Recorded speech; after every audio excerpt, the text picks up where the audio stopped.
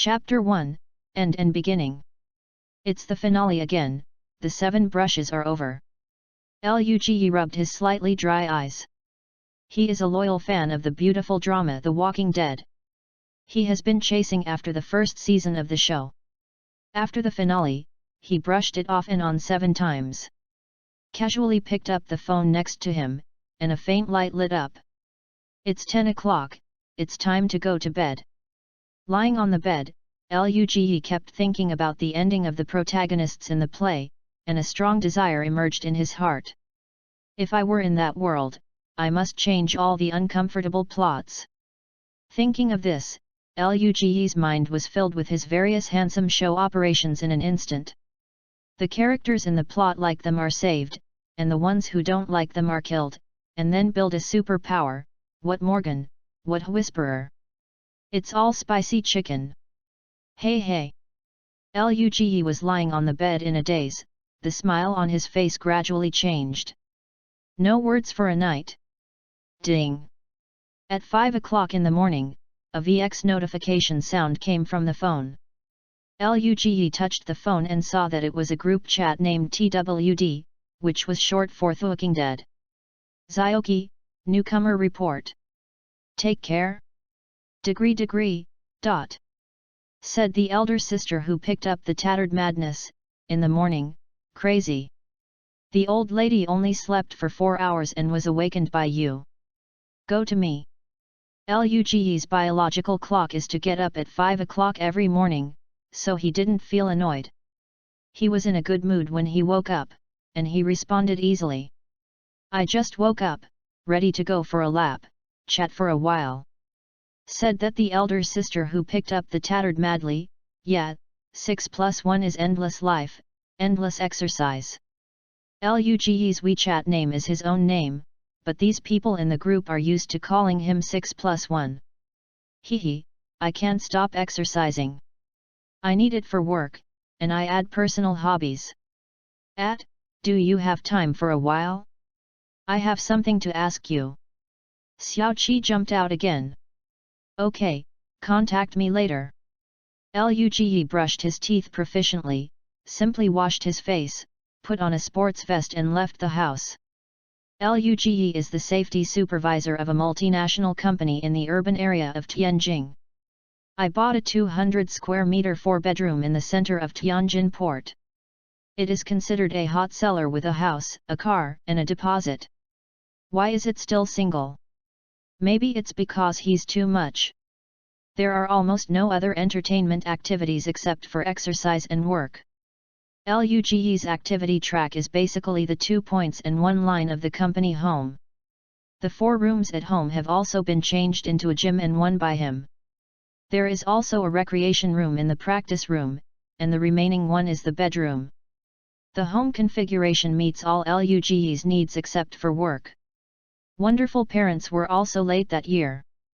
Mother Lu gave birth to him when he was almost 40, so there was no intention of forcing him to get married. The old couple spent almost a year playing in the field, going out twice a year, once for half a year.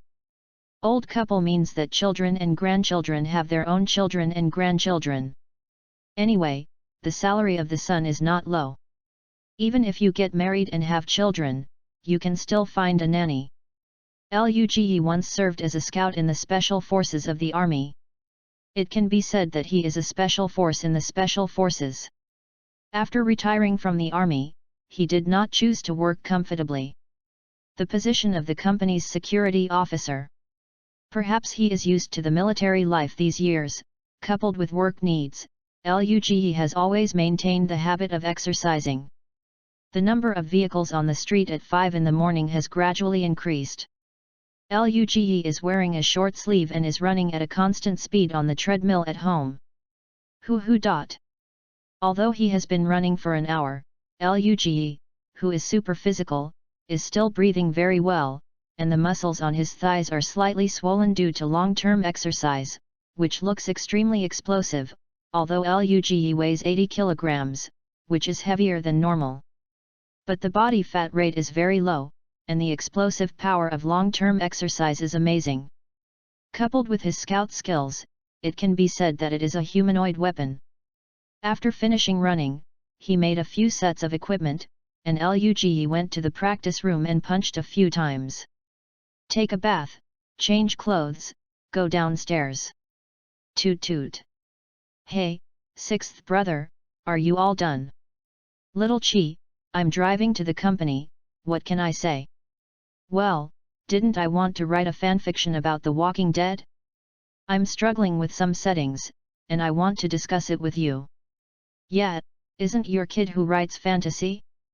Why do you think of writing this kind of apocalyptic novel with such a low audience? You can't make much money to write this book. I didn't want to make money. The finale has been so long. I always feel that the original plot has made me all kinds of uncomfortable. It just happened that the last book ended. This one should be my wish. Well, what do you want to ask? Let's talk about it. But if you say that, I am looking forward to your book. Luge and Xiao Qi have not met each other, but in ordinary chats, I faintly hear Xiao Qi mentioning that he writes fantasy novels, and the income is not bad. There are all kinds of jobs in the group, but among the web writers, Luge still only knows a small 7. Okay, brother 6, I'll be straight to the point. Because we talked before, I probably know the situation in your family, so I think you are very suitable to be the actor of my novel.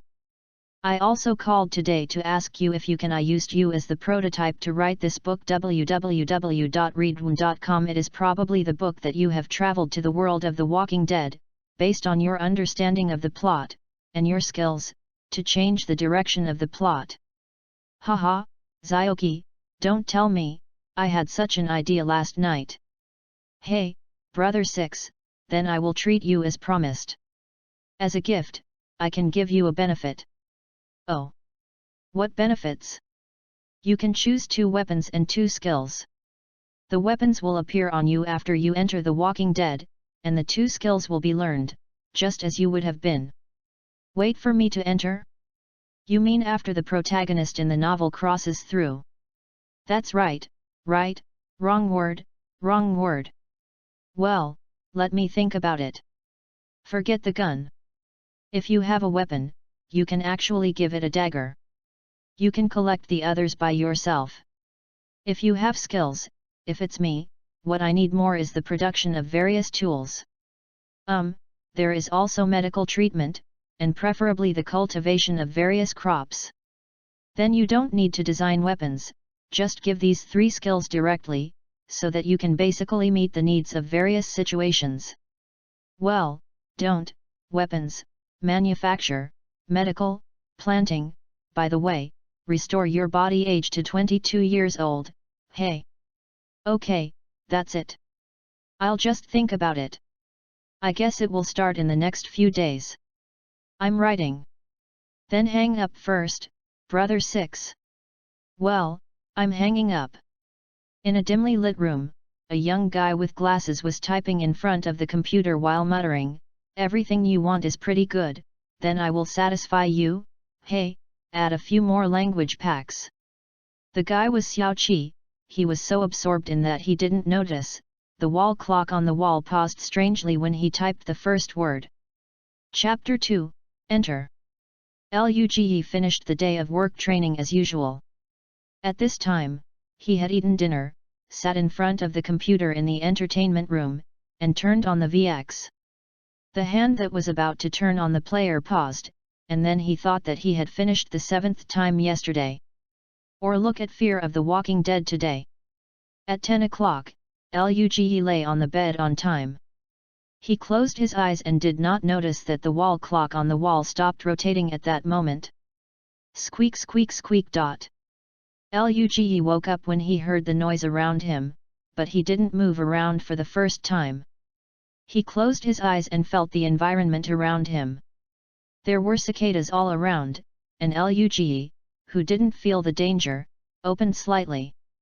Eyes, at first glance, this seems to be a place similar to a park. What's the situation? This is where? Calm. Luge looked up at the position of the sun, and then subconsciously looked at his wrist. Hey? Where's the watch? By the way, I picked it before going to bed yesterday. Luge quickly glanced around and found that there were actually some blonde foreigners in this park. Is this a foreign country?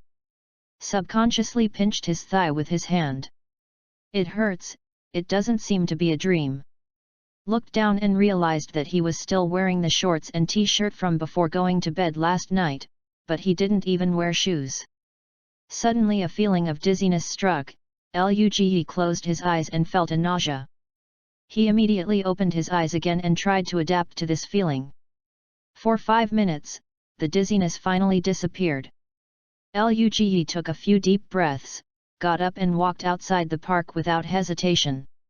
He needed to figure out the current situation for the first time and take the initiative. Regardless of the glances cast by passers-by, Luge walked to a place similar to a residential area, and a few flashes disappeared. Luge, who reappeared, had already put on a baseball cap, a slightly loose-fitting dress, and a pair of sneakers on his feet. He walked straight along the road like this, after passing a newsstand. There is already an extra newspaper in it. The newspaper read impressively, May 23, 2010, Atlanta, Georgia. Picked up a passerby. Luge spoke fluent English and asked, "Excuse me, is today May 23 RD? Yes. Year 2010. Certainly. Ignoring the glances of passers-by who were looking at a neurological disorder, Luge then asked the same question in several places, and the reply was affirmative. Luge casually found a shady place beside the flower bed and sat down, thinking quickly in his mind. In 2010, Atlanta, Georgia. I crossed? This time and place has a feeling of déjà vu. Could it be The Walking Dead? Hehe, how is it possible? Luge shook his head and denied his thoughts. But who can transfer me here without being noticed by me?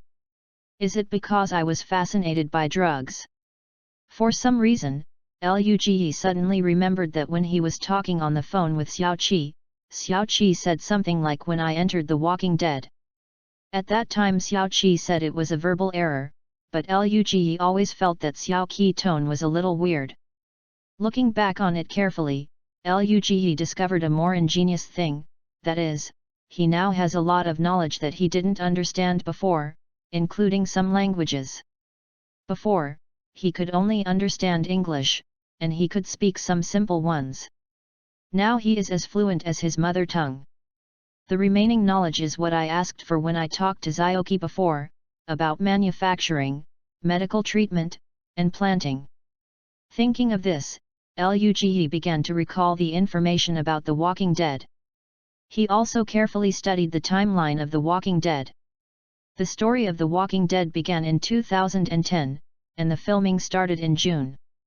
That is to say, without a clear timeline of the plot, the starting time of The Walking Dead should be June, and the hero Rick Graham is inside. On the 59th day after the start of the story, woke up at the Kings County Hospital on the outskirts of Atlanta, Georgia. But there is a problem here. Dr. Jenner of the CDC, when the Rick team arrived at the CDC to seek asylum, he said in a computer record earlier in the same day that that day was the first day of the wildfire project. Day 194, the 63rd day of the end of the world, so this so-called wildfire plan started 131 days before the plot began. The so-called wildfire project is actually that when the beautiful government found an unregistered source of deadly disease, it recruited experts from biology or virus to discuss countermeasures. After the collection was completed, it was given to a laboratory. It was locked up and could not go out, and the solution was guided. Can communicate with the outside world.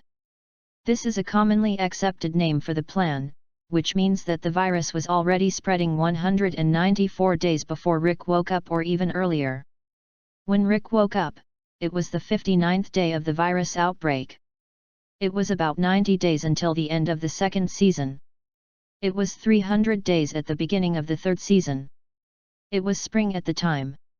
If you calculate from the beginning of April, then the beginning of July is the beginning of the plot. When? So it's May 23rd, which is more than a month before the start of the plot, and the exact time is uncertain. So next, there are many ways to check if I am in The Walking Dead. I can go to King County in the suburbs of Atlanta to check Rick Grimes, or I can go to the Center for Disease Control and Prevention in Atlanta to check for Jenner. Doctor this person.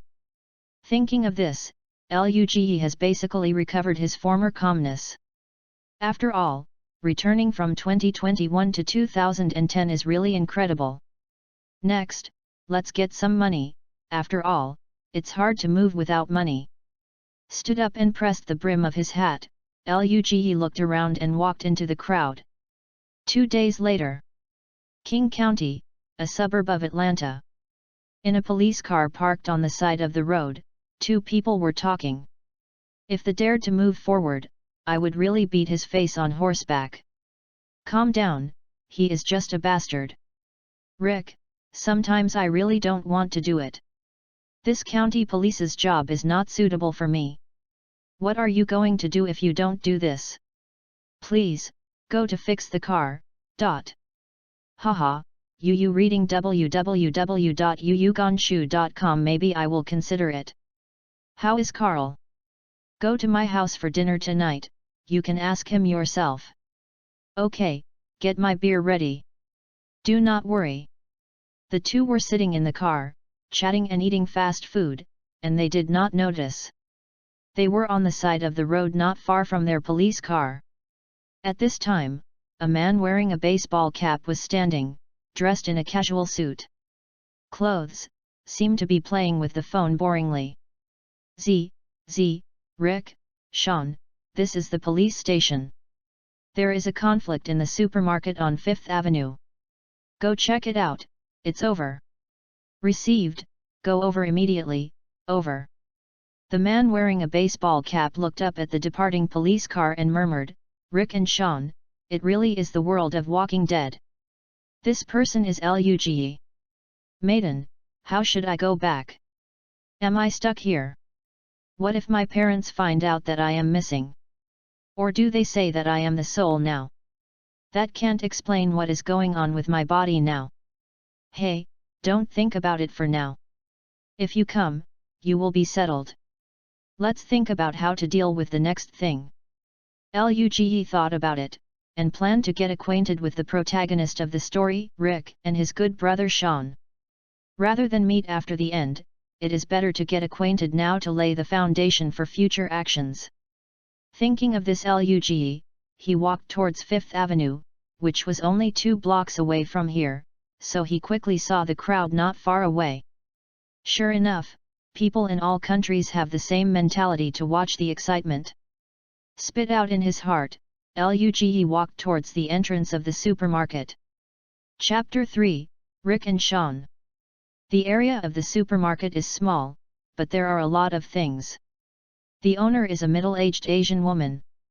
At this time, the shopkeeper's aunt was arguing with a fat white man in broken English. Luge stood by and listened roughly. It was probably the fat white man who bought some quick frozen dumplings and a bottle of vinegar and wanted to go home to cook and eat.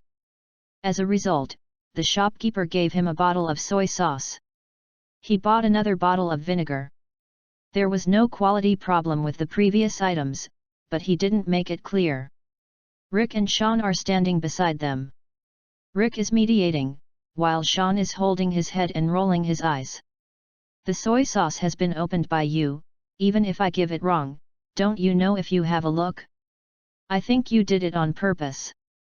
The shopkeeper's aunt pinched her waist, and a strong breath of auntie from the vegetable market rushed towards her face. Luge looked at it for a while, and his attention was suddenly drawn to a black brother in the corner of the store. This person obviously wanted to take advantage of the chaos in the shop. The corners of Luge's mouth raised. Zheng Zhao didn't have much chance to contact Rick. No, help came. The little black brother pretended to be hanging out and walked slowly to the door of the store. He seemed to be as interested in the disputes at the checkout counter as everyone else. After a few minutes, the little black brother felt that it was almost done. He turned around and wanted to go outside, but he did not expect that his arm was suddenly caught, and a voice rang beside him. "Hey, buddy, just leave like this? Don't you plan to check out?" Although the black brother was calm on the surface, he was panicked in his heart. After all, there were 2 policemen standing at the door. Suddenly his arm was pulled by someone. He looked a little flustered, and he struggled violently, only to find that the opponent's hands were strong. "The child is so big that I didn't break away at all." The little brother subconsciously turned his head and glanced at Rick and Xiaoen, and found that the attention of the other party hadn't turned around for a while, and he was happy, but his hand movement did not stop. He immediately took out a small knife with his right hand and went to Luge's wrist. Crossed out. It. The next second saw that the black brother's body was violently pulled by Luge, and the not-so-thin brother jumped into the air and fell in front of Xiaoen. At this time, Shan also noticed the movement here. He just raised his head and glanced, and found that a dark figure suddenly fell in front of him with a bright knife in his hand. Shan subconsciously took out his gun and shouted, "Don't move, throw away the weapon." The little black brother was stunned by the fall, and just about to struggle to stand up, he found that he had been aimed at by a black hole, and the little brother looked depressed. "Damn it!" After speaking, he threw the knife away and put his hands behind his head skillfully. However, his eyes were staring at Luge, and a few words were silently spit out in his mouth. "You are dead." Luge understood, but didn't care. At this time, Rick and the arguing boss also noticed this, and Rick kicked the dagger beside the little brother against the wall. The white customer who was still chattering just now also stopped, muttering in his mouth, and did not continue to make noise, turned and left the shop. What happened?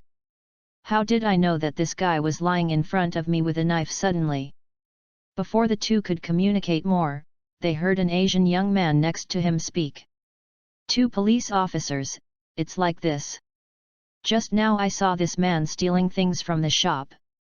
You were resolving disputes at the time. You didn't pay attention. I thought he was about to run, so I stopped him. I didn't expect him to think. When I attacked me with a knife, I pulled him down. I didn't expect that he fell in front of the police officer. Then you will all know." The young man was naturally Luge, and he spread his hands as he said. "He is innocent," saying that he has no other way to do this. Rick looked at Luge, did not speak, lowered his head and searched for the black brother, and he found a lot of goods in the store. Shan. Receive. Click. The 2 had a tacit understanding, and a pair of handcuffs had already handcuffed the little black brother. Xiaoen pressed the little black brother, nodded at him when he passed by Luge, stretched out his hand and patted him on the shoulder, and went on to the police car without speaking. Rick turned his head to the supermarket owner and said, "Annie, the other party has already left, so this matter is resolved. We have to send the thief back to the police station and leave first." Before Anne could speak, he turned around and said to Luge, "Sir, thank you for your righteousness. It's okay, I just did what I was supposed to do." Luge waved his hand quickly. Rick smiled slightly, nodded, and said again, "I don't know if you have time. Although I am very grateful to you, I still need you to spare some time to make a transcript with us. If you are very busy, you can talk about it another day. It doesn't matter, I happen to be fine today, I will cooperate well." "Okay, please follow me." Rick turned and walked in the direction of the police car. Luge followed Rick with a smile on his face. As a drama fan, I should be the closest person to the real Rick in history. www.readaloud.com. Thank you again for your cooperation, Mr. Lu. Rick took an ID card and handed it to Luge. As for how the ID card came from, of course it was done by professionals. Anyway, it doesn't take long for this thing to be useless. "You are too polite, Officer Grimes, this is what I should do. You can call me Rick, my friends call me that." Okay, Rick, then I won't bother you, let's go now, bye. Goodbye. Rick turned his head and walked towards the police car after finishing speaking, and Xiaoen, who was in the driving seat, waved to Luge. Luge looked at the back of the man in front of him, and gradually overlapped with the team leader in his memory, and secretly said in his heart, "We will definitely see you again, Rick." Now that the protagonist's line has been hooked up, it's time to prepare something. When Luge turned around, he had an extra cell phone in his hand. This was the cell phone of the little black brother. Luge originally thought this was a gangster, but he didn't expect to find out after interacting with Rick and the others. This little brother is called Antu. Juan is a low-level member of the Blood Gang, the largest local gang. I probably checked the information in the phone, and Luge found some useful clues from the fragmentary information. Anyway, you guys are not a good thing, it's better to support me and let me live more moisturized in the doomsday, tut, tut. Casually threw the phone into the trash can, and Luge walked towards a nightclub of the Blood Gang. The sun at noon was very bright, and Luge's back was very illusory, like a phantom, and disappeared into the alley. Chapter 4, Preparation before the end of the world. Now we are broadcasting local news. According to our reporter, just this morning, the police found more than 30 bodies in a large nightclub called B Club in Atlanta. This is the fourth similar case recently. According to the police, the case occurred last night and the specific circumstances are under investigation. It is not convenient to disclose. Next, our reporter Anthony Brown will lead you directly to the first scene. Please do not go away. In the room of a car hotel, news is being broadcast on TV, the bathroom door is ajar, and there is the sound of crushing showering inside. The sun shines on the bedside through the curtains. The scene that should be very warm, but because of the metallic luster reflected on the various weapons and equipment placed on the bedside, there is a breath of killing. Luge came to the bed in a bathrobe and pulled out a few huge backpacks from the bottom of the bed.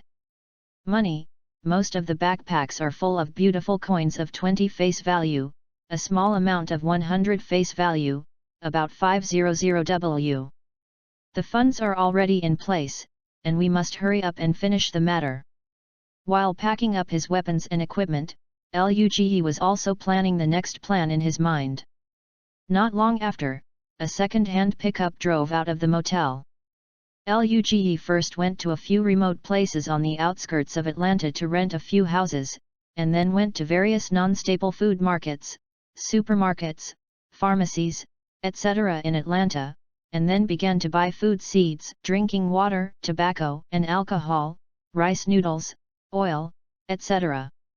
All kinds of canned food, sugar, salt, dried meat, instant noodles, various vitamins, commonly used medicines and so on. As for why not rent a warehouse? In the end of the world, the places that were searched by survivors for the first time are naturally warehouses and supermarkets. Next, Luge spent a few days putting various materials into the basements of several scattered residential buildings in batches, and disguised them. Luge dared to guarantee that ordinary survivors came, even if the house was turned upside down. He would definitely not be able to find the materials he had hidden here. Of course, everything is not 100%, so I rented a few residential houses. After all, eggs cannot be put in one basket. Finally, he bought a large quantity of weapons and ammunition from the black market and hid them in batches. As of the previous period, the material preparation is almost complete. It's been more than half a month since I came to this world. Because I'm not sure when the end of the world will erupt, Luge is now seizing all the time, thinking about preparing all the time-consuming and laborious things first, because there are more important things that need to be done later. 2. What is not certain now is the exact time of the virus outbreak. I don't know how long is it before the virus outbreak. If I want to figure it out, it seems I can only go to the CDC. Luge is very clear about what he is going to do next. So far, everything has been proceeding in an orderly manner according to his ideas. Got on his old pickup and drove towards the CDC in Atlanta. Half a month later. In the CDC building, there are two people standing by the window, one man and one woman. Jenner, to be honest, I don't have much hope for this wildfire project. We don't have enough time. My dear, you can definitely succeed. You are the most capable virologist I have ever seen. If you give up, there will be no hope in the world. The man named Jenner walked up to the woman and held her hands tightly, hoping to bring courage to his wife in this way. You know me, I am not a person who gives up easily, am I? Jenner gave a cowardly smile, and gently hugged the woman, and the woman leaned on his shoulder.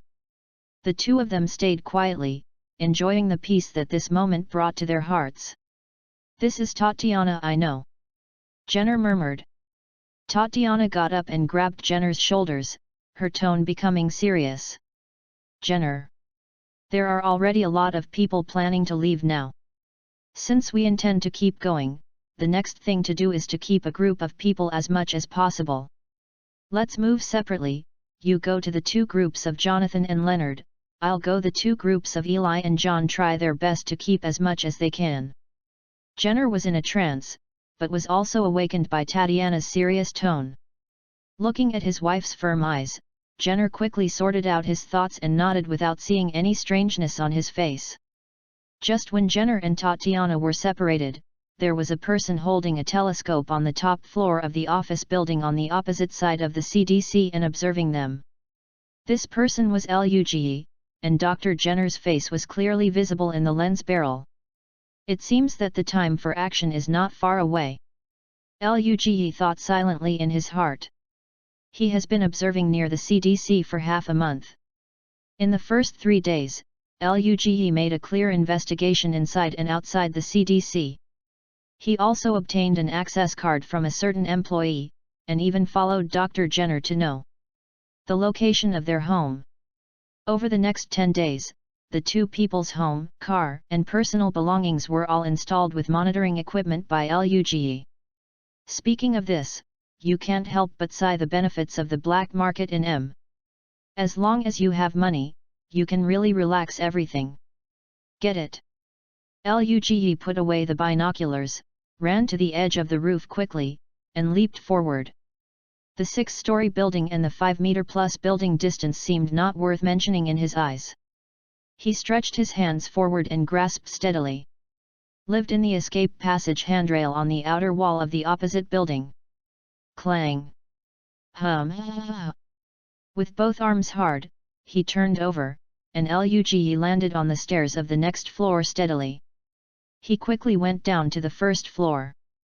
In less than 20 seconds, he was already sitting in the driving position of the pickup truck. At this time, the pickup truck stopped in the alley between the two floors. When the information he heard was recorded, Luge began to calculate in his heart. It seems that the wildfire project has reached the late stage, and the people from the CDC will also start to leave their jobs, so the plot will begin soon. Looked down at his watch, June 27, 2010, at 5:21 p.m. It's been a month and 4 days. www.readaloud.com. I don't know if my parents found out that I disappeared. Luge was a little lost thinking of his parents, but after only a trance, Luge realized that the most important thing for him now is face the reality. As for why you came here, it's not too late to investigate carefully when everything goes on the right track. Thinking of this, Luge no longer thinks about it, and put his energy back on the exit of the CDC. Time came to 6:30 unknowingly, and the CDC staff also drove home one after another. At this time, a black BMW car drove towards the exit of the CDC middle school. The target appeared, and Luge ignited and followed. The car was the Jenner's car, and Luge's small pickup followed them towards the Jenner's house. The Jenner's home is about 20 minutes drive from the Center for Disease Control and Prevention. Luge followed from a distance, not in a hurry. Finally, when the other party was about to get home, Luge began to speed up. Boom! Luge's small pickup truck drove into a corner when the Jenner's car drove to a right turn, and slammed into the rear of the BMW car. Jenner was startled by the sudden rear-end collision, turned his head and asked Tatiana next to him, "Tati, are you okay?" "I'm fine." Jenner confirmed that Tatiana was not injured. And then got out of the car to check the situation, and saw that the front of a pickup truck at the back had knocked the rear of his BMW car into an improper way. "What happened, Dot?" Although Jenner felt distressed about his car, when he saw the driving position of the pickup truck, a man was lying on the steering wheel. He quickly stepped forward and opened the door, asking Luge with concern, "Are you okay, sir?" Chapter 5, Script begins. Luge looked very embarrassed at this time. There was a small wound on his forehead because he hit the steering wheel, and the blood flowed down. Although nothing happened, he looked quite bluffing. Jenner helped him out of the cab, and Tatiana also got out of the co-pilot. Because it was being rear-ended by Luge's car, the two were just shocked, but they were not injured. Luge shook his head in this fashion model, and took a look at the Jenner's BMW with his forehead. He saw that the BMW's rear bumper had been dented by him.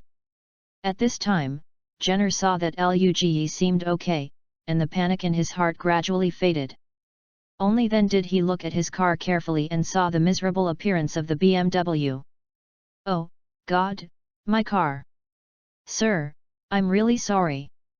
I just turned my head and glanced, didn't pay attention to the front, and bumped into your car unexpectedly. Sorry. Sorry. Don't worry, I'll be responsible for fixing the car for you." At this time, Luge had a sincere expression, a slightly nervous and apologetic tone, which made the Jenners feel quite sincere.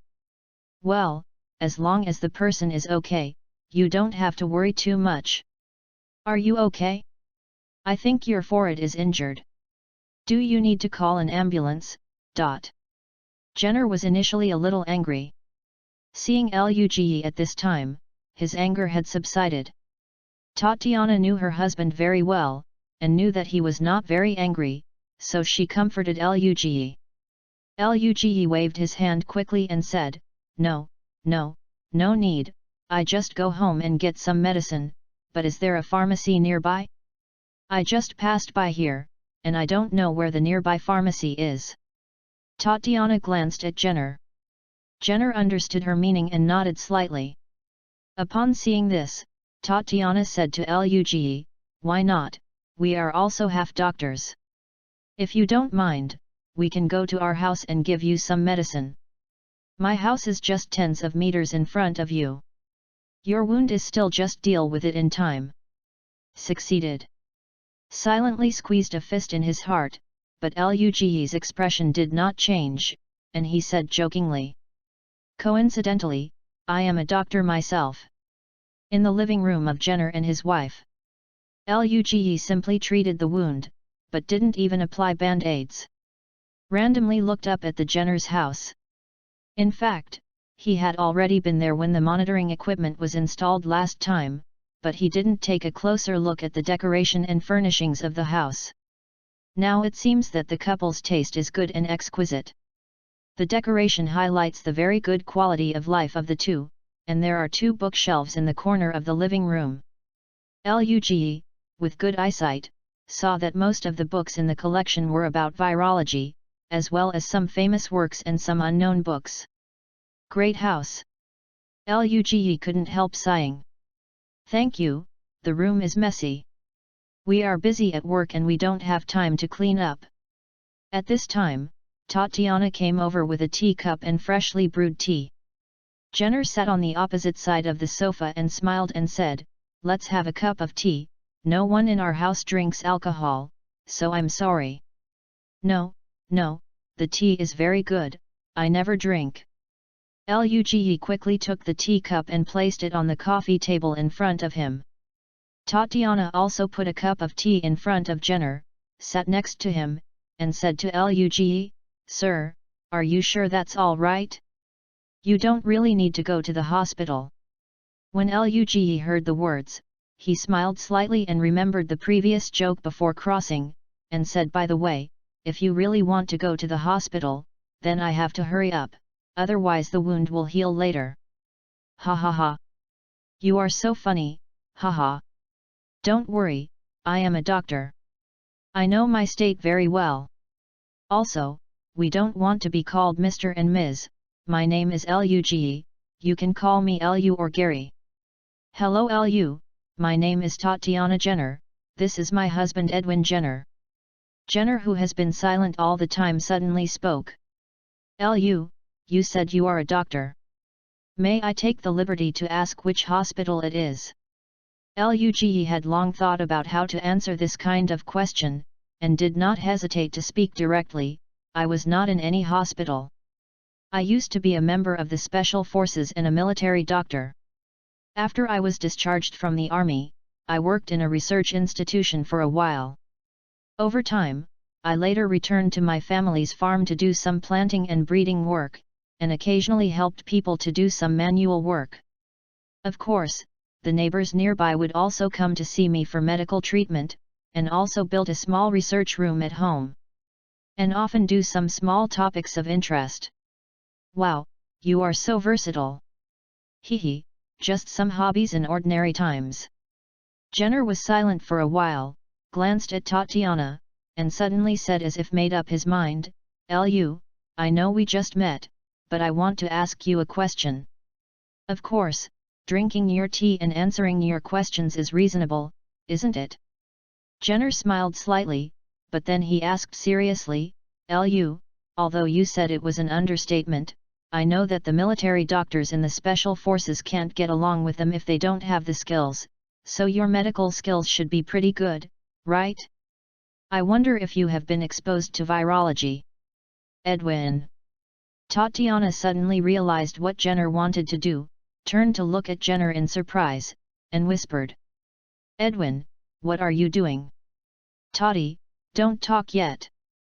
Lu, can you answer my question? Luge's medicine was obtained suddenly after he came to The Walking Dead. He has carefully recalled his medical expertise from his memory these days. The result surprised him. He has been involved in all medical professions, and the level is still very high. Luge knows what Jenner wants to do, and if he wants to keep Jenner and Tatiana, he must enter the CDC. Therefore, Luge has already considered what Jenner will say next. It's really a coincidence. I really dabble in virology. To be precise, it should be cells in biology. www.readaloud.com. Genetics, physiology, and ecology are all involved. I did it in the small laboratory at home. More than half of the small topics are related to this. Do you have anything to do? Really? Then can you briefly talk about your research field? Jenner's expression turned into a surprise instantly, winked at Tatiana, and nodded apologetically to Luge. Sorry, Lu, can you wait for us a little bit? Before Luge could answer, she took Tatiana to the next room. Luge did not follow, but took out a headset from her pocket and put it into her ear. Tap to turn on the headset, and then you heard the headset. There was a sound of footsteps, followed by the conversation between Jenner and his wife. Tati, I think we should invite him to join the CDC. Edwin, are you crazy? He is just a commoner now, and we don't know him well. Do you want to trust a stranger you met for the first time? Does this matter? You know exactly how terrible the virus this time is. Once the infection reaches a certain level, unless a vaccine is developed, what we will face next is a full-scale outbreak, even for ordinary people. In this kind of emergency, we should also take special matters. The most important thing is that we have no helpers anymore. Today we were rejected by all the groups, right? Even the members of our group have to resign. And we still, how long is there? 10 days? 5 days? Or today? There was a long silence in the room, and then I heard Tatiana say.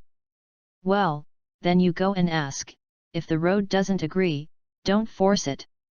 Jenner sighed, helpless. If it breaks out, who can escape? Chapter 6, Beginning. Luge in the living room took off the earphones, and the Jenners quickly walked out of the room. Tatiana smiled apologetically to Luge. Lu, I'm a little uncomfortable. Let's go to the house and take a break. Edwin wants to talk to you. Okay. Mrs. Jenner. You can call me Toddy. Okay Toddy. Jenner motioned to Luge to sit down, and then organized the language. Road, can you take the liberty to ask me about the direction of your research topic? This is very important, because what I want to talk to you next is very important, and it is very likely to be related to the survival of mankind. Mr. Jenner, what you said put me under a lot of psychological pressure. Luge knew in his heart that whether he succeeded today depends on his next performance, so he also sat upright, probably comparing his memory to a creature that is more cutting edge. I picked up the knowledge and talked about it roughly. Jenner's eyes were getting brighter and brighter, and then he stood up and walked around in the living room. Lu, I really didn't expect you to bring me such a big surprise. Talking, Jenner walked to the bedroom door and knocked on the door lightly. Tatiana walked out of the room, with her eyes shining. She walked to the sofa and sat down. Lu, let me explain to you what happened next. In the next week, Luge joined the CDC with Tatiana's help. Now the CDC is panicked because they can learn some undisclosed news in advance, so there are already a lot of them. People started to make a plan to go out for asylum with the whole family. Of course, a few people decided to stay, including the Jenners, Luge, and several colleagues in the same group. At first, Luge was still wondering that now the wildfire project is underway, so the CDC researchers should not be allowed to go out. When he told Tatiana this question, Tatiana's answer was simple, only one sentence. We are ordinary people too. On July 5, 2010, Luge of the CDC noticed that since yesterday, the news of violent incidents in various places began to be reported. Luge is very clear that the end of the world is coming. Somewhere in Atlanta, a van was walking through the street, and soon arrived at a neighborhood. A sturdy black man walked off the van. He got out of the van and took out a lot of living supplies and food from the van. There was water, and then he divided everything into several equal parts, and then moved to each house one by one. T-Dog, you are here again, it is really troublesome for you. T-Boy, can you change the light bulb for me later? T-Dog. God bless you, you are such a good boy. The black man is T-Dog. Today is not a day for community service. However, the streets in these 2 days are not peaceful. More and more violent incidents make him worry about these lonely elderly people. Although he has limited abilities, he still works with colleagues. After shifting work, I drove my van back and forth between several service communities, hoping to help these poor old people. Okay, Mrs. Madison, I'll be there in a while. Okay, I'll change it for you later. After working in the community for an hour, T-Dog finally finished his work and drove his minivan to the service center again to prepare supplies for the next community. At the same time, on the other side of the city, Andrea and Amy were driving to their father's house. Suddenly, something unexpectedly hit the side and rear of their car with a bang sound, and Andrea's heart was tight, the brakes slammed on her feet, and subconsciously glanced back, only to see that the rear of the car was empty. Only a little further away, 2 people were running hard. Yet, Amy was listening to the song with headphones on, and was suddenly shook by the brakes. She screamed and turned to look at her sister angrily. You scared me. Andrea looked around for a while and turned to Amy. Did you just hear that? What? Amy did not hear clearly, so she took off the earphones, but heard Andrea continue. Something seemed to hit the back of the car just now. Amy was taken aback when he heard the words, subconsciously stroked her hair, and looked around in a panic, because the violent incident seemed a bit empty on the street. It was very quiet at this moment, and Amy's hand holding the seat belt tightened involuntarily. Tight.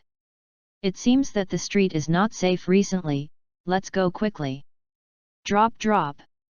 Glenn, riding his small motorcycle, wearing a baseball cap, and wearing a shop uniform, is driving in the alley.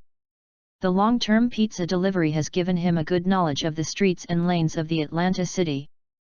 Basically, every time the food is delivered, it takes a while faster than others. This is also the main reason why the stingy boss has not dared to deduct his salary. Glenn quickly arrived at the delivery location. Skilled parking, picking up meals, and going upstairs. Sir, the pizza is here. Boom boom boom. Sir? Is anyone home? Waited outside the door for about 2 minutes, Glenn breathed out a sulky breath. The expression on his face was a little helpless. It seems that the boss's remarks are inevitable. Green shook his head and was about to go downstairs. Suddenly he heard a dang sound from behind the door. He was overjoyed and he went back to the door and knocked on the door.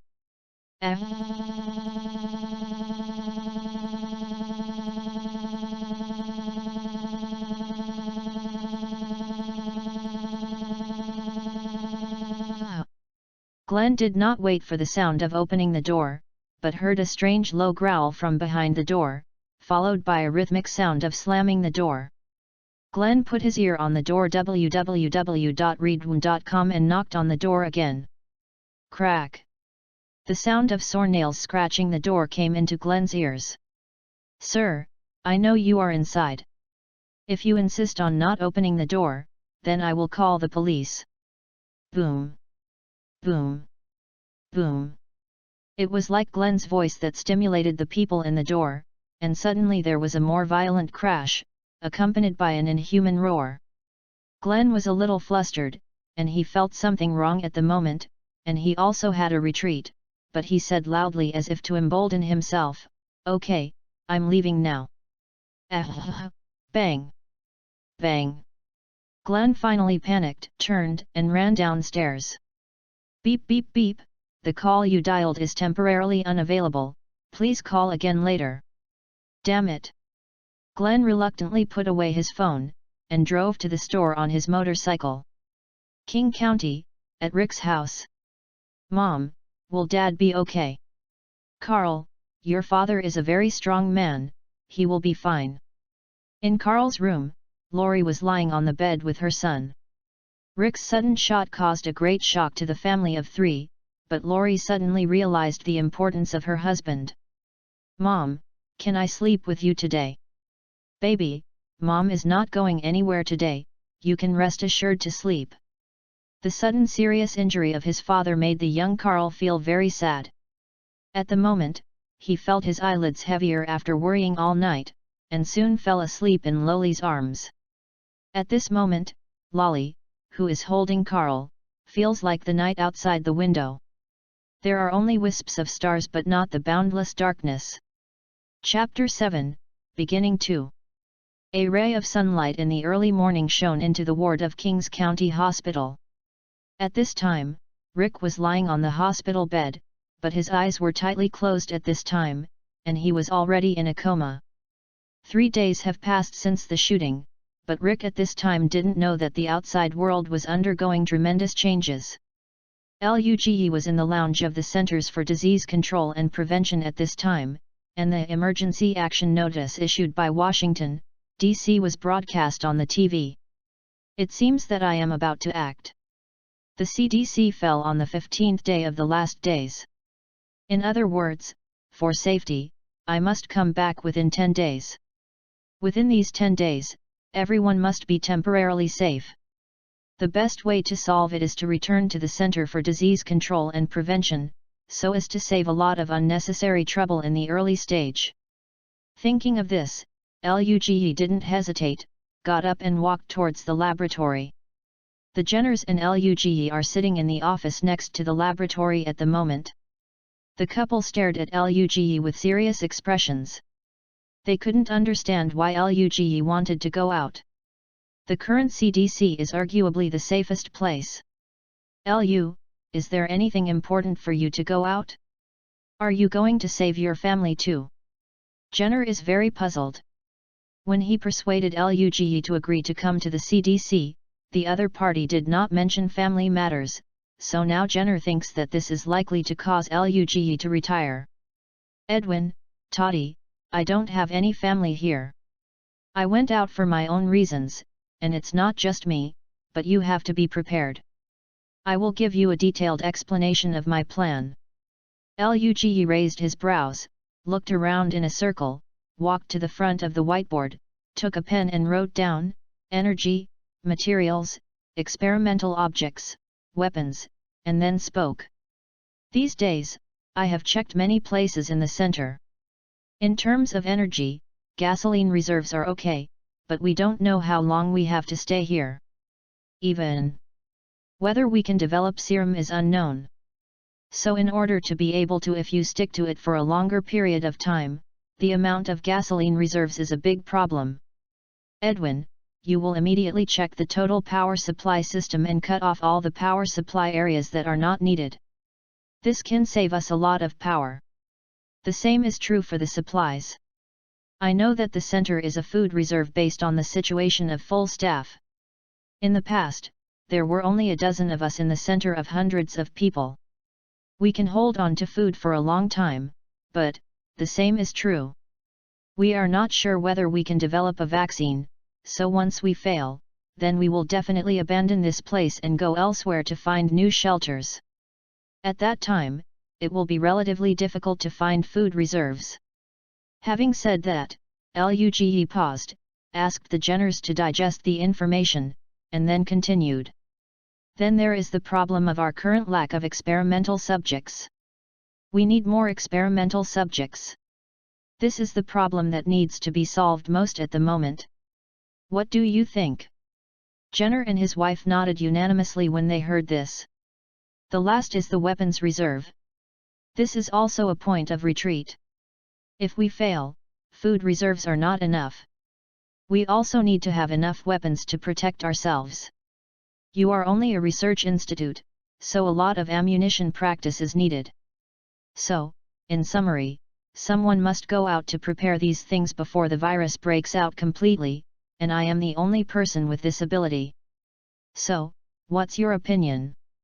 The Jenners were also speechless by Luge's theory.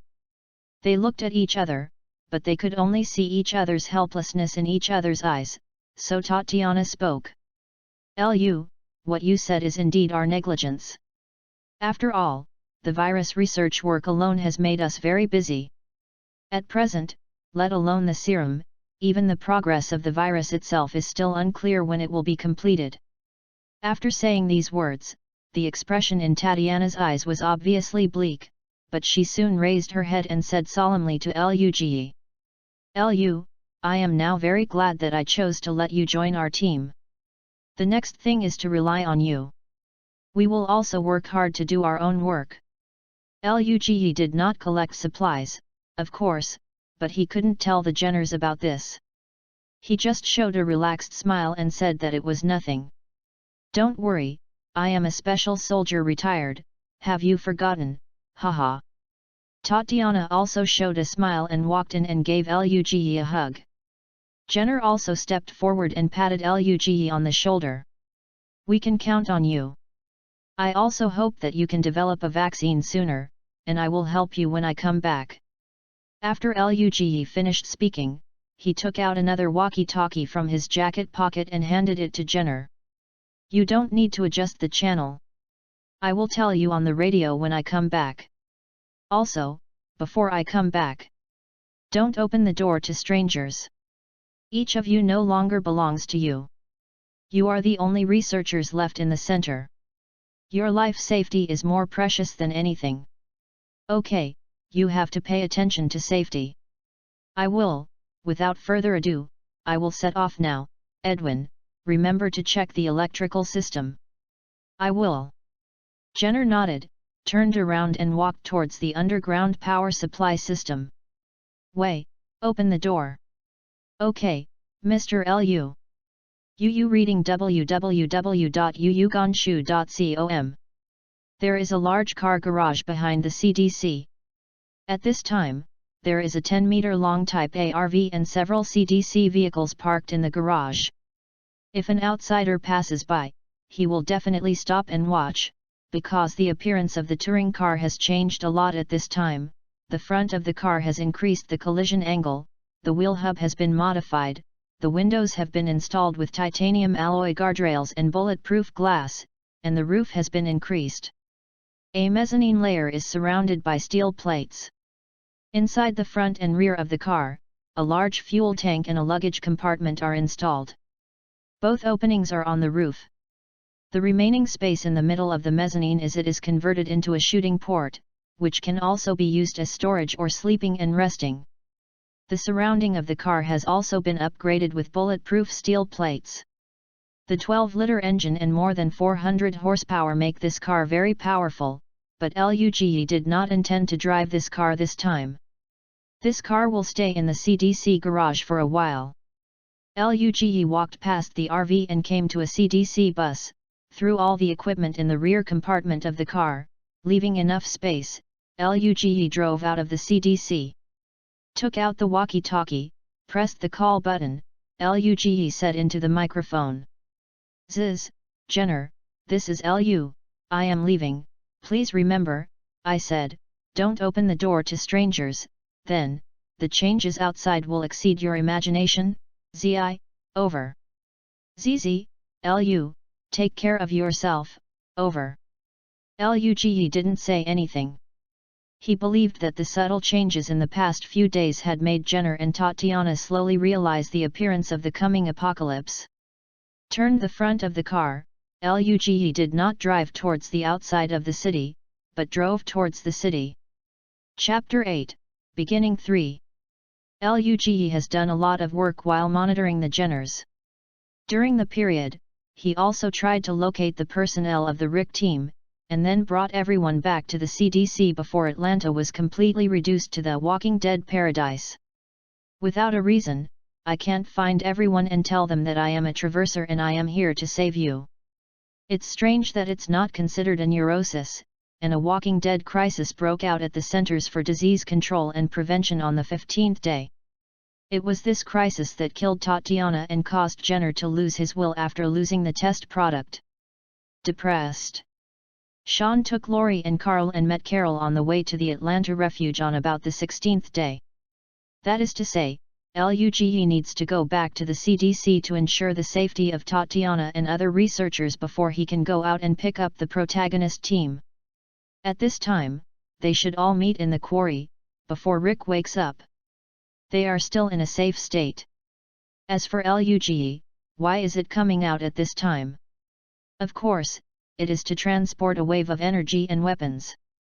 At present, there is no shortage of food and experimental materials from the CDC. What is lacking is the energy of generators and weapons and ammunition, because the next thing is to conduct weapons training and fighting teaching for everyone. So the ammunition cannot be less. Luge drove to the material storage point farthest from the CDC. The road conditions along the way were very good. It was probably because of the violent incidents and urgent action notices that have been circulating on TV and radio these days. People still don't understand what's going on, so most of them are at home waiting for the subsequent fermentation of the matter. But this has provided Luge with a lot of convenience. He drove out the fuel tank truck that he had prepared a long time ago, and then he began to move guns and ammunition from the house to the CDC car. Luge chose the places with relatively sparsely populated materials. There are usually very few people. Now there is no need to worry about it. Therefore, Luge didn't hide it, and just moved boxes into the car. In another residence not far from Luge, Andrea and Amy are also bidding farewell to their father. The two did not realize that this farewell would be a farewell to their father. "Andrea, you must take good care of your sister. You are your sister. When I am not by your side, you are Amy's parent."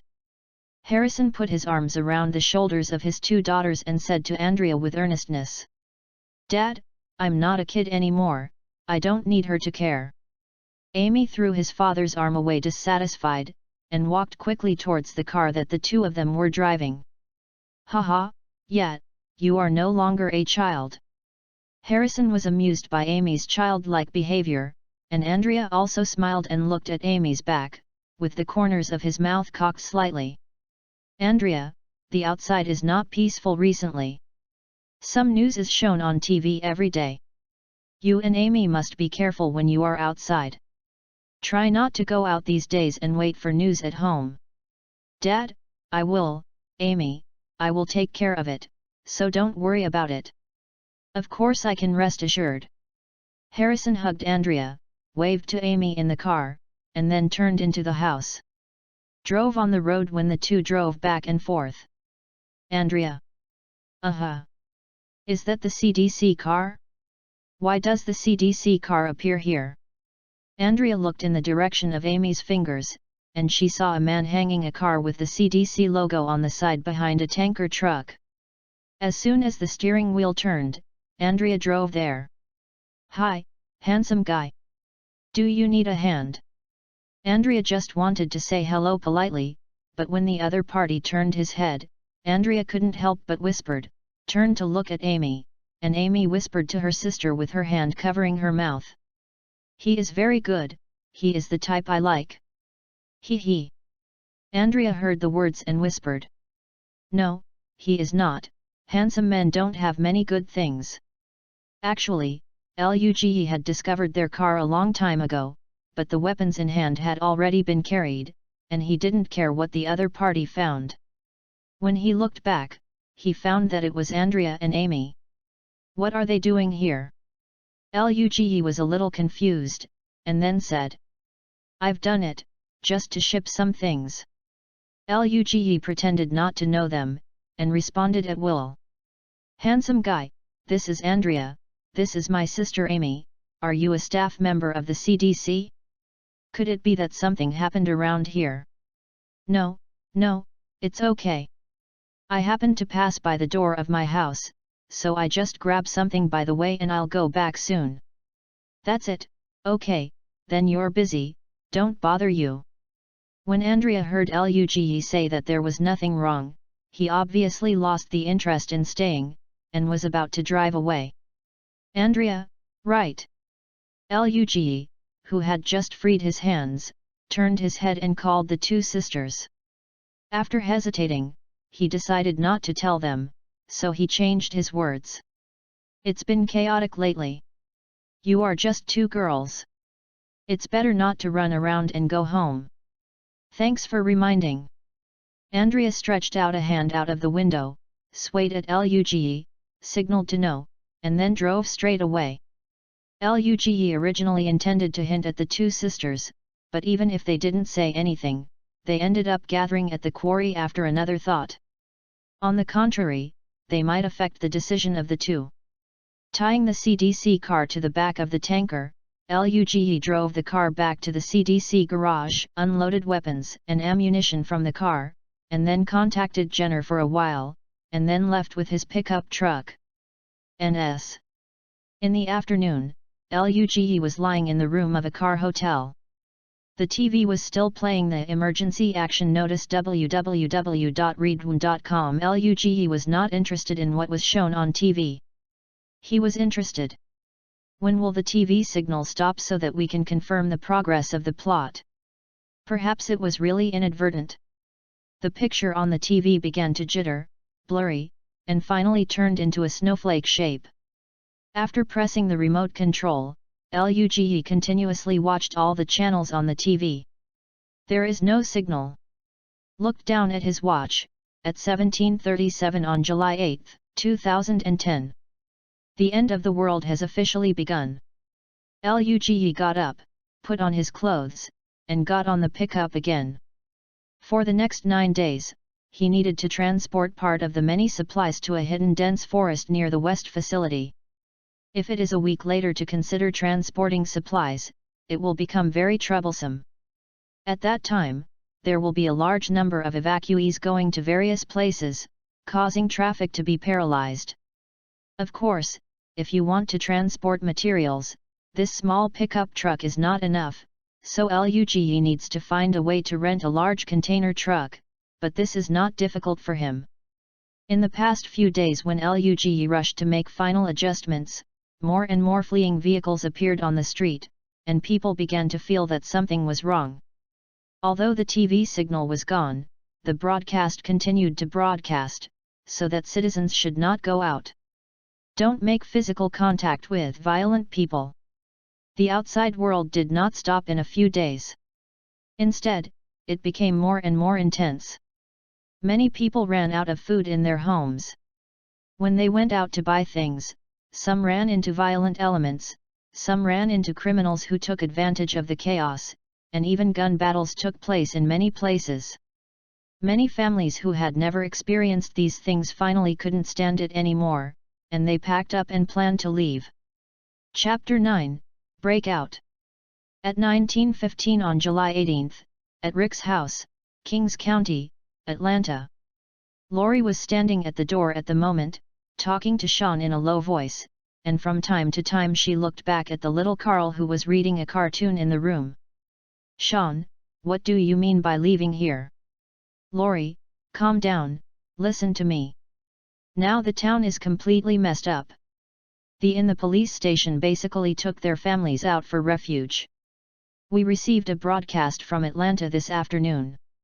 It said the city hall established a temporary shelter in Atlanta. The rioters on the street are virus-infected people. You didn't see those people. They actually eat people, mad, they are no longer humans." Sean talked to Loli in a flustered tone about what he saw and heard. All he can think of now is taking his brother's family to hide in a safe place. "What do you mean? Virus infection? Cannibalism?" Lori looked at Sean pale, covering her mouth in disbelief. Yes. Do you think I was lying to you? Believe me, we can't stay in this town anymore, we need to rush to Atlanta as soon as possible." Sean held Lori's shoulders with both hands and looked directly at her. "What about Naruk? My husband is still lying in the hospital. Tomorrow I will go to the hospital again. I will bring Rick back.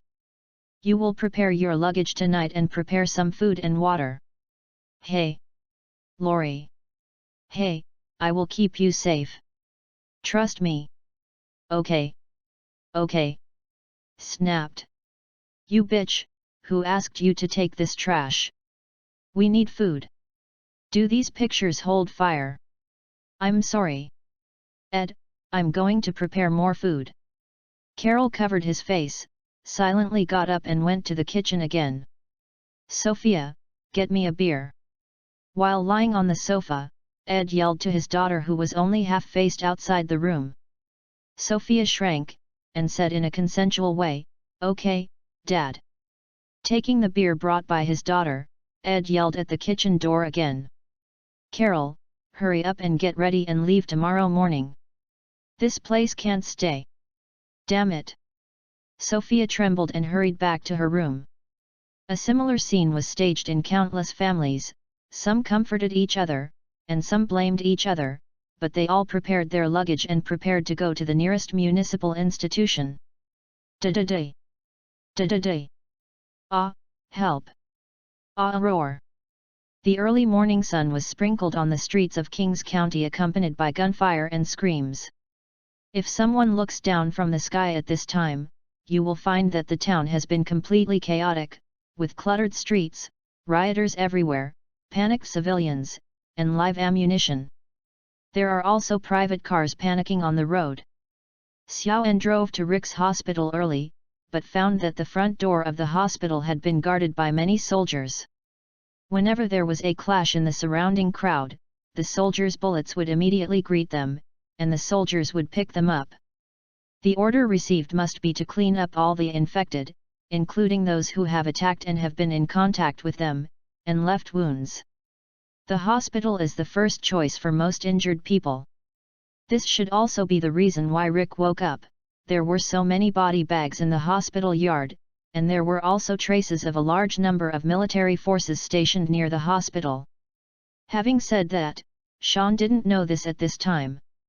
In his eyes, the current soldiers were slaughtering civilians. God, this world is crazy. Xiaoan didn't dare to drive directly to the front entrance of the hospital, so he drove to the back of the hospital and found that there were no soldiers here yet. He quickly rushed into the hospital.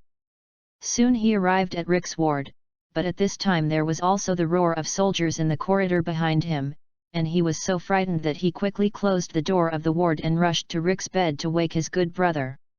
Just grabbed Rick's arm, but heard the sound of opening the door behind him. Crack! Sean's heart began to beat violently. He violently pulled out his gun, turned and aimed at his back. Hey, Officer Sean? I'm Lu, remember? This person is Luge. At this time, he is wearing a doctor's white coat in a mess, and the stethoscope is also slanted around his neck. Seeing Xiaoan's muzzle, his hands are raised, and there is a trace of panic on his face. Lu? Yes, I remember you. I saw you a few days ago. What are you doing here? When Xiaoan saw his acquaintance put away the pistol, he walked quickly to Luge and looked outside the door. At this time, at the end of the corridor, a group of civilians were arguing with the soldiers, but the soldiers suddenly raised their machine guns. Suddenly, the civilians all fell down soon, and Xiaoan's face changed drastically. He hurriedly closed the door and urged Luge in a low voice. Lu, hide yourself. Luge dodged behind the door, while Xiaoan turned over and hid behind the bed. Soon a soldier searched the ward, but only took a short glance, and there was a call from his companion behind him. Seeing that there was only one patient in the room, the soldier turned his head and left. Xiaoan and Luge did not act immediately. Luge glanced at the probe slightly, and then slowly closed the door. Officer Sean, they left. The heart that Xiaoan was holding finally fell a little, and he let out a sigh of relief, sorted out his expression to make himself look more natural, and then stood up. Lu, are you the doctor here? Luge nodded slightly and explained. No, I work at the Centers for Disease Control and Prevention in Atlanta. I originally came back yesterday to get some things, but when I got a call from my colleague, I came here. Then I heard that Rick was injured and hospitalized. www.readaloud.com. Just come and have a look.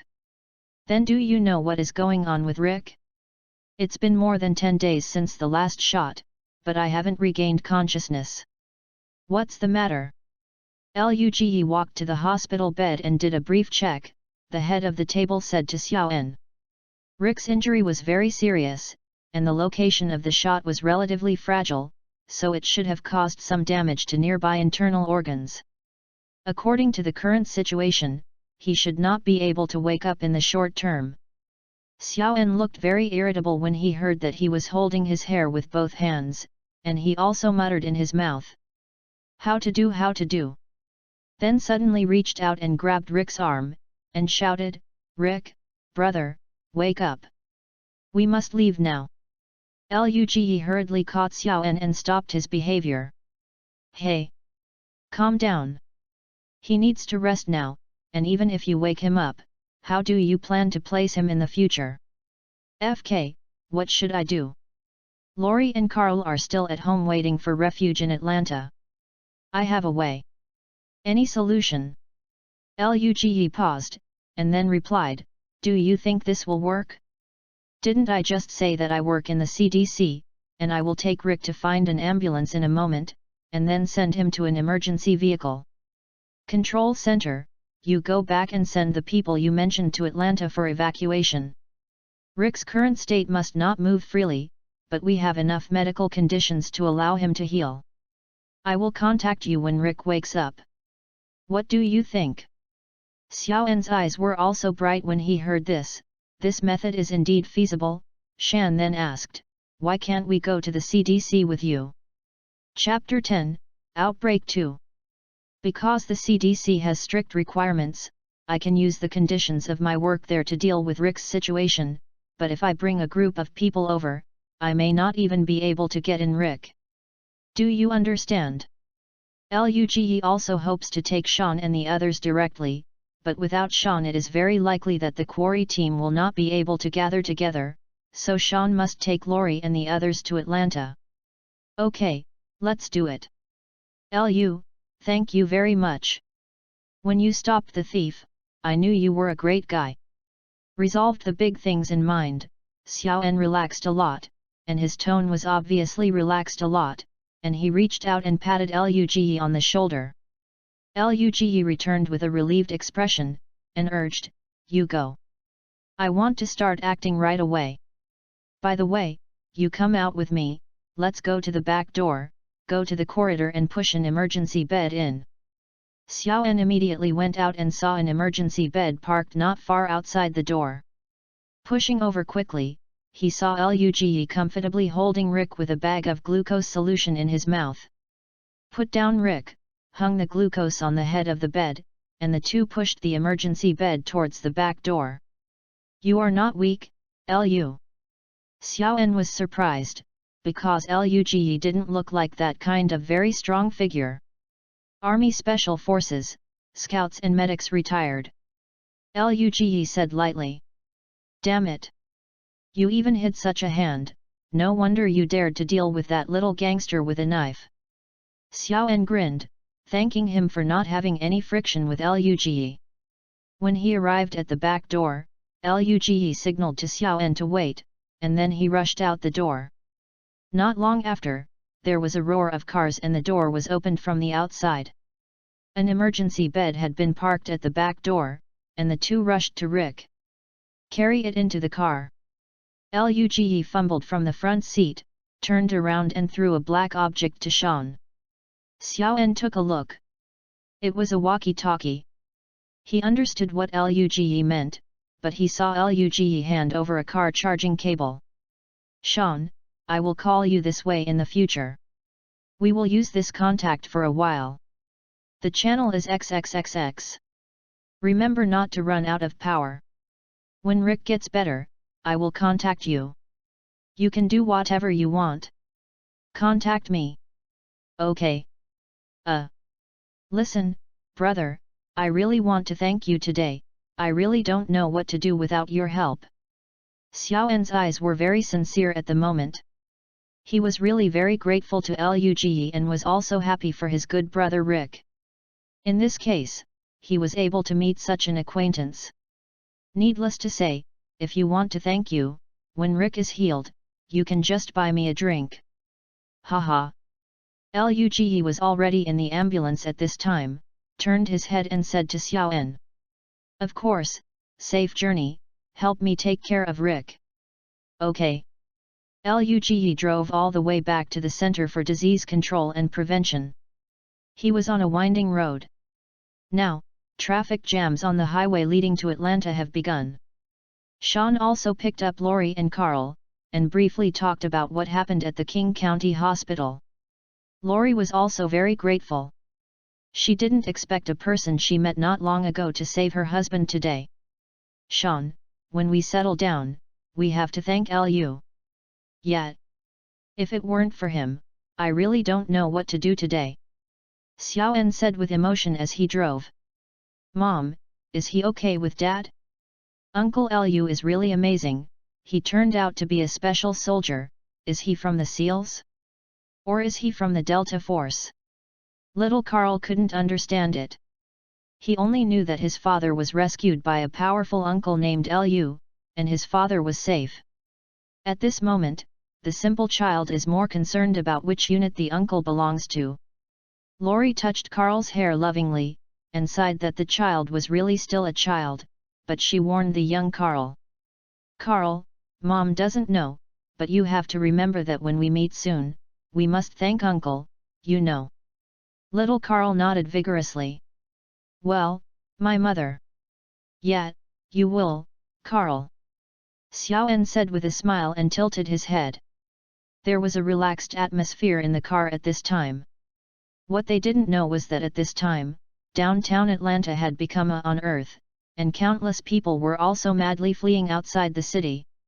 2122 On July 19, 2010. Sean and the others were blocked on the road.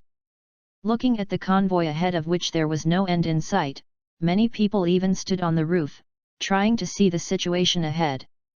Laurie took out a few pieces of bread from the car and shared them with Carl and Sean, and they discussed the next plan while eating. At this time, Carl found a little girl sitting beside him, staring at the bread in his hand, and the desire in his eyes could even be felt by Carl, who was a child.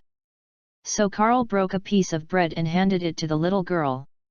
"Are you hungry? Give you my share, I can't eat so much." "My name is Carl, what's your name?" The little girl glanced timidly at the bread in Carl's hand, swallowed silently, and looked back at her mother. At this time, the little girl's mother also heard Carl's words and turned her head. Seeing this scene, he smiled and said to Carl, "Little man, Sophia has something to eat, no need, thank you." Laurie also noticed this, turned her head to look at Carl, and said softly, "Carl, don't disturb others, eat food obediently." "It's okay, the child is also kind, if it weren't for him, I haven't noticed that my Sophia is hungry." Hello, you reading www.yuyugonshu.com, my name is Carol. This is my daughter Sophia, and I am in the car. Husband Ed. Carol always speaks softly, and seems to be used to speaking like this. Laurie nodded friendly and introduced Carl and Sean. Then there was silence on both sides. Feeling embarrassed, Carol spoke again. "Are you going to seek refuge in Atlanta? Or to your relatives?" "Go to the refuge, we have no relatives there." Laurie shook her head slightly, a trace of sadness appeared on her face, and she thought of her husband again. Carol noticed that Laurie's expression was wrong. She cast her eyes on Sean, as if she had seen something, and randomly changed the subject.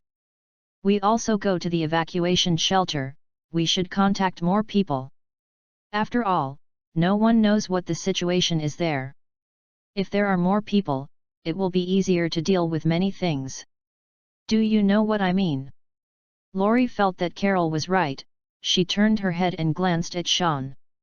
Sean heard Carol's words next to her, and she thought about it and spoke. "Carol, I think what you said makes sense. To be honest, I am a county policeman." Hearing the words of the county police, Carol shook her hand tightly where they didn't notice, but her expression did not change a little, and she was still very serious and listened to Sean as she continued talking. "I think we can use my identity to contact some companions on the road, so that no matter what happens in the future, it is much better than facing it alone. Officer Sean, I support you." "That's it, let's act together."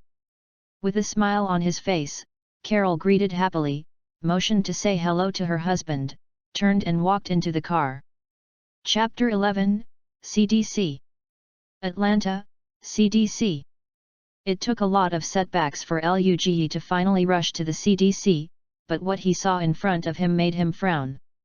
At this time, there were a lot of corpses slanted at the front entrance of the center, and most of the corpses were surrounded by many walking corpses, enjoying themselves. Luge was worried about whether something happened to the CDC, so he temporarily gave up the idea of cleaning up these walking corpses and drove the car to the rear garage. "Ziz, Jenner, are you there?" Luge waited for a while, but didn't wait for a response. He was anxious, closed all the doors of the ambulance, and left Rick in the car for the time being. And he quickly ran to the center laboratory. "Ziz, Ziz, can you hear me? Zi. Tatiana? Where are you?" "Zizi, 4th floor, Zizi, cold, Zi, be careful, there are people, Zizi." Tatiana's words were quickly assembled in Luge's mind, and then a paragraph appeared. 4 floors underground, cold storage, dead people. The CDC said that small is not too small, but it is not too big. Luge did not take the elevator, but rushed into the ladder. Sand. The corridors were a bit dim, and he quietly pulled out the dagger from his waist and leaned in front of him. Luge slowed down. Walking slowly underground, Luge heard the unique roar of a walking corpse, and it sounded like he was hovering near the 4th floor. There are some blood stains on the wall between the corridors. At the corner of the 2nd floor, there is a corpse lying at this time. The clothes should be a civilian. This person has a lot of guns in the head and chest. It should be the person who shot the gun. It took a lot of shots to hit him in the head. Luge only glanced briefly, then continued to walk upwards, and finally found 2 wandering corpses at the exit of the stairwell on the 4th floor. Quietly and quickly touched behind the 2 walking corpses. Hey, puff! The dagger plunged into the eye socket of a walking corpse accurately and pulled it out quickly. Before the other walking corpse could not react, it was solved with another knife, quickly and neatly. Wiped a dagger on a walking corpse, Luge gently pushed open the door of the stairwell, and looked at it with a probe. There was no walking corpse in the corridor here. Seems to be at the door of the cold storage, Luge thought to himself, speeding up under his feet. As expected. Looking at the door of the cold storage at the corner of the corridor, there are no less than 10 walking corpses around at this time, and these walking corpses are constantly tapping the door of the cold storage. Clang! Clang! Clang! Luge knocked on the hard plastic on the wall with a dagger. A few walking corpses were immediately attracted to him and found fresh food. These walking corpses rushed towards Luge excitedly. This is exactly what Luge needs.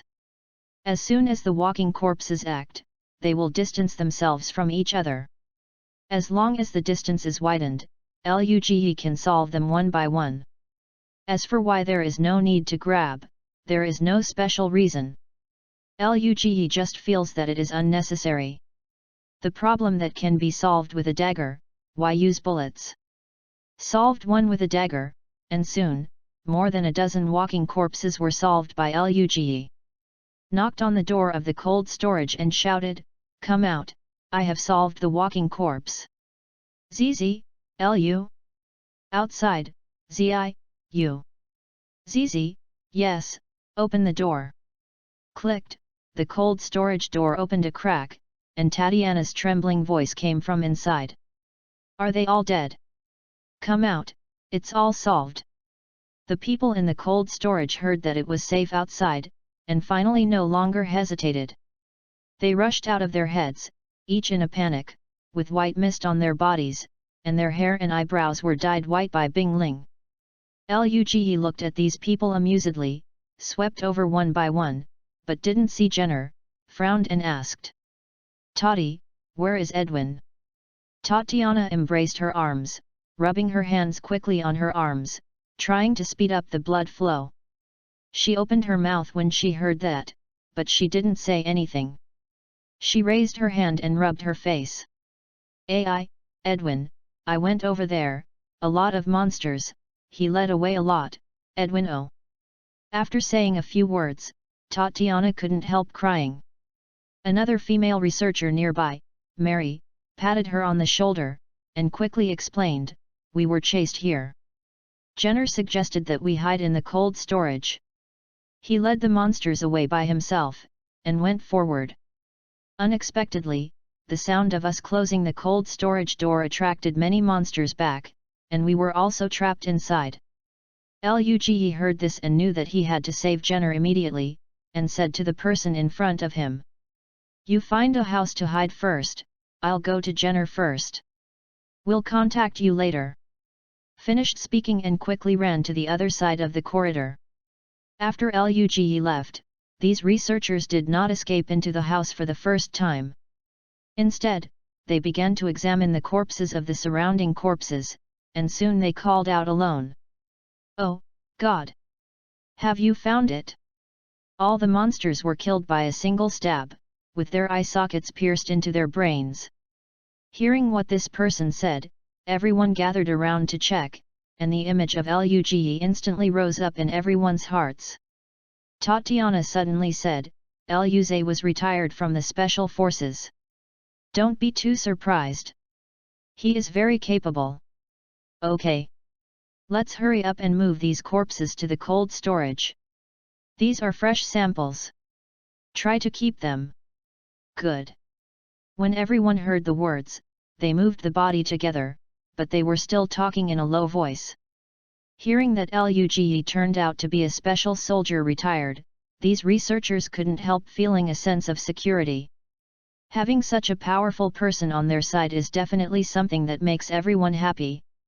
Luge also chased a certain distance.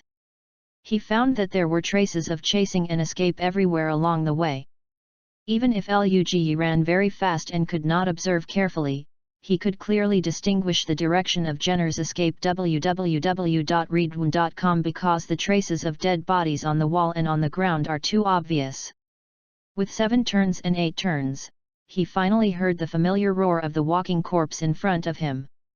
Luge pulled out 2 M1911s from his waist with his left and right hands, and began to aim from a distance. After only one breath, Luge pulled the trigger without hesitation. Boom boom boom boom. The walking corpses in the front were like cutting wheat, falling down in rows. The walking corpses behind heard the gunfire and stopped smashing the door. They turned around and pounced in the direction of the gunfire. The next moment, a bullet will get into their heads. The gunshot sounded for nearly 2 minutes, during which only the magazine was changed, and the gunshot would pause for a while. Luge stepped forward to check, shot a few shots at the missing heads, and walked to the door of the room previously surrounded by walking corpses. Edwin! Are you in there? Boom! Ah, I'm here. There was a muffled noise in the room accompanied by an exclamation, followed by a sound of moving tables and chairs. After a while, Jenner held his head and opened the door. At this time, his clothes were dirty and he was still carrying an M4A1 carbine on his shoulder. Luge was a little speechless, looking at the gun on Jenner's body and said, "You have a gun, what are you running? If I didn't come back, are you planning to die here with a gun?" Jenner was a little embarrassed. He scratched his head and said, I don't know how to shoot, none of us can shoot. We only killed one after a dozen shots in the stairwell, and then fired again in the corridor. The gun is out of bullets once, and I don't have a magazine." Luge was too lazy to speak. At this moment Jenner suddenly seemed to think of something, but grabbed Luge's arm, and his tone became panicked. Chapter 12, Burning Horizon. Jenner panicked and ran Luge in the direction he was going, explaining. "Toddy, they are hiding in the cold storage. I seem to have seen a lot of monsters gathered in front of them. Hurry up, we are going to save them. Don't worry, they are all safe." Jenner was completely relieved, and Luge and the two walked towards the cold storage. Coming to the door of the cold storage, Tatiana was the first to spot Jenner who was coming, rushed up and hugged him. The others also looked at the two with a smile, and walked over to hug them one by one after they separated. Jenner took a look. Luge saw that the greeting was almost over, so he asked Jenner. "Okay, tell me what happened here, didn't I tell you not to open the door to strangers at will?" Jenner smiled bitterly, and he didn't want to stand by. "I opened the door for things that don't care about German." Tatiana took the conversation, and then said to everyone apologetically. "I'm sorry everyone, if it weren't for me, this wouldn't happen." No, you didn't decide it by yourself at the time." We all agreed. No one would have thought that such a thing would happen. When Luge listened to Mary's explanation, it turned out that a group of people came to the CDC for help before. Everyone present hesitated and tried. In the end, Tatiana decided to let them in, but he didn't expect these people to start after they opened the door. The conflict seems to be that there are inherent contradictions within this group of people, and some people want to occupy here, and the other group do not want to do it. The two waves begin to attack each other, and those who want to occupy here are blocked outside and attacked by zombies. Jenner and others closed the front door, but many of the people who entered the center were dead, and the seriously injured could not hold on to it. The few remaining living people were also wounded. Jenner and others held the gun touched the opponent, but he was not sure whether it was safe or not, so he lowered the safety gate and closed the opponent. Later, it was discovered that the other party hadn't moved. When I checked in, the other party turned into a zombie and chased them up. In a panic, they were chased to the 4th floor underground. Luge knew what happened next. Luge only understood what happened to the corpses and the walking corpses that he saw outside the door when he came. People safe is good. A group of people came to the conference room on the 3rd floor while sighing the impermanence of the world. As soon as they got out of the elevator, they suddenly heard a noise from outside the window. Da-da-da-da-da. Buzzing. A group of people immediately looked out of the window, but saw that a helicopter team had flown not far in the sky, and a heavily armed force on the farther road was slowly approaching. What are these troops doing? These researchers all stood by the window and looked out suspiciously. Luge also looked outside. He knew very well that these troops were going to set up temporary bases on the plaza of the CDC to accommodate some survivors who had escaped from the urban area. As for the follow-up, there should be a related transfer plan, but the temporary camp was finally broken by a large number of walking corpses. Thinking of this, Luge stopped thinking about it, and explained it, intending to check the entire building carefully to prevent any fish from slipping through the net. Not long after, Luge returned to the laboratory, and at the same time pushed an emergency bed. On the bed was Rick. Arranged a room, changed Rick's medicine, and left the room. Jenner and his wife walked up to him, and Luge explained without waiting for the other person to ask. This is a friend of mine. About half a month ago, he was shot and injured by arresting criminals. He is currently in a coma. Don't worry, he is a very good person. I will take care of him. Jenner and his wife looked at each other.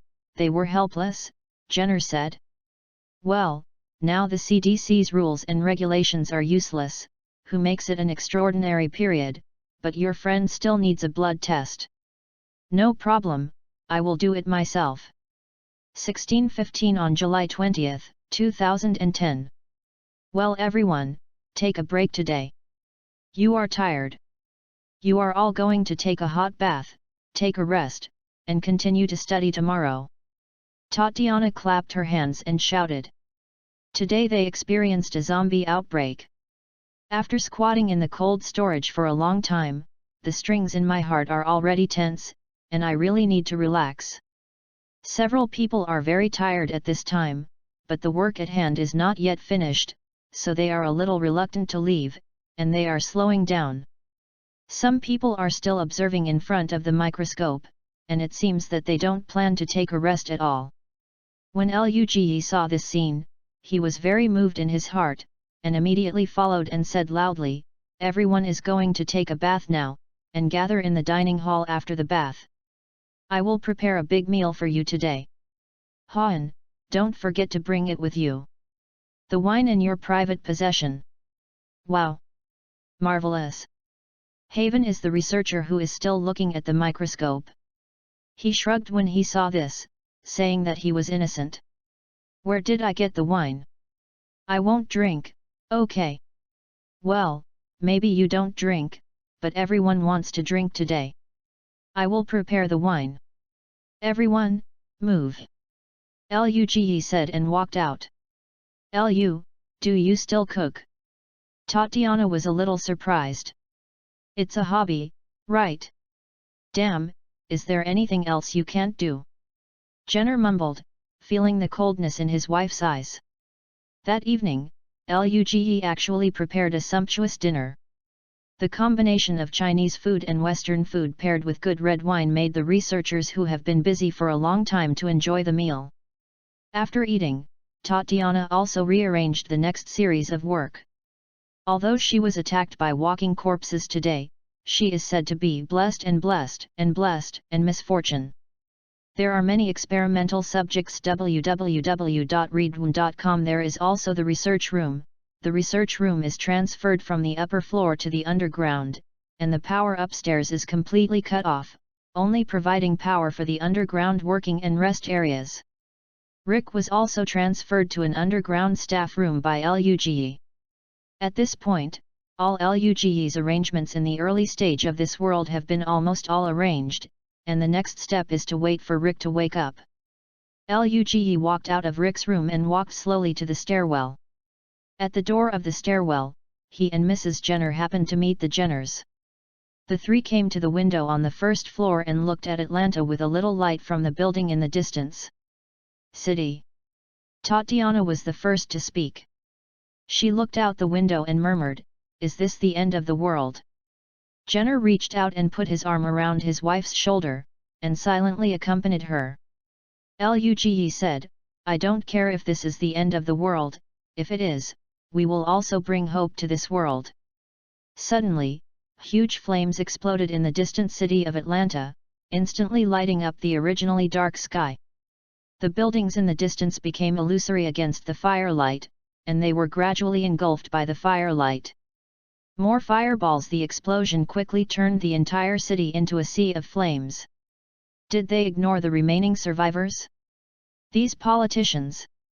Jenner held Tatiana's hand unconsciously and began to force, feeling the unrest in her husband's heart.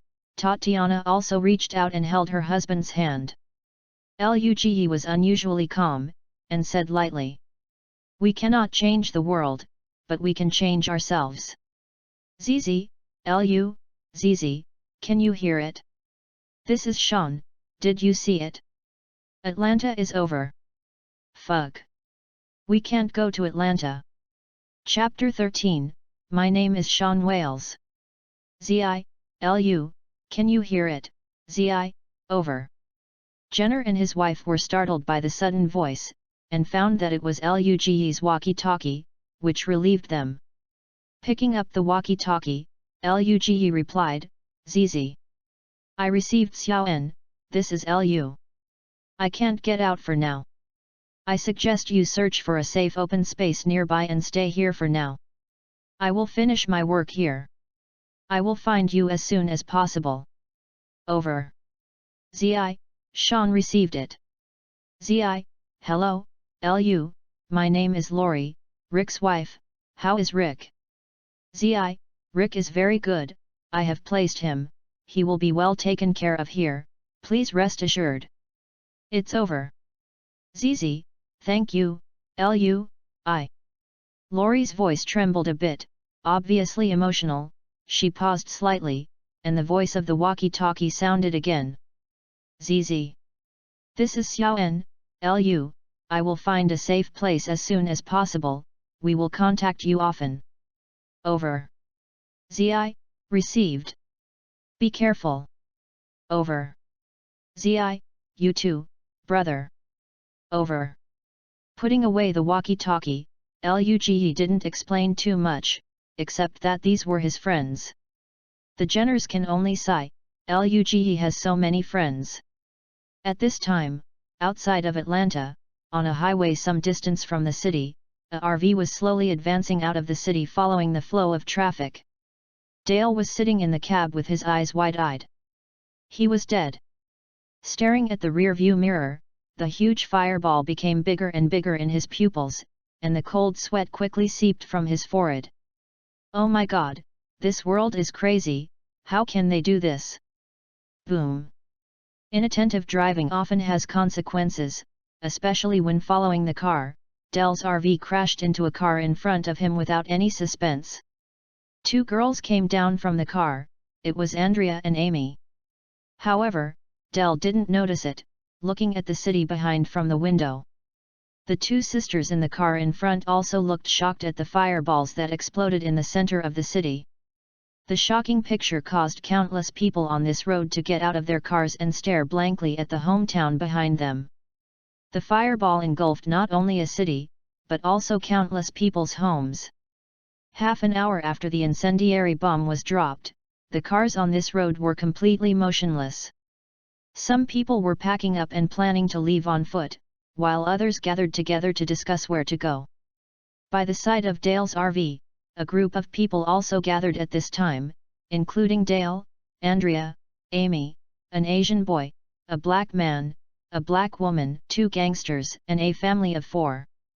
Originally, Dell was discussing matters with the two sisters and others nearby, but many people came in unknowingly. Dell was still complaining. After the crowd gathered, it seemed that he had found a catharsis mouth, his eyes staring like copper bells, and the beard at the corner of his mouth trembled as he spoke. This matter is absolutely unusual, I tell you, otherwise the military will never throw incendiary bombs into the city. This is too immoral. What are our human rights? Why did they ruin our city? Shit, human rights, old man. They don't care about your human rights. What they care about is whether you can bring them money, money. Understand? Money. The older swear words of the two gangster-like youths. The people around me frowned. More. He is very old, can you respect it, for God's sake? Andrea stood beside Dale and said reproachfully. Moore smiled evilly, Beauty, I listen to you. Do you know why? Because you are beautiful, I like beautiful women. Andrea showed an ugly smile, then turned his face and turned into a disgusting expression immediately. Amy just wanted to say something, but Andrea grabbed it and swallowed what he said. Seeing her sister's expression of forget it, although Amy stopped talking, her face was indeed full of anger. Dale was also stunned, his eyes became rounder, just looking at Moore. Moore didn't say anything, just with a weird smile, Daryl behind him suddenly said. I don't care what you are talking about. Does anyone here want to talk about the walking corpses on the street? In my opinion, those freaks are already belching, why can they run around and eat people? Isn't there a normal person who cares about this? The Asian guy heard this and squatted about what he had seen and heard.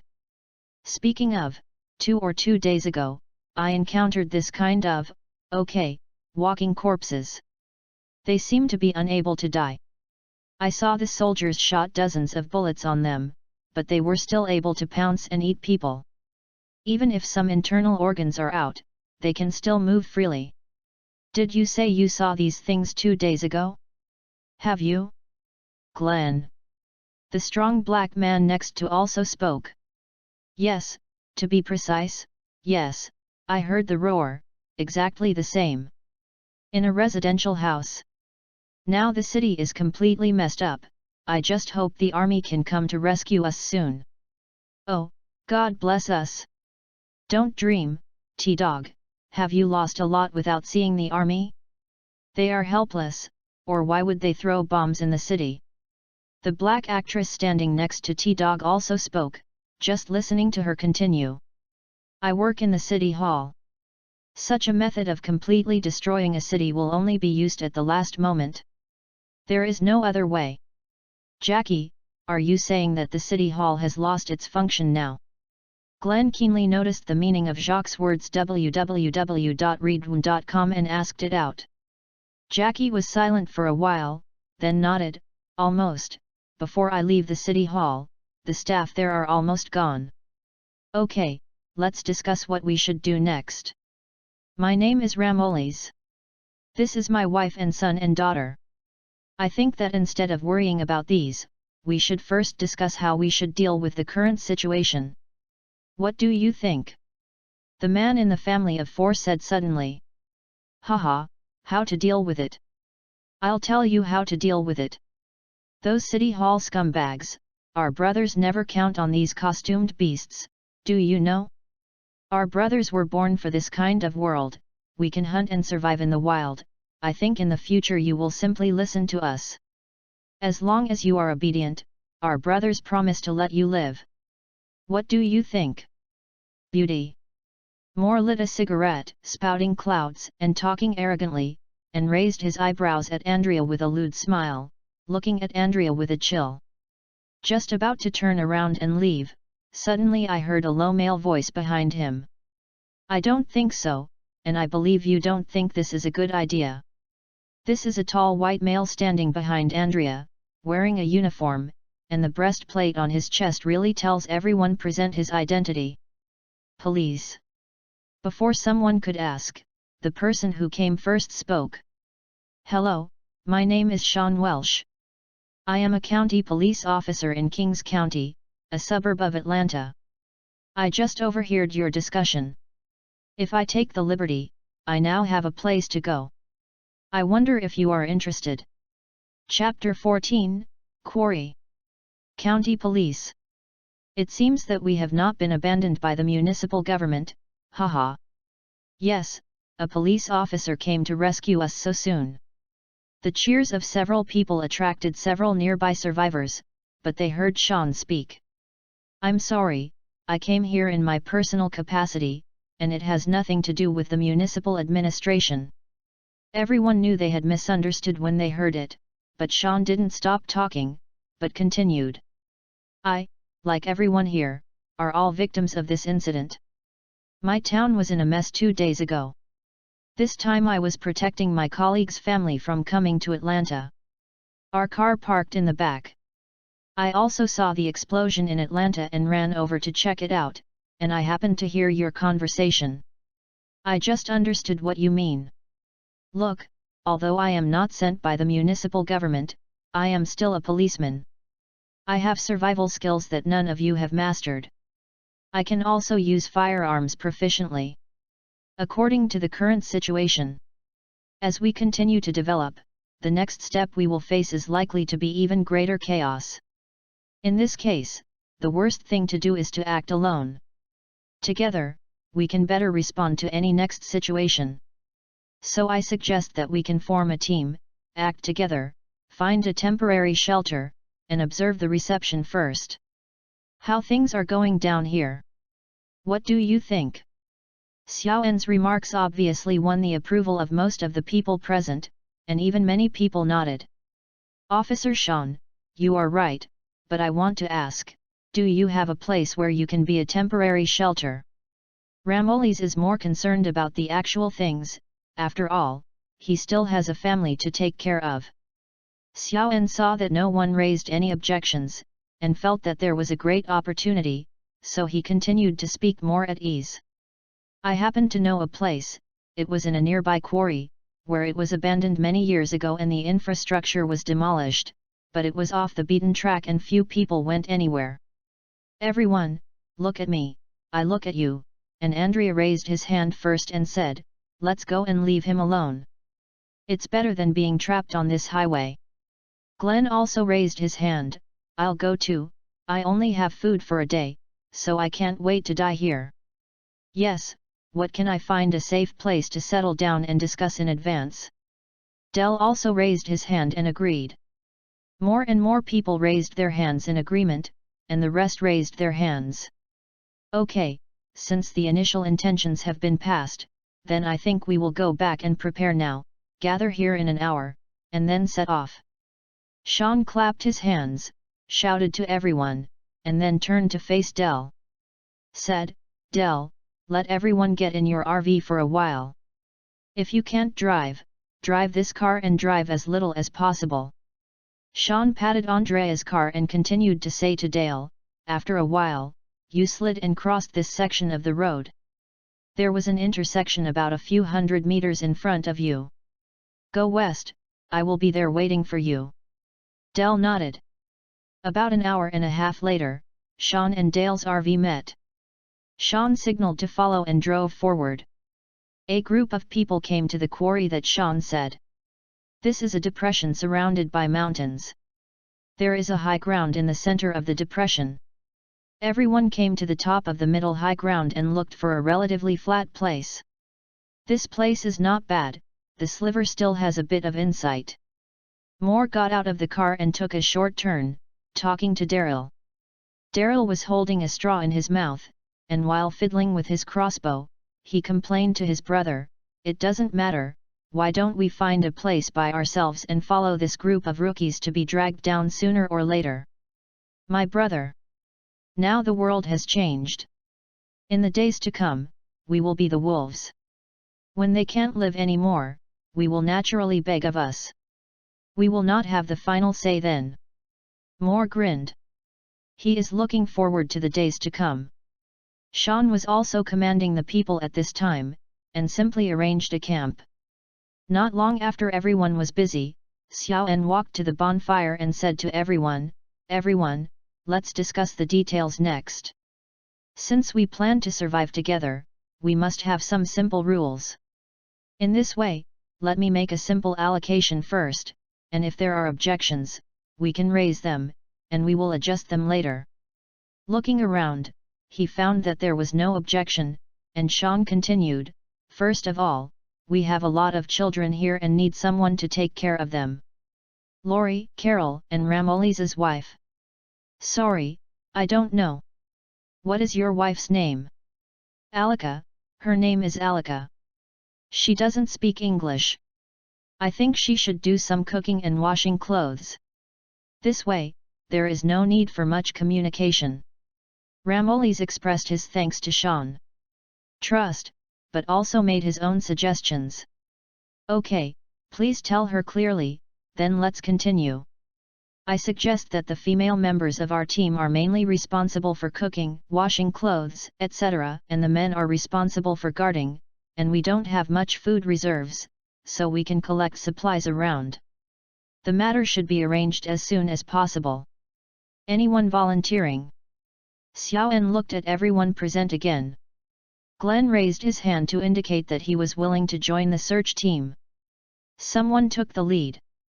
Then T-Dog and Ramoli's also raised their hands to indicate that they were willing to join. I'll go too. Andrea also raised his hand. Andrea. Are you crazy? There are cannibalistic monsters everywhere in the city. Amy pulled her sister hard and looked at her in disbelief. Relax, we'll just walk around, and I don't like cooking or washing clothes. Andrea spread his hands carelessly, saying that I was just like this. Dale looked at Andrea, and persuaded, Madam, you don't know how dangerous the city is. www.readaloud.com. I think you should seriously consider it. I don't care, leave him alone, that's it, I'll count as one searching for supplies. Andrea looked resolute, as if it would be useless for anyone to persuade Dell to swallow the next words, and Amy sighed. After a sigh of relief, in the end, I could only quietly say to my sister to be careful, and so on. More, Daryl, how about you? Sean turned his head and asked the two brothers behind him. I'm going hunting, don't want me to act with these rookies, I don't want to kill myself because of them. No way. Daryl was still playing with his crossbow, and his pulling tone made Glenn and the others uncomfortable. But they didn't say anything. And Moore is already in the look of underfighting, and said with a smile, of course I will go, our big beauties have joined, how can I be missing? Right? Ha ha ha. Xiaoan frowned. He had seen many such gangsters. If it was the past, he had a way to fix them, but the current situation made him feel relieved for a while. After all, the team was made up temporarily, and any situation may cause this hard-won team to fall apart. Taking a deep breath, Sean suppressed the anger in his heart and said to Dale, Dale, you pick two people, and you will be responsible for the daytime vigilance. The personnel going out are tentatively designated as Glenn, T-Dog, and Ramoli's. Moore, Andrea. I, Jim, and Ed will take turns for the alert. Dell also said that the personnel had been arranged. Laurie also said, I, Amy, Jackie, and Carol will do all the chores such as washing clothes and cooking. Everyone has settled down, but in this silent night, how many people can fall asleep, is unknown. Chapter 15, Wake. In a blink of an eye, it has been nearly 40 days since Luge returned to the CDC. During this period, he contacted Xiaoan several times and went out several times in a short time, but no one knew where he went, but every time he comes back, he can always bring some good things back.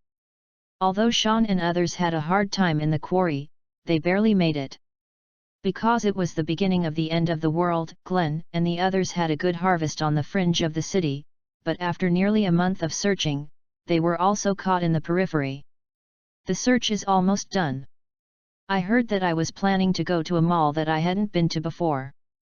Luge secretly calculated the time. It should be only a few days before Rick wakes up. It seems that the beginning of the first season has already arrived. Luge came to the garage and checked the supplies. The previous RV was also ready to go. Now when Rick wakes up, he will start to get busy. 4 basement floors, staff dormitories. Rick, who has been in a coma for nearly 2 months, woke up. In fact, he was not in a deep coma, but was very slow to the outside senses.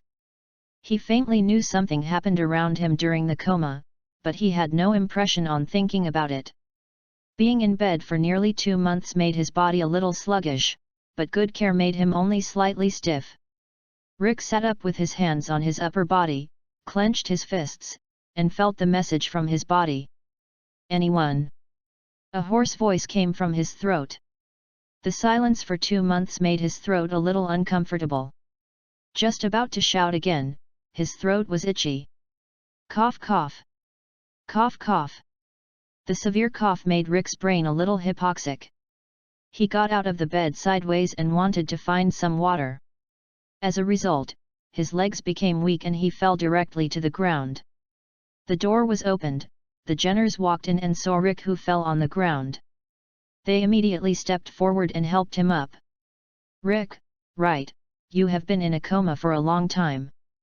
Jenner smiled and patted Rick on the shoulder.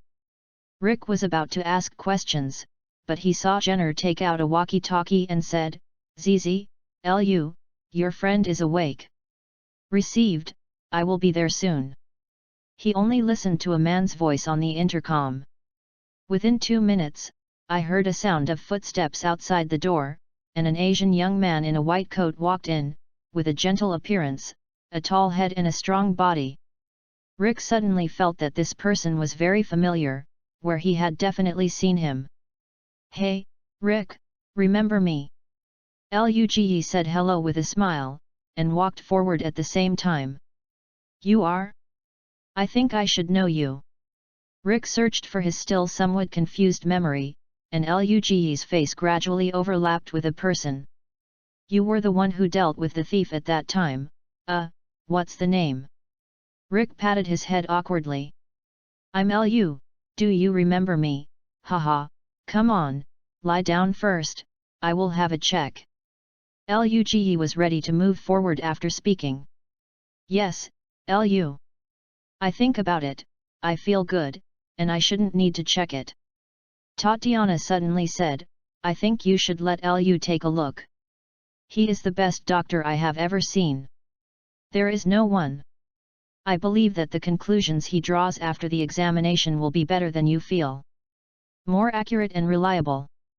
Rick nodded silently when he heard this, and lay down obediently.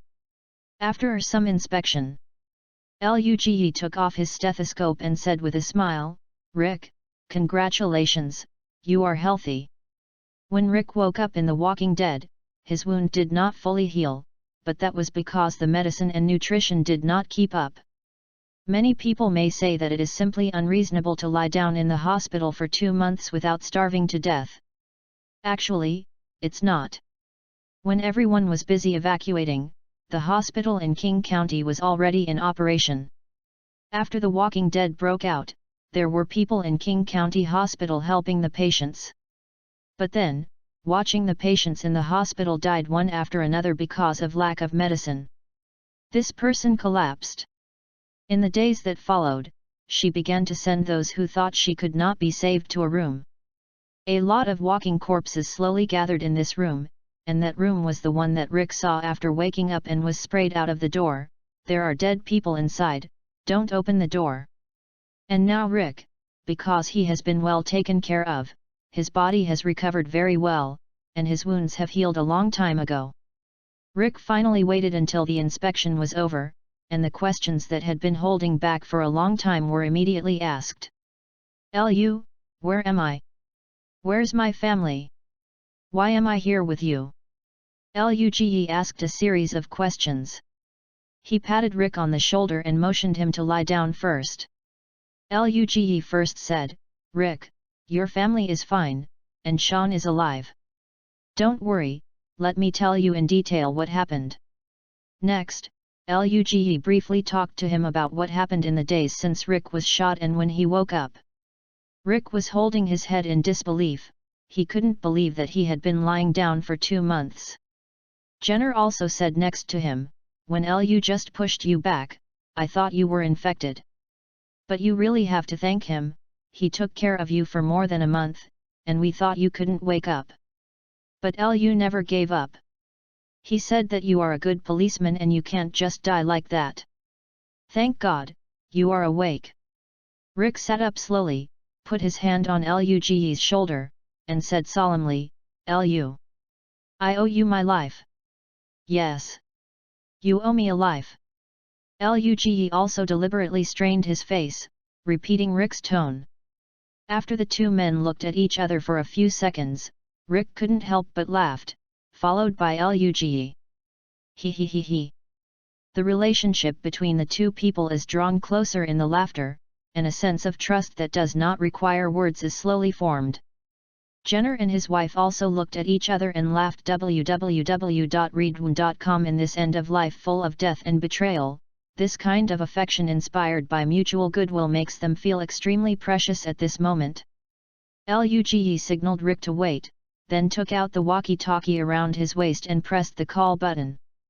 "ZZ. Sean, this is Lu. Can you hear it?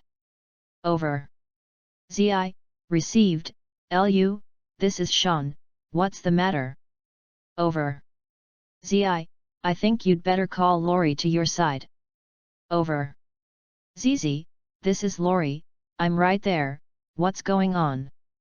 Is something wrong with Rick?" Lori's tone seemed a little worried. Luge did not answer directly, but handed the intercom in his hand to Rick, who was a little excited beside him. "ZI, Lolly, it's me. ZI." Rick's hand holding the walkie-talkie trembled slightly. Knowing what happened during this period made him feel very afraid. Fortunately, his wife and son are fine. "ZI, oh, thank God, you finally woke up. Do you know, how worried are Carl and I?" Lori choked, obviously very excited. "ZI. I'm sorry, Lori, I'm sorry, I shouldn't have been away for so long, I should be by your side to protect you. Listen, I will find you tomorrow and wait for me." Rick showed the responsibility that a man deserves, which made Luge admire him. The reason why Rick can become the most popular character in the whole show is that this mature man's temperament and decisive personality are absolutely suitable for him. The aesthetics of most people. Rick didn't say much, but just asked Lori about their recent situation, and then returned the walkie-talkie to Luge. "Z. Sean, you are ready, we will pass tomorrow." Chapter 16, Back to Kings County. The garrison outside the CDC was attacked by walking corpses more than half a month after the end of the world broke out. At this time, the walking corpses and the corpses of soldiers were scattered on the square outside the CDC. There are also some scattered walking corpses. And Rick and Luge were driving two cars one after the other and drove out of the CDC garage. "ZI, Rick, follow me." "ZI, received, Lu." Yesterday evening, the two people discussed today's itinerary. Their first stop was to go to the police station in King County to take away the remaining guns and ammunition. Although Luge hid a lot of weapons and ammunition, as well as supplies, he couldn't explain why people hid these things a long time ago, so since Rick wanted to go, he had no objection. Another reason is that there is still an old acquaintance in King County at this time.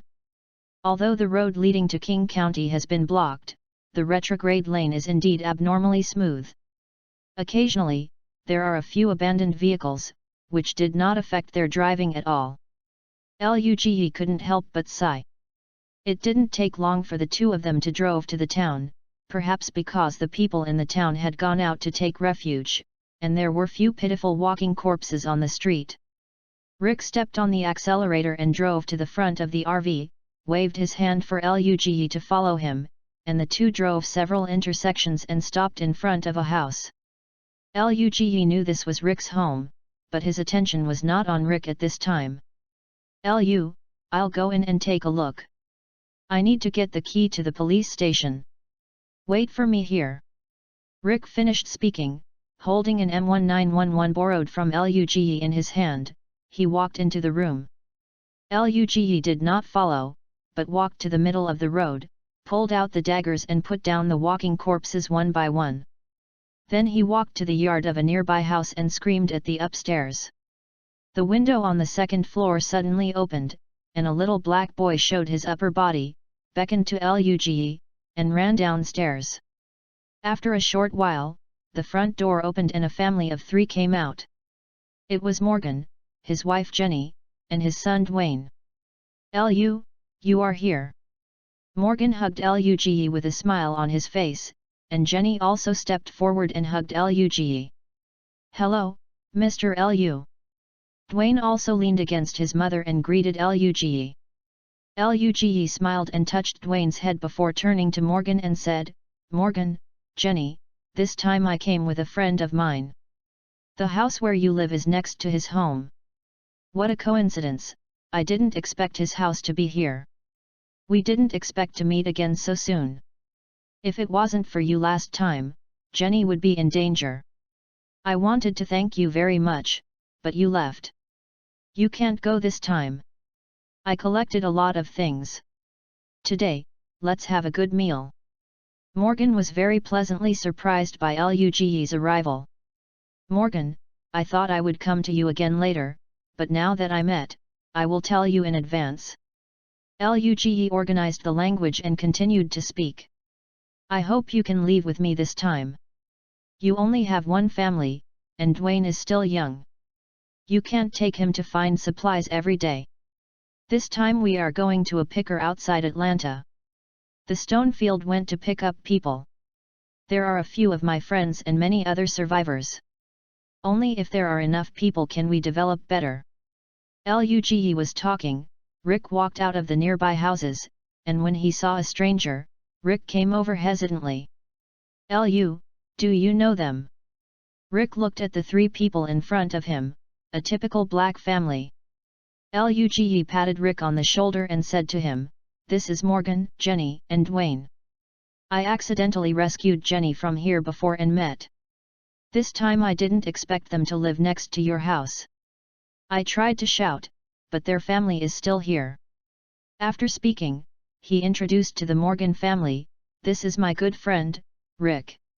It is obvious that he is a policeman, a good policeman. When Morgan saw Rick's police uniform, he roughly guessed his identity. At this moment, when he heard Luge's introduction, he also kindly nodded at Rick.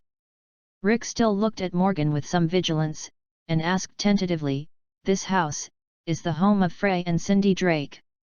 Morgan just shook his head when he heard this, and said, I have never seen them before. This house was empty when we came. What he said is true. The first time I came to this house was when they came forward. The house was very messy, especially since no photo albums were found. It should be an escape. When he heard the photo album, Morgan's mouth turned up and looked at Jenny.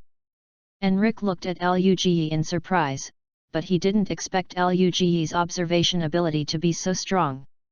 Luge noticed Rick's gaze and smiled and said, I haven't officially introduced myself until now, a retired Army Special Forces scout, a part-time medic, Gary Lu, for your service. Military salute. Wow, this is really a surprise, I thought you were just a doctor. Wow. Rick was surprised that Luge still has such a level of identity, but it is a wonderful thing to think about. After all, he has a skill. People who are extraordinary, who can save lives are around, and everyone feels more secure. Luge put down his hand and looked at his watch. It was already more than 8 o'clock in the morning. He tapped his finger on the dial. Rick knew that he had to leave, so he turned and walked towards the car. Morgan, Atlanta is now completely occupied by walking corpses, so why don't you follow me? Reading www.uyugonshu.com. We are now living in the Center for Disease Control, Safety, and conditions are good. Luge invited again. Well, wait a minute, let's go in and get something. The Morgan family hurried into the house, and Luge didn't get back into the car. They waited on the street, and smoothly solved a few walking corpses that had wandered over. The Morgan family came out soon, each carrying a not too big backpack, and the group of people got into Luge's RV.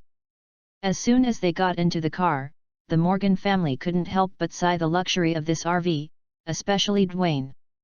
Wandering around in the car, touching this, touching that.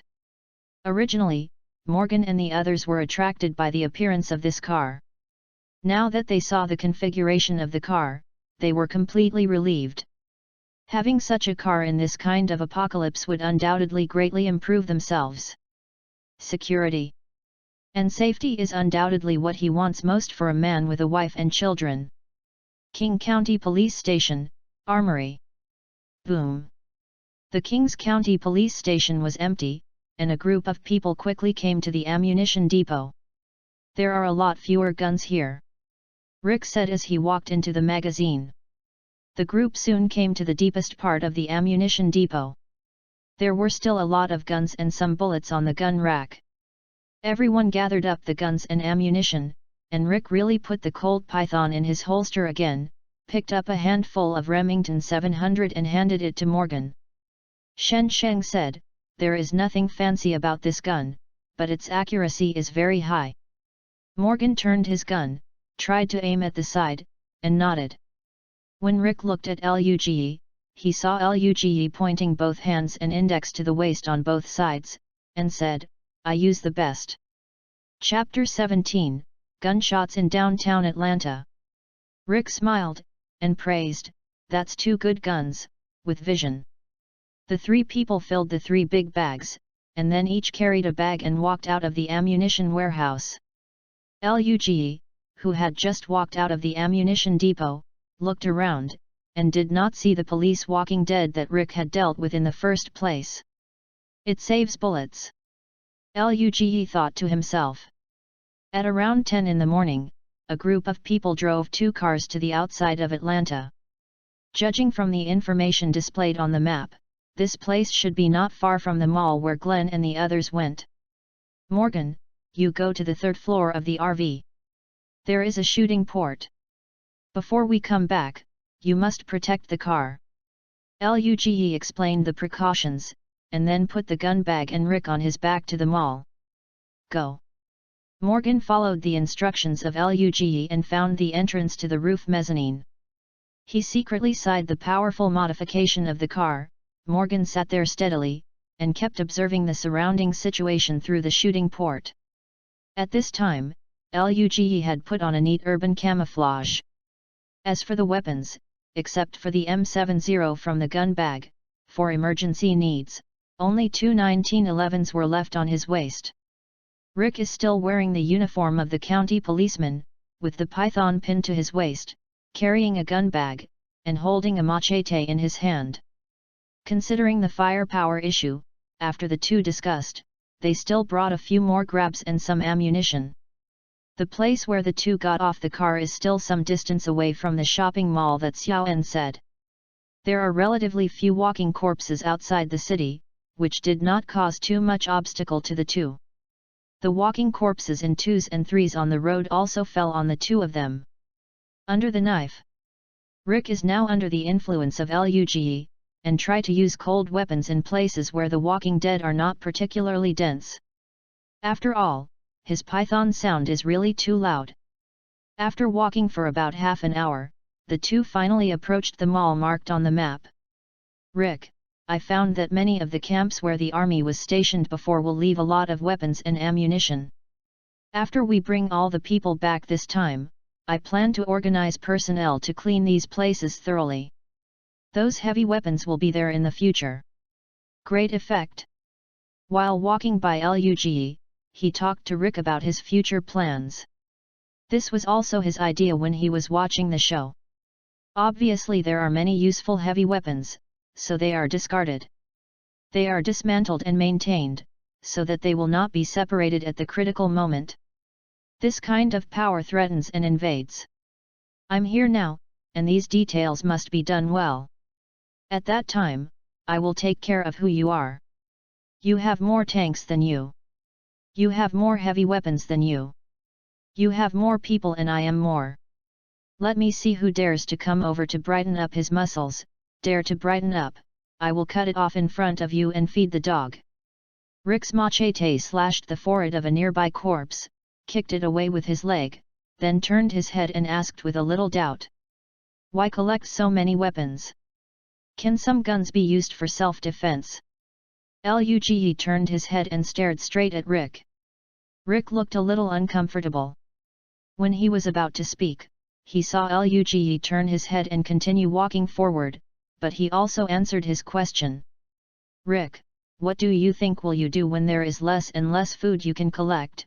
Survival supplies are getting scarce, and even clothes are not found. Rick frowned and thought about it carefully.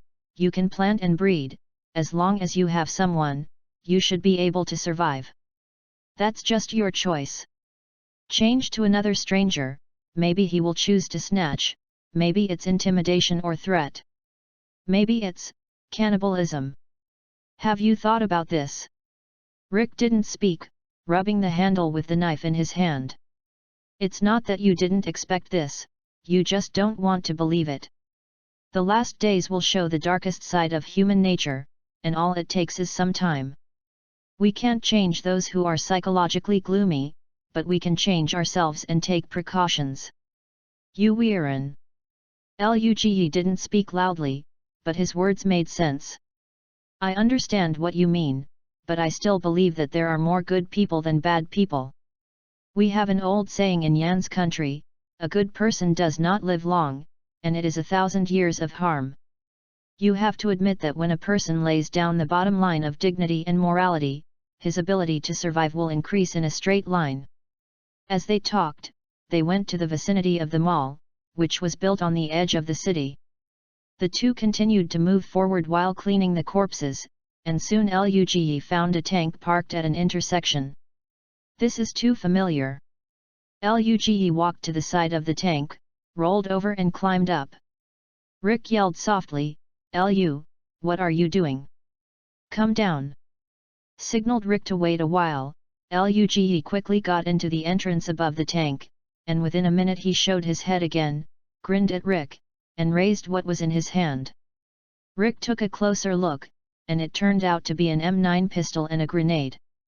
He beckoned and asked Luge to come down quickly. At this time, boom!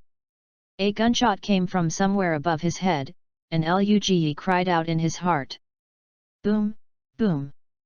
The gunshot sounded like a shotgun with a single shot. Rick turned his head and glanced around, but saw a large swath of walking corpses rushing out of the corner and was approaching him. The scene of the group of corpses was stunned at this moment. One time. Rick, come up soon. Throw the gun bag first. Luge yelled from his mouth as he stretched out his hand. Seeing that the walking corpse was already in front of his eyes, Rick also suddenly reacted. He had no time to climb onto the tank. He threw away the obstructive gun bag for the first time. He caught a glimpse of the gap under the tank in a hurry. Go in. There is not much space under the tank, but the disadvantage is that there will be walking corpses crawling in front and back. Boom boom boom.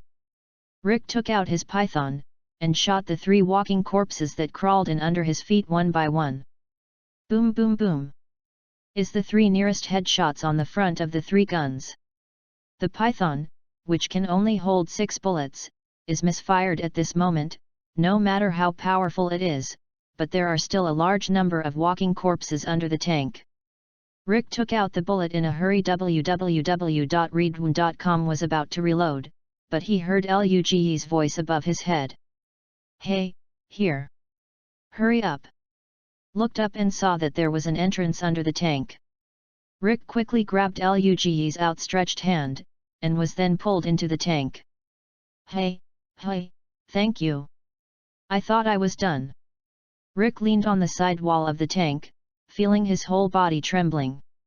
The emergency under the car just now made his adrenaline soar. Isn't you hurt? Luge asked with concern. I'm fine. Confirmed that Rick was okay, Luge began to observe the inside of the tank.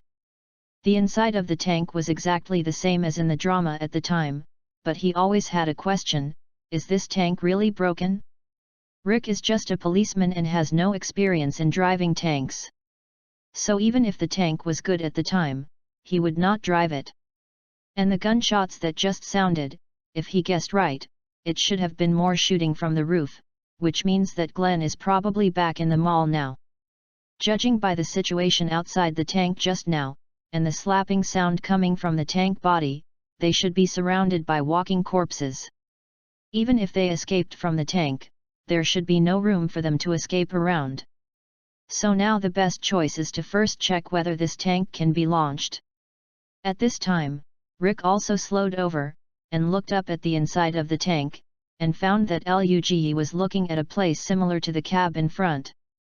"What are you doing?" Rick came behind Luge and looked at the various buttons in front of him that he didn't understand at all. At this time, the radio in the tank rang without warning. "ZZ, hey, are you still alive? Signed. I received a notice from the editor a few days ago and prepared to sign a contract. Today finally came the contract. Now that the book has been officially signed, send a leaflet to celebrate. Thank you readers and friends for your support.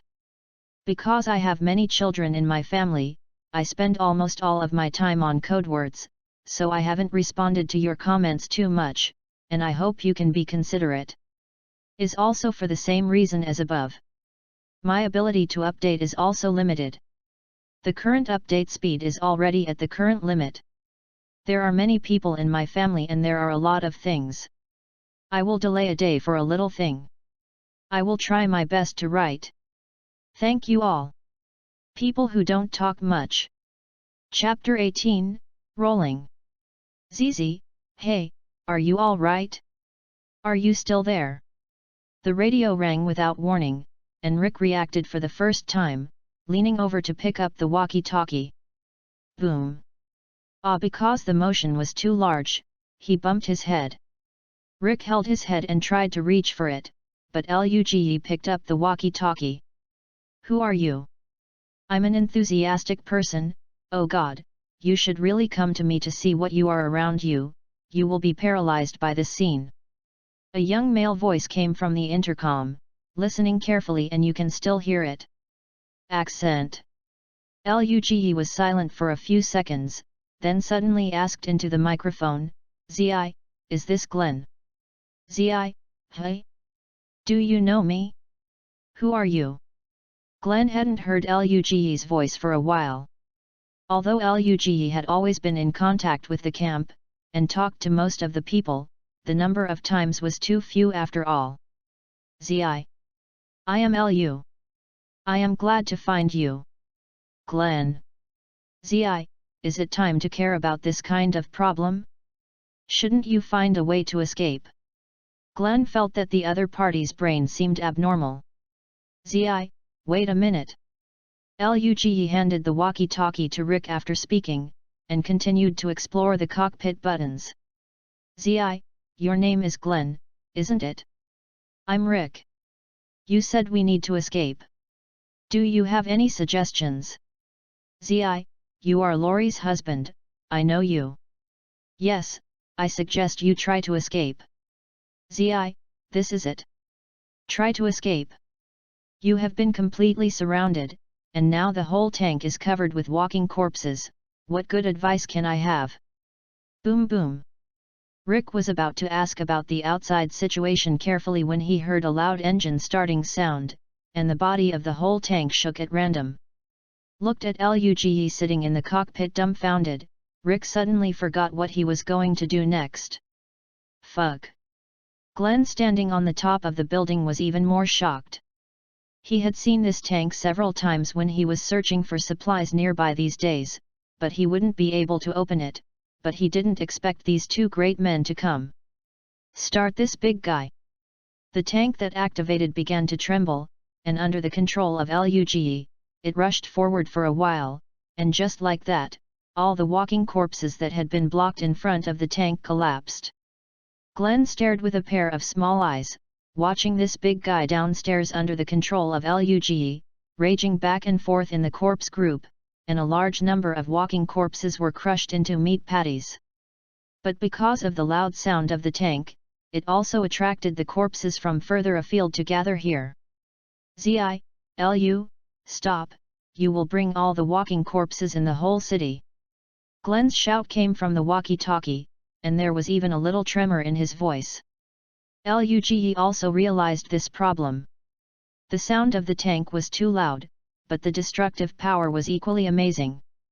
In such a short period of time, the walking corpses that had surrounded the tanks were basically crushed clean.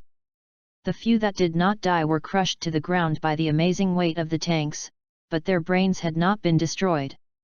It's not dead. Glenn, help me find a suitable escape route. Okay, drive 2 alleys forward from your current position.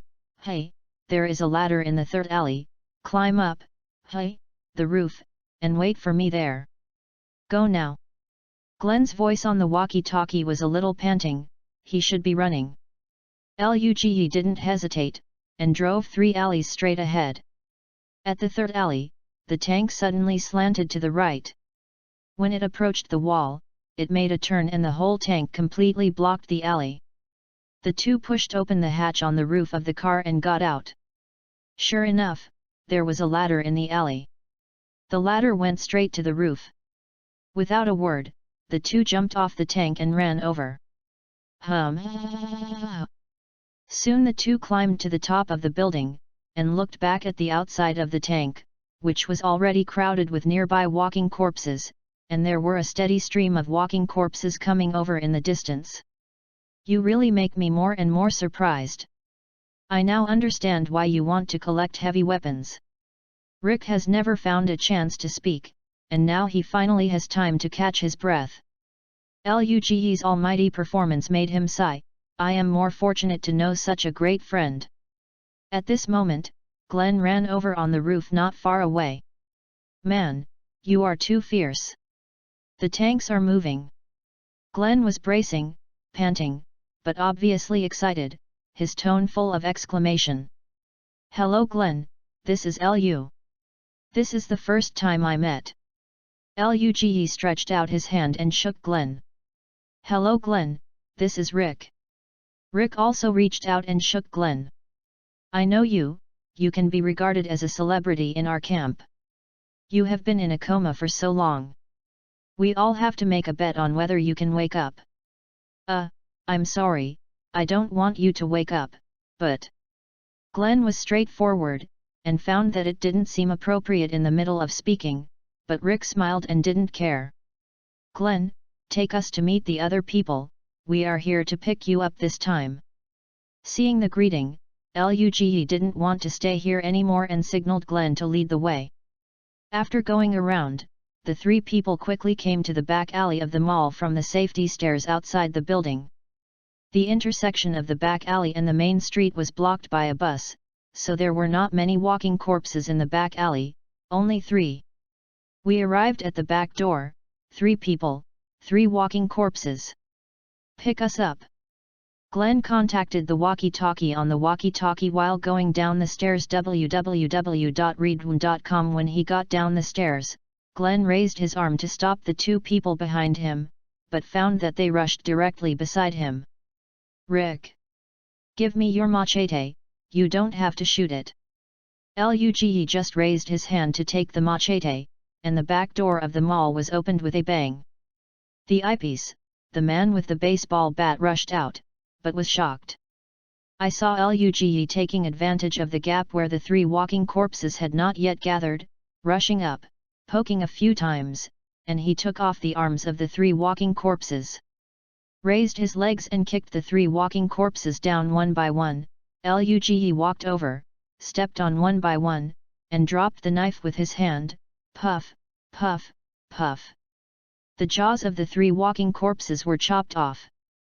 A group of people looked at Luge in doubt, not understanding the purpose of his operation. Luge stepped back 2 steps and signaled everyone to wait. The 3 walking corpses changed and got up, 2 of them fell down once because of missing arms, but when the 3 walking corpses stood up, everyone was surprised to find that they were standing there quietly, facing each other. The people turned a blind eye. Wang Defa. What's wrong with them? Glenn covered his face and said in disbelief. As the only calm person in the audience, Luge shouted at two people who were wearing raincoats and couldn't see their looks. Are there any ropes in the mall? What? Robe? T-Dog was still in a daze. But Ramolis reacted. Yes, I'll get it. Not long after, Luge took the rope, stepped forward and tied the three walking corpses. He also pulled out 3 ropes and tied them to the door handle. A few people flashed into the mall. Chapter 19, More. Wang Defa, what happened just now? Those walking corpses didn't attack us. Have you seen it? Yo!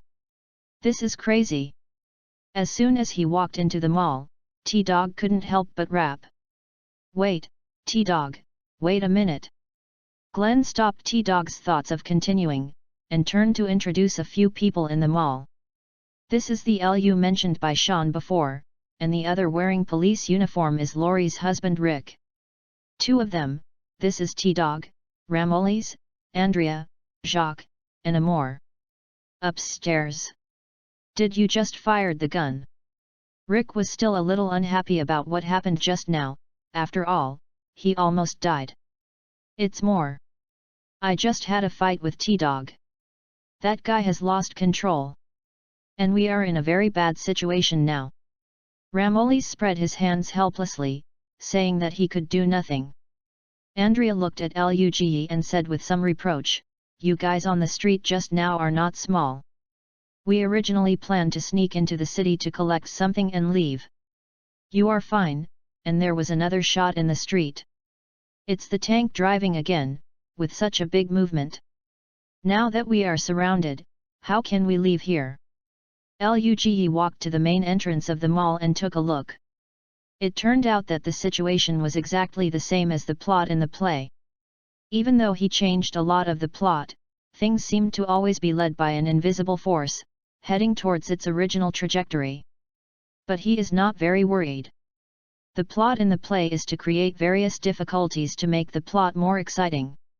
In reality, there are many other ways to achieve the same goal. Don't worry, I already have a plan. Let's solve the unstable factors here first. Luge sorted out the equipment and walked upstairs. On the top of the shopping mall, Moore was standing above the rooftop wall, shooting at the walking corpses downstairs one by one, screaming and shouting. Hearing the sound of the corridor opening, he knew that the rookies were coming up again. Moore, who didn't turn his head, aimed at the head of a walking corpse. Just about to shoot, he found that the sight was dark and the sight was blocked by something. NS. Fac. Did I not explain to you just now? Now I am. Ah fac. Before Moore's boss was uttered, he saw Luge running up to him, grabbing Moore's legs and pulling.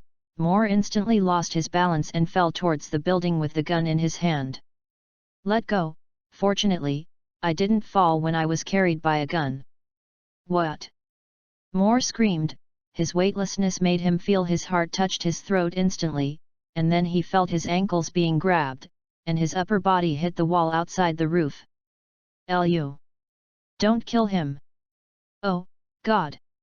The few people who followed were all in a cold sweat, and when they saw Luge grabbing Moore at random, he exhaled. Who are you on the horse? Pull me up. Otherwise I will kill you. You are a bitch. Although Moore is in a bad situation at the moment, he is not forgiving. A series of curses and the threat came out immediately. Luge didn't speak, but just let go of one hand and grabbed Moore's ankle with the other hand. Moore seemed to feel bad, and his attitude was immediately subdued. Okay, you won. I won't say anything. Don't say it. Then continue shooting. Don't open. Luge smiled slightly, with both hands hard, he threw Moore up and threw it directly on the roof. St, you step on a horse to die. Moore reached out to grab the gun hanging on his body and wanted to give Luge a shot. Just as he was about to raise the gun, he saw that Luge had already deceived him. Abdomen. Boom. Oh. Luge, who took effect with one blow, did not continue to attack. Instead, he reached out and grabbed the belt of the gun on Moore's body, and he threw the gun out. Then he took 2 steps back and stood there looking at Moore. Moore retched a few times and felt better, but when he looked up, he saw an Asian young man standing in front of him, standing with his arms folded. "Okay, I won't move." Moore spread his hands left and right, indicating that he was not threatened, then slowly stepped back 2 steps, and slammed the pistol at his waist. But he didn't want Luge to move faster. He turned around with his left leg and stepped forward, kicking his upper body in a circular motion with his left leg as the center of the circle. Snapped. The pistol that Moore had just pulled out was just kicked by Luge to the edge of the rooftop. Luge's right leg flexed slightly, and when he kicked the ground, his body leaped forward for more than 1 meter, and came to Moore. Moore's fighting experience is also very rich. Seeing that the pistol was kicked off, he didn't even think about picking it up. Instead, he drew a dagger from behind and saw Luge approaching. Moore's face flashed with a ruthless look in his hand. The dagger stabbed at Luge's body slightly strayed, avoiding Moore's knife. Luge turned his fist into his palm, and squeezed it accurately on Moore's wrist holding the knife. Moore only felt a pain in his wrist, and then his entire arm was twisted behind him. What? The painful Moore let go of his hand, the knife fell to the ground and was kicked aside by Luge. In just a few tenths of seconds, all the weapons on his body were handed over by the person in front of him. www.readaloud.com. Moore felt a bit bad, and just wanted to beg for mercy, but found that the force of the restrained arm was loosened, and the person was moved forward. Pushed out. Luge clapped his hands, smiled and said to Moore, "Moore, right, get to know, my name is Lu." Moore rubbed his wrists and looked at the man in front of him. He was very strong but not bulky and had a lot of strength. From the previous fight, it can be seen that his melee ability is very strong. Although he has no professional training, he always fights with people outside. There are few rivals. All his attacks were guessed by the other party just now. Realizing that this person can't provoke him, his thoughts changed instantly.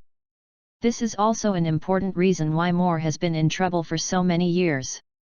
It is very important to judge the situation. Thinking of this, a big smile appeared on Moore's face in an instant. He stepped forward and stretched out his hand. He also said in his mouth, "Man, you are Lu? Why didn't you say it earlier? We passed a conversation last time." "Haha, you told me who you are earlier, how could I attack you?" "Right." Luge smiled, stretched out his hand and shook it with him. From the time he watched the drama, he could see that Moore was a man, unruly, without a clear distinction between good and bad, and a pure survivalist. But his nature is not bad.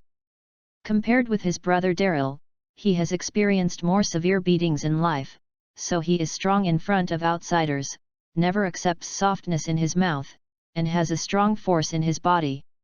If a person like him does not seek death on his own, his ability to survive is very strong. He will do everything possible to survive, exploiting others. Or being a cow, but it is very difficult for him to truly surrender to someone. It's a bit like a beast, yes, in his eyes there are only the weak and the strong in this world. There is no such thing as saving face, it is the last word to survive. Chapter 20, Luge and number 039, S thoughts. Luge doesn't need to make him surrender, he only needs to let him know that he is a stronger predator than him, so he will fix his muscles as soon as he meets, and let Moore realize that the person in front of him is not easy to provoke. "Moore, I know you, our conversation was a bit discordant last time, but we met today, and I don't want any discordant factors in my team, so I'll give you a chance. If it's solved, how about discussing the next step?" The crowd around also just eased from the tense atmosphere, and immediately heard Luge's words again, and they all turned their heads to look at Moore. Moore didn't feel embarrassed at all. He continued to smile and put his arms around Luge's shoulders, turned to the crowd and said, "Haha, Lu is very humorous. We are a team. No one here intends to make trouble. One disagrees." Everyone rolled their eyes when they heard the words, and T-Dog turned his head to play with his walkie-talkie. Rick covered his face with one hand with a speechless expression. Seeing Moore's confession, Luge did not intend to continue to force him, changed the subject and continued, "Let's discuss how to arrange it next." Yes, let's discuss how to leave this place." Seeing Luge changed the subject, Moore quickly agreed. Next, Luge analyzed the current situation in detail and put forward several plans. One is that everyone fled from the roof when they came to a building a little further away, and then left from the ground. This method requires a lot of ropes, and the advantage is safety. The second one is to take the tank just now and crush it all the way out, but it should be necessary to clean up a lot of walking corpses, and they are not sure whether the tank's fuel is enough for them to rush out. The third is that 2 or 3 people need to go out together, go to a parking lot not far from the mall, drive a car back to pick up the crowd and leave. This method is dangerous, but it can combine the materials searched by everyone. Bring back. The fourth is to take underground pipes, but when this point was raised, Luge himself denied it. Luge explained that the underground pipes of this old-fashioned building have steel filters, which are impassable, so there is no need to waste time to check. Each has its own pros and cons. Luge asked everyone to think about it and see which one is reliable. The first one to speak was Rick. "I think the above 3 methods are all feasible, but for tanks, we should wait and see. We need to find a fixed shelter first, and then consider driving the tank back." I voted first. 1. The safest. "May I ask, the third way, how do you plan to get to the parking lot?" Moore's hoarse voice sounded. He was more realistic. "Although the first way is safe, if you get stuck in a certain building, it will be the best way. The safest way will also become the most dangerous." He feels that if the car can be driven smoothly, the chance of rushing out is the greatest. At the back door, I prepared 3 walking corpses with their arms and chin cut off. Everyone knows that I have been in the CDC before. We found that once the walking corpses had their arms and chin cut off, they lost the 2 attack methods. They will become very gentle, have no tendency to attack, and staying with them can avoid the attacks of walking corpses, but the premise is that they can't make a sound. Luge said the housekeeping skills of Deo's sister in advance. Really? Andrea was a little suspicious. "It's true, I saw it with my own eyes." Glenn nodded with certainty, and glanced at T-Dog and Ramolis at the same time. They saw it when they rushed out, and nodded at Andrea. "Is it a big deal?" Rick looked at Luge. He just wants to see his wife and children quickly, so he just wants to make a plan quickly and implement it as soon as possible. Luge nodded, "I have a good grasp. We have done related experiments. In this case, the chance of corpse detection to break the disguise is very small, unless you accidentally make a sound. A way is okay." "I vote for this one." Jackie also raised a question. "Me too." "Same." "Who is going then?" Andrea asked the key question. Moore sat next to him, looking at the others except Luge with a mocking face, but did not speak. Someone must come forward at this time, and Luge simply took the initiative to say, "I proposed the method, count me." After that, he turned his head and looked at Rick. "Rick." Rick nodded when he heard the words, saying that he was fine. Whether Rick was a policeman or not, he always had such a righteous spirit, which is why people are willing to follow him. Seeing Rick nodding, Luge looked around for a week, finally set his eyes on Moore, raised his eyebrows, and raised his chin slightly. "Moore? Are you going?" Moore shrugged his shoulders indifferently, flattened his mouth, and replied casually, "I don't care, you need me to go, I will definitely not be like a coward, just saying nothing." Everyone's expressions are not very good. Although Moore's words are not good, they are the truth. If Luge volunteered to go there, I believe no one here would dare to risk doing such a dangerous thing. And Moore is not very afraid of walking zombies. They move slowly, which does not fit the image of a powerful predator in Moore's heart. Although there are a large number, in Moore's heart, he is very disdainful of these intellectual walking zombies.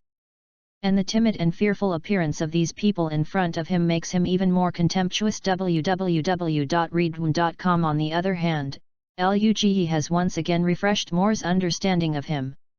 This Asian boy is not only skilled, but also seems he is also very meticulous, organized and courageous.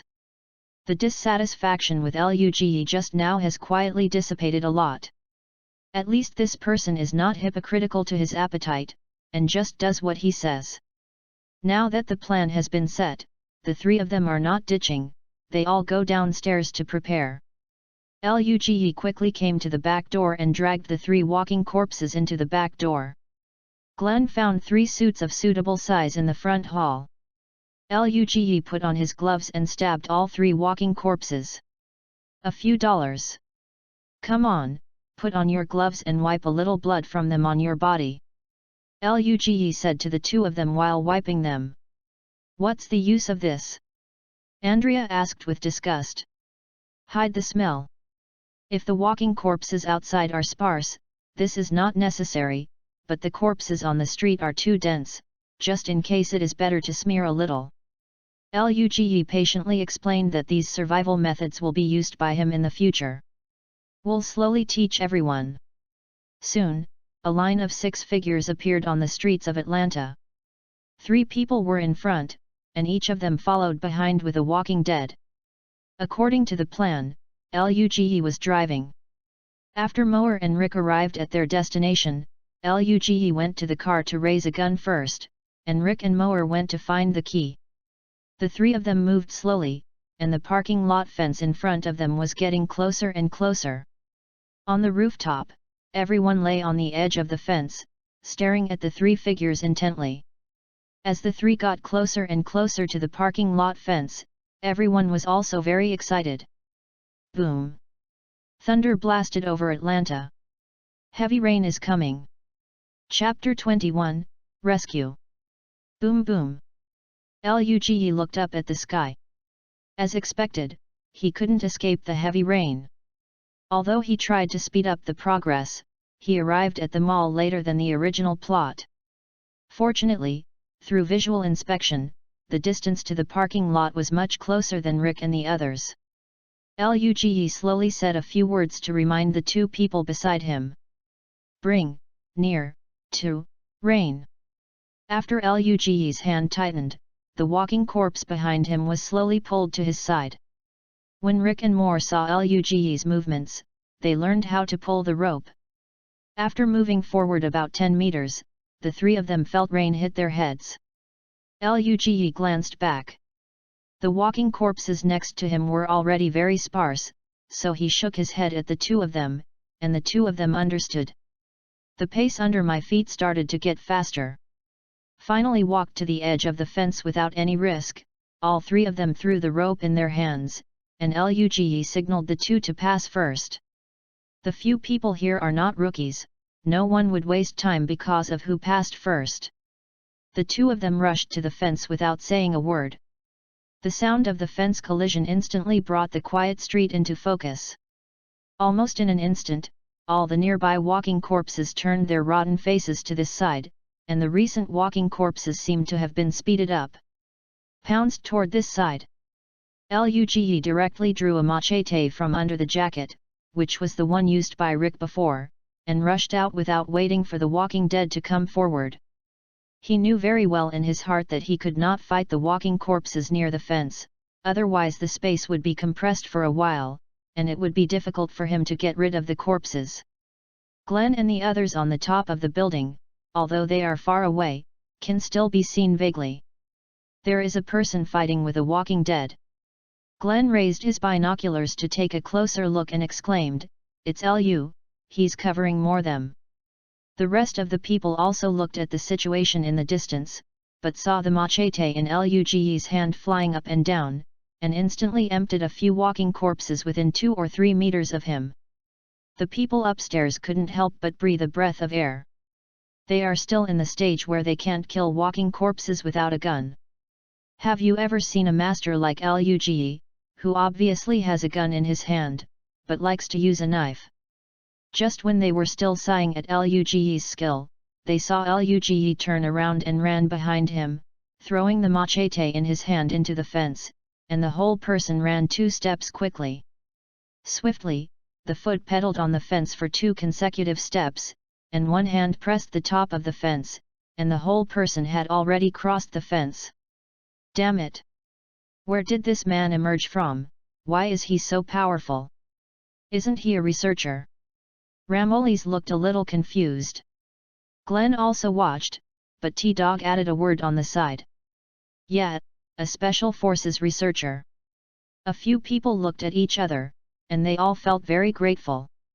At the fence of the parking lot, Rick and Morban, who had just climbed over the fence, wanted to turn their heads to meet Luge. They turned around and saw him flying over the fence. Rick grinned, turned, and ran to the parking lot, looking for the key box. Moore grinned. He just climbed slowly. When he turned over and got down the fence, he saw Luge letting go of several walking corpses with a few strokes. In addition to this leap into the air, Moore was fortunate to himself. When he saw the situation on the top of the building, he stopped. This person really has some ability. This thought flashed through Moore's mind, and then he thought that he and he are now on the same line, so he should pay attention to it in the future, so he turned to look for the key box. Luge, who flew over the fence, did not run to the truck for the first time, but took out a pistol. Boom boom, boom boom. The huge gunfire resounded through the main block, and the walking corpses who had not been alarmed in the distance also turned their heads and walked slowly towards the parking lot. The bullets from Luge's gun poured out very quickly, and the bullets accurately hit the heads of walking corpses one after another, and the group of corpses formed a small vacuum zone in a short time.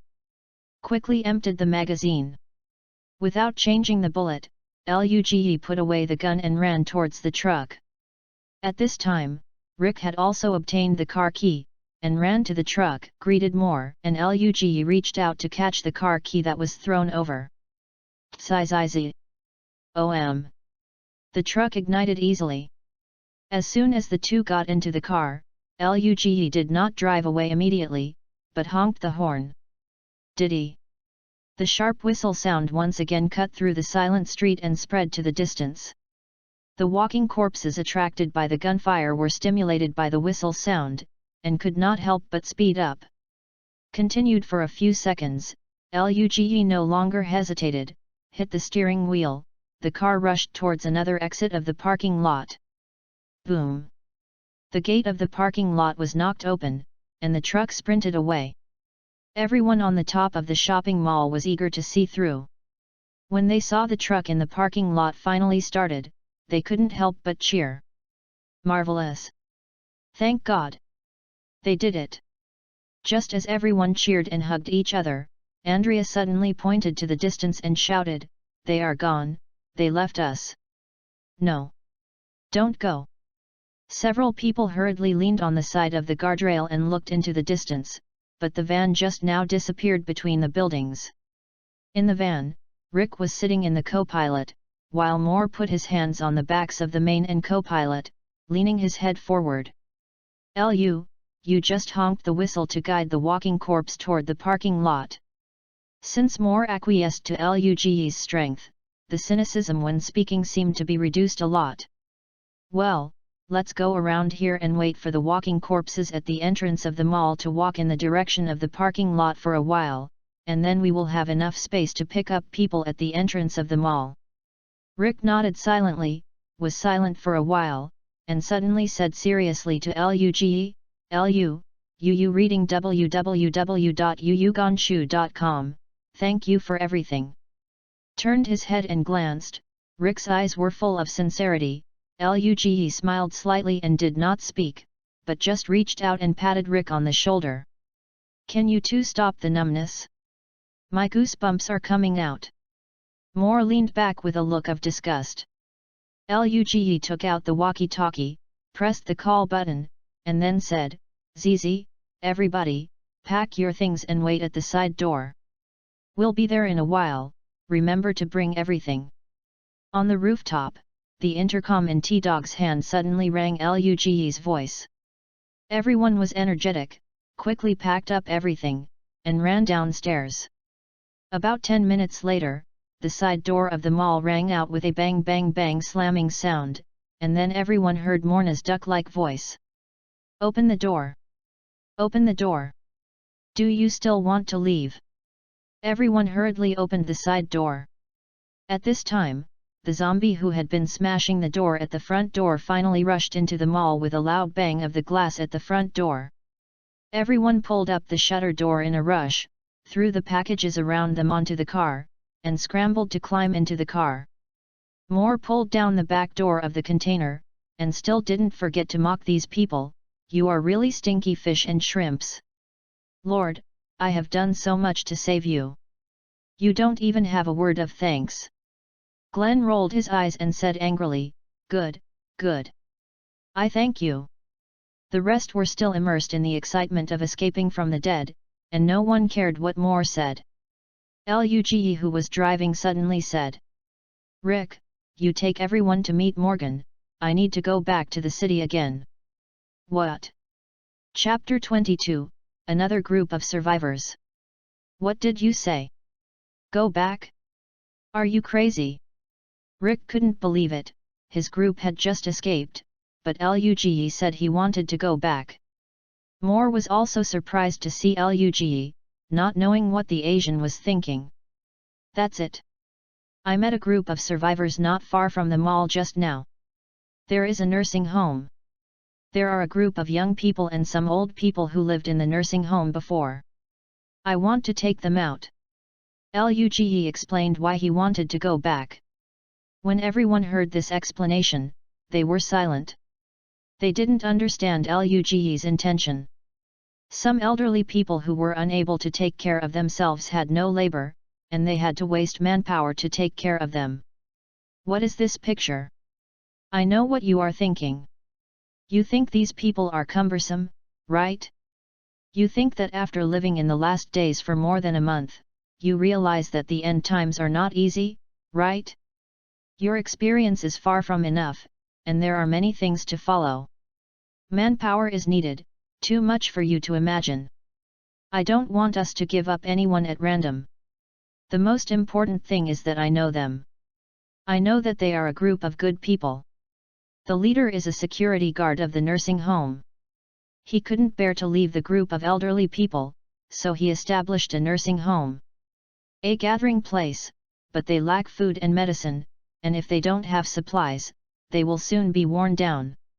And they are large in number. Most of them are relatives and friends of old people, and there are not too many old people in need of care." Luge said a lot at once, and everyone did not speak after listening, but just sat there silently, with no emotions on his face. "I'll go with you," Moore said suddenly. Luge turned his head and looked at Moore. He was also a little surprised. This old ruffian was very obedient after being taught him once on the rooftop. He didn't do anything extraordinary, but Luge has been paying attention to him, fearing him. What bad thoughts are hidden? Now that he took the initiative to go with him, Luge just wanted to ask something, but he held back. With Moore's personality, it is estimated that he will only tell the reason when two people act alone, so there is no need to waste words now. Luge saw his modified RV in front of him, so he turned his head and said, "All right, everyone, get out of the car. We are already there." When everyone heard the words, they all carried their backpacks. At this time, the truck had arrived in front of the RV and Morgan and Jenny were already standing there waiting. "Hey, Morgan, are you in trouble?" Luge stepped forward and said, "High five, Morgan. It's very peaceful, only a few wandering corpses passed by, and I have solved them." "These are your friends?" Morgan scanned the people around him. And the people he mentioned were screaming while looking at the exaggerated appearance of the modified RV. Luge smiled slightly, called the crowd over, and said to Morgan, "I'll introduce you." After some greetings, Luge talked to Morgan about the next plan. "Morgan, this is the case. I need to go back to the city again. They will take you back. You and Jenny will be there waiting for me first, and I will pick you up when I finish my business. Do you need me to go with you?" After Morgan heard Luge's plan, he was surprised that he did not object, but rather supported him to do so. Luge shook his head and said, "You still have a wife and children. There is no need to take risks. Let's go back to the camp with Glenn and them first." At this time, Rick also walked over, with a slightly apologetic expression. "I'm sorry, Lu, I need to go to the camp to see Lori and Carl first. I really want to go with you." Rick. "I understand, you don't need to explain." "I'm sorry, Lu. No, I didn't intend to let you go. Isn't there more to accompany me?" Luge patted Rick on the back. He understood Rick's thoughts very well. "Thank you for everything. I'm serious." Rick was very grateful for Luge's help. He believed that if it weren't for Luge, he might be dead at this moment. "Okay, let's stop arguing, it's getting late, I'm leaving now." In the RV, Luge was driving, and Moore was sitting in the co-pilot's position. Boom, boom. Ran into two walking corpses blocking the road, and Luge broke the silence first. "Go ahead, I know what you want to say." Moore rubbed his chin with his hand, and spoke slowly after a while. "Man, I'm not a good person. In today's world, if I run into a survivor on the road, I might kill him first and then rob him. But I have my own principles of doing things, and my own. Knowing people, I know you are not a simple guy. After the rooftop incident, I thought about solving you secretly, but what happened after that made me change my mind, buddy. Believe it or not, I just want to live well now. For the time being, I'll mix with you first. I have an intuition. It's good for us to follow you. If one day you do something that makes me feel uncomfortable, I will kill you again. Then I can still work easily with my brother. Go down. You talk a lot. Whatever you want, but remember a little. You will never have a chance to kill me. It's only possible that I think you are no longer suitable for this team, and then I will kill you." Luge glanced at Moore next to him. Moore shivered at the sight of him. The look seemed to be able to see him through. It was an indifferent look. Moore felt his body froze suddenly. The cold sweat oozes out instantly. He remembers this feeling very clearly. It was the feeling that he was caught by a beast when he was hunting www.readaloud.com. But this feeling was only fleeting. Looking at Luge again, Moore found that the other party's face was full of smiles. Patted Moore, and Luge jokingly said, "Relax, tease you. But really don't do stupid things, it's terrible for me to have a temper." Moore grinned, barely showing an ugly smile. He felt that Luge at this moment was even scarier than just now. A nursing home in Atlanta, Philip is treating an elderly man in the lobby of the nursing home. Their leader is Guillermo, and everyone here calls him Augie. Augie was also standing by at this time, supporting an old lady with white hair, looking at them with concern. This gathering place is a nursing home in the early end of the world. After experiencing the turmoil of the early end of the world, the staff here basically ran out of those who should run. Now there is only one caregiver at the time, Philip and Augie, the security captain. A few players. Then after the end of the world broke out, many old people's children or grandchildren came here, and they found that after the staff here had run away, many people spontaneously stayed and continued to take care of these old people. Fortunately, although some elderly people are suffering from Alzheimer's, most of them are clear-headed. They are just getting older and want to find a leisurely place to enjoy their old age. This allows them to reluctantly persisted till now. At this time, a young-looking teenager ran in and said a few words to Aji quietly. Aji flashed a smile on his face, and followed the young man to the front yard. Lu, long time no see. Chapter 23, Here is the end of the world. Seeing Luge, Aji enthusiastically stepped forward and gave a hug. The reason why their nursing home can barely survive today is precisely because of the batch of medicines Luge funded them. Aji, it's time to act. I drove the car over. Luge didn't plan to greet him, so he went straight to the point. You know, we have a few old people who have difficulty walking, do you have a way? Aji still hesitated. After all, they spent a lot of energy to build this gathering place. Luge patted Aji on the shoulder, nodded at Moore behind him. Moore turned and walked out. Don't worry, I'm already ready. After a short while, Moore walked in with 2 wheelchairs with several stretchers on them. The main reason for not moving out of the city before was that there was no place to resettle these old people. Although many old people can walk on their own, but letting them ride the car bumpy all the way to find a new shelter, it is a dream. Now since Luge says there is a car, he also has resettlement place, what else is there to say? Aji didn't hesitate, turned his head and said to Miguel, go in and inform everyone, immediately pack things up, and a few people will help to transfer a few old people. Miguel nodded and ran in quickly. As soon as Aji stretched out his hand and signaled to enter the house to talk, the 3 of them also walked towards the backyard. Moore was a rare reticence along the way, and his face was a little bit less hostile. At this time, he was just an ordinary person who looked a little bit angry. At this time, Moore was quietly observing the situation in the nursing home. He found that there were a lot of young men here, at least 20 people. After coming to the backyard, he gradually found many women, young and middle-aged. Yes, these people are mainly responsible for taking care of the elderly and doing some chores. Then there are the old people. There are about a dozen old people, of which about 6, 7 are in a state of mobility. Moore observed very carefully, and he admired Luge more and more in his heart.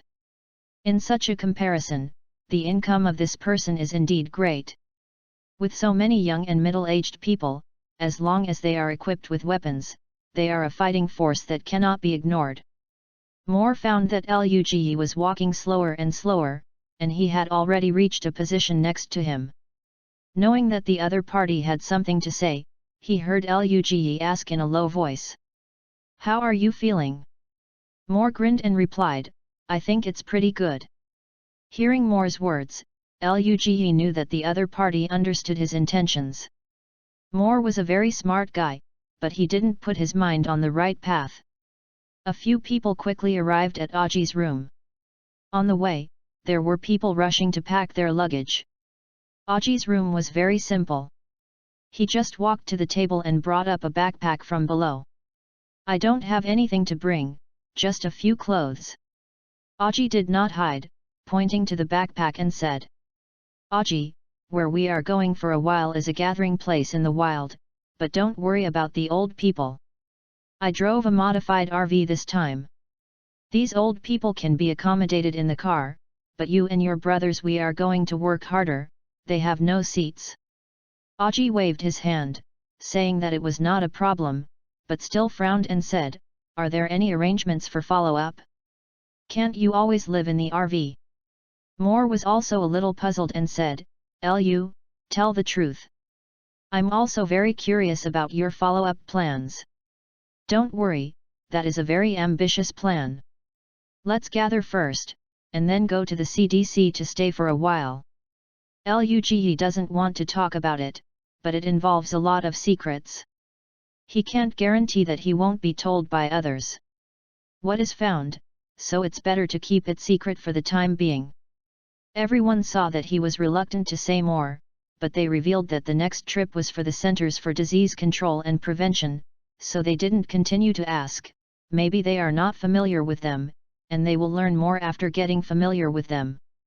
In the evening, the modified RV slowly drove into the small road of the quarry. After a busy afternoon, Aji's people finally sorted out the old man and the supplies, and more drove the rest of the road, and quickly returned to the camp. At this time, there were many people standing at the entrance of the camp, led by Rick and Morgan. Luge jumped out of the car, smiled and hugged the two of them. Behind them stood the people who were in the Atlanta Mall before, and they all came up to hug Luge one by one. There are no extra words, at this moment alive is the best news. Xiaoan also walked up, gave Luge a high five, and said with a smile, "It's been more than a month, we finally meet." Luge smiled, and hugged Lori, who walked forward again. Lori kept saying thankful words. Aji and more than a dozen people got out of the car, and they greeted everyone at this time. After some greetings, everyone came to the open space in the center. Luge looked around. The open space is now surrounded by at least dozens of people, divided into several camps. Aji's side is obviously the most populous, followed by Rickshaw. On the side, Morgan's family is still standing beside it. Luge understands that this is something everyone is not familiar with, and it will get better in the future. Looking at the dozens of people in front of him, he suddenly felt that he was not in vain. These people are the foundation for survival in the last days. The camp has always been run by Xiaoan, but at this time most of the people were brought by Luge. The atmosphere was a bit strange. Many people looked at Luge, and they were also confused about what to do in the follow-up. Without waiting for everyone to ask questions, Luge slowly walked to the center of the open space, and a low voice sounded in everyone's ears. "Everyone, there are many people here who don't know me yet. Tell me about myself. My name is Luge, www.readaloud.com, you can call me Lu. I am a Special Forces scout and a doctor. Before the end of the world broke out working at the Center for Disease Control and Prevention. Because of chance and coincidence, I have more or less contact with you, which is why everyone is gathering here now. My ability only allows me to save a limited number of people, and I chose you." While talking, Luge looked at the expressions of the people: numbness, confusion, and fear. Various emotions appeared on the people's faces. He paused and continued. "Everyone, the reason for bringing you together is very simple, because I know that this world will undergo earth-shaking changes from now on.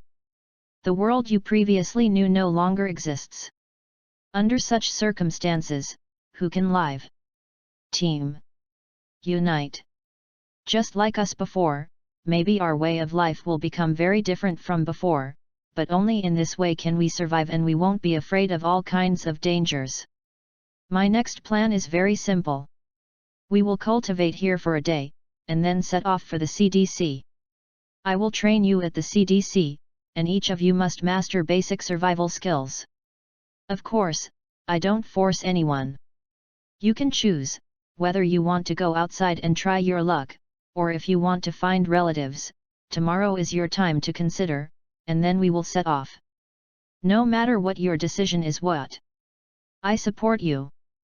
But you must always remember and be vigilant. Beware of walking corpses and beware of strangers." Luge paused again, and the serious expression made everyone involuntarily raise their spirits, and they all cast their attention. He only heard Luge say every word. "Remember, now, it is, world, end, day." Chapter 24, What a Sneak Attack! The next morning, after a whole night of thinking, several people found Luge. The first one was Ramoles. Luge was discussing the follow-up arrangements with Rick, Aji, Sean, and others, and Ramoles took his family to find him. Ramoles' arrival was expected. He originally planned to leave to join relatives, but in the end it seemed that all his family members died, and he joined a branch of Negan, and was finally killed by Rick. It's a poor man, but who is not a poor man these days? Luge glanced at Rick. Rick nodded, got up and walked to the side, picked up a pistol and a box of bullets and gave them to Ramoli's brother Xiao Peng left with his family. The second is a man and a woman from Aji's team. Their mother died in a nursing home. The two chose to stay in the nursing home because there were too many walking corpses in the city. Now Luge took them out and they discussed it. Still decided to leave to find other people in the family. Luge also gave Aji a pistol and a box of ammunition. After saying goodbye, the two left. However, because the two did not have a car, Glenn drove them to the highway and they found a car. Left. After, several people found them one after another, but Luge didn't keep them. After all, the twisted melon is not sweet. The last person, Luge, was a little surprised. It turned out to be Amy. My name is Amy, can I talk to you? Amy pulled the corner of her clothes and said. The few in front of her were strangers except for Sean, which made her a little cramped. Of course. Amy. Following Amy to the side, Amy pursed her mouth, hesitated for a moment, and spoke first. First thank you for saving my sister. Andrea told me that if it wasn't for you yesterday, they would probably be trapped. There. Luge smiled and said, I'm just saving myself. You don't have to thank me. You can completely leave them alone, and then you can just prevaricate us. I believe no one will say anything. After all, there is no law binding people anymore, right? Anmai's expression was slightly bleak. It should be thought of. The current situation. After a while of silence, Amy suddenly raised her head to look at Luge. After looking at it for a while, she asked with some confusion. Have we met somewhere? I always think it looks familiar to you. Luge touched his face, then deliberately showed a narcissistic expression and said, well, many girls like to say that, I don't know why. Is it that I am handsome? Chuck, you are really shameless, how can you praise yourself for being handsome? Amy covered her mouth, giggled, and the slightly heavy atmosphere just swept away. Suddenly, Amy grabbed Luge's arm and shouted as if thinking of something, I remember, you are the one who drove the CDC car to pick up things at home, didn't you? Luge also pretended to just remember, with a dazed expression on his face. Oh, I remember, there was Andrea at the time, she was driving, and you were the co-pilot. Yes, yes, yes. Amy patted Luge's arm with a little excitement. The people she met by chance met again in the last days, which made her feel incredible. Ah! Suddenly, there was a scream in the woods in the distance. Luge's face was serious, and 1911 took out his waist and ran over. Rick and Sean next to him also took the weapon beside him and ran over. What happened? Lori. A few people quickly ran to the bushes behind the camp. Rick found that it was Lori and Carol and hurried over to check. Luge walked into the bushes and found that it was a walking corpse chewing on the corpse of a deer. At this time, the people around also rushed there, and a group of people gathered around. When they saw that it was a walking corpse, everyone's complexion changed obviously, and they looked very nervous. The walking corpse was kneeling in front of the deer's corpse and gnawing on its internal organs. He didn't seem to notice the scream just now. Luge put away the gun, drew out the dagger, and walked to the side of the walking corpse and kicked it gently. Finally realized that someone was there, turned his head and looked behind him. Puff! A dagger slammed into the eye sockets of the walking corpse, and the walking corpse's body instantly froze and fell to the ground with a thud. Rick was about to speak, but he saw Luge suddenly stretched out his hand to signal, then made a silent motion, and then got into the bushes. Luge heard the movement, but he knew in his heart that this was the return of Crossbow Dalil. Brother Nu is one of the most favorite characters of drama fans. Although he is the original character of the TV series version, his extremely upright 3 views, his character that is not very ruthless, and his ability to track, make this undressed the rough guy is glamorous. However, Brother Nu is still a little immature at this time. Luge still intends to give him offense. He knows very well that Brother Nu is not a vengeful person. As long as you treat him sincerely, he will always guard your back, so Luge hid himself in the bushes in front of Brother Nu with a little prank idea. Daryl, who was carrying a bunch of squirrels, was in a bad mood at this time. A deer he had finally tracked ran away. He was sure he shot the deer, but after searching for a long time, he didn't find it. The duck in his hand flew. Ns. But fortunately, there are a lot of squirrels left, which is better than nothing. After cutting the bushes blocking the road, Daryl walked through the middle, and the camp was in front of him. Hurry up to eat and then sleep. Thinking of this, Daryl split another branch blocking the road. Suddenly, a dark figure threw out from behind the bush next to him. Daryl subconsciously raised the crossbow in his hand, but only halfway through it. When the opponent swept the crossbow and kicked it flying, Daryl was startled, and the hand holding the knife waved towards the shadow. Clang! With the sound of metal collision, Daryl took the opportunity to glance at the opponent and found that it was an Asian, wearing a camouflage uniform www.readaloud.com with 2 guns stuck in his waist, and the man who blocked his machete was in his hand, holding a dagger. Who are you riding a horse? Daryl was inexplicably attacked, and his heart was angry, and a sentence came out directly from his mouth. Luge did not speak, and cheated forward. Daryl saw this and swung the machete in his hand again, but the next scene made him instantly bewildered. I saw Luge's dagger accurately blocked the machete again, and with the force of Daryl's swing, he used the blade of the dagger to guide the machete to his neck, and then Daryl felt his arm was caught by the opponent. Stopped, and although the machete was grasped by himself, the blade stopped in front of his neck. Luge also stepped behind Daryl, and then Daryl realized that he was subdued in this way. Unwillingly, he slammed his elbow back, intending to break free from the restraint, and he felt that his leg was hit by this person. Kneeling down, his elbow also hit a hollow. So far the fight between the two ended in Daryl's defeat. This fight is a long time to speak, but in fact it took less than half a minute. Rick and the others also heard the fight and ran up immediately, only to see that Luge had completely subdued a stranger. Daryl. Xiaoan recognized the person in an instant, a little bit dumbfounded, and explained to Luge. Lu, this is my own, he is Moore's younger brother, his name is Daryl. Luge pretended to suddenly realize that, and hurriedly helped Daryl up. Oh, sorry, I thought some gangster wanted to attack the camp, sorry, brother. Daryl, with a dark face, threw away Luge's hand, got up on his own, and glared at Luge. What a sneak attack!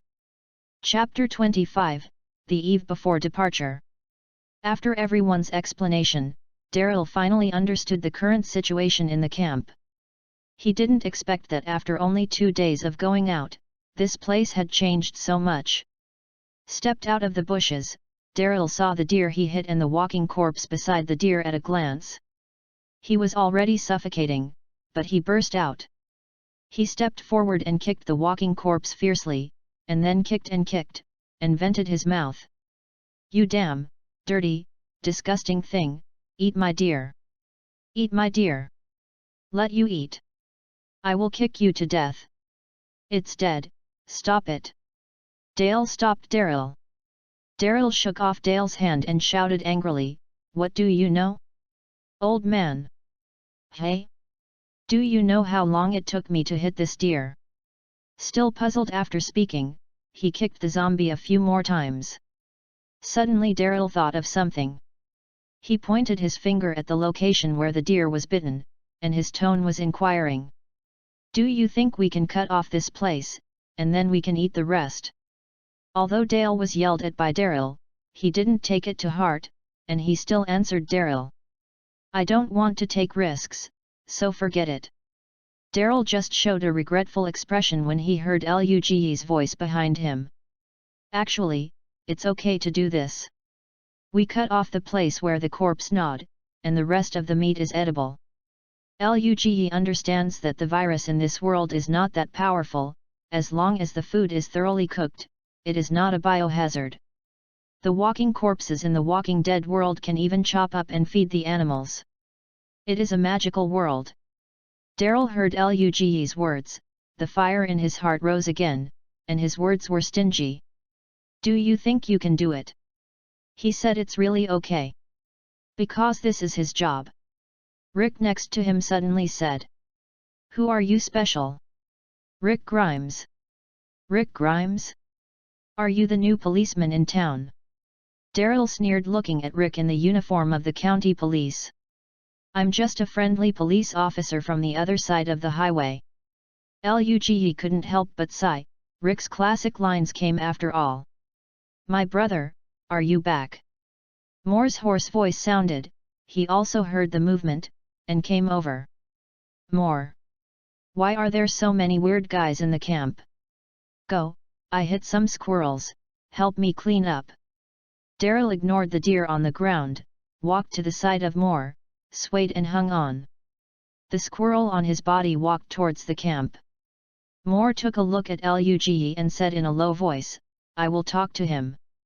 Because of this accident, the atmosphere in the camp was a bit tense. After discussing it, everyone decided to stay for one more night and leave early tomorrow morning. When the discussion was over and it was about to be disbanded, Carol suddenly found him. At this time, Camo was the weakest time in the whole show. The existence of virtue is always an unstable factor. It is in the early stage of the end of the world. If it is in the later stage, Luge can get rid of a scum like Ed, but it is not enough now, and the cohesion of the team has not yet formed. When Sean saw Carol hesitating to speak, he took the initiative to speak. Carol, what's the matter? Carol glanced at the people present, hesitated, but still said, we don't have much food. There are too many people in the camp now. I ate all the food I collected last night. Oh! Damn it! Luge slapped his thigh and called out, and then immediately explained. I have been busy since I came back yesterday. I forgot to say that there is food in the RV. I prepared it before I came, just in case. After speaking, he got up and led everyone to the RV. Most of the people in the car were the elderly brought by Aji and a few family members who were in charge of nursing. When Luge walked in, they all smiled and nodded, and then they saw a few more people got in the car and stepped out of the aisle somewhat restrained. Luge just nodded in response, then walked to a sofa, opened the sofa, and a whole box of compressed biscuits, cans and various foods appeared in front of everyone. I'm leaving tomorrow. Tonight, everyone has a good meal and then has a good rest. Tomorrow will be a busy day. Everyone showed an expression of excitement, and Sean laughed and started moving things out. Luge walked to the seat on the other side and opened the secret door. Suddenly a box of beer and some red wine, whiskey, etc. were exposed, and the men couldn't help but all laughed. A group of people immediately got busy, taking food for food, and wine for wine. Luge didn't do this. At this moment, he was observing the layout of the camp, and he began to consider how to deal with the Walking Dead attack at night. Seeing several women in the camp preparing for dinner with all smiles, Luge caught a glimpse of a big guy walking out of a tent not far away. His face was bruised, and his mouth and eyelids were swollen. N.S. Luge recognized who this was at a glance, it was Ed. Luge secretly said in his heart that it seems that Ed's beating was not spared because of the appearance of his little butterfly. Seeing Ed's gloomy face and looking at Xiao-En not far away, Luge turned and got into the modified RV again. At night, because of Luge's proposal, the two RVs were at a 90-degree angle, and the fronts of the cars were facing each other. Together with the remaining cars, they were connected to form a U-shape. The side with the opening left was the tent area. In the U-shape, dozens of people were surrounded and were eating dinner. There were a dozen people in a circle. They sat on the ground, stuffed their mouths with food, and chatted while eating, while the old people in the car were talking. It was dining in the car with the accompanying family members. One night and one day to get along, let these unfamiliar people gradually become familiar from strangers. Is originally some people with good temperament, and get along very well.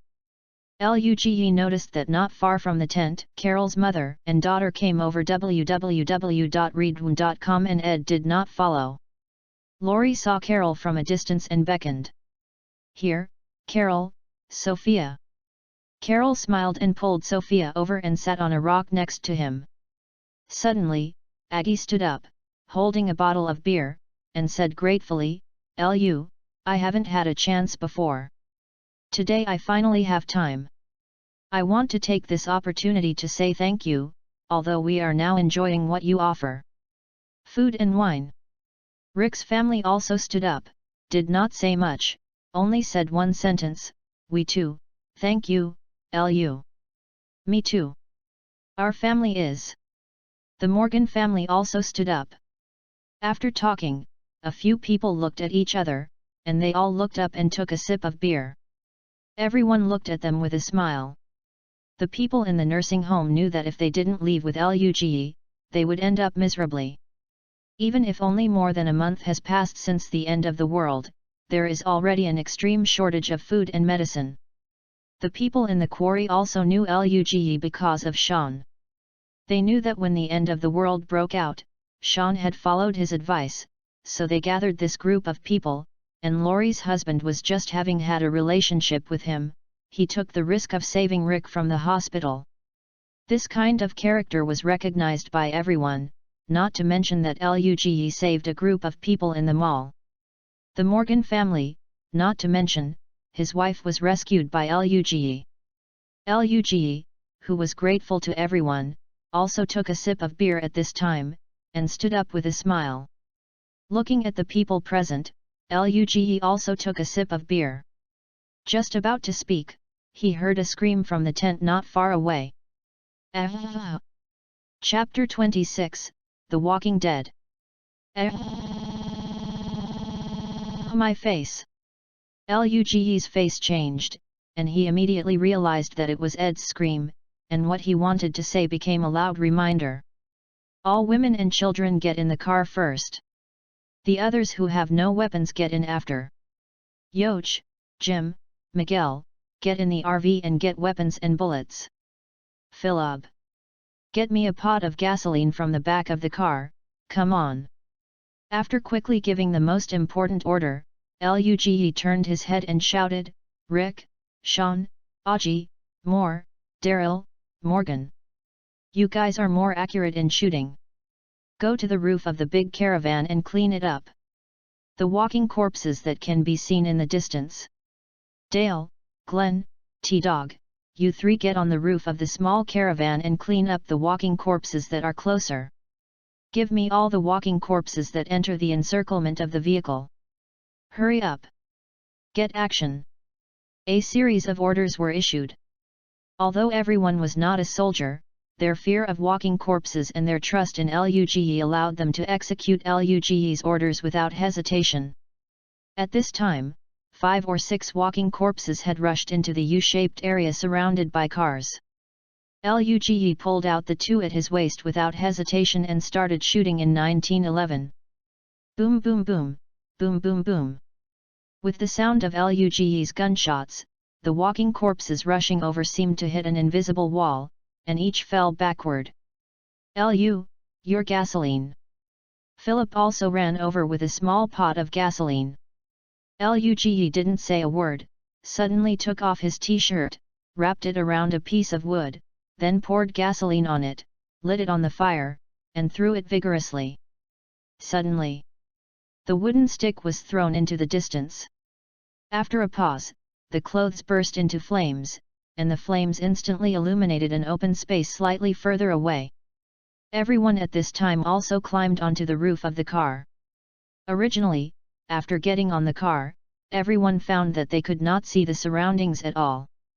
Unexpectedly, Luge solved this problem immediately. The burning firelight greatly increased the vision of everyone, and the chaotic gunshots changed from each other. Sounds everywhere. Boom! Boom! Boom! The walking corpse in the distance and the walking corpse a little closer were also immediately resisted and began to fall down one after another. Philip did the same, took off his jacket, wrapped it around a stick, and immediately threw the lighted clothes in another direction. Everyone's vision is better. The group of walking corpses gradually slowed down their forward speed under the powerful firepower. Luge's pressure also eased a lot, so he simply gave up the pistol and drew the machete. Although there are some fish that slip through the net, Luge's knife will end them after they have just rushed through the firepower net. At this time, although the people in the RV did not participate in the war, everyone looked at the outside of the car with concern through the window. At this time, everyone could see only Luge, who was standing in the open space at this time. Luge, who was in a fighting state, was slightly low at this time, holding a machete stained with blood in his hand, and his refined upper body was naked, revealing a piece of muscle that he could not normally see. The first impression is not like a fitness exercise.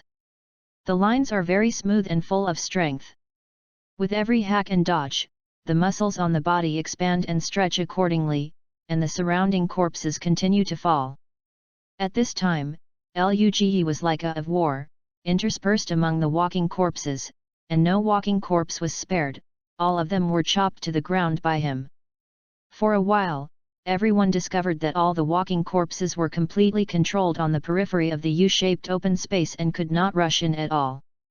Several courageous survivors took up their weapons and rushed out of the RV.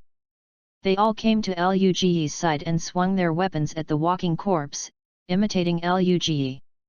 Kill! Monster! Go to hell! Go to hell! Go to hell!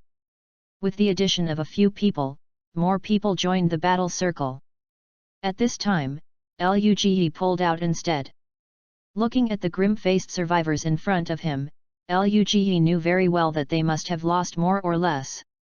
For their relatives and children, it is this kind of hatred that makes them so crazy at the moment. After about half an hour, this wave of walking corpses was finally wiped out. At this time, most of the survivors had rushed out and stood on the clearing.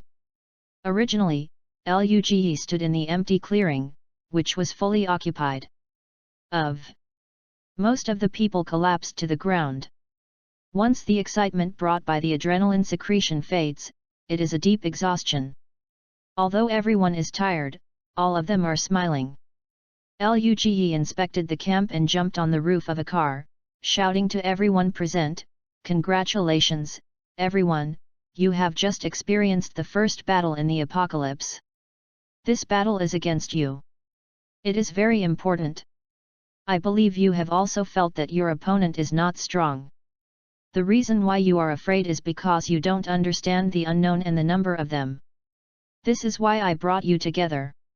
If you want to live in the last days, you must live well, live meaningfully, and people. Always the most important resource." When Luge said this, he paused for a while, and then continued, "Yes, there is no such convenient infrastructure now. If you are alone, you can only rely on your own hands. You need food, you need to find it yourself. We need water and we need to find it by ourselves. But we are different.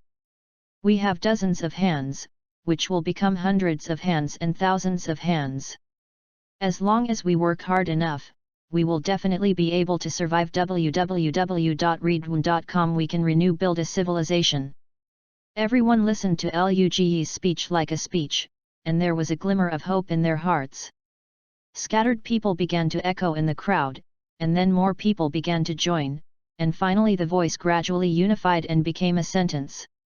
"We can do it. Rebuild civilization, we can do it. Rebuild civilization." Amy was also standing in the crowd. For the first time she discovered that a person could be so attractive, and she wanted to get closer to Luge, but Luge's attitude towards her was always lukewarm, which made her very depressed. Amidst the shouting, Luge pressed down with both hands. The shouting stopped quickly. Luge continued, "I won't talk about the great principles. Everyone understands. Then I will talk about some of my personal opinions. First of all, I don't think this wave of walking corpses is accidental. It has been a month and a half since the end of the world. The walking corpses in the city are already in a state of lack of food. The instinct of living creatures will drive them to those with food. Local movement, that is to say, this wave of walking corpses should be caused by the proliferation of walking corpses in the city outside the city. In other words, in the next period of time, if you still stay outside the city, you will continue to encounter a wave of walking corpses. Therefore, I don't recommend going outside the city to find a shelter. We should do the opposite. Okay, the city is now the most empty time, so I suggest that before we really find a safe shelter, everyone and I should go to the CDC for temporary stay. There is plenty of food, water source, medical equipment, and your task is to receive training. You need to learn how to live in this world. Even if we are separated due to certain things in the future, I hope that each of you will have the ability to survive in this world." Chapter 27, Arrived at the CDC. Wow! As Luge's voice just fell, everyone applauded and agreed to Luge's arrangement. "Okay, thank you for your trust. I assure you, I will do my best to ensure everyone's safety." Rick stood on the roof of the car, looking at this friend who had just met for a few days. He was communicating with many survivors on the roof at the moment, and all the survivors had expressions of admiration and trust. At this moment, he suddenly realizing that Luge is very suitable to be a leader, he has the responsibility, and he is humble, but he can always respond to the critical moment and think of some great ideas. He is great. There was Sean's voice next to him, and Rick turned his head and glanced at his buddy, then smiled slightly. Yes, he is great. Even though everyone had planned to leave here tomorrow, Luge commanded everyone to clean up the battlefield briefly, and he came to Ed's tent. At this time Ed has crawled out of the tent, half of his body is leaning outside, his entire face has been bitten by a walking corpse, his throat is torn, the ground at the entrance of the tent is soaked in blood, and he was shot by a flashlight, projecting black and red colors. Luge looked at Ed's corpse and felt very calm. The reason why he changed the layout of the camp today was to prevent the walking dead tonight. However, he is not sure whether Ed will come out to eat, so his thought is, if Ed follows, then spare him today. If he still remains like this in the future, Luge will naturally have a way to deal with him. But now it seems that he has not come out, and the tragic death of this black sheep has not caused a wave of waves in Luge's heart. Ai. You. Just as Luge was thinking about this, Carol's suppressed sobbing sounded behind him. At this moment, Carol suddenly rushed to Luge's side and was about to fall on Ed's corpse. And many more. Luge's hands were quick, and he grabbed Carol. "Let go of me, Ai. What's wrong with you? Ai." Carol's cry attracted the attention of many people. Many people in the Sean team realized what had happened and came over. "Carol, I know you are sad, but Ed has been bitten, you can't just rush over." Luge held Carol's arm while persuading him. Seeing Lori and Amy and others behind him, he also came over. Luge hurriedly looked at the female envoys, and the females knew Carol and walked to the side. Luge sighed and called Rick to carry Ed's body to an empty place. Drew out a dagger, pinched the back of the knife, and handed it to Carol.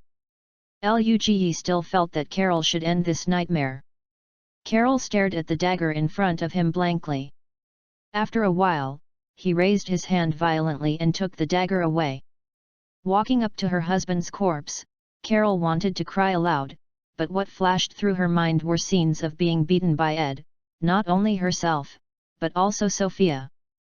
The sadness on Carol's face became less and less, and finally returned to a state of expressionlessness. He trembled and raised the dagger in his hand. Carol's hand froze in the air, and after about a minute he touched it. Her hand gradually became steady from trembling, and finally, as if she had made up her mind, the dagger pierced Ed's eye sockets fiercely. However, this knife seemed to have turned on some kind of switch, and Carol kept stabbing it with one knife, until Ed's face became blurred and his eyes turned into a black hole, just lying there quietly. Looking at the night sky, I seemed to be reflecting on my past. Early the next morning, Luge woke up early. When he got out of the RV, he saw several women preparing breakfast, nodded and said hello, and ran to a nearby open space to start daily exercise. Although he has been very busy since he came to The Walking Dead, he has been insisting on exercising every day. Not only does he persevere, but he also increases his intensity. After about half an hour of exercise, other people started to wake up one after another. Many people gathered near Luge and watched him exercise. Many people imitated him and did it together. Many people insisted on doing it after a while. Can't go on, panting means that I can't stand it. After more than half an hour, Luge finally finished the exercise. At this time, dozens of people were surrounded by him. After wiped his sweat, Luge smiled and said to the crowd, "Don't worry, everyone, when we get to the CDC, you won't be able to learn if you don't want to. Then I will arrange the daily time for you clearly. Now everyone should go for dinner first, and we will set off after dinner. NS. Oh. When everyone heard this, the camp became very lively. Some people were packing up, some were eating, and some were taking care of the elderly and children. At 9 o'clock in the morning, everyone had packed up and gave Ed a simple and solemn funeral on the hillside. Luge paid attention to Carol's condition. Carol was crying very sad, but Luge doubted whether she was really sad, while Sophia stood blankly beside her mother, as if she was dead. It's not the same as her father. At 10 o'clock, everyone was ready to go. Luge was sitting in the cab of the modified RV, and finally set off. A group of more than 10 cars slowly drove onto the highway. There were no dangers along the way. A dozen cars did not encounter a large-scale wave of walking corpses. After that, sporadic walking corpses wandered aimlessly on the road. Yu reading www.yuyugonshu.com was all hit by the huge RV. Jiao Fei flew to the side of the road, and then there was no more movement. By the time everyone arrived at the CDC, it was already evening. With Luge's existence, naturally, there is no need for Rick to yell at the front door as before. The garage door opened far away, and dozens of cars drove in one after another. "You are finally back." The Jenners waited in the garage early, and Luge jumped out of the car and hugged him. Luge's face was stunned, and he patted his chest with his right hand, and stretched out his thumb to make it a better one. "Who am I? When did I make a mistake, haha." However, the words of the couple stopped at this point. They stared blankly at the people who kept coming out of the car, 10, 20, 30. When everyone got out of the car and just stood in the garage, the Jenners swallowed secretly. They only heard Luge say that a few friends needed him to pick him up. They didn't expect that there were a lot of friends. Luge turned around and clapped his hands to indicate that he had something to say. Everyone present must undergo a blood test. This is the CDC's rules, and it is also for the safety of all of us. After entering the center for a while, don't make a loud noise. We also have relevant personnel doing experiments in the laboratory. The two standing next to me are the persons in charge here. This is Dr. Edwin Jenner, and the lady next to me is Dr. Jenner's wife, Dr. Taishan Jenner. The two of them will be responsible for the follow-up. Everyone draw blood for testing. Rick, Sean, and Aggie arranged everyone to follow Dr. Jenner. The caregiver was recorded on the RV to take care of the elderly. I will give them a blood test. Let's start. Chapter 28, survivor of the CDC. Soon, the test is over. No one proposed to resettle them immediately. All of them went back to the garage and began to move materials. All the elderly were also given priority for resettlement. Now the waves of people are much more harmonious than they were on the first day, and the exchanges have increased. After arranging the materials, LUGE took everyone to familiarize themselves with the internal structure of the center, and then assigned the rooms. This was originally a dormitory designed to house a large number of researchers. At this moment, it showed its advantages and everyone was properly placed. After, a few leading people held a meeting and assigned each person's general tasks, mainly arranging kitchen staff and escorts. The next morning, the first floor lobby of the Center for Disease Control and Prevention. Everyone, including the researchers, gathered in the hall. LUGE and a few people stood on the stairs. Seeing that people were almost coming, LUGE clapped his hands and said loudly in a voice that everyone can hear, "Everyone! Be quiet, one time." The scene calmed down quickly, and LUGE continued, "I asked you to come today. There are a few things to inform you. I believe you should have a good night's sleep last night." "Very good. I'm finally full." "Yeah, haha." Seeing everyone responding, LUGE's tone became slightly serious. "It seems that you are living well. But do you want to live your life in the future? How long do you think your life here can last? 1 year? Half a year? Or just 1 month? I can tell you clearly that the fuel in the basement can last about 30 days. Speaking of these people, their faces became a little pale. The number of 30 days is like a huge burden on everyone's heart. They have just rekindled their hope for life, but LUGE's words broke everyone's illusions. LUGE was very satisfied with the effect of his words, nodded and continued, "But you don't need to be too anxious. Next, each of you must receive strict training. I need you to master the ability to protect yourself in the shortest possible time. What I call everyone in, including women and children. The world has changed, no matter who you are, protecting yourself and your family is your top priority. Of course, during your training, some of us will also form 2 teams to collect supplies out." Hearing that even women and children need training, Lori couldn't help but glanced at her husband. Rick felt Lori's gaze and turned to meet his wife's slightly dissatisfied gaze. Although he understood Lori's worries, from the bottom of his heart, he still agreed with LUGE's proposal. "I advise you all, don't expect that the world will suddenly change for the better again. I'm responsible for telling you that this virus has swept the world and no country is spared, and everyone present, including me, everyone inside is infected with the virus." This sentence exploded in the crowd like a blockbuster. The discussion sounded fiercely, and even 2 women couldn't accept it and passed out.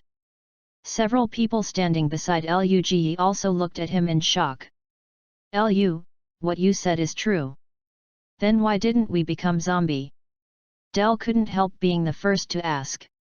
Everyone was silent, watching LUGE, hoping to get some answers from him.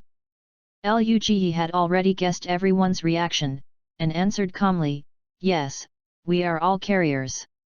As for why we didn't become walking corpses, it's because our immune system helps us block a small amount of virus invasion.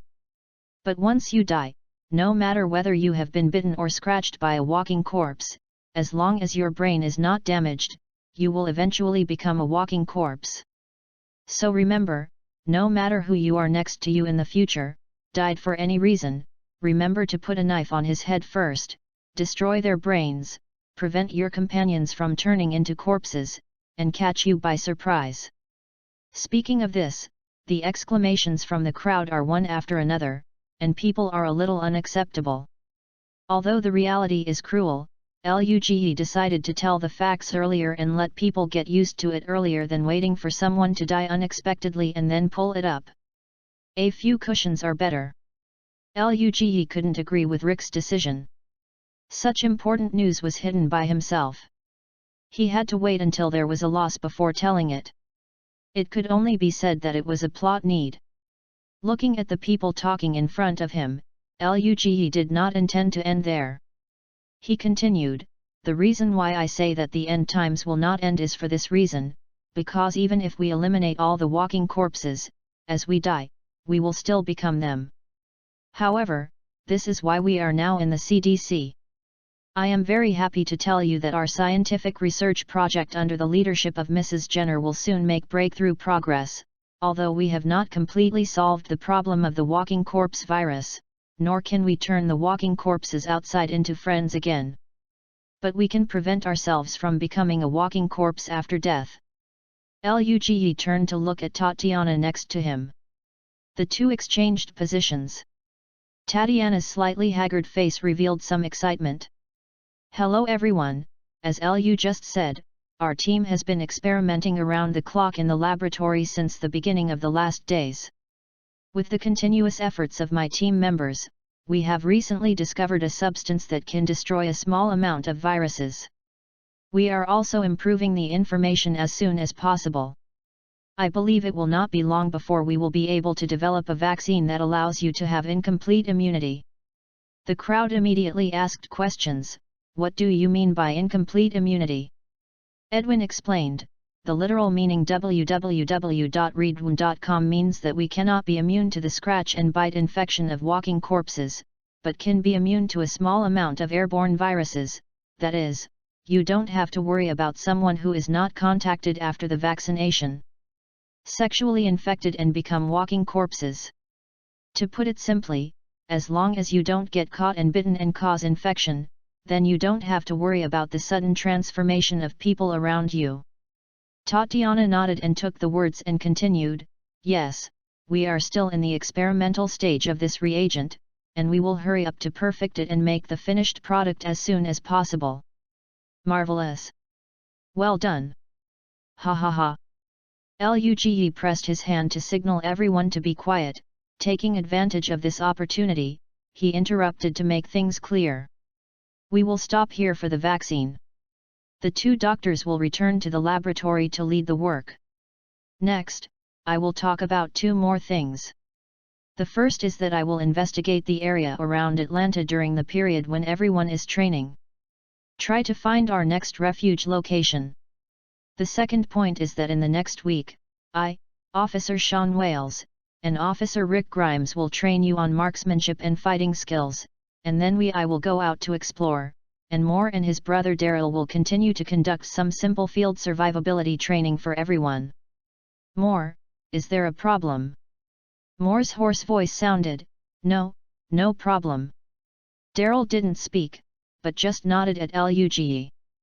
"Okay, today's things are all finished, then everyone listens to the arrangement. Rick and Officer Sean will start today's training plan soon.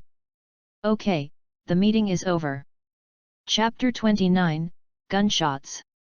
1 week passed quickly, and everyone's training mission was considered to have completed a cycle, and the follow-up was the survival lesson of the Moore brothers. Of course, this does not mean that people's training is over. 1 week only cultivates everyone's fighting consciousness, so that they won't be overwhelmed when facing walking corpses in the future. After all, what makes people grow is always actual combat. Since the last time Moore finished talking with Luge, he has been quite safe, except for his bad mouth. Nothing has changed. Luge didn't know what he thought, but it didn't matter. Luge believed that it didn't matter. Whatever plans he has, he is always a judge of the situation. However, Daryl's change of attitude surprised Luge. Since the night attack on the Walking Dead in the quarry, Daryl's attitude towards him has become a little better. Luge can't help feeling that Brother News 3 views are right. There is nothing to say. It is exemplary.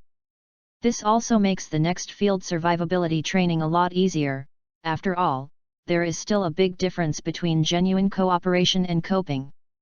At this time, Luge is no longer in the CDC. Those who came out with him include Rick, Audrey, Sean, Glenn, T, and Morgan. Several people are now gathered around the front of a car with a map of Georgia on the front hood. I think we should continue to move forward and look at this place. This is a suburban factory. I have stayed there before. It is a large factory area. There is no problem in accommodating us. The person with the richest work experience has a better understanding of the surrounding situation. Many beautiful people like to stay in their hometowns and don't like to travel, so they don't know much about the surrounding cities, and this is one of the reasons why the whole story of The Walking Dead basically revolves around Atlanta. And one more thing is because in the last days, transportation is inconvenient, but as long as it is not in the city, there are few vehicles on the road in the play. The explanation for this should be that the apocalypse happened too fast. People didn't have many survivors before they could react, so there were not many cars driving out of the city, so naturally there would be no traffic jams, but Luge didn't care why in the end. As long as it is convenient for yourself now. The factory may not work. What we want is a refuge, it must be worthy of reconstruction, and it must also have safety measures. The cost of the later reconstruction of the factory is too high. Rick also expressed his own point of view. There is no place on the road. He feels satisfied. Aji stood by frowning and stared at the map in front of him. It seemed that he had no idea, so he simply picked up the gun and walked aside. I'll go around and check it out. I'll accompany you, it's safer for the two of you. Glenn also picked up the gun and followed. You two, be careful. Take the walkie-talkie and contact us if there is any situation. Luge glanced at the two of them, then continued to stare at the map after an order. In fact, he wanted to go to the West Georgia State Prison. Although he knew the exact location of the prison, he always felt weird when he was familiar with the prison. Find Herschel's farm again, and leave a few days of contact time so that you can save the family when the farm is attacked by a wave of corpses. He was deeply impressed by Herschel's tragic death when he was watching the drama. Because people's hearts were soft, he repeatedly let go of a madman who was immersed in his own world. The three teams paid for it. At a painful price, the two originally comfortable gathering places were destroyed. Morgan pointed to a large open space next to their current road on the map and said, "Did you find it? There is a large open space next to this section of the road. I think it should be a farm. What do you think of the topography of the farm? It's open. Let's find an unused residential house in the central location and renovate it." Luge only shook his head slightly, and said after a while, "Although the farm has a good view, it lacks shelter. Even if we do a circle of shelter on the outside, it will not only require a lot of work, but it will also be difficult to make very strong. Not to mention encountering survivors who took advantage of the night attack. I think the best choice is a place designed for many people to live, and it is far away from the downtown area with strong defenses." Everyone was silent for a while. Everyone knew that such a place was good. The question was, how could there be such a perfect place? At this time, Rick, who was silent for a long time, suddenly said, "Lu, there really is such a place as you said." A few people all looked at Rick. Rick looked at Sean next to him, and smiled and said to him, "There are so many people, there are walls, and it's far from the city. Can't you think of a place?" Sean scratched his head, frowned and thought for a while, suddenly realized, and screamed, "Prison! Yes, the prison! It meets all our requirements, and it has complete facilities, a canteen, an infirmary, and a weapons depot. The question now is, do you know where there is a prison nearby?" Rick turned his head and looked at a few people around him. They looked at each other, and they all turned their eyes to T-Boy. The expression T-Boy had originally expected gradually darkened in everyone's eyes. "Wait a minute. What do you mean by looking at me? Because I am a black man, I need to know where the prison is? Do you mean that? Fuck." Listening to T-Boy's speaking speed like a rapper, Luge rolled his eyes and interrupted T-Boy's words. "Brother, we just think you are more familiar with the neighborhood, and you have the best chance of knowing, that's all." The others also nodded. Morgan also patted TT's shoulder. TT's face was speechless, and he said, "I'm sorry, I don't know." Luge picked up the walkie-talkie and yelled into the microphone, "Zi, more. More. Can you hear it? www.readaloud.com. I hear it quickly. It's over. Zizi, haha, this is your old man Moore. Can I help you? Our honorable leader. Zi, speaking. I ask you something. Do you know where the jail near Atlanta is? Zizi, what, do you have any old friends to go in? He. Zi, more. Do you know? The day when I go back will be your Memorial Day. Zi, okay. Okay. I can't make a joke, yet, there is a prison called West Georgia near Atlanta? What's wrong? Zi, do you know where it is? Zi, it seems to be on Highway 73 to the west. I can't remember the exact location. Fuck, I haven't been in yet. Why should I know where the prison is? Zi, well, I know. Go ahead, don't be lazy. If I find you lazy when you go back, you will wait for me. Zi, good. Good. Barbara, it's dead. Moore has changed quite a lot, you are amazing. He is not a person who is easy to subdue. Sean, who has been listening to the conversation between the two, suddenly spoke. He is the person who feels the deepest here since the last time Moore and after Luge returned from Atlanta, Moore's attitude changed a lot. Luge said indifferently, he is not really bad, but very smart. Sean nodded non-committal. Boom. In the woods in the distance, suddenly there was a huge gunshot. Then Glenn's horrified voice came from the intercom. Zi. Lu. We were attacked. Augie. Augie was shot. Come on. Chapter 30, Unexpected Encounter. Zi. Lu. We were attacked, Augie. Augie was shot. Come here. We are in the woods to the west. Come on. Everyone's complexion changed drastically, and they took up the weapons around them and ran away thinking about the direction the two had left. Soon, everyone saw them in the woods. Unexpectedly, there was a fat man standing beside them. Augie fell on the ground and didn't know his life or death. Glenn panicked while pressing the wound while moving towards his side. The standing fat man said something. Luge was stunned when he saw this scene. There is no doubt that the fat man in front of him is Otis, but he really can't remember the day when Ricard was shot in the plot. Several people rushed to the front. Luge immediately began to check Augie's injuries, while Xiaoen raised and rushed to aim at Otis, shouting, "Who are you?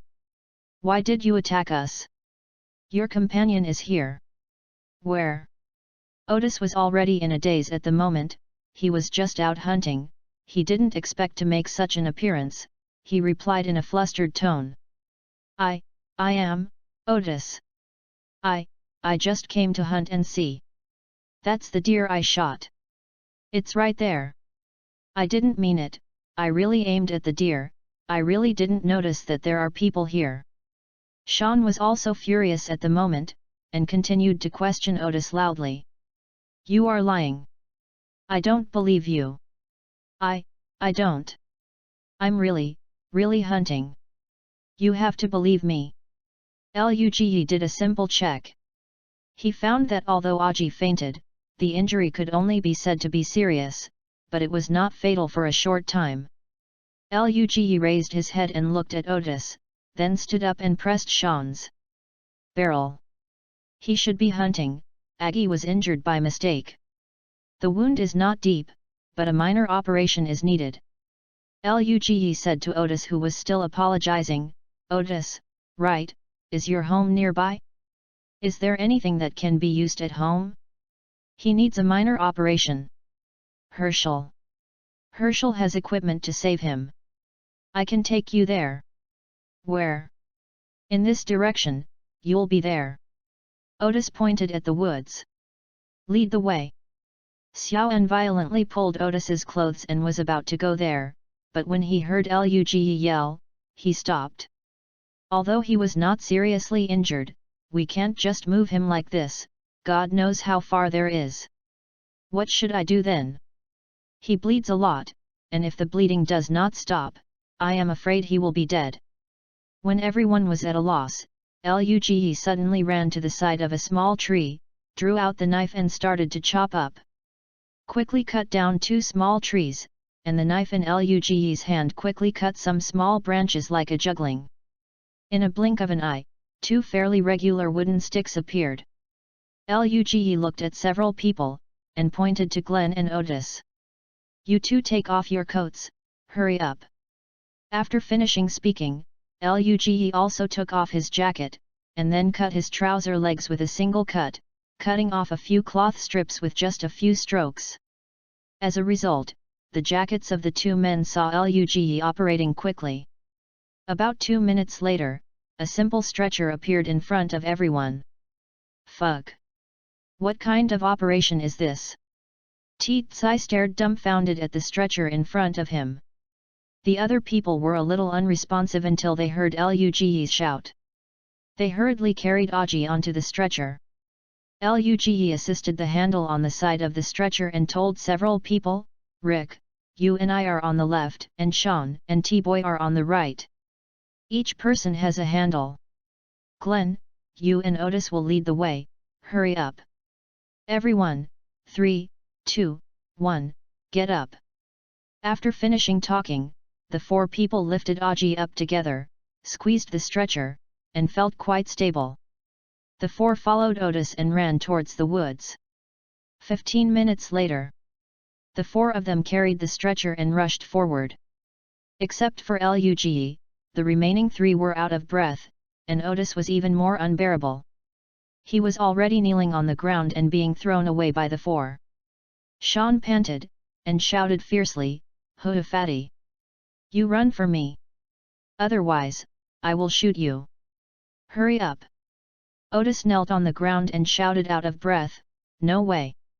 Hoo I can't run, you run forward! Just ahead, Hoo will be here soon, keep running! Seeing that Otis was completely unable to run, the 4 of them did not dare to waste time, so they could only continue to run forward. Although Glenn next to him was panting, he was much better, so he stretched out his hand to support Otis and chased the 4 people in front of him slowly. After rushing out of the woods, Luge saw the few lonely houses in the fields in the distance. Just ahead.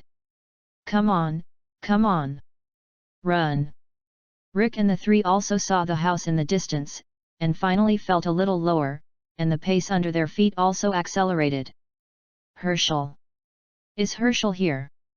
Several tens of meters away from the house, Luge shouted loudly, and soon saw a few girls running out of the house, followed by an old man with white hair and white beard walking out. At this time, the 4 people have ran to the door of the house.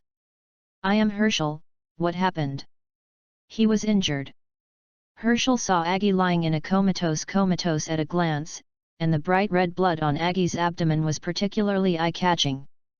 Xiaoan had been holding a fire in his heart since just now, and now he finally stopped. He broke out immediately. You are Herschel? Our man was shot. It was your Otis who shot it. Herschel didn't argue with Sean. www.readwound.com just stepped forward and checked Aggie's wound. Just about to speak, he heard a voice around him. The internal organs and arteries are not injured, but a minor operation is needed to remove the shrapnel. I heard that you have equipment here, I need to borrow it. Herschel looked up and saw a young man who was talking, about 30 years old, a handsome Asian, and he couldn't help but ask. You are a doctor? Luge stretched out her hand in front of Herschel, forcibly shook her hand, and said quickly, Hello Herschel, my name is Lu, although I would like to introduce us to you in detail, but I'm afraid time doesn't allow me now, so I need you to help me prepare the surgical tools. I'm sorry I have to clean it briefly. After talking about Luge, he turned around and entered the house. Herschel and the others also entered the house and started preparing for the operation. "Lu, I'm afraid things are not as simple as you think. I just checked the bullet holes carefully. Although the shrapnel is blocked by the muscles, some of the shrapnel is embedded deeper. I am afraid that the amount of bleeding will not be too ideal.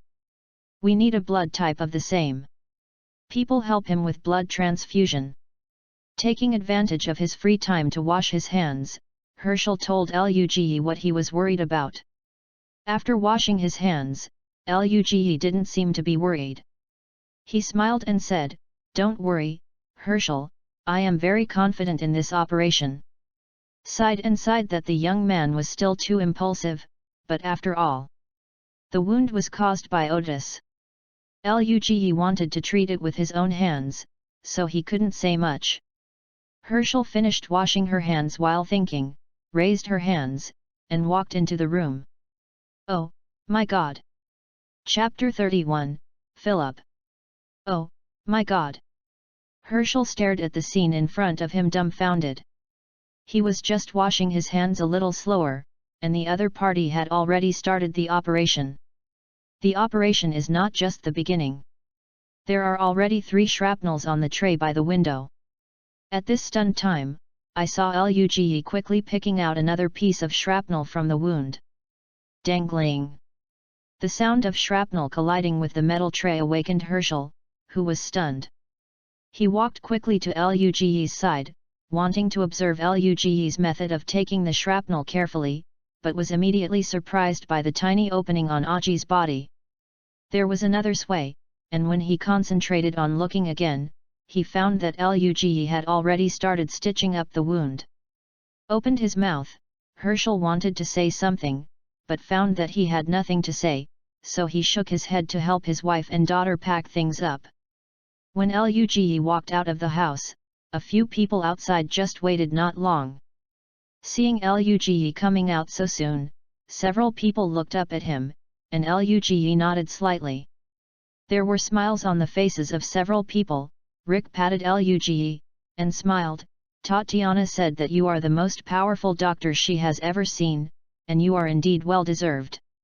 Waved his hand with a smile, and Luge said modestly, "It's Aji's injury that is relatively minor and has no technical content." "You are too modest, young man. It's the first time I have seen a surgeon like you." An old voice rang from behind several people, and Herschel slowly walked out of the room. Herschel stretched out his hand to Luge, and said solemnly, "Introduce you formally, Herschel. A veterinarian, who just performed the operation on you is my wife Patricia, and my 2 daughters and sons. Maggie, Beth, and Jimmy. The guy who hurt your friend is our neighbor Otis." Luge stretched out her hand and shook Herschel's hands, turned and introduced, "My name is Gary Lu, you can call me Lu, these are my friends. These 2 are the county police Rick and Sean of Kings County, this it's Glenn, this is T-Dog, and the one lying on the bed is Guillermo. You can call him Aji. We are all survivors from Atlanta." Herschel then said apologetically, "I'm sorry to have caused you such a big trouble. We will be responsible for your friend's injury. He can cultivate with us. During this period, you are welcome to stay in our house temporarily. You will be provided with board and lodging until your friend recovers." Rick took the words and said, "After all, things haven't changed, have they gotten worse?" "You don't have to be sorry, Herschel. Then we will bother you in the next few days. It just so happens that we can use this as a base to investigate the surrounding environment." Luge also nodded and agreed to Herschel's proposal. Immediately after Luge thought that there are horses on the farm, he continued to ask, "Herschel, please ask, do you have horses here?" Herschel nodded and pointed to the stables not far away. "Yes, it's in the stables." "Can I borrow 2 horses? Our car was left on the opposite road and we need to drive it back." Luge was interrupted by Rick as soon as he finished speaking. "Lu, take a rest, let's pick up the car." Herschel heard the words, turned around and shouted at the room, "Maggie! Come out! Soon a beautiful girl in house clothes came out and asked suspiciously, "Dad, what's the matter? You go to the stable and lead a horse, and then you take them to the highway and drive the car back." The girl shrugged and asked Rick and the others, "Who are you going with me?" "Glenn, you go. You are thinner." Luge saw that Maggie was following, and directly handed over the task of picking up the car to Glenn. "Hey? I'm going." What? Glenn didn't expect that he would suddenly call himself. He had just been staring at Maggie for a long time, when he was suddenly called by Luge, and suddenly became nervous as if a kid who had done something wrong was caught. "You ride a horse with Maggie to drive our car back." "Oh, all right." After the two left, Luge walked into the guest room in the room and lay down on the bed. Luge felt heavy eyelids and fell asleep after a few breaths. Atlanta, nursing home, the day after Luge picked people up. A group of people were rummaging through the boxes in the nursing home at this time, seeming to be looking for something. A tall and handsome white middle-aged man stood in the middle of the backyard, looking at a statue of Cupid in the pool in the middle of the yard. On the back of this statue of Cupid, a pair of small wings are open, and a big smile is hung on the face. Two small hands are holding a small bow and arrow, making a look of ready to go. The tip of the arrow pointed to where the man was standing. At this time, a middle-aged man with glasses who was shorter than the man walked up to the man and said in a low voice, "Philip, I have searched it, and there is nothing. The group of people here seems to have left." After this person finished speaking, the man called Philip still stood there, still staring at the cute Cupid. After half a minute, he slowly turned and walked towards the corner of the yard. The visitor looked towards the corner of the wall in the direction where Philip was going, and found that there was nothing but a few bricks scattered there, but he did not dare to ask. I saw Philip leaning over a few bricks to pick one, just holding it in his hand, turning around and walking back slowly. "Milton, do you know why we are here? www.readaloud.com." Philip exhaled such a sentence in a slow and dangerous tone as he walked. Milton's body shuddered, and quickly replied, "I know, we are here to find medicine." Philip stood by the water pool, his mouth raised slightly, but there was no smile in his eyes. He asked every word, then, "You, tell me, why? We can't find those damn medicine."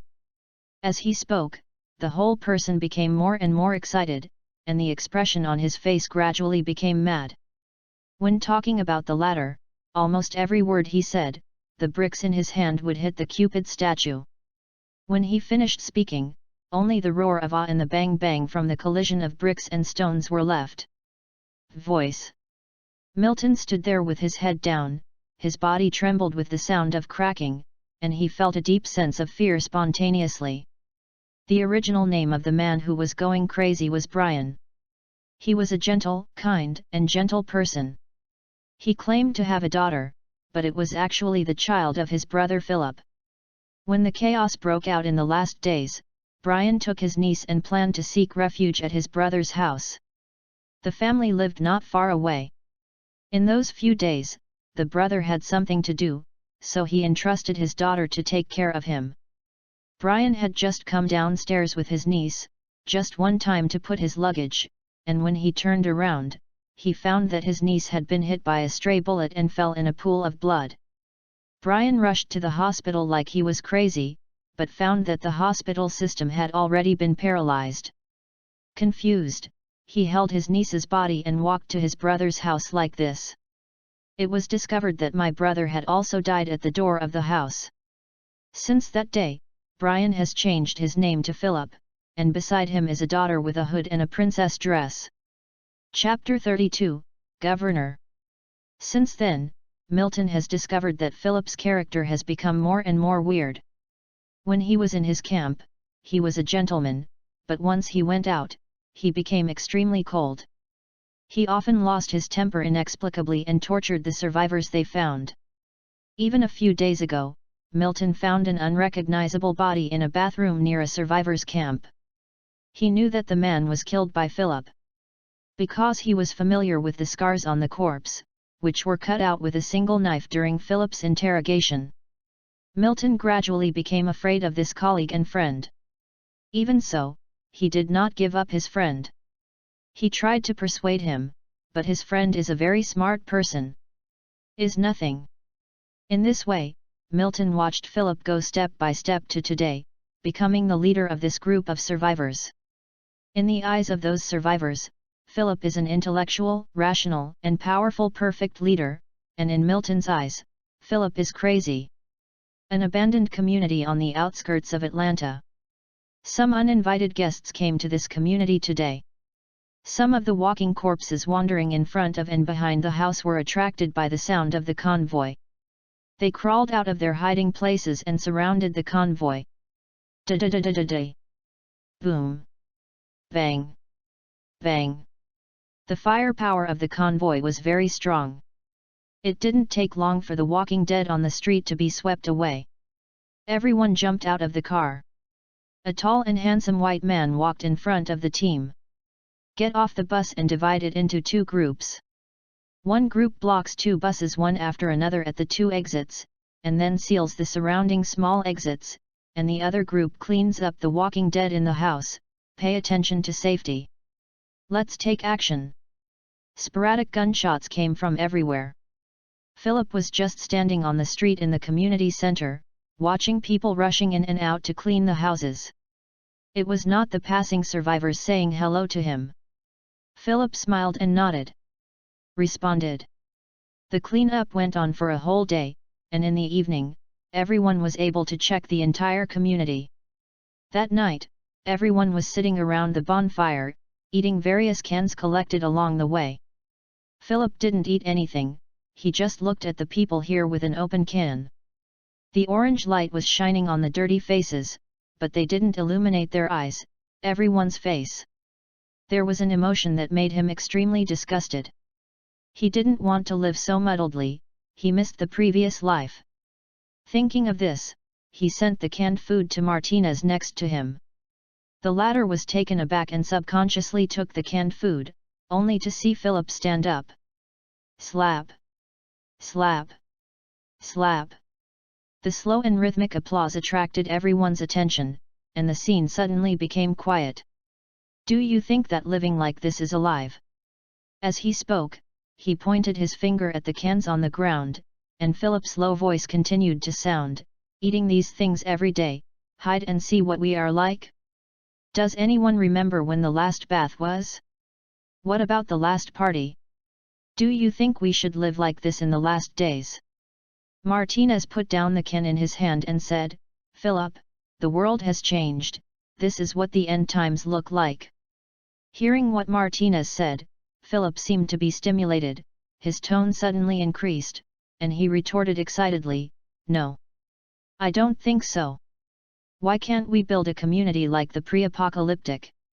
Philip strode to the front of the fire, staring at the crowd with piercing eyes, the light of fire reflected on his face, and the people saw his eyes as if a raging fire was burning. Does anyone here want to sit at home and eat at ease every day? Does anyone here want to live a clean and safe life every day? Does anyone here do not want their children to grow up happily? Every sentence was like a knife, stabbing the pain in people's hearts. Some people began to show longing eyes, the food in their hands was also put down, and some people started to stand up.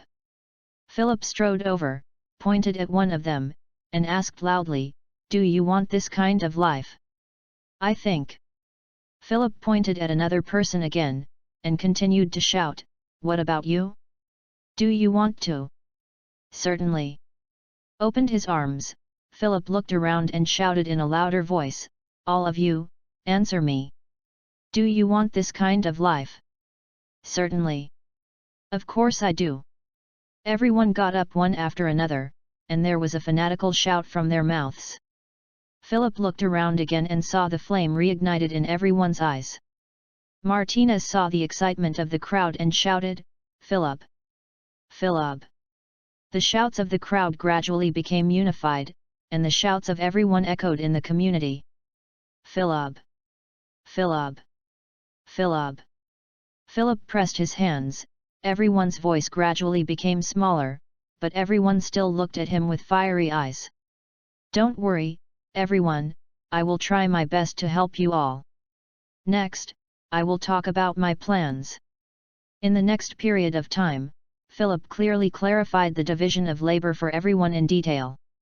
The community they are in was a relatively high-end community before the end of the world, and the surrounding supporting facilities are relatively complete, including water sources, filtration systems, etc. There are many things that are lacking in the current community. For example, the outer wall alone needs a lot of things to cover, and the whole community needs to be cleaned up, hoarding food, hoarding gasoline, and looking for some commonly used equipment. And many more. The community gradually developed under the leadership of Philip. As the community grew, it also absorbed some new survivors, and everyone slowly indulged in this illusory satisfaction.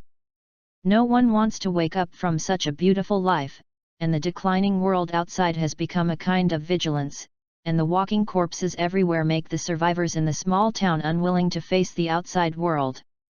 In this way, Philip completely mastered the town. When in the town, Philip would enthusiastically help everyone in difficulties. He would also go out often. Every time he came back, he would bring a large number of supplies. This made the town's civilians healed. Far relies on this gentle and personable man. To the outside, only Milton and Martinez, who were out looking for supplies, knew what this man actually looked like a poisonous snake. He can kill all the survivors he encountered without changing his face, and then the opponent's supplies, or he can lower his posture when encountering a powerful enemy, and kill the opponent as soon as the opponent puts down his defenses. But the generous treatment made these people choose to shut up. No one would talk about Philip's things in the community. They understood that it was impossible to change Philip's glorious image in people's minds only by language. People even called him affectionately "for the governor." At this time, Philip, who is Guangzhengui in everyone's mind, is sitting in a secret room next to his room. On one side of the secret room is a rectangular fish tank that can cover the entire wall, and a mouth is kept opening in the bathtub. The Walking Dead head. On the other side is a smaller room where his daughter lives. Chapter 33, Take Us Over. In the early morning, a red sun rose slowly, dyeing the fields with a faint golden layer. Luge slowly opened his eyes in the room.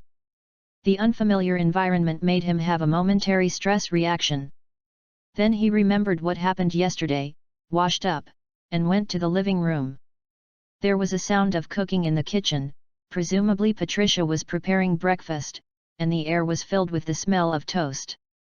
Luge resisted the urge to eat and turned and walked towards Aggie's room. After a checkup, Luge sighed slightly. Aggie's condition was very good, and the wound showed no signs of infection. It seems that the anti-inflammatory drugs of the Herschel family worked well. After changing the medicine to the wound, Luge left. The room came outside. You woke up, Lu? Did you sleep well? Just when he walked out the door, Glenn's voice sounded around him. When he turned around, he saw Glenn sitting on the bench next to him, looking a little haggard. Luge asked concerned, "Why are you here? Why do you look like you haven't slept all night?" Glenn blinked dry eyes and yawned and said, "I was in the middle of the night last night. We didn't wake you up when we saw you were exhausted. Sean and Rick slept in the tent on the clearing over there. There is no room in the house." After finishing speaking, he pointed to an uncle not far away, and there really were 2 tents under the tree. "Guys! Are you awake? Ready to eat?" Luge stood next to the tent and shouted, and soon a few people walked out of the tent. Seeing a few people with sleepy eyes, Luge said amused, "Wake up, go wash it, get ready to eat, let's finish the meal. Drive around. Rick stretched his waist. The life outside these days has made him very tired. At this moment, he misses the bed of the CDC very much. Everyone, I know that you are definitely not used to your current life, but you have to be clear that our base at the CDC is not permanent. We will move there when we find a new gathering place. You should get used to it more. Morgan also nodded, and said with emotion, Lu is right. Not only us, but everyone in the future will have to get used to living in peace. After all, no one knows what's going on in the future. After breakfast, Luge asked Glenn to make up his sleep, but he found Herschel. Herschel, I also said yesterday that we are from the Centers for Disease Control and Prevention. This time we came out to find a gathering place. I want to inquire with you. Is any of you familiar with the nearby terrain? Herschel thought for a while and nodded. Otis is very familiar with it. He helped us transport many things in our house from the city. You can ask him. When Luge found Otis, this guy was repairing a pickup truck in the yard. He did not hesitate to agree to Luge's request. He always felt sorry for Aji's affairs, but there was nothing to help. For a few people, when they heard Luge's request, they readily agreed. There are several pharmacies and warehouses around here. As for the raw materials you mentioned, I don't know much about it. Otis has taken Luge to a pharmacy some distance from the farm. Luge actually hopes to find some warehouses for storing raw materials, but it is a pity that Otis does not know whether there are such places, so he can only check them one by one in order of distance. Bang bang! The street outside the drugstore was bleak, and the silent air was pierced by the sound of knocking on the door, which made the guarding Glen people feel a little tight. The walking corpses in the drugstore were attracted to the door by the knock on the door. Outside the gate, Rick and Sean guarded from left to right. Luge didn't plan to open the door right away. He waved a machete and slashed. With a crash, the glass of the pharmacy shattered, and the ugly faces of the two walking corpses immediately stretched out. Puff! Puff! The sound of two sharp weapons entering the flesh sounded, and Rick and Sean's daggers plunged into the heads of the walking corpses almost at the same time, and Luge also slashed one of the two walking corpses to death. Go in and be careful. Luge reminded him that he was the first to step into the drugstore. This is a fairly large-scale pharmacy, about 100 square meters in size. The shelves are full of various medicines, and a few people suddenly win the first prize. Haha, my dear, we won the jackpot. Sean brushed his hand across the pill boxes on the shelf with excitement. No one thought that the drugstore's goods would be so complete. Let's install it. You can install each medicine, as many as you can. This and this one also has this row of medicines, and you can install them on other shelves after all. Luge said and pointed to several shelves next to him. And he didn't care about the medicine on the shelf himself, but went straight to the warehouse behind, knocked on the warehouse door, put his ear on the door and listened. There was no familiar low roar like a walking corpse. Luge slowly opened it. The door, look inside. The warehouse is not big, only more than 20 square meters. There are various boxes and boxes on the shelves. Luge is also a courageous artist. He walked in directly. The daggers collided on the shelves with a crisp sound. However, in the warehouse there is still no movement. There are only 5 rows of shelves in total. After walking through the middle aisle, Luge finally found a corpse on the innermost shelf, but he was not on guard because it was obviously a survivor who committed suicide by swallowing a bomb. This life should have been chased into the warehouse by a few walking corpses outside, and then because of fear, he didn't dare to go out and was trapped here alive. Luge shook his head. Every time he saw such a scene, he felt very absurd. These people were clearly holding weapons in their hands, and there were only a few walking corpses outside www.readaloud.com. They just need to brace a little. It should be easy to get rid of these walking corpses. But... Lu, are you okay?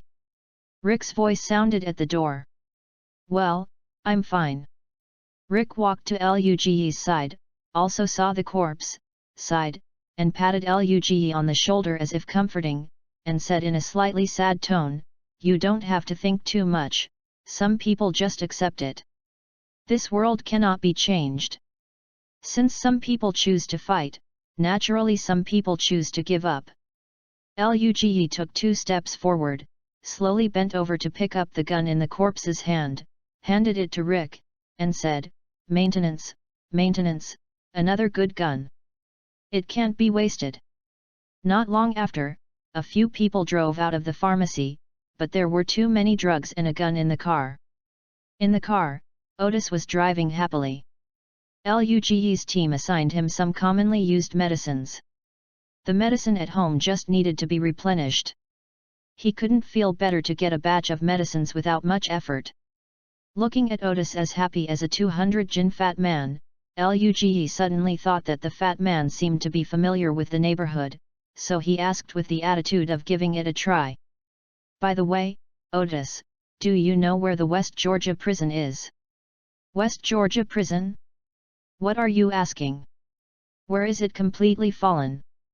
Otis's dumb look suddenly became very pleasing to Luge's eyes, and he sat up straight, and Luge asked, "Where do you know? Take us over, now." Luge was so happy that he finally found someone who knew the way. He didn't plan to ask any more, so he could only lead the way by himself. It doesn't matter how people think of him. NS. Chapter 34, Find the Target. "Do you know there? Quickly, take us over. Now." Luge's tone of excitement made Otis a little puzzled, but he still explained it. West Georgia prison is a bit far away from here. It takes about 40 minutes to drive one way. It will be dark by then, so let's go again tomorrow." Luge glanced at the sky. The sun was already west, and it was too late to calculate the time, so he didn't insist, and several people drove back to the farm soon. At noon the next day, in the lobby of the Centers for Disease Control and Prevention. "Okay, rookies, everything that can be taught has been handed over to you. How much effect can be played by that time is up to you. Okay, let's go." Crossbow Darrell finished some final notes. After that, he said that he had nothing to teach. Moore was lying halfway on a sofa next to him, his eyes half squinted, and he didn't know what he was thinking. The corners of his mouth still had that kind of weird smile that made people uncomfortable to see, but everyone present seemed to be used to it. No one felt awkward, and there were even a few brave ones who quarreled and joked with him. After everyone left, there were only 2 brothers left in the hall. Darrell picked up his crossbow and wiped it off and said, "Is there no news about the group? Let me stay here again, I step on the horse is about to grow rust. What's the use of teaching this group of chickens? That Lu pulled us here to let us teach this group of chickens." Moore, who had been half lying without movement, finally had a reaction. He just looked at Brother Nug amusedly, and then said relaxedly, "Relax, my brother, we won't stay here for too long. If you guessed correctly, we will be out soon. Didn't you notice that those nerds are happy these days? If I'm not wrong, for sure it's the virus to study it." Moore took a bottle of beer next to him and took a sip. Darrell didn't say anything, and was still wiping the crossbow. Moore watched his brother not talking. He smiled at him and said, Hey, are you still angry because you were beaten last time? I heard. Last time you were dealt with by Asia Lu in less than 10 seconds. Darrell was like a fried chicken. He stood up and defended loudly, "What is his special attack? Understand? A sneak attack." Ha ha ha ha. Moore didn't speak either, just grinning all the time. "You step on the horse and shut up." Daleton felt that he couldn't hold back his face, so he stood up and wanted to leave. Just then, the intercom on the table rang again. "ZZ. Has anyone received it? This is Lu, please reply if you receive it." Darrell stopped and looked back at Moore, who picked up the walkie-talkie and threw it over. "Let's talk about it." Don't always let me be a megaphone. You two get into the relationship, ha ha ha. Daryl, who caught the walkie-talkie, sneered and pressed the answer button. ZZ, received. This is Daryl. ZZ, Daryl. Call the Jenners and Philip, there are some things to say. ZZ, wait a minute, I'll contact you later. Put down the walkie-talkie. Brother New raised his hand and threw the walkie-talkie to Moore, turning around and leaving a sentence, you can figure it out by yourself, I won't be a messenger bucket for those rookies. Moore grinned, and walked towards the underground living area with a quacking smile. Somewhere on Highway 73, 2 cars were parked on the side of the road. An Asian and a strong black man were standing on the roofs of the 2 cars, guarding the surroundings, while another group of people got in. The woods by the road. This group of people is Luge and others. Otis walked in front of the team with a big belly. The potholes in the woods made the fat on his body tremble, and he was out of breath shortly after walking. After walking through the woods for more than 20 minutes, the group heard Otis in front say, just ahead, in fact, there is a road leading to the prison. My buddy was locked here before. So I've been here to visit the prison, but just past the crossing, 2 trees fell and blocked the road. We can only pass through here, look, we are here. Several people walked out of a forest path. The originally dense woods suddenly became sparse, just revealing a high ground with a wide view. Everyone looked in the direction of Otis' fingers, and a large-scale prison appeared in the crowd. In the eyes. Looking at the familiar prison in front of him, Luge felt a lot of emotion. Too many things happened in this prison in the following days, most of which were tragedies. Now I have come here, and I hope to prevent these tragedies from happening. It's perfect here. Rick looked at the prison with joy and couldn't help but admired. Morgan also looked at the prison below and saw the dense corpses swaying unconsciously in the fence. He couldn't help but said with some worry, it seems that this place is completely fallen. And there are a lot of walking corpses. Sean hesitated and said, IMHO, we don't know that the facilities inside are still safe or unsafe, and there must be a lot of walking corpses hidden everywhere. I don't think it's a good idea to venture into here. Idea. I still think the CDC is very good, safe, and comfortable. Sean, I know you are for the sake of the team, but what you have to know is that the operation of the CDC requires fuel, and the demand is very huge. This is still in the case that we have shut down most of the equipment. So migrating shelters is the most important thing at the moment, there is no one.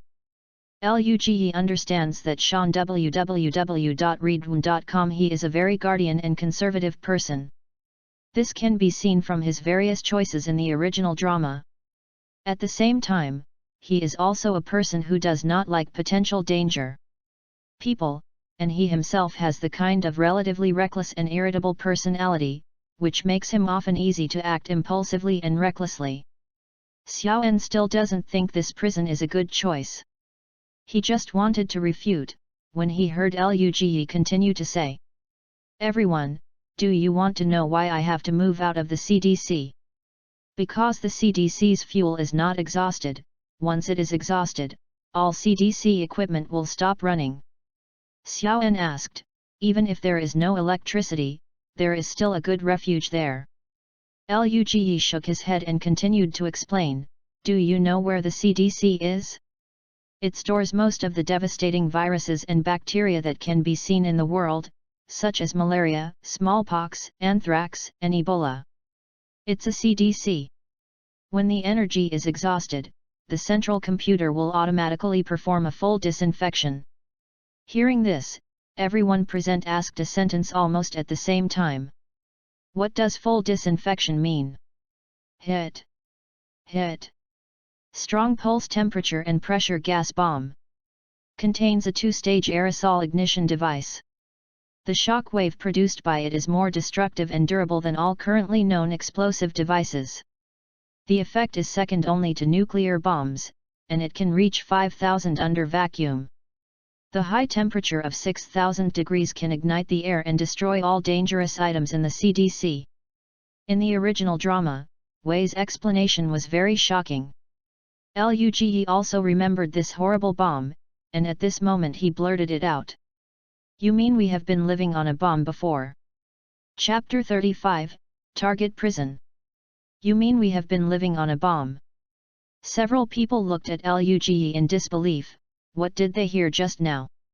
Rick even asked reproachfully, "Why are you only telling us now?" Squeezing his hands and signaling a few people to rest assured, Luge said calmly, "Don't worry, the trigger condition of this self-destruct program is to start when the resources are less than 1 hour. The current storage of gasoline in the basement is enough to last. Let's go back." Hearing Luge's explanation, the few people felt a little relieved, but at this time, no one wanted to stay in the CDC anymore. When everyone turned their heads to look at the prison below, they all showed longing eyes. Luge took out the walkie-talkie he carried with him, and then the conversation with Daryl appeared before. Several people rushed back to the car while the CDC people gathered. Today, they just came to confirm the location of the prison. They didn't plan to make a big move, and Luge knew very well that the current time is probably more than 70 after the end of the world. Today, the farm was besieged by walking corpses for about 80 days, and there are still more than 10 days before the Herschel family must be rescued. But with Herschel's stubborn temper, it is difficult to guarantee that he will abandon the farm without experiencing the ups and downs in the plot. The successive deaths of Otis, Shane, and Patricia have had a great impact on the family. Herschel has experienced a lot. He has basically recovered after experiencing the tavern incident, but Beth's psychological shadow has always been did not recover, which also caused Beth to make a boyfriend but not heart-to-heart behavior. How can we solve this? If there is no death of these people, how can the Herschel family leave their home willingly? Luge shook his head, and decided not to consider this matter for the time being, but to get the CDC personnel transfer first. "ZZ, Lu, everyone is here, please tell me something." Luge returned to the road and stayed for a while, and Jenner's voice came from the intercom. Luge sorted out the chaotic thoughts, picked up the walkie-talkie and said, "ZZ. Okay, I have a few things to tell you. I will make a long story short. I will ask if I have any questions." After a while, Luge pressed the intercom button. "ZZ. The first thing, we will move out of the CDC soon. This event was planned long ago. When I finish talking about the next thing, Dr. Jenner will give detailed instructions. Everyone explain the reason for this. The second thing, Philip is sorry, Aggie was injured, but it is not serious. He was accidentally injured by a shotgun, and his skin was injured. Don't worry. The third and most important thing, Daryl.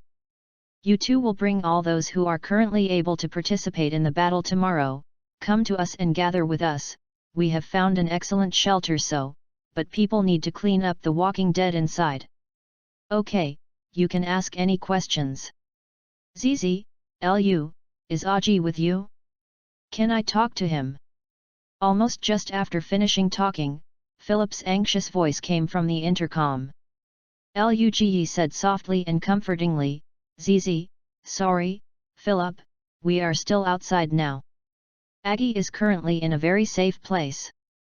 You don't have to worry if someone takes care of it." "Zi, that's good, that's good. Thank you Lu. Give me the walkie-talkie." "Don't worry."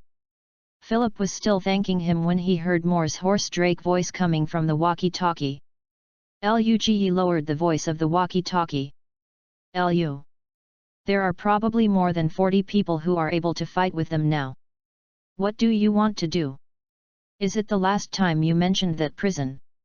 "Zi, yes, that's the prison. Tomorrow you will drive that RV, remember to bring enough cold weapons and ammunition.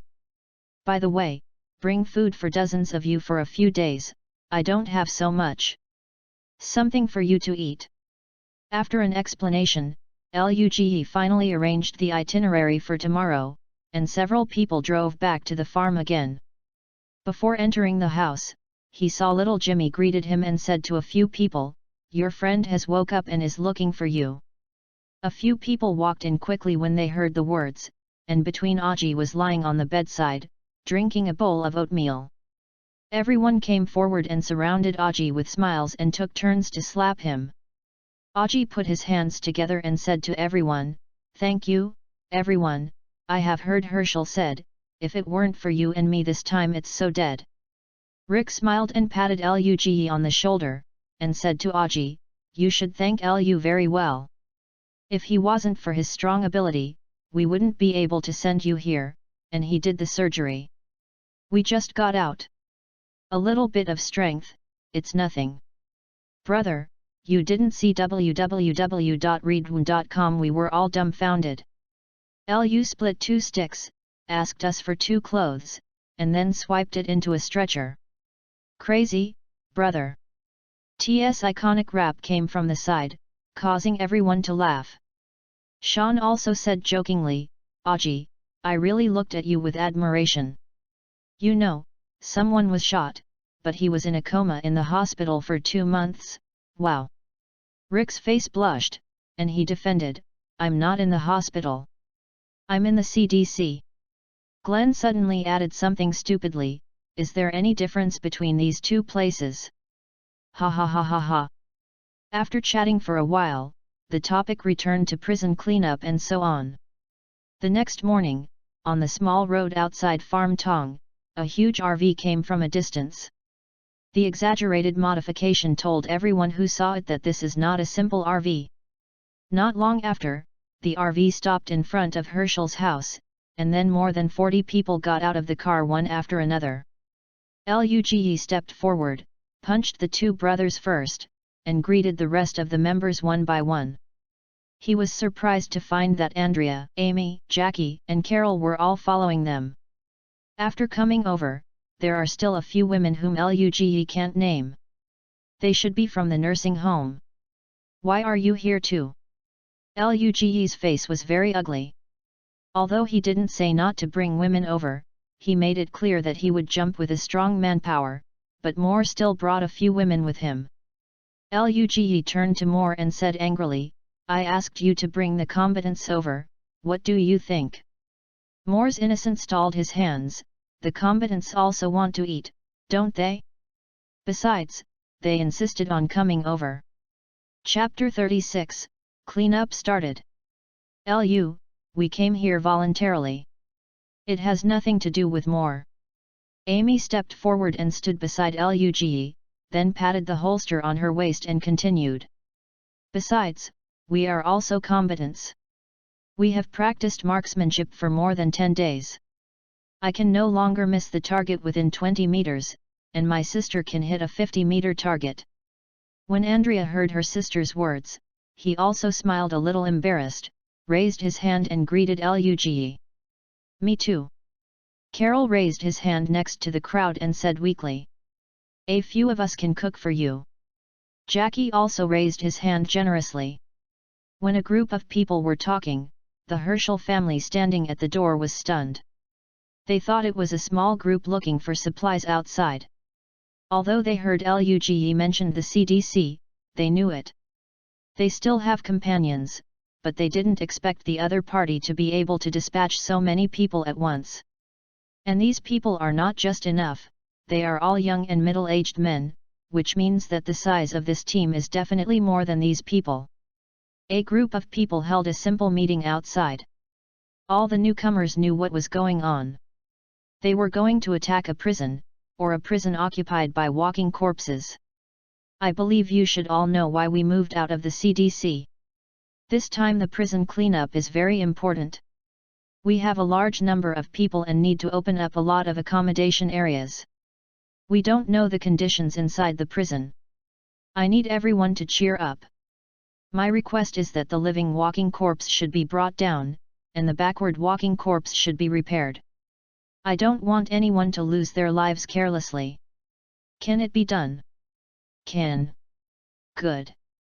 Not much to say, let's go." The huge RV was driving on the highway. 2 cars followed behind the car and drove in the direction of the prison. The path leading to the prison had been cleared. This time the pedestrians did not need to go through the woods. In a car behind, Luge was sitting in the driving seat, with Rick next to him, Otis in the back, Glenn and Maggie. "You shouldn't have come here, Otis, it's not a joke this time, it's really dangerous. And you, Maggie? Herschel will be very angry. I'm mature enough to make my own decisions. It has nothing to do with my father. Besides, I am not here because of you." Luge couldn't see Maggie's expression in the rearview mirror while driving the car, but the silly smile on Glenn's face suddenly made his heart transparent. "So when is this, Glenn?" "Feelings, this is faster than the original plot?" Otis in the back row was a bit hesitant to speak, and after a while he still spoke. Although I live in Herschel's house, this does not mean that I agree with him. Herschel feels that the Walking Dead it's just a sick person, but I often go out hunting. I know that it's no longer human. About the farm. I don't think there will be spared. Once we encounter a larger number of walking corpses, we can only escape. So I hope you can talk to Herschel and make him give up living there." The atmosphere in the car was a little silent. After a while, Rick said, "I don't think Herschel will consider moving out. I talked to him before. This farm has been passed down to his family for 160 years. He has lived on a farm since he was a child, and suddenly letting him leave is not easy." Luge also nodded and said, "Yes, but now is the time when the walking corpses in the city are expanding outward, and a large wave of walking corpses will soon form. Once the farm is blocked in the path of this corpse wave." The scene of a large walking corpse flooding the farm like a tide flashed in Otis's mind. A chill rushed from the spine all the way to the back of his head. Otis shivered, and the worry in his heart became more serious. But immediately after Luge spoke again, "Don't worry too much, I will talk to Herschel as soon as possible." Otis can only nod, and the current situation can only be like this. "I will also help you persuade my dad." Maggie glanced at Glenn beside her, and the two secretly held their hands together. Several cars slowly stopped at the front entrance of the prison. Everyone got out of the cars in an orderly manner with cold weapons. They immediately formed a circle, and the walking corpses around were brought down one by one. Glenn took a bolt cutter and easily cut the lock on the prison gate. Luge simply observed. As soon as these people took the knife, Luge could see that they did not practice much, and he nodded secretly, and then focused on the prison in front of him. The prison facilities looked very old. The gate is a double opening door with a steel mesh structure. One side of the gate is a tower. On the wall of the tower is a sign with a few large eagle words that read West Georgia State Prison. Looking inside, there is a huge playground, which should be a place for prison activities. At this time, the playground is already occupied by walking corpses, and there are wandering walking corpses everywhere. Everyone quickly entered the gate. Glenn and Daryl immediately closed the gate, plugged in the lock. And the walking corpses gathered outside the fence were stopped outside the fence. The prison is an inner fence design. The place where everyone is now is the open space between the two fences. Luge clapped his hands and began to arrange the task. "Everyone, listen to my command. Daryl, Moore, you take 15 people to the west wall. Sean, Morgan, you two take 15 people to the east wall, and the rest the people guarded this wall." Everyone scattered to take up positions, made sounds, and slammed the Walking Dead directly from outside the fence. "Wait! Look at that!" Tsai suddenly pointed to the entrance to the inner courtyard from the innermost courtyard. www.readaloud.com. Everyone looked in the direction and saw that the sliding door was open. Inside, there are also a large number of walking corpses. According to the original plan, I will close the door. Luge motioned everyone to go to the designated location first. "This is too dangerous. This is a suicide. There are too many zombies inside." Luge motioned for everyone to be quiet, and then said, "So, it's the plan just now, more, you pick out a few good marksmanship plus Rick and Sean, you go to the towers here and there to cover me. I will, after closing the door, go into the tower inside. When I go up, everyone will turn on their fire and put out the group of walking corpses." "Okay, go." Seeing that Luge was very determined, they did not persuade them any more. They ran to their positions. After everyone reached their positions and began to make noises, Glenn put his hands on the gate of the hospital and said to Luge, "Be careful.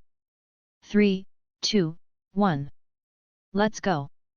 After speaking with a violent pull with both arms, the sliding door slammed open a gap. At this moment, Luge was holding a 1911 in his left hand and a bright machete in his right hand. His original static figure looked like a cheetah when the door opened. Usually rushed out violently. The whistling wind sounded in my ears, and the slightly humid air mixed with a strong rancid smell stimulated Luge's brain.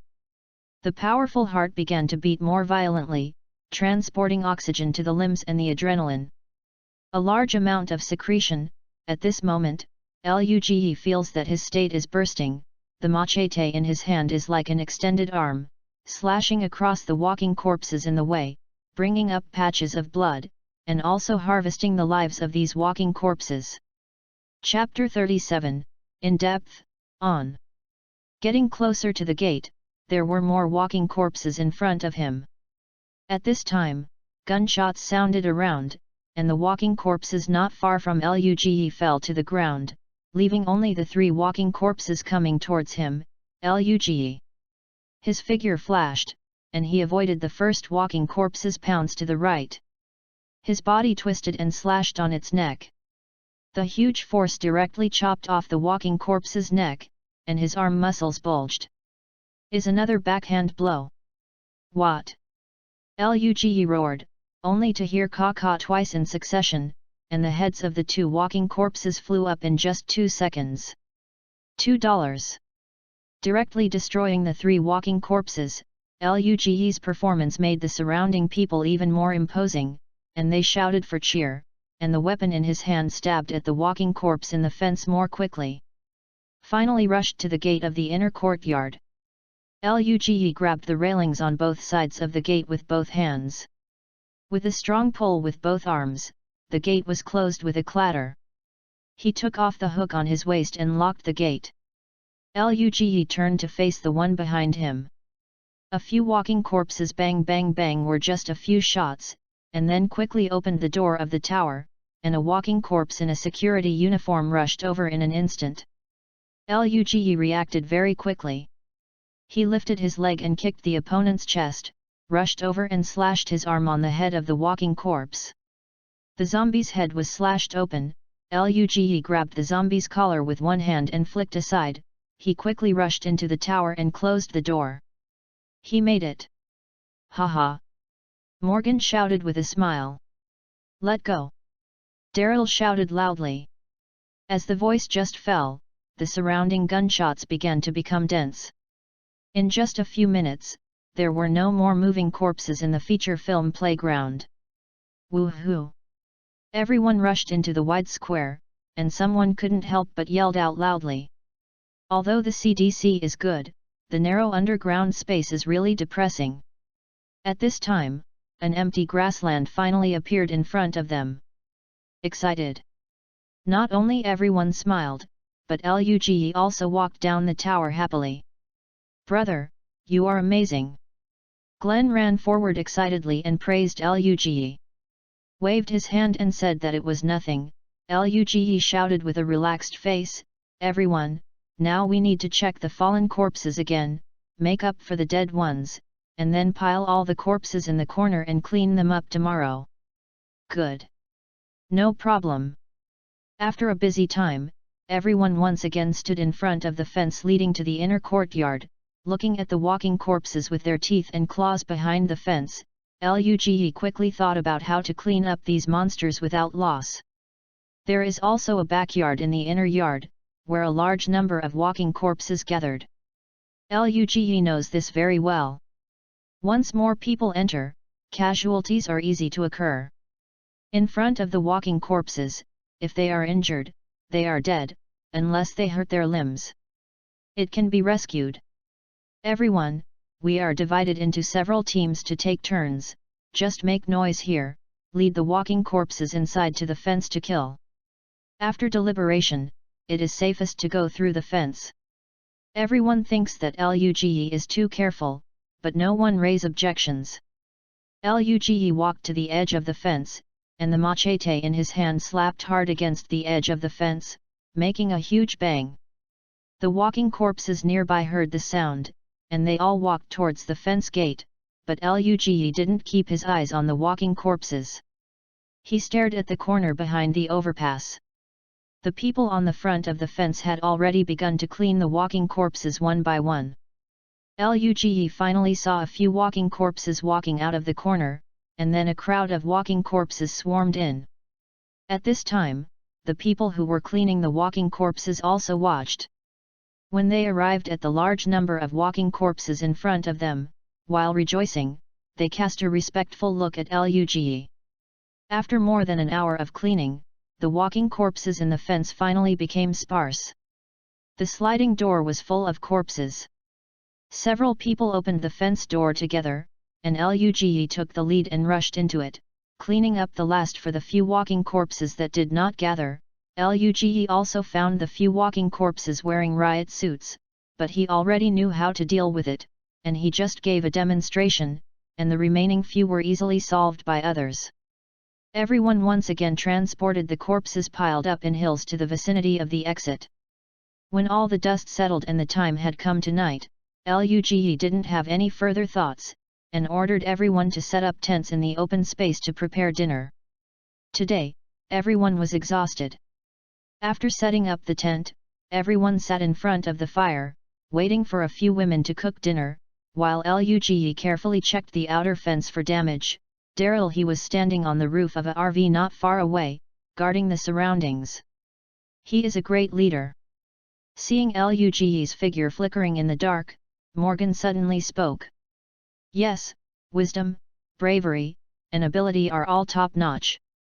I would have died if it weren't for him. Rick also nodded in agreement. It's better to wait for everyone to move in and make a vote to elect a leader. I will vote for the land. Moore also said very seriously without a strange tone. Agree. Agree. After a brief exchange, Yu reading www.yuyugonshu.com fell silent again.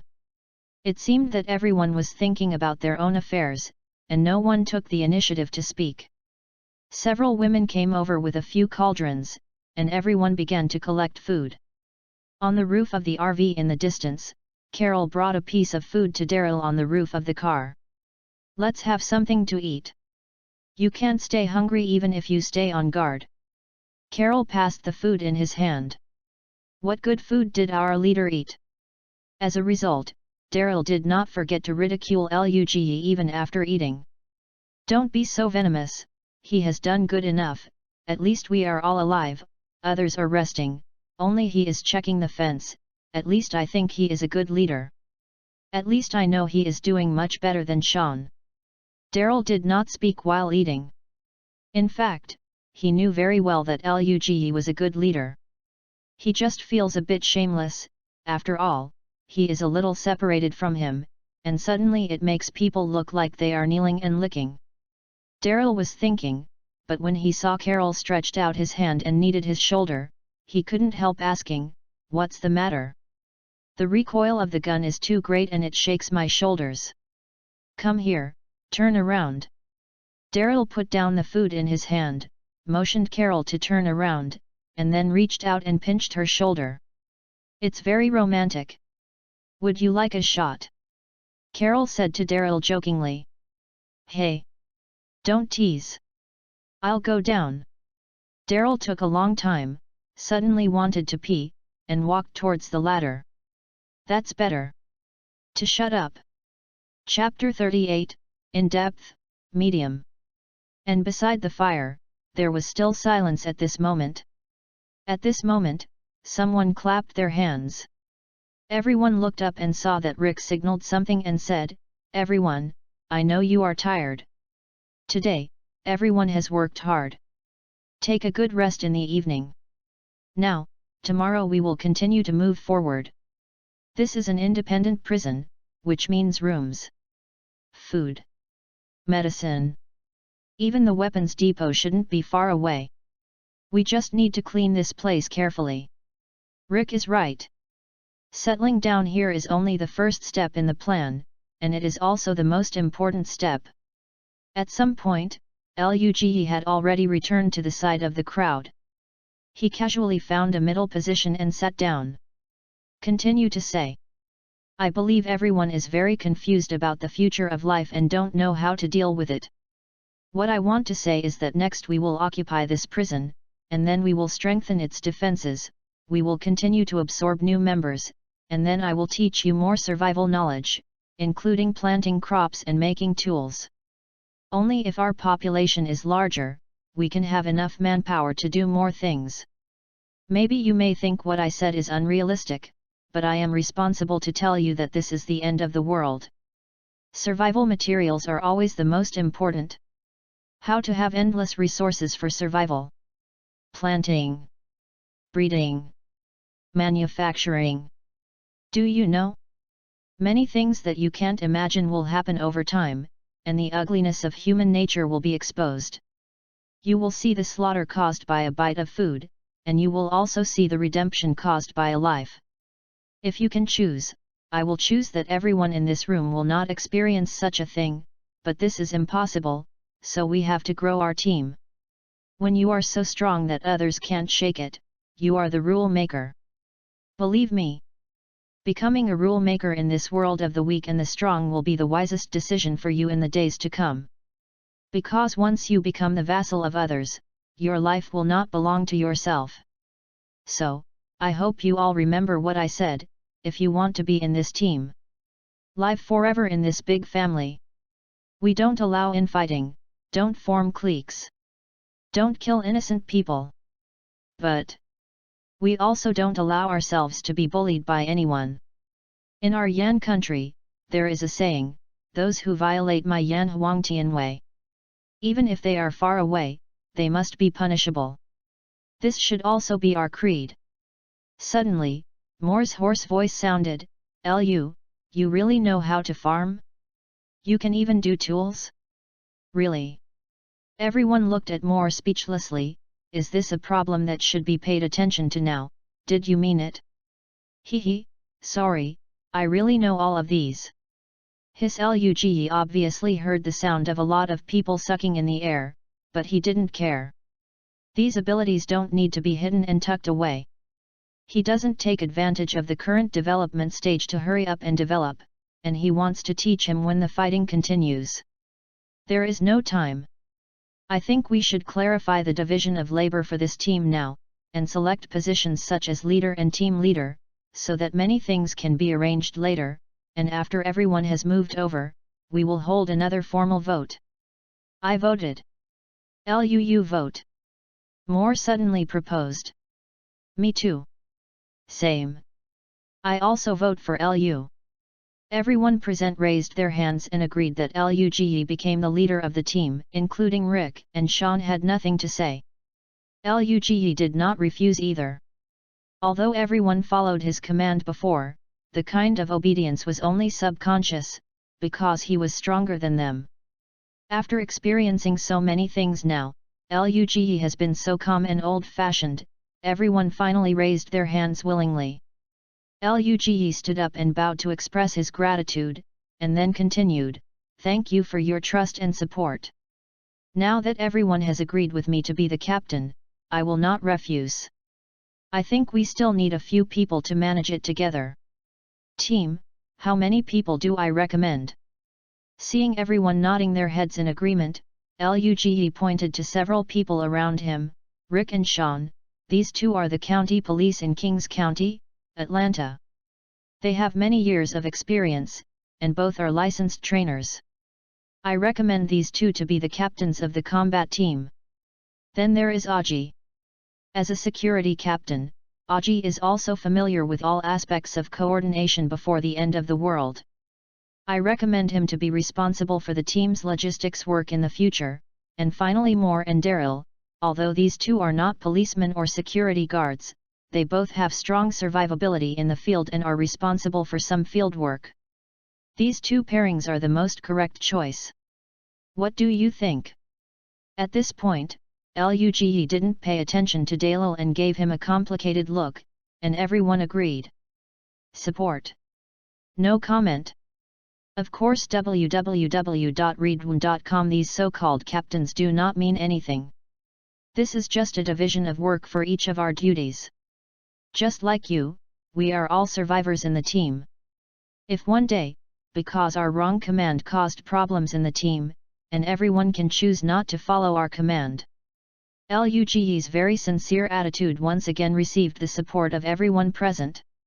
The next morning, everyone got up early and simply ate something, only to see Luge walking over with a few logs from outside. Captain, what are you doing with a few pieces of wood? Since the vote ended last night, people have taken the initiative to change their tunes and called to Luge for the captain. The others are the deputy captains, and they only call Moore's name. This makes this old oily. I'm a bit unhappy. Luge smiled when people asked, make 2 small props. When he finished speaking, Luge took out a set of tools from the car and started processing the pieces of wood. After about half an hour, what Luge made gradually took shape, and everyone was surprised to find that it turned out to be a wooden shield.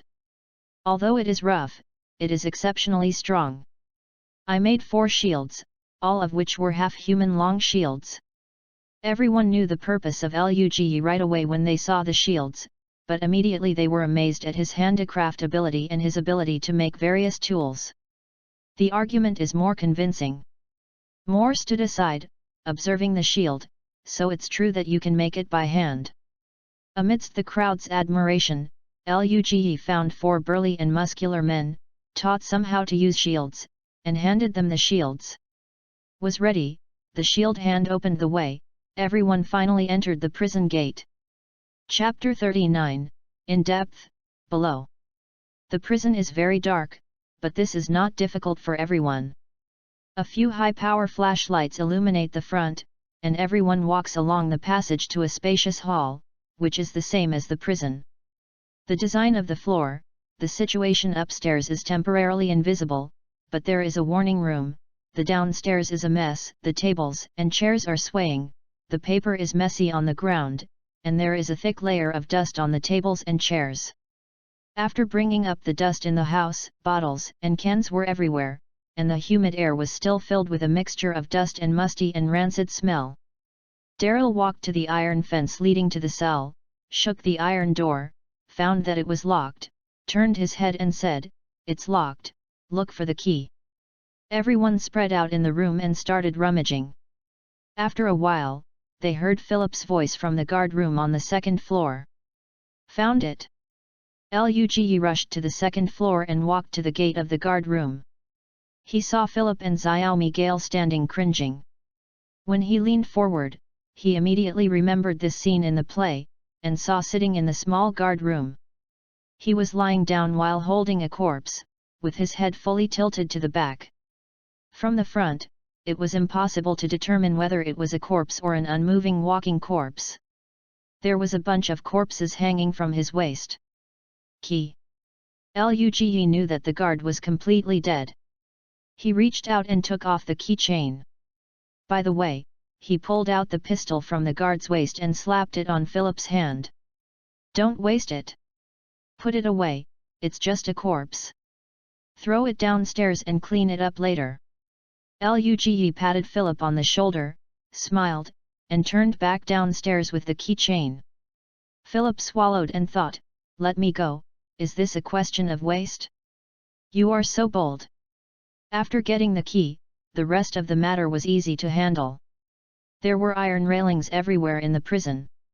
Before entering the door, the situation inside was clear at a glance.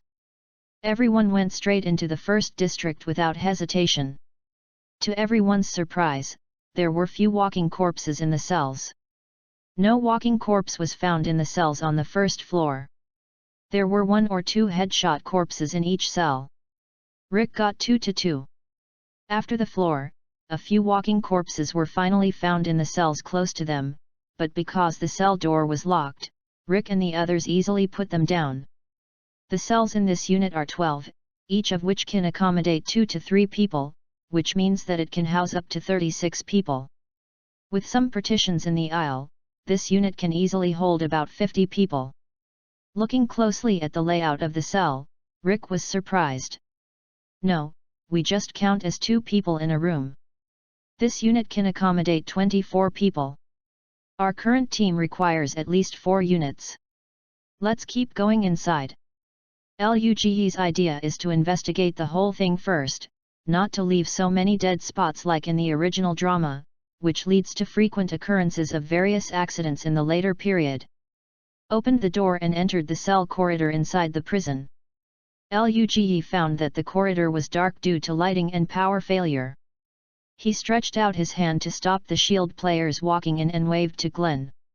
"Give me that bag."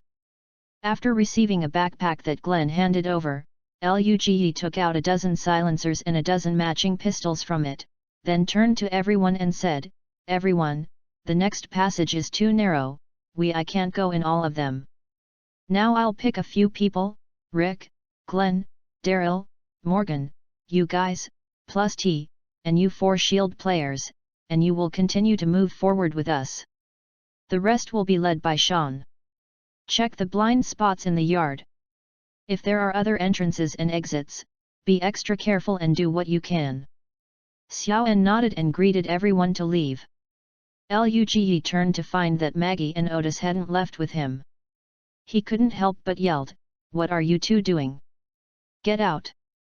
Get out next to the RV and wait for us. Glenn won't go out, and I won't go out." Maggie looked stubborn, and Glenn next to her also kept urging her out, but Maggie was unmoved, grabbing Glenn's hand and staring at Luge like that.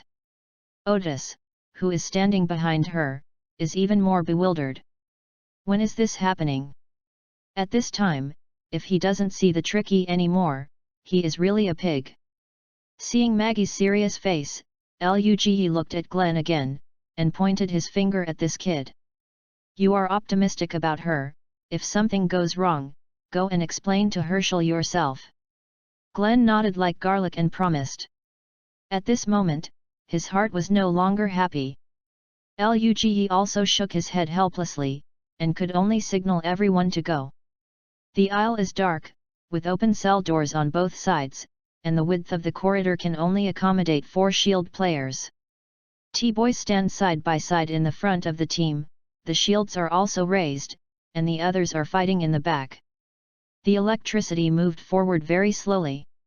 Different from the simple investigation method in the plot, Luge chose a slower but extremely detailed investigation method. It is necessary to check every cell, every floor, and every corpse. Therefore, the speed of everyone's progress can be imagined. Fortunately, full coverage can be achieved in this way. Every cell in the corridor will be checked carefully by a few people. www.readaloud.com, and all the walking corpses falling on the ground will be patched up, but the few walking corpses in the cell make the whole group uneasy. There is no walking corpse in the cell. Where did the walking corpse go? Of course it was outside the cell. Sure enough, the group of people came to a corner. As soon as the flashlight light passed, they saw dense walking corpses surrounded by a door. The walking corpses were stimulated by the flashlight light. And they turned around and rushed towards Luge. "Come here, T-boy!" Ty heard Luge's roar, and several people in the front row immediately smashed the shields to the ground, and then the 4 of them were possessed at the same time, with their shoulders behind the shields. All the flashlights were bitten in their mouths by several people, and the front suddenly brightened. Before the zombie rushed over, Luge took the lead and fired. Puff puff puff. Puff puff puff. One after another bullets got into the heads of the walking corpses in the front row, and everyone immediately opened fire. The sound of gunshots burst out in the corridor. Fortunately, LUGE distributed guns with silencers. Otherwise, in such a closed corridor, the sound of gunshots was just the sound of gunshots. It can make everyone's head buzzing. The walking corpses in the front row fell, and immediately after the second row, 2 rows of walking corpses also acted as interceptors after they fell. The fallen corpse in front stumbled. Luge yelled, "You are standing behind the walking corpse, and give me the fallen ones." After talking about Luge, he focused on dealing with the fallen walking corpses. Although everyone's marksmanship has improved to a certain extent, it is still too inefficient to deal with this kind of walking corpses that fall on the ground with a relatively large range of movements. Although Luge himself was the only one to deal with the walking corpses on the ground, the efficiency was not low at all. In addition, Luge's speed of changing the magazines was so fast that everyone did not let the walking corpses rush in front of them in a short time. Chapter 40, Clean Up. The T-boys, who were bent on the shield, were preparing to withstand the powerful impact. Their muscles were also tense, but there was no movement. They could only hear the sound of gunshots coming from behind them, and the roar of the walking corpse in front of him. T looked up curiously from the gap between the shields, and found that the front was already full of walking corpses. At first glance, he couldn't see the living walking corpses. Finally, after a few minutes with the last shot, all the walking corpses were resolved. Everyone couldn't help looking at Luge in awe. In the previous battle, only Luge was holding a gun with both hands, and most of the walking corpses followed. He fell down with the sound of gunfire. Everyone is not blind. Except for Rick, it's better. Everyone shot either in the neck or in the chest. Occasionally, if a shot hits the head, it depends on luck. Who killed the walking corpse that fell quickly with a headshot?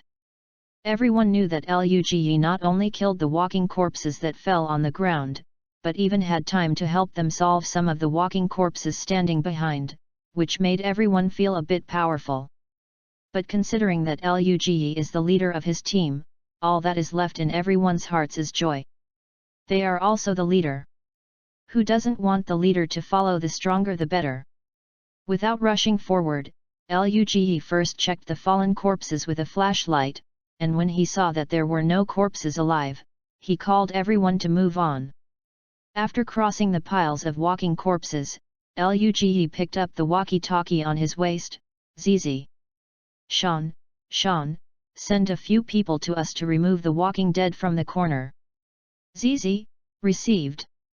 Several people came to the gate that had just been blocked by walking corpses and found that it was a double-opening gate. The gate was locked by a lock.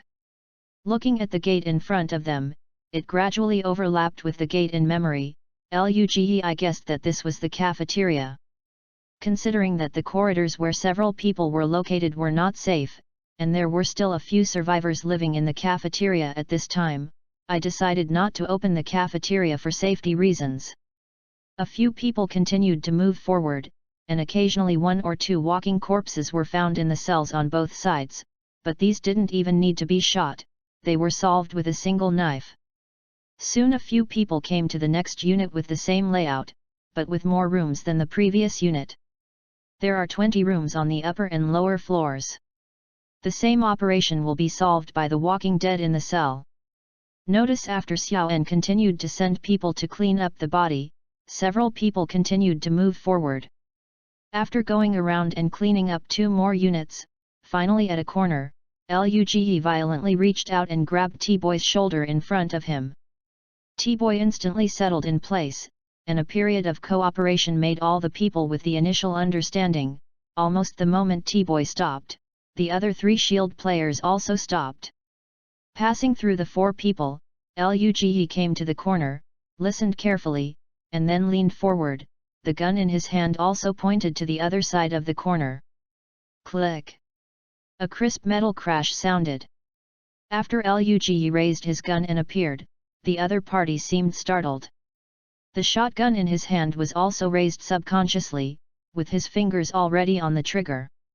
Luge reacted quickly, he immediately retracted behind the wall after hearing the trigger sound, and then the gunfire did not sound.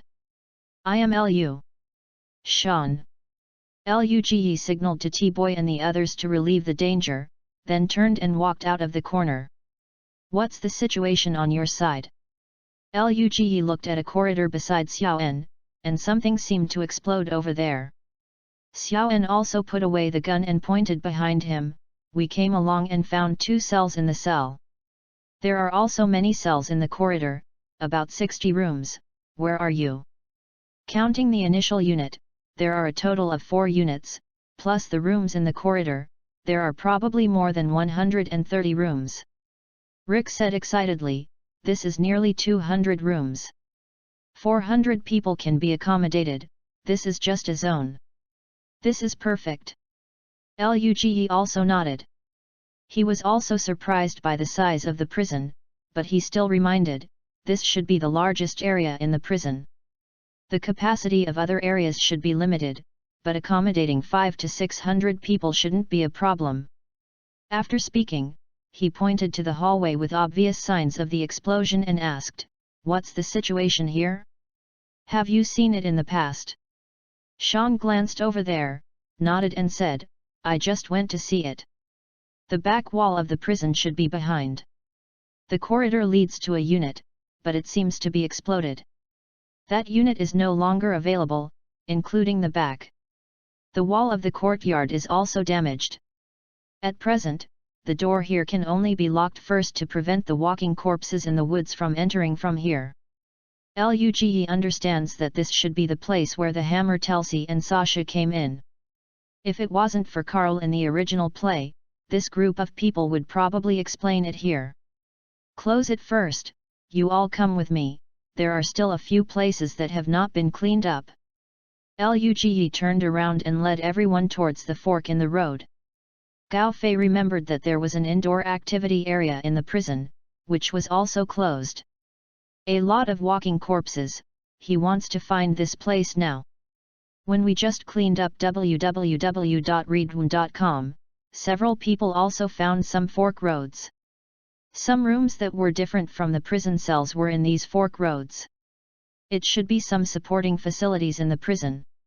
A few people walked into the first room and found that it was the infirmary in the prison. There was not much medicine in it except for some medical equipment, but there was a lot of gauze and disinfectant, but the area was okay. Seeing this, Luge remembered it. The thing is that the CDC laboratory needs to be moved here later, and a room large enough to build the laboratory needs to be found, and the location of the laboratory is best separated from the accommodation area. Thinking of this, Luge turned his head and said to Xiaoen, "Tell the people outside to find out if there is an independent house, a larger area, and clear it out as soon as possible." "Okay." A few people came out of the infirmary, and soon they went to the second room. "The door here is made of metal and heavy, but it is not locked. Open the door gently, and there is a low roar of walking dead from the horse inside." Luge slammed the door open, and found that there were a lot of metal machinery on both sides of the entrance of the house. Looking inside, there were 2 walking corpses swaying towards the door. A crossbow arrow and a dagger plunged into the foreheads of the 2 walking corpses almost at the same time. Luge retracted the knife-throwing hand and nodded at Brother Crossbow. Brother Crossbow also nodded in response. Several people walked into the room. This is a place similar to a computer room. Many large-scale equipment are located here. There are generators, blowers, etc. Hereafter, if conditions permit, they can generate electricity. Luge walked to the front of the large generator, took a look, and found there was still oil in the fuel tank, and there were several oil drums next to it, which were full after shaking. This surprised Luge. Although there is a lot of oil now, who would have too much of this stuff, and the few people next to him also showed satisfied smiles. Chapter 41, Survivors in the Cafeteria.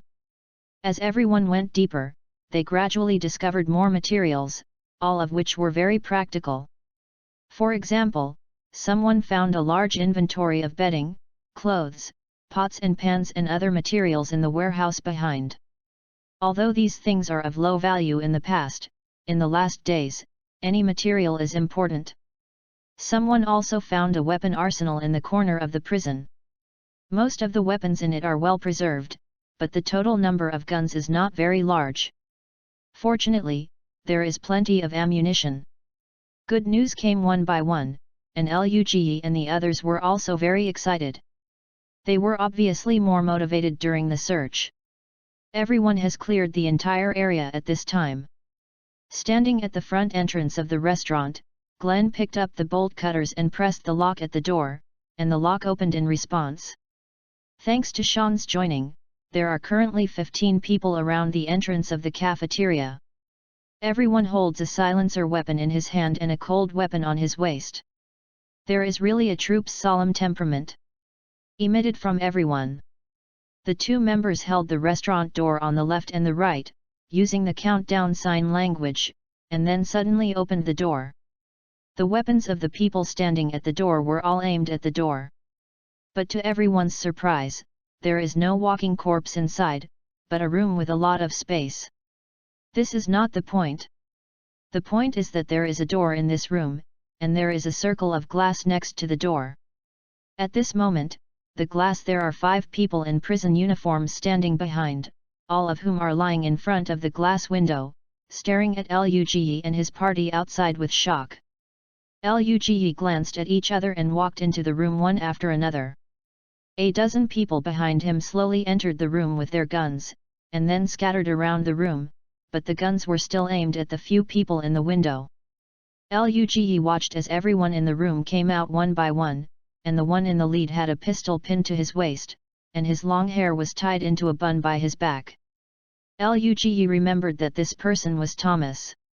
Thomas was followed by a small black man named Andrew. The 3 people behind are big man Tanny, talking about Axel, and black brother kind Oscar. Seeing Thomas and Andrew, Luge's murderous intent emerged. These 2 people must not stay. At the beginning, Rick did not completely solve Andrew because of his carelessness, which led to the subsequent deaths of Lori and T, but now Luge will never commit this kind of low-level error. Daryl held up his crossbow, moved closer, and faced Thomas who had just walked out. Don't go forward. Stay there. Who are you? Are you from the military? Thomas instantly lost the courage to draw a gun in the face of dozens of black hole muzzles. Although he is a murderer, he is not the kind of person who can only play sideways. And Andrew behind him is even more of a monkey spirit, an expert in fake foxes. Seeing that the other party didn't mean to answer his own question, Thomas simply raised his hands to express his attitude. He could see that the Asian man in camouflage in front of him was the leader of the team, and he asked Luge again, "Are you here to save us? Are you from the army?" "Neither. You don't have to look forward to rescue," Rick said coldly. "You are the prisoners here. Why are you locked in the restaurant?" Luge took a few steps forward and stopped more than 1 meter in front of the 5 people. Thomas turned his eyes around and looked at the people in the room. Finally, his eyes fell on Luge. He replied slightly cautiously, "A prison guard kept us here and gave me a gun to let us stay here." After speaking, he took out the pistol from his waist and shook it in front of Luge. "Crack it." "Ah! Wang Defa." Thomas's hand holding the gun was instantly captured by Luge, and after a little effort, Thomas's wrist was bent to 90 degrees, and the gun in his hand fell into Luge's other hand. Andrew reacted quickly behind Thomas.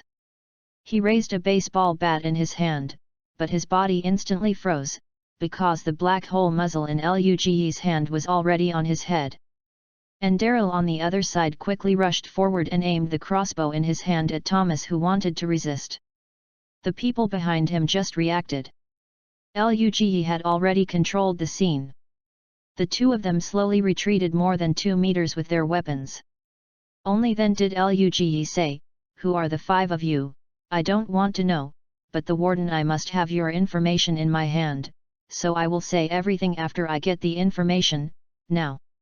Speaking of this, Luge turned his head and said to the people behind him, "Take them to find a unit and switch it off first. We will talk about everything when we are all done." "Yes, Captain." Several team members walked behind the five, pointed their guns at them and confiscated the weapons in their hands, and then escorted them off and outside. Thomas stared at Luge bitterly. He regretted it now. www.readaloud.com. I shouldn't hesitate just now. If he controls this Asian for the first time, he won't be locked in again when he leaves the cafeteria. In the cell, he didn't know that if he attacked Luge first, he would have become a corpse by now. When the 5 prisoners were taken away, Luge and Xiaoan next to him said, "There should be a database here, look for it to see why these 5 people were caught in, and then interrogate them to see what they said. Don't tell the truth. How about sending them outside the prison?" Daryl thought it was a good idea to let these people go out to try their luck. "I think it's okay." Rick also nodded. He didn't want to accept these 5 prisoners, but if he was asked to execute these people, he felt that he could not do it. Now he has not been beaten by the reality of the end times. He still thinks partial to benevolent. The surrounding team members were also talking about their opinions, but most of them agreed to send a few people out of prison. Luge did not immediately answer the people's words, but put forward a hypothesis: these people are familiar with the prison, and more familiar than us. If we let them out, the other party would cut the barbed wire in places where we did not pay attention in order to retaliate. Then lure a large number of walking corpses around the prison. Then what do you think will happen to us?" All the people around were silent. No one of them was sure if this kind of thing would happen. Luge looked at everyone's expressions, and he knew what these people were struggling with. He sighed, and his tone suddenly became serious and heavy. "Everyone, now is the end times. Forever. Forever. Don't treat strangers with kindness. Only ourselves can be trusted in this world. All outsiders are our enemies or trading partners without a full understanding. That's it." Chapter 42, Discovery in the Cafeteria. "We didn't know each other before, and we only met after the end of the world." Tsai frowned and looked at Luge. He didn't want these people to be driven out of the prison. "Everyone here is organized by me. I can't say that I know these people in particular, but everyone is not a bad person.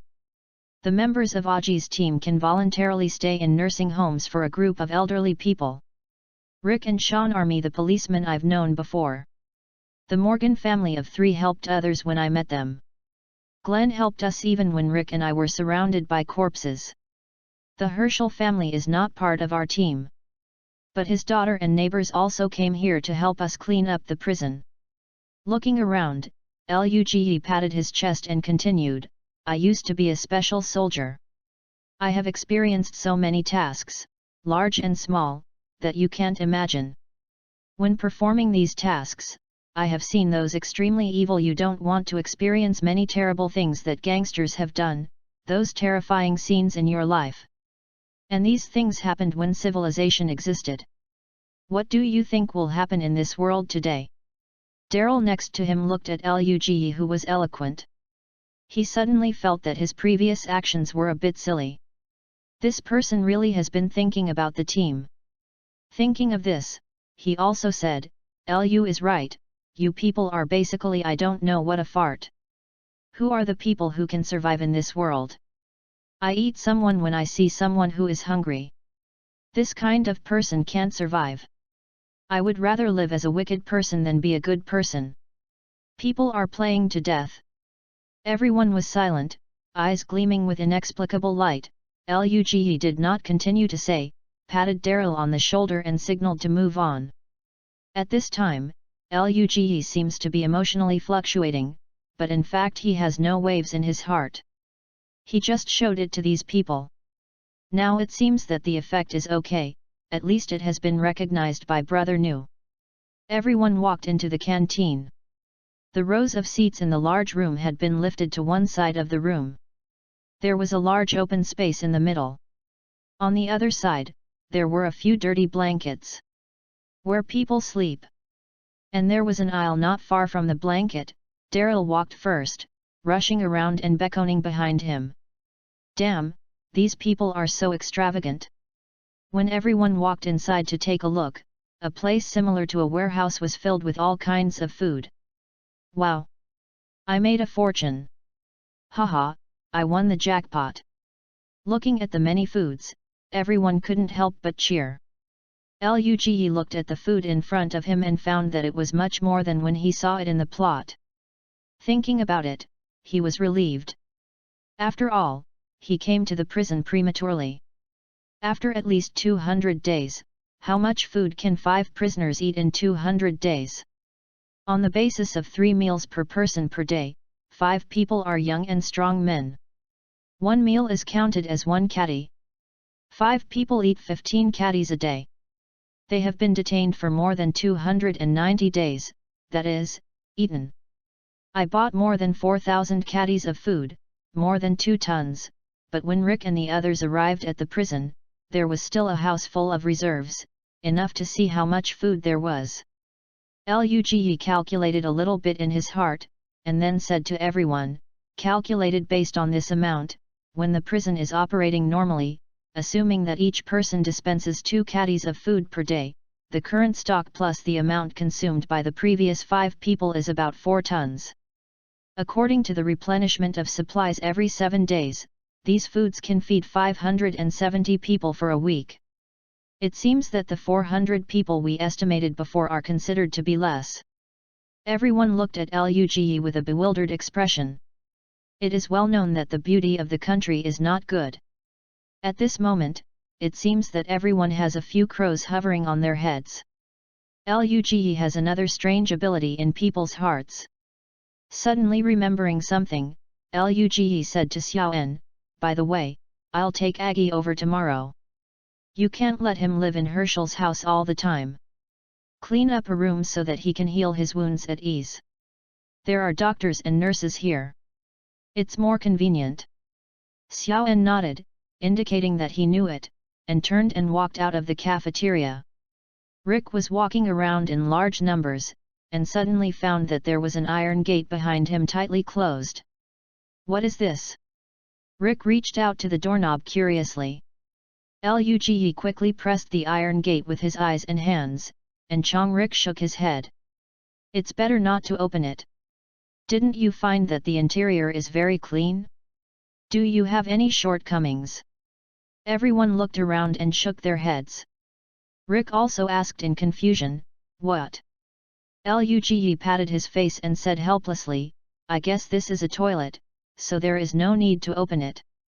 Rick realized this after listening, and put his hand down. Real or fake? But I didn't want anyone to believe it. A team member stretched out his hand and drew towards the iron gate. Luge's expression changed and he turned and dashed out a few meters. Crack! As the door opened, the faces of the nearby people changed dramatically, and Rick, who was standing in front of the door, slammed his hand to close the iron door. Oh! Fuck! Who opened it? Haven, you really want to die? The corners of Luge's mouth rose slightly, but he found that everyone was looking at him with that strange look again after complaining. Fuck! While Luge and others were fighting in prison, people from the CDC were also preparing for transfer. There are busy people packing up supplies everywhere, including more than a dozen researchers such as Jenner. In a dormitory, Yu reading www.yuyugonshu.com. Lori was reading with Carl. Suddenly feeling nauseous, she quickly got up and ran into the toilet. Oh! Cough cough cough. Loli's face was very bad after retching for a long time. She suddenly realized a problem. This situation seemed to be familiar. Is it? I'm pregnant. Thinking of this, Lori couldn't help but become nervous. All kinds of negative emotions came to my heart. At this moment, she just wanted to confirm as soon as possible whether she was really pregnant. Mom? Are you okay? Carl walked outside the bathroom door and asked worriedly. Lolly opened the door, and what came into view was the present her husband gave to her son before leaving, the hat of the county policeman, and her son's worried little face. "Mom! Are you crying?" Lori knelt down and hugged Carl, and said with a bit of choking, "It's okay, baby. I'm just worried about your dad. Dad will be okay." "Mom, have you forgotten? He survived the gunshot wound." Carl solemnly consoled his mother. Lori also broke down when she saw her son's serious face. "Laugh. Yet. It will be fine." A knock on the door sounded, and Tatiana's voice came from outside the door.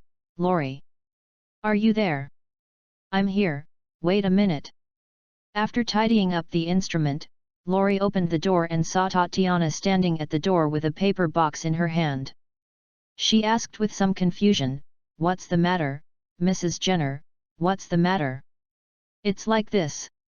Lu sent me a message a few days ago, asking me to pay attention to the situation of the women in the team, and prepared these for me, and let me distribute it to you." As she said, Tatiana passed the paper box in her hand. Chapter 43, Exciting News. Pregnancy Test Strips. Lori's heart jumped, wondering if her performance was obvious. Tatiana smiled and explained, "That's it. Besides sending test papers, I have one very important thing to tell everyone when I come here. Can I go in and talk about it?" Lori realized that she was rude, and immediately invited Tatiana into the house. After the two of them sat down, Tatiana continued, "Lu originally told me a few days ago, but because of breakthroughs in the laboratory these days, I forgot it. I just remembered it after I was busy today. Sorry." Hearing Tatiana's apology, Lori waved her hand quickly, "No, we have to thank you. If you didn't accept us, how could we have such good terms?" "Hehe, then let's not be polite. I have an important thing to tell you this time." "That's it. The reason why I gave you this is Lu's meaning. He asked me to tell you that even if you are pregnant, don't worry, we have enough medical conditions to ensure the smooth delivery of the child. What's more important is that our team has made a breakthrough in virus research. This breakthrough allows us to create a vaccine. Can you cure this infection?" Lori couldn't believe it, her eyes widened and she looked at Tatiana. Tatiana knew that the other party had misunderstood, and explained with a smile, "It's not what you think. We did develop a vaccine, but it can't prevent the scratching and bite infection of walking corpses." Hearing this, Lori's original excitement was as if she was splashed with cold water, and she was instantly cold, but Tatiana's next words instantly pulled her back to heaven. "Although we can't solve the problem of scratching and biting zombie infections, our vaccine has been able to make people immune to air and non-blood contact infections, which means that as long as the current vaccine is injected, as long as the zombie is not scratched and bitten, we can no longer be infected by other means. Even if we die accidentally, we will not become a walking corpse. This is awesome." Lori was so happy that she wanted to scream loudly. "Mom! Don't we need to be afraid from now on?" Carl pulled Lori's clothes corner innocently. Lori reached out her arm to hold Carl, and said happily, "No, baby, we still can't be the same as before, but we will get better and better." Tatiana got up and said to Lori after she said, "Then I won't bother you, and I have to inform the rest." "Okay, thank you." Lori got up and hugged Tatiana. At this time, she was very thankful that her team had chosen to follow Luge to leave the quarry. By the way, she also thanked Luge even more. Sent Tatiana away, Lori couldn't wait to run into the bathroom, and after a while, she walked out. Came to the bed and hugged Carl. Lori asked softly, "Baby, do you want a brother or sister?" As Tatiana relayed the news to everyone, there was a joyous atmosphere in the CDC. Everywhere, several familiar women gathered together and muttered to discuss something. And Luge, who was in prison, also received the news. At this moment, he was standing outside the gate of the gymnasium, watching the corpses full of walking dead, dozens of people in pairs, cleaning the corpses here. A group of people just solved the walking corpses in the gymnasium, and everyone was still wondering that the number of walking corpses that were cleaned up seemed to be a little different from the original number of people here. But when everyone opened the door of the gymnasium, the idea was dispelled. There were densely packed corpses in the gymnasium. They leaned on 4 shields to withstand the exit. After a gunshot, they finally moved to the last gathering place for corpses. It was attacked. At this time everyone was doing battle and cleaning. After Luge received Tatiana's news, he notified everyone as soon as possible, and then everyone's enthusiasm became unprecedentedly high.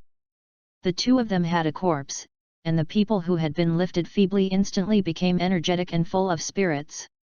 It seemed that the corpses in their hands had become foam at this moment, as if they had taken a stimulant. The cleanup work that was originally planned to be completed at night was abruptly advanced by an hour due to the high morale of the crowd. At this moment, Jackie and the others were shuttled in the prison cafeteria, busy for dinner, and the smell of cooking floated from the cafeteria windows to everyone's noses. At this moment, everyone who had been busy for a day finally couldn't help but ran towards in the cafeteria. The tables and chairs have been rearranged in the canteen, and everyone took their plates and brought a large portion of food, and began to feast on them. Luge was also sitting at a table. The meal in front of him hadn't moved. He was watching with a few documents in his hand. Next to him were Daryl and Rick. Threw the information in his hand on the table. "What do you think?" "Shoot, chirp, chirp." Luge saw that everyone didn't pay attention to him, so he just picked up the spoon and started eating. 15 minutes later. "Are you full?" Although Luge was the last to eat www.readaloud.com, as a glorious soldier of the Yan Kingdom, he was always the first to eat. "Ah, so full. It's been a long time since I've eaten so relaxing." There were various sighs from the team members, and Luge was also pleased to look at these people present. These are all capitals that have a foothold in the last days. Finally, when the few people around him finished eating, Luge picked up the pieces of paper again and pushed them in front of them. Several captains picked up the paper and looked at it. The more he looked at it, the more weird his face became, and the more he smiled at the back, while Rick was different. You could see the anger in his eyes, and soon a few people circulated it. Looking at it, everyone's expressions are also different. "How is it?" Luge put a hand on the table, and his index finger tapped the tabletop rhythmically. These pieces of paper were the records of the previous 5 prisoners. "This Axel is a hapless man, he he he." Moore smiled heartlessly. Everyone ignored Moore. Rick took the case of Thomas and Andrew and was silent for a while. He hesitated now. Just like Luge said before, his team intends to live here for a long time, so it's the 2 murderers. Is it really okay to let it go? If the other party really wants revenge? Daryl hesitated, pointing to the piece of paper in his hand and said, "Oscar's sentence has expired, and Axel and Tanny are about the same. I think these 3 are not dangerous. But the other 2, both of them are serious prisoners, and I don't think it's a good idea to let them go. Does everyone feel the same way?" Luge stopped his hand tapping the tabletop, and asked the crowd directly. Chapter 44, Acting. "Lu, what do you think we should do?" Xiaoan looked at Luge. He felt that Luge had plans, and showing them the information was just to let everyone understand why he did it, nothing more. Luge didn't hide it, and said straightforwardly, "Resolve the 2 murderers, and the remaining 3 will be isolated for observation for a period of time." "What? Are you going to execute the 2 of them?" Rick and Morgan looked at Luge. Although they had this premonition, they still felt extremely complicated when they heard Luge say it. As for the other people's expressions, there was no change, only Moore's hoarse voice sounded, "Captain. Although I recommend that these 2 people should not stay, it is still not appropriate to execute 2 people at this time, as good." Halfway through, Moore didn't go on, but took a meaningful look at Rick and several people, and then said quietly, "It's better to let them pretend, and then go outside, et." Moore stretched out his hand and cut his throat on his neck. Everyone knew what he was thinking, but no one answered the conversation.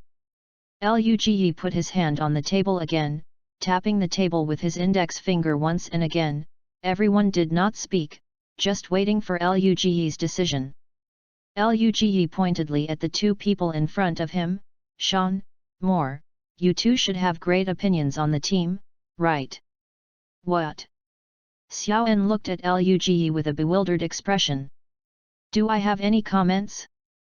But Moore raised the corners of his mouth, and said in an undue beating tone, "Yet. I've long been upset with you. A group of rookies are entangled with this kind of broken problem. I might as well call that Thomas and that Zia. Hey, it's better to go out and try your luck together than to be a kid here." When Sean heard Moore's words, his eyes lit up, and he understood what it meant. Luge instructed, "You and Xiaoan must pretend to be natural, take them out and talk about them later, and see what they think. If there are no bad thoughts, it's okay. If you want to do something, then don't hesitate. Direct." After finishing talking, he made gestures with his hands on his neck just like Mal. The stern expressions made Rick and the others understand Luge a little bit deeper. This is definitely a ruthless character who does everything. When everyone had no better solution, the solution proposed by Luge became the only choice. Next, Luge sat with the two of them and carefully discussed the plan. About half an hour later, the three made up the plan, and Xiaoan and Mal left the canteen. At 1 o'clock that night, in the cell where the prisoner was held, Thomas, who was lying on the bed, tossed and turned at the moment. What the Asian said when he left was always lingering in his heart. He knew very well that once the other party found out that he and Andrew were murderers, the situation they would face would be the same. It's obvious. Dang dang. Suddenly, Thomas heard two slight knocks from the cell door. He raised his head alertly, but he could only see a figure standing there in the shadow outside. He was startled, and he couldn't help but yelled, "Who is there? Shhh! Don't make a noise! Get out!" Thomas hesitated. The Black Shadow's voice was so low and hoarse that he couldn't help getting goosebumps, but curiosity drove him to the door. He tiptoedly walked to the door, and the dark figure leaned slightly towards the door. Thomas could roughly see the person, and he immediately recognized this person. He was the one who stood behind the Asian man when he was in the cafeteria. The white man, there was another person standing beside him, but it was too dark and he couldn't see clearly. "What do you want to do?" Thomas asked tentatively. He really couldn't think of any reason why the other party would keep him from going to bed most of the night to find himself. Hey, kid! Do you want to die or want to live? This person is naturally Moore. At this time, he is wearing dark clothes and looks at Thomas in the cell with a joke. Thomas was taken aback when he heard the words. He suddenly realized that this might be his first chance, but he still tentatively asked, "What do you mean?" Moore's tone became a little impatient. "I have limited time. If you are so nonsense, I will go. Let me remind you that your case has been taken by that Lu. Do you think this group? What would people do with you as a murderer?" He. Thomas heard Moore's last words and finally realized the seriousness of the problem, and he didn't care about other things. He walked to the fence and asked, "What do you mean? You mean you want to save me? Why?" Thomas suddenly heard the man standing next to him whisper, "Let's go, Moore, this man is a bummer. We are enough for the two of us." Moore snorted, and some sarcasm came to Thomas's ears. "Yeah, forget it, originally we thought you were a man.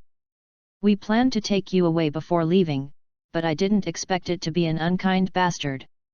Moore turned around and left www.readaloud.com, but Thomas's hand out of the fence grabbed his clothes. "What? Regret it?" Moore was pulled by his clothes, but did not break free, just turned and continued to look at Thomas. "Take me out. You will not be disappointed. I am very familiar with the neighborhood and I know where to go from. And after going out, many people will work harder, right?" Moore stared at Thomas for a while, then turned around and whispered a few words to the man behind him, and then said to Thomas, "All right. But kid, you listen to me, we don't need a scam, you better it's not a slender. Otherwise you don't want to know the consequences, understand?" Thomas quickly nodded and agreed. In his opinion, the current situation is very clear. The two men are dissatisfied with some things in the team and plan to leave the team. They are afraid that the people in the team will find the clues, so they choose a time to run in the dead of night. When I went out, I was afraid that there were too few people to cope with the outside situation, so I found myself, a person who would definitely not inform, and plan to draw myself to escape. Thomas secretly despised the two of them in his heart, pretending to be very powerful. He was not afraid of this or that. "He will kill you when I go out." Crack. Moore opened the door of Thomas's cell with a soft noise. Thomas quickly jumped out, then patted himself on the chest and said, "Thomas. Are you Moore? That's Sean. Okay, don't talk nonsense, go quickly." Moore urged impatiently. "Wait, let's take Andrew. He is also a good player." Thomas stopped the two of them from walking out, and pointed to the door of the cell next to him. "Are you kidding? On horseback? I can squeeze that little bean sprout to death with one hand." Sean asked Thomas angrily. Chapter 45, Start of Transfer. Thomas cursed inwardly, but explained in his mouth, "Don't think he is short, but he is agile and can be a suitable runner. The two don't want to go out and have to do everything by themselves." "All right. Hurry up, don't wake up other people." Moore handed the keys to Thomas impatiently, and began to look behind him frequently. Thomas didn't hesitate anymore, walked to the door of Andrew's cell, opened the door, and walked into the cell softly. Andrew, who was sleeping, felt that he was suddenly punched, and then his mouth was covered by someone. He was so scared that he woke up in an instant. He opened his eyes and was about to shout loudly when he saw his iron buddies. Thomas stood in front of him with his index finger in front of his mouth making a silent gesture, and he nodded quickly. Thomas opened his hand and motioned for Andrew to follow. As soon as he walked out of the cell, Andrew saw two strangers standing next to Thomas. They should be two of the group today. He was pulled aside by Thomas before he had time to ask, and listened to him whispering to himself, "Don't talk. These two people saved me. Let's escape first, and then explain to you." When he finished speaking, he saw Moore beckoning the two to follow, and then walked towards the other side of the unit.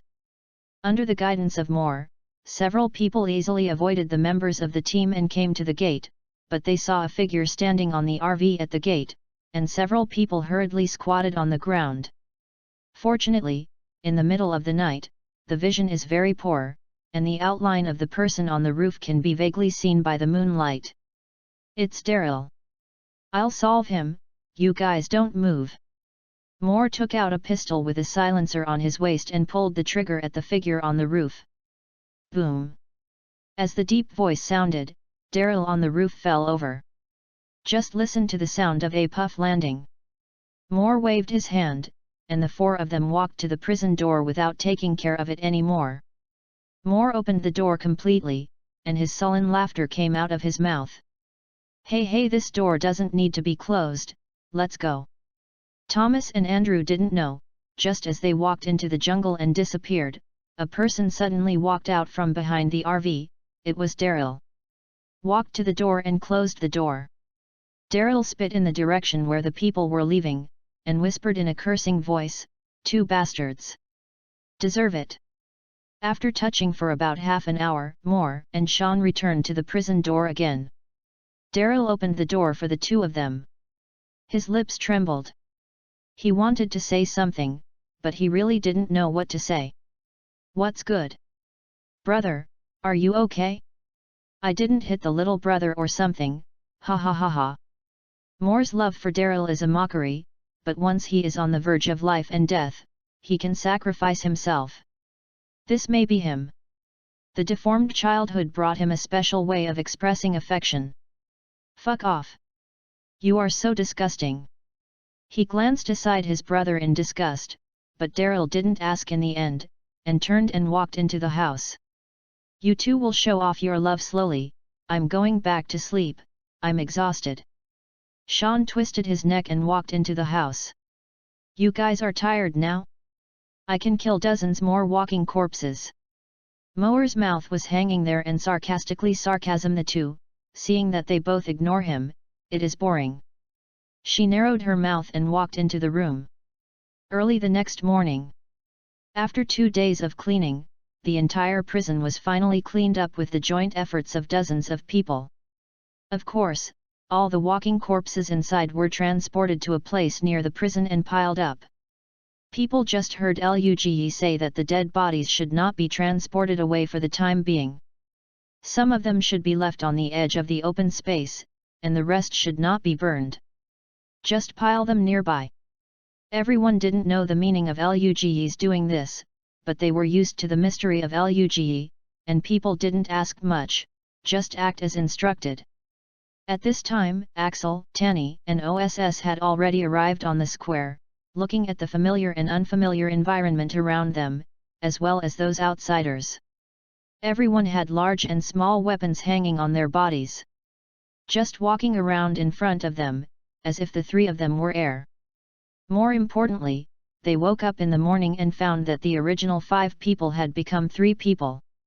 Thomas and Andrew were gone, leaving only 2 open prison doors, which made them feel up and down. However, they were only taken outside to get some air, and they were locked up in the previous cell again. No one spoke to them, and no one interrogated them.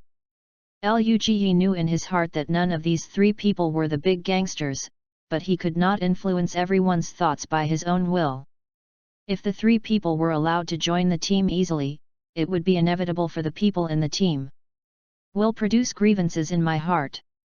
Therefore, there will be another scene today, let the 3 people think that this place was attacked by a stranger, and then let them make a choice at a critical moment, and finally decide the fate of the 3 people based on their choice. www.readaloud.com. But Luge will not participate in today's scene, because he has a more important task, and today he has to complete the transfer of all personnel from the CDC.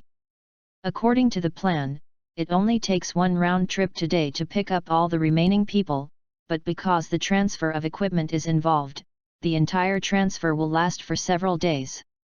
In the past few days, Luge needs to participate in the whole process, and he does not want to leave any mistakes. Early this morning, half of the personnel had assembled on the playground in preparation, leaving the other half guarding the prison. Luge took the rest on the way to the CDC.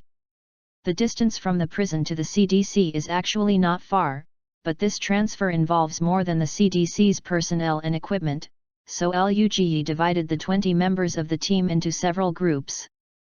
The prison has been occupied, so some of the resources arranged by Luge also need to be transported there. After all, the subsequent construction requires a large amount of supplies. First of all, Luge's survival supplies, weapons, and ammunition left in various places need to be taken out. Then there is the weapons and ammunition in the many temporary strongholds set up around Atlanta when the end of the world broke out. These strongholds will have some heavy weapons more or less. Now is a period of time when walking corpses leave the city and spread to the surrounding area. The number of walking corpses in the city area has dropped sharply. Consume a lot of materials. This time is also a good time to gather survivors. The smallest number of people who are in a large prison is more than 550 people, and the current number of people in the team is less than 100, so the survivors are gathered. Work is also a long way to go. Chapter 46, Collecting Action, Part 1. Looked at the large cars parked next to him. Luge's purpose is not only to occupy the prison, but to find more survivors. His idea is to use the prison as the starting point, continue to develop, expand the entire team into a community, and expand a community into a town. In this era of walking corpses everywhere, no one can survive on their own, so growing your team is the most important thing in the early end of the world, rather than focusing on internal friction. Occasionally lucky will make a person gain good income, and the ultimate winner is the person with a bigger picture after all. The job of transferring personnel is actually very simple. The CDC has already made preparations for the transfer. The most time-consuming task is to clean up blocked vehicles along the way. If there are unblocked road sections, there will naturally be blocked road sections. And others have already opened up a road that is barely passable, but the operations in the next few days need more smooth road conditions.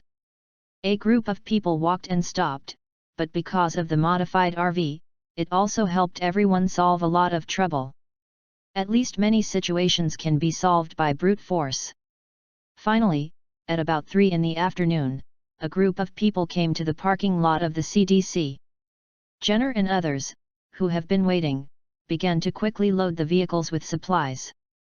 Fortunately, there are many transportation and emergency vehicles in the CDC. The advantage of these vehicles is that they can be installed. Food, medicine, and weapons are the eternal topics in the last days. The transfer work proceeded in an orderly manner, while LUGE led 10 team members to leave the CDC ahead of schedule. Poor Rick was pulled into the car by LUGE before he even had time to say hello to his wife and son. This time they were driving 2 ordinary SUVs, 2 7-seater SUVs pulling 11 people along the outer ring road in Atlanta. LUGE in the car is holding a map with a few circles drawn on the map, and notes are written next to it. This is the location of several temporary military camps that LUGE saw and inferred during the outbreak of the end times. But the current destination of the few people is not any place on the map, but a large construction company on the edge of the city. This construction company named Unishger has 3 branches, corresponding to roads and bridges. One-stop business for residential and office buildings. LUGE certainly didn't come here to discuss business. He was interested in the large transportation vehicles in the company's courtyard. Although there were only sporadic walking corpses on the road, they still chose to clean up these walking corpses, because the few people are not driving a modified RV now, and they have no ability to rampage without scruples. I arrived at the destination smoothly. I saw the lift bar in front of me after a long distance. The car didn't mean to slow down at all, and it ran straight up. Now that I saw a walking corpse in the guard room in the car, it was patting with its teeth and claws. With glass. Did not stop in the front yard, the car drove directly to the rear parking lot. The parking lot was divided into 2 areas, one was for company employees and the other was for parking lots of engineering vehicles. LUGE reached out to the side where the engineering vehicle was parked.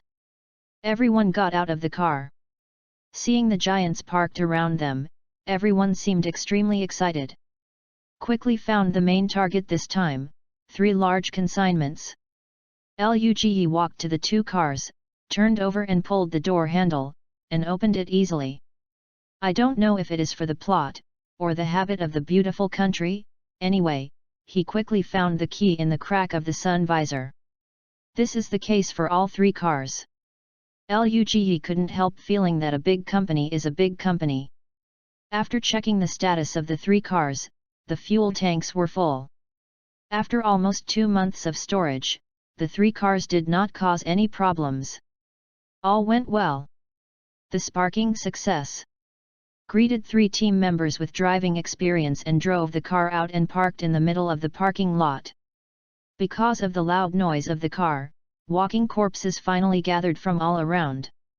Clean up the walking dead, don't let them come near. LUGE said as he ran to a few cars not far away. About half an hour later, more than a dozen people left the construction company in 6 huge special vehicles. After hitting the road, they were divided into 2 groups, a group of 2 consignment vehicles, 2 large dump trucks and a crane.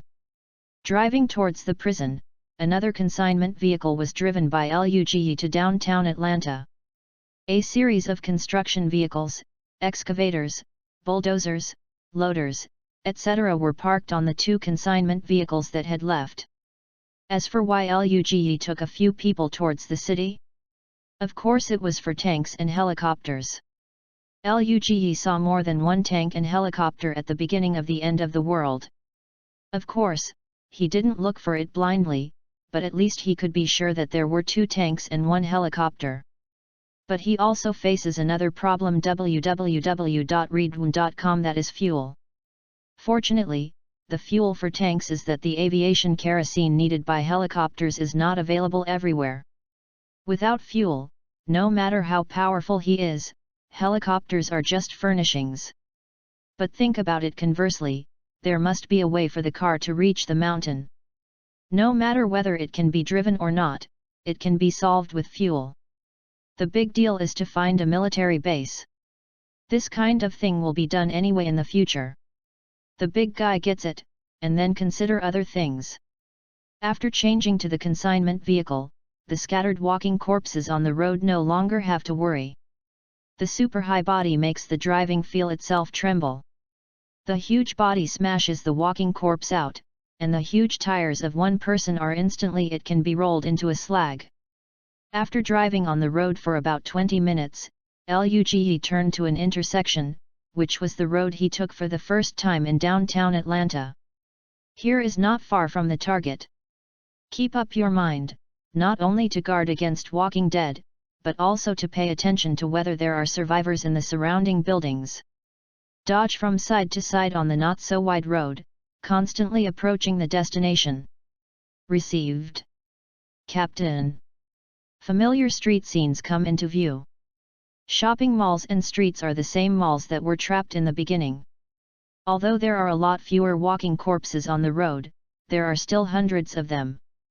At this moment, they heard the roar of car engines, and they all gathered here. Get on the silencer. Solve this batch of walking corpses first. Aim and shoot again to save bullets. Luge finished instructing and put down the tray at the back of the consignment truck. Yes, Captain. I'll cover you. Lu. The co-pilot's Rick took out a pistol with a silencer and shouted at Luge beside him. Chapter 47, Collecting Action, Middle. Luge did not pull out the gun at his waist, but grabbed the 2 machetes beside him and jumped out of the cab directly. His goal was not to clean the walking corpses around, but the one at the entrance of the alley not far away. Tank. After bypassing the front of the car, Luge ran towards the tank. Although the walking corpses along the way did not reach the densely packed corpses before, they would still meet one every few meters. It was not obvious when they were in the car.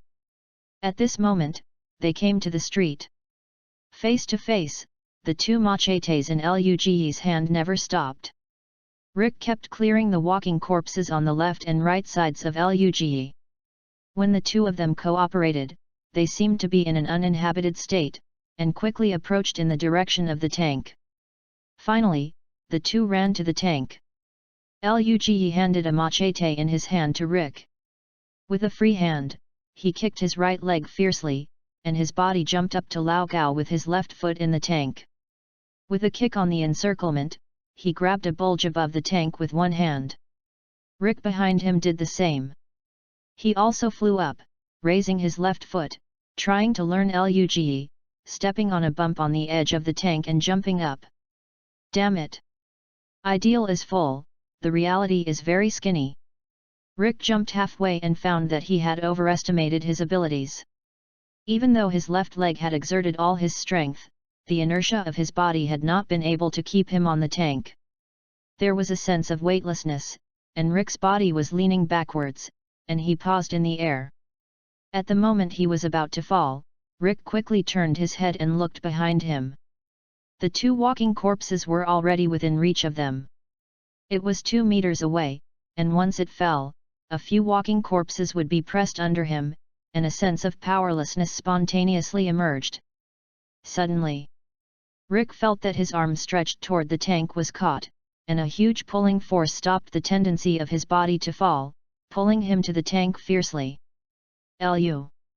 Rick immediately realized who had saved him, and quickly grabbed a bulge around him to stabilize his figure. "Be careful, brother." Luge's familiar voice sounded in his ears, and at this moment, the voice was extremely sweet in Rick's ears. "Thank you, brother, I owe you one time." Knowing that it is not time to speak, Rick just thanked Luge and came to the upper entrance of the tank. Kaka. As the entrance above the tank was opened, Luge jumped directly into it, and Rick immediately jumped in. Until the entrance of the tank was closed by Luge, he reached out and patted Rick on the shoulder, jokingly said, "You owe me a meal." Rick heard that the corners of his mouth rose slightly, and a strong feeling of gratitude suddenly surged in his heart. Luge, who made a joke, has arrived in the cockpit and started the tank. The roar of the engine roared, and Luge picked up the walkie-talkie around his waist and shouted, "Zi, Alexander.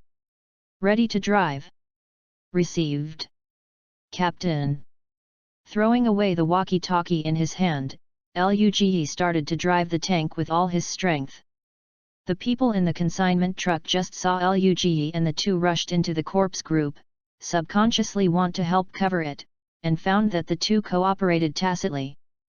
Luge's two machetes were like a humanoid harvester. All the walking corpses rushing from the front were hit by a single blow, and Rick followed him with headshots.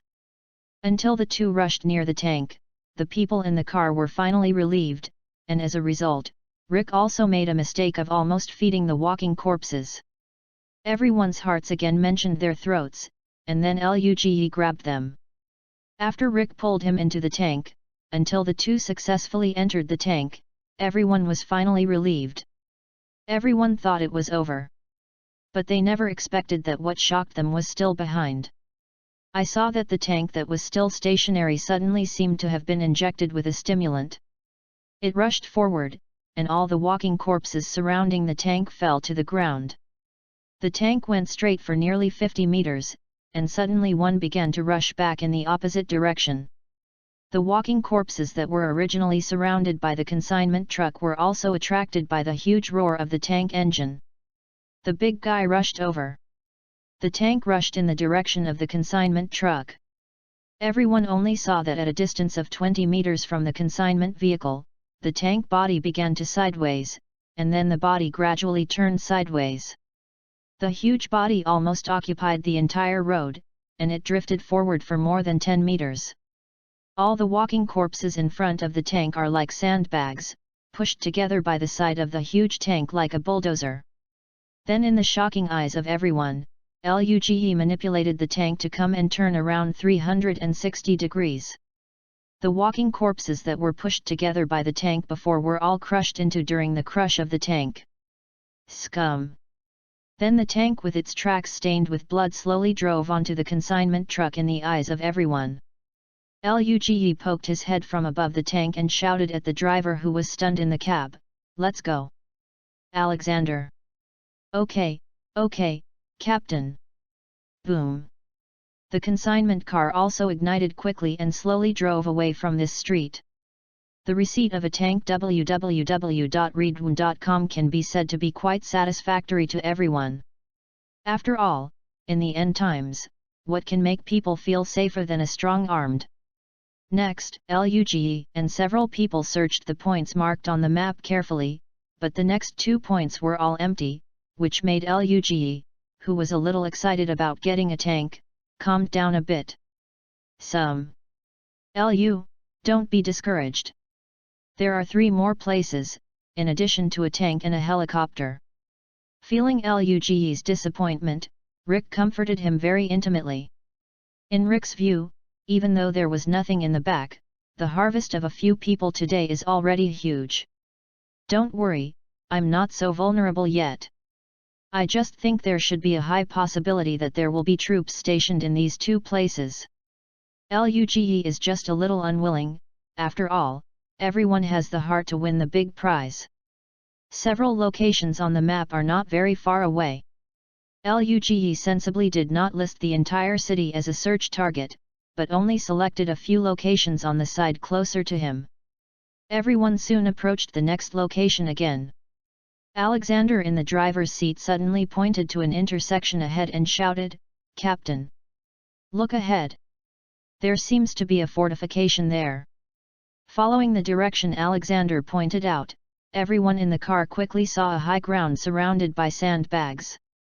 The area in front of the high ground is small, but it occupies the center of a three-way intersection. This is exactly a defensive point calculated by LUGE. This is a road intersection in this area. In the early stage, the military is likely to occupy some important transportation hubs due to underestimation of the threat of walking corpses. These thugs carry out all-round suppression. Chapter 48, Collecting Action, Part 2. Reminiscent of some trivial fragments in the original plot, LUGE judged that it is very possible that the military underestimated the walking corpse, otherwise there would not be a large amount of abandoned military equipment. The people who got out of the car stood on the edge of the camp, and the scene in front of him made him more certain of his judgment.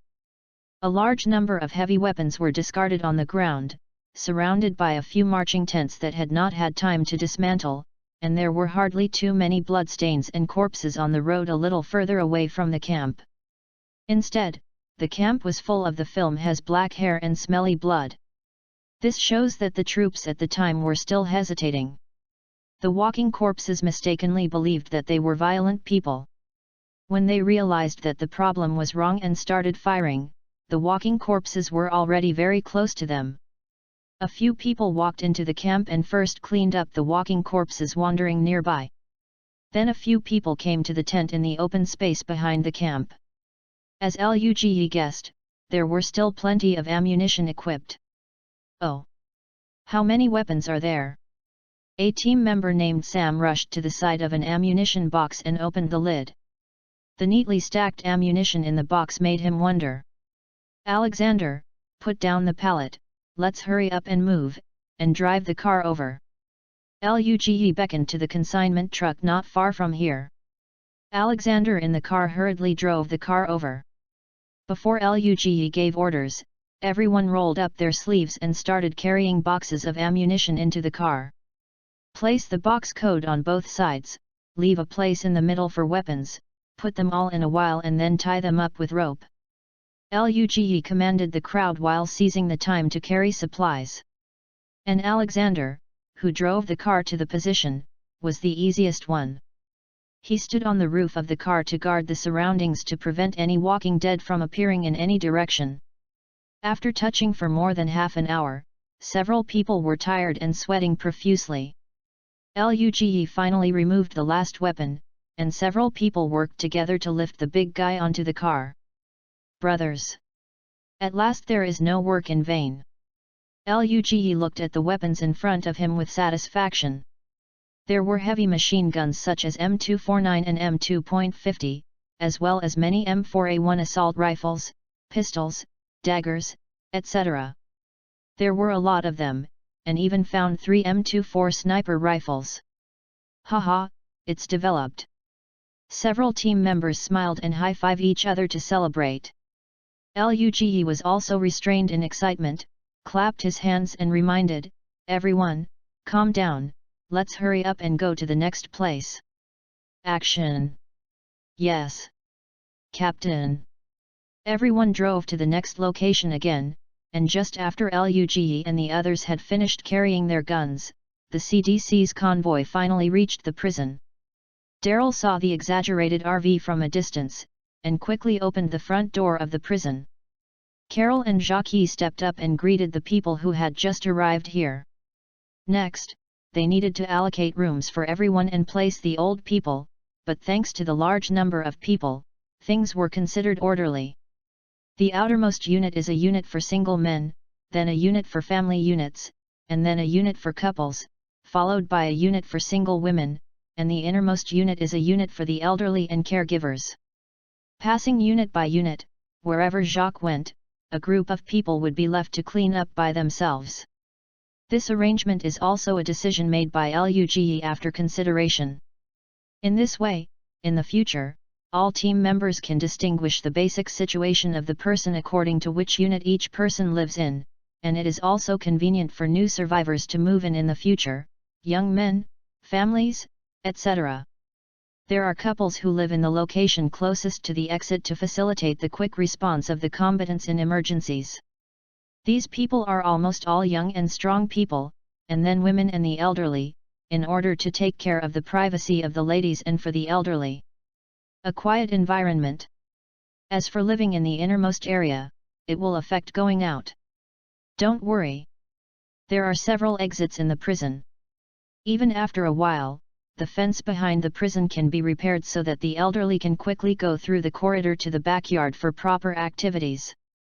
The Jenners did not follow everyone to the accommodation area, but followed Carol to a separate house next to them. Carol opened the door and the three of them walked into the room.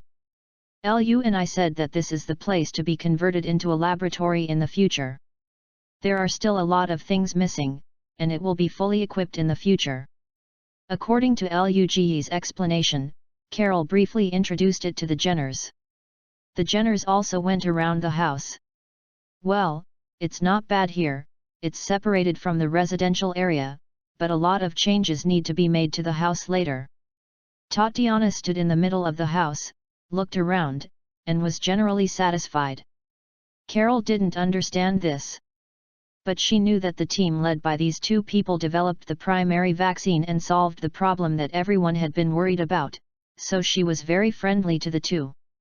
Lu also said, Yu reading www.yuyuganshu.com waited for a few days, he will not be so busy, and will arrange the follow-up work.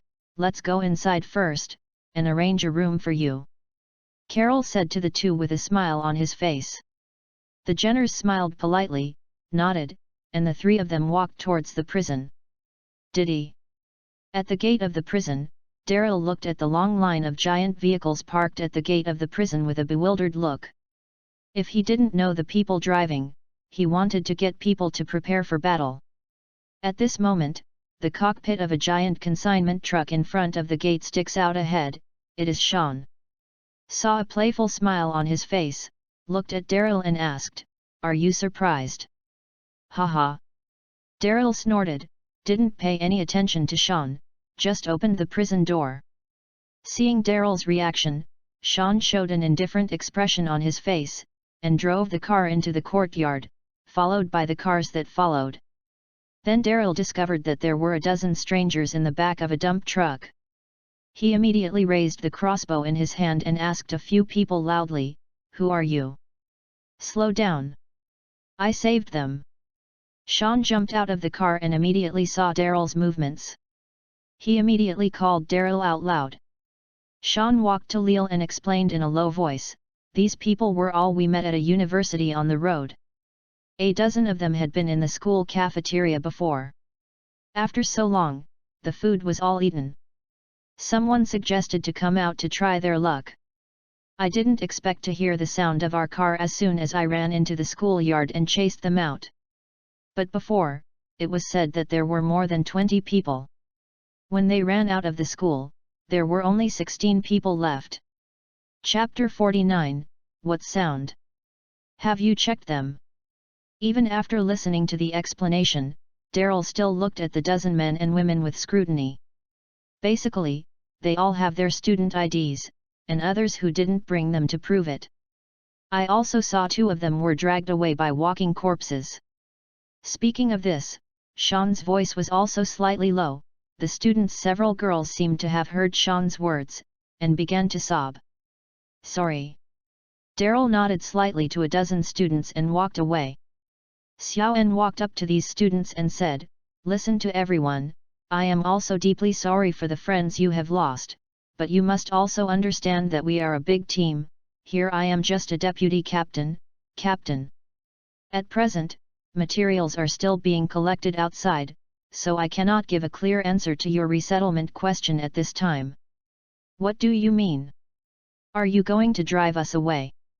A sturdy boy who took the lead among the students stood up. "What's your name, young man?"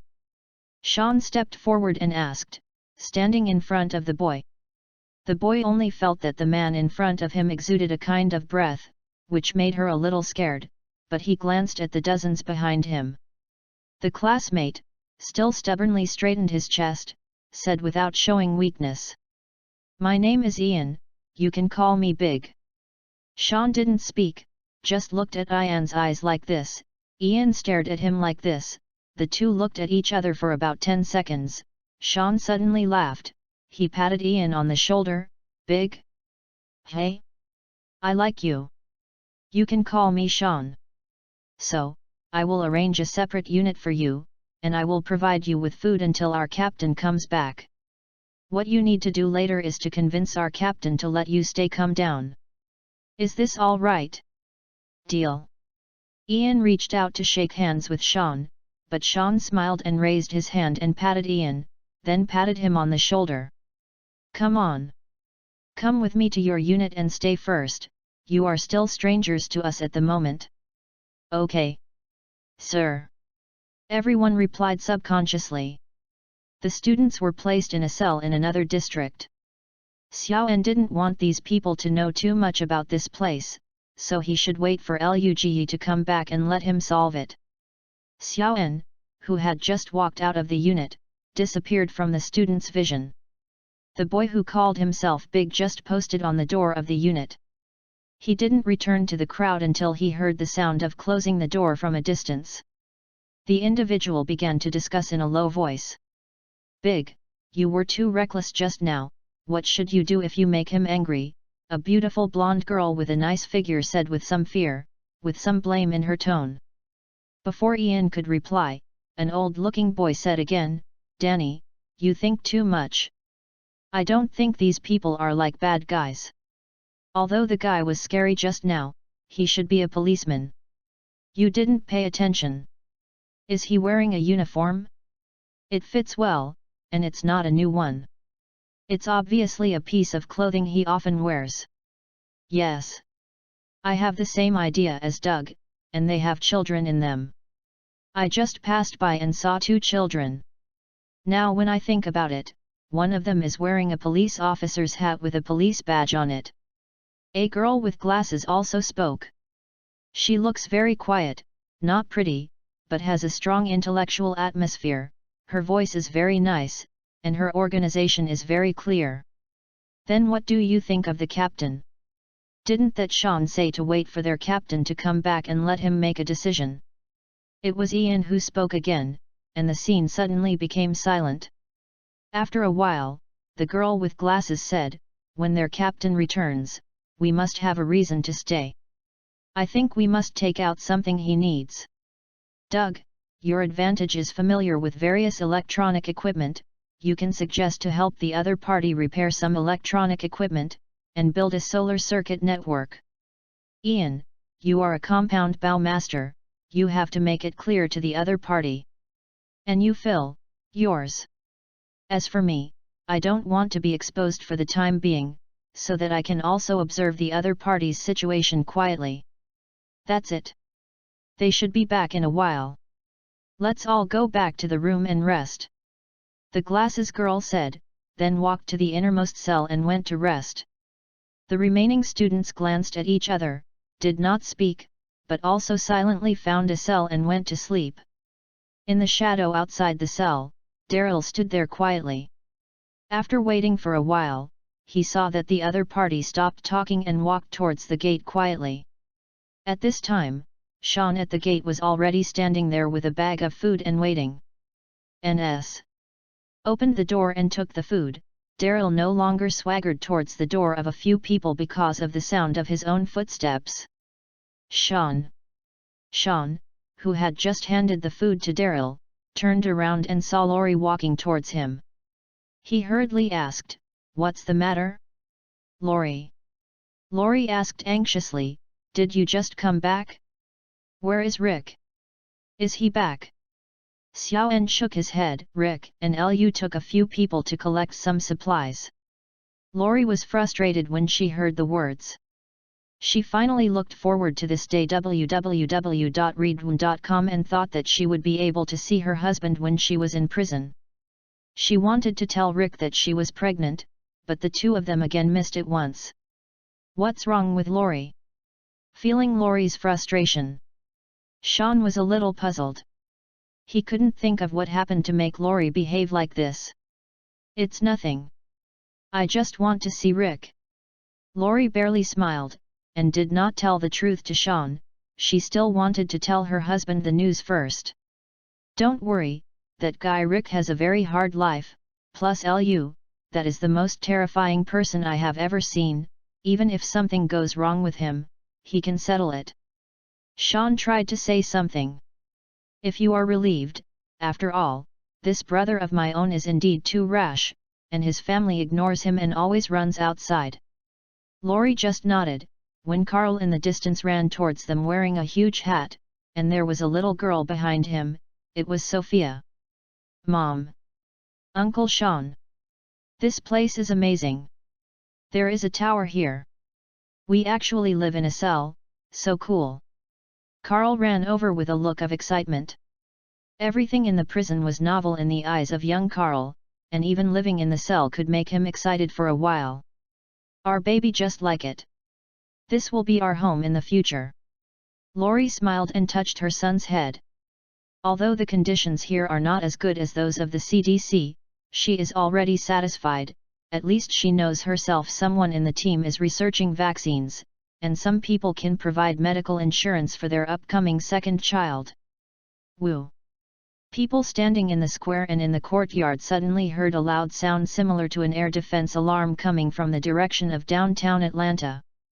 What sound? Chapter 50, Voices echoing over Atlanta. What sound? The head of the crowd was surprised. The source of the listener's voice, the square suddenly seemed a little turbulent. At this moment, Dr. Jenner suddenly walked out of the house and said loudly, "Don't be afraid, come here."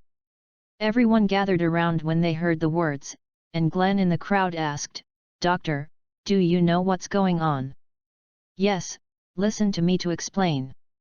A huge consignment vehicle was driving on the highway, and it was equipped with 2 huge tanks. In the consignment vehicle at this time, Luge and Rick were heading towards the last destination of the trip. "Captain, with these 2 tanks, aren't we invincible?" "Haha." Alexander, who was driving, was shaking with excitement. "That's because you think too much. If you don't solve the fuel problem, tanks cannot be used frequently, and there are ammunition. Do you think tank shells can be found casually?" Luge poured cold water on him. Alexander instantly misfired, and he suddenly felt that the 2 tanks didn't seem so fragrant. However, Luge didn't care about Alexander's thoughts at all, and said to a player named Norton sitting in the back row, "Norton, when you get to the destination in a while, you go to the roof of the car to guard." "Okay, Captain." Norton happily responded. Now the people in the team who have been with Luge for a long time, the more admiration he will be. As long as Luge is by their side, they can make them feel at ease. These people naturally, they obeyed Luge's commands. They even hope that Luge can let them do something alone so that they can get closer to the captain. Finally, the consignment truck finally came to a fortification. Unlike the previous position, the scale here is much larger. It is a huge square near the edge of the city, and the surrounding view is very good. But to everyone's disappointment, the crowds of walking corpses on the square, I don't know why. There are so many walking corpses in this square. Luge guessed that this place should have been a large survivor shelter. The number of troops staying here should be a lot, but I don't know what caused the large number of survivors to be transformed into walking corpses, and a large number of walking corpses gathered here, attracting more walking corpses around. Gradually a huge tide of corpses formed here.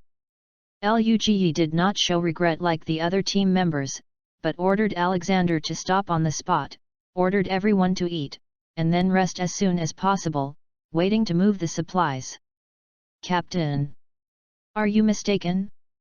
There are so many walking corpses here, how can you get supplies?" Alexander looked at Luge with a bitter face, but saw Luge half lying on the seat with a relaxed expression. He is resting with his eyes closed. Luge heard Alexander's doubts, did not explain, just smiled mysteriously, pointed at Alexander, and said a word from his mouth at the same time, "Wait." just when everyone is guessing. Woo! A huge whistle sounded from the buildings in the distance, and the sound seemed to penetrate the sky. At this time, Luge slowly said, "The reason why I came here is because of the firearms and supplies here. If I can't get it, I will still. What are you doing here?" After, he pointed to the distant sound source and explained, "That is the CDC. Are you saying that this alarm sounded from the CDC?" Rick still didn't understand.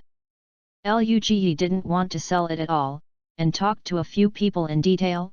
"That's it, everyone knows, the CDC is actually equivalent to a huge bomb. In fact, I had discussed it with Jenner long before we moved. Well, after the transfer, install a super high-power tweeter on the roof and let the computer control it to turn on. The speaker will work for a few days, and then the CDC will self-destruct. This will eliminate a batch of walking corpses as much as possible, right?" Rick instantly understood the purpose of this. Bingo! So don't worry now, just wait for the walking corpses on the square to disperse. Luge closed his eyes again and lay half on the seat. He planned to take the opportunity to take a rest. "I didn't think too much about it, and took the time to eat and rest." The sound of a few people chewing in the car sounded. After a few minutes, it fell into silence. Only Norton stayed by the window and did not rest. After all, someone needed to be on guard. With the loud noise coming from the direction of the CDC, the walking corpses on the square really began to move slowly toward that side, but at this speed, it should not be clean for a few hours. Norton took a look at the current time. It was almost 4 o'clock in the afternoon. And it must be night when the walking corpses were clean. So he didn't worry anymore, but his eyes kept looking around through the window. Finally, when the time came to 7 o'clock in the evening, Luge opened his eyes and looked back and found that Norton was still on alert, so he said to him, "Norton, take a rest for a while, and I will guard the first half." "Captain, I'm not tired." Norton didn't want Luge to watch the night, but seeing Luge's resolute attitude, he simply woke up Kassir next to him. "Let Kassir stay in the middle of the night. www.readaloud.com. I'll come in the middle of the night, you all can sleep." Norton patted Kassir beside him. "Yeah, Captain, let me come." Kassir was still a little confused, but the roar of a walking corpse from outside the car immediately made him sober. Luge saw a few people with a firm attitude, so he just stopped fighting, nodded and continued to rest with his eyes closed. One night passed quickly, and Atlanta was exceptionally cold in the early morning. After a night of rest, several people in the car woke up one after another. Luge also opened his eyes early. He checked the time and it was 4:50 in the morning. There is only a slight faint light from the sky outside, and it is still a while before dawn, but it is already possible to see the surrounding environment clearly with the faint light. Yesterday, the crowded square like a pedestrian street was stimulated by the sound of an alarm, and there were really only 3 or 2 kittens left overnight. Luge knew that no matter how loud the sound was, it was impossible to attract all the walking zombies away. There are probably dozens of walking zombies left in the square now, and the effect has already surprised Luge. Woke up everyone in the car, Luge planned to take advantage of this time to let everyone quickly clean up and eat something. At 5:20 in the morning, the sky is already bright.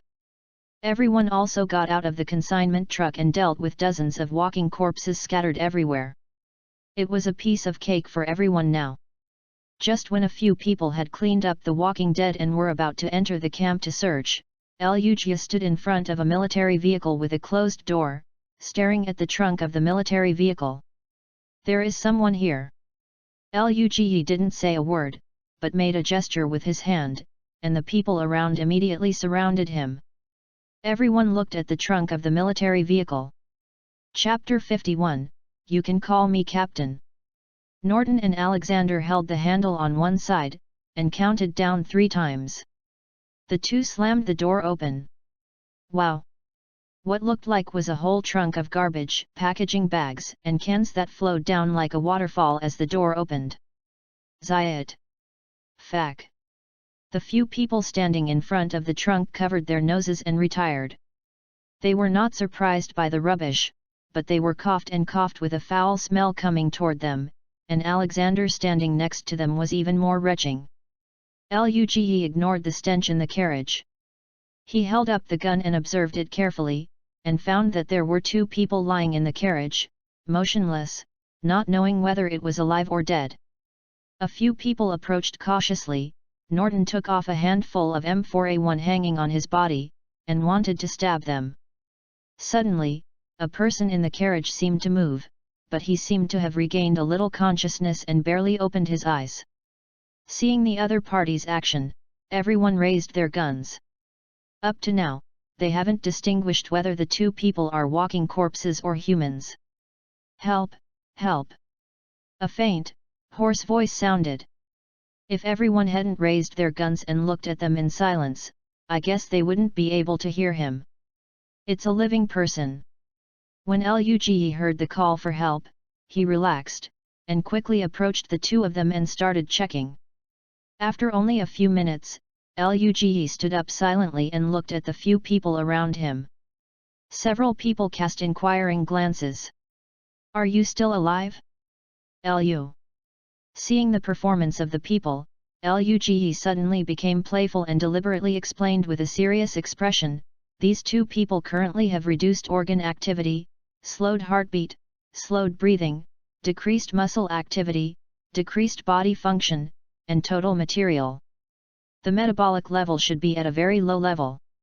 A group of people were dumbfounded by Luge's call, and Alexander even asked, so, in Eagle language, can he still be saved? Of course, he is hungry. Luge's tone was relaxed at this time, not at all the feeling that the 2 of them were hopeless. After filling half a bottle of water and eating 2 bites, the 2 of them came to the square. They sat up and helped the door of the car to the square. They were a white and a black, and they were wearing the same clothes. But curled up in the dirty and messy car for a long time, the clothes of the 2 have been worn out, and the black and purple on their bodies can't tell what it is, but they can still vaguely see that they are wearing exactly what they are wearing. Uniforms of the beautiful National Army. A few people waited for the 2 to slow down before Luge asked, "Are you from the military?" "Yes, can you give me something to eat? I'm so hungry." The white soldier who woke up first had almost his whole body attached to the car at this moment. He who had been hungry for a long time really didn't have any strength on his body now. The other person leaned there and didn't even speak. It's easy to say what to eat, but you haven't eaten for too long and can't eat more. But if you answer my question well, I can consider giving you more food. Luge saw the 2 of them look listless, and knew that they had no intention of answering after asking them so directly, so he simply used food to lure them. Sure enough, when the 2 soldiers heard that they could give more food, their attention was obviously stronger. Another soldier eagerly urged Luge to hurry up and ask. Seeing that the 2 of them finally had a reaction, Luge knew that his method worked, so he asked directly, a wise choice. Then first talk about the names of the 2 of you, what kind of soldier they are, and why you are trapped in this car. Just when I asked a question, I saw that both of them grabbed their hair in a bit of pain, seeming to recall something terrible. Was silent for a while, but the soldier who awoke first spoke first. "We are from the 4th Infantry Division of the 3rd Army. My name is Cass. This is Raphael. Our troops received the task of stopping the rioters from the superior. We are stationed here with a platoon of troops. Fortunately, we were only checking the passing vehicles. A few days later, we received an order not to leave the city. Our place was transformed into a firepower spot. I didn't expect it, hey." Speaking of this, Caston paused, and seemed to think of some bad memories. He stared at the corpses on the ground in the square with complicated eyes, and then continued, "Although it has been transformed into a firepower spot, our platoon leader still wants us to accept it. the survivors, and then we were besieged by a large number of those crazy men. When Cass said this, Rick suddenly uttered two words, "The Walking Dead." What? Cass looked up at Rick suspiciously. "We call those mad people walking zombies," Rick explained. Cass was taken aback when he heard the words, and then he couldn't help showing a bitter smile. Raphael next to him seemed to be slowing down at this time, and then Cass continued to explain. "Crazy man. Walking corpse. What's the difference? We were here for only half an hour. Do you know what is the most ridiculous? Many of those survivors went crazy." www.readaloud.com. Originally the position was very strong. As a result, some survivors were accepted in a soft heart. As a result, there were more than 30 people and there were only 2 of us. Cass' mood stabilized a little bit at this meeting. He patted Raphael on the shoulder, and then continued, "The 2 of us survived because it was our turn to rest. As a result, we just got in the car and lay down and heard it outside. The scream of screams. When we wanted to get out of the car, the scene was out of control. Maybe it was God's favor. The car we chose happened to be the car we loaded with food. We have been leaning on the car since we were trapped in the car. The food and water in the house lasted for a long time, until the food was eaten a few days ago. There was only a little water left, and there were more and more walking corpses outside. We all thought we were dead, but we didn't expect to meet you." Luge listened quietly to the 2 of them. Although they were sympathetic to what happened to them, to be honest, they were lucky to survive in this world. After some thoughts, Luge said to the 2 of them, "Do you have any plans next? Are you going to find your wife and children or your parents?" Cass glanced at Raphael beside him, shook his head and said, "We are both orphans, and we are not married." Luge couldn't help but complain. "Isn't this the standard configuration of our orphanage?" For fear that the 2 of them will immediately say that they have a car and a house, both of their parents died. Luge quickly said, "How about 2 people joining our team? I have 100, a multi-person team, with a safe gathering place, and a large number of armed forces, should help the 2 of you to survive in the future." Cass and Raphael looked at each other, stood up, and reached out to Luge. "This is our honor. How do you call you?" "You can call me Lu, I am the captain of this team." Chapter 52, 1 Point of Supplies. After receiving the 2 soldiers, Luge was in a good mood. Although he did not understand the strength of the 2 men, he admired the 2 men very much for this lifeless desperation just because they were able to persist in the square with walking corpses for so long. If someone else comes, most people will collapse. Because the 2 of them were too weak and needed to rest, and there was no extra place in the consignment truck, Luge simply arranged the 2 in the cockpit of a tank, and the 2 of Cass saw that Luge and a few people actually did it. When the 2 tanks arrived, Anan was also speechless. This team is not as simple as it seems. However, if you come here, you will be safe. Now they are considered as a team. The 2 people did not forcefully try to help everyone. They honestly got into the tank cockpit and lay down. After setting up the 2, Luge and the others continued to collect the barracks. Thanks to the location of this square on the edge of the city, the continuous aviation warnings have little impact on Luge and others. After all, the number of walking corpses on the edge is already small. After one night, the number of walking corpses around has already been very little. But I don't know why. At this moment, Luge always feels an unspeakable uneasy feeling, which makes him want to leave here immediately. "Rick, you and Norton give priority to disassembling heavy weapons first. Alexander and Bob, you 2 will go around here quickly, put away the scattered guns. Algier, you and I will move the ammunition together. Everyone is fast. One thing, I always have an unknown hunch." Everyone trusts Luge very much. They have never seen Luge worried. At this moment, seeing him in a very rare tone becomes anxious. Everyone is also affected. They are not talking, and they do their best to move supplies. The supplies here are very rich.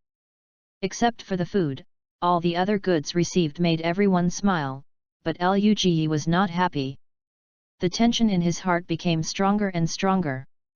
Seeing that there was about a quarter of the supplies left, Luge, I really don't want to wait any longer. Everyone, get in the car. I don't feel right.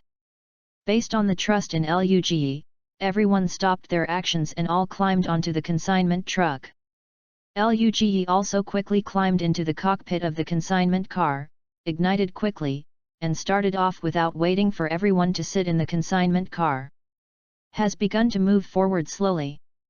Amidst the roar of the engine, a group of people rushed out of the square. Just after turning onto the highway, Luge heard exclamations in the back row. Oh my ga! God bless! Luge didn't look back, just glanced back from the rear-view mirror, and saw that there was a wave of corpses on the other side of the road at this time.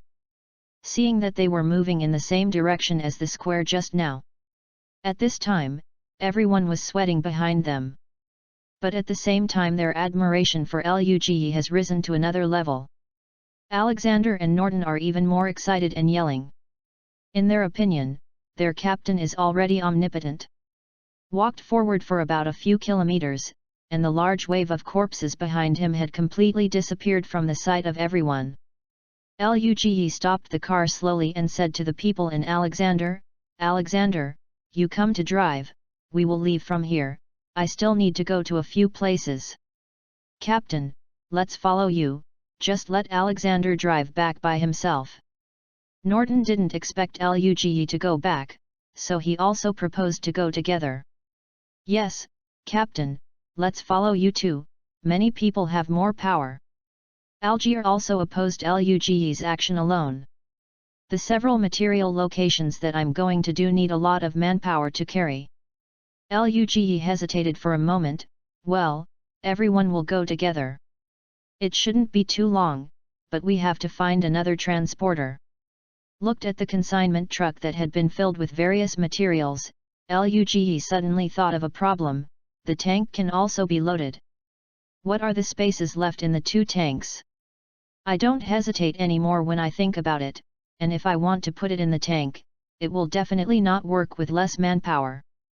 Let's go quickly, try to install everything before dark, and go back to prison tomorrow. The huge body of the consignment truck was parked in the front yard of a residential building. Luge carried a huge hammer and brought a few people into the house. Instead of staying on the upper floor, he walked directly to a wall. The wall that looked the same as the surroundings was ordinary, even if it was separated from the surroundings. The sound of knocking against the wall is no different from the surroundings.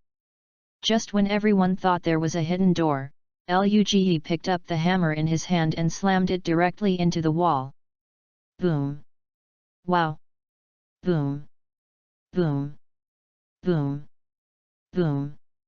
Within a few minutes, an entrance to the basement appeared in front of everyone. Is this you blocked? Rick asked. Seeing Luge nodded, Rick continued to ask with a slight change in his tone, did you know that there was going to be a zombie outbreak a long time ago? Luge understands Rick's thoughts www.readaloud.com and said that he knew the end of the world a long time ago, and there is nothing wrong with it. After all, these things were prepared long ago. But since he brought everyone here, Luge naturally had a reason to explain. Do you know which country I am from? Luge asked nonchalantly. Now that he decided to explain, he should do it once and find a reason that no one can refute. Most people are shaking their heads. The beautiful people are basically indistinguishable from people from Asian countries such as Yan country, Neon country, and Bangsa country. Only Rick vaguely remembers that Luge should be from Yan country. A native of Yan country. Rick said tentatively. That's right. I am from Yanguo. People in our country have a completely different understanding of family property from yours. The place we go next is the property that my family has accumulated over the years. Luge led everyone to the basement and continued to say as they walked, "Later, my parents returned to China. I manage these properties, and you know that I have worked in the CDC for a period of time and have a better understanding of the virus than ordinary people. Deeper, just in case, I have stored some commonly used materials in these houses." Said Luge turned on the lights in the basement. The electricity provided by solar energy is not very sufficient, but the brightness of this LED light is good or bad. Very impressive. The scene that appeared in front of everyone made everyone open their mouths, and piles of various materials like hills were neatly arranged. You call this a little material? Several people are speechless. The materials in this room can be eaten by people in the prison for a month, and according to Luge, there are still several places of materials of this size. Well, everyone, move. Chapter 53, The Last Supplies and the Tide of Corpses. Several people were busy from morning to afternoon. They moved to 5 places. It was already evening. Several people arrived at the last place. At this time, in addition to a consignment vehicle, there was another medium-sized bus. Cass and Raphael in the tank were also placed in the bus. These 2 people did not take Luge seriously at first, but with what they saw and heard in the past 2 days, the impression of the team was also greatly changed. As a sniper, his ability to observe is his strong point. First of all, their captain, this man named Lu, usually uses 2 machetes. The 2 thought that Luge was extremely capable of close combat. This idea continued until they watched. Shoot at Luge. After 2 days of observation, Cass is now very sure that Luge is definitely a person with strong combat effectiveness, whether it is melee combat or long-range shooting, or even tactical literacy. Now he can be sure that the captain is definitely a special soldier, and he is a top special soldier. Look at the guy named Rick again. He has excellent marksmanship, has a certain amount of practical experience, and has decent tactics. Coupled with his conspicuous uniform, this is a policeman. On the contrary, the few remaining people surprised Cass even more. These people are obviously trained, but they are not long and very jerky. However, in this world where people are struggling to survive, they have the resources to train. This made Cass more interested in the background of this team. Cass and Raphael discussed it, and both felt that this was a good team. If the conditions of the refuge were good, they could consider staying. Move to the end.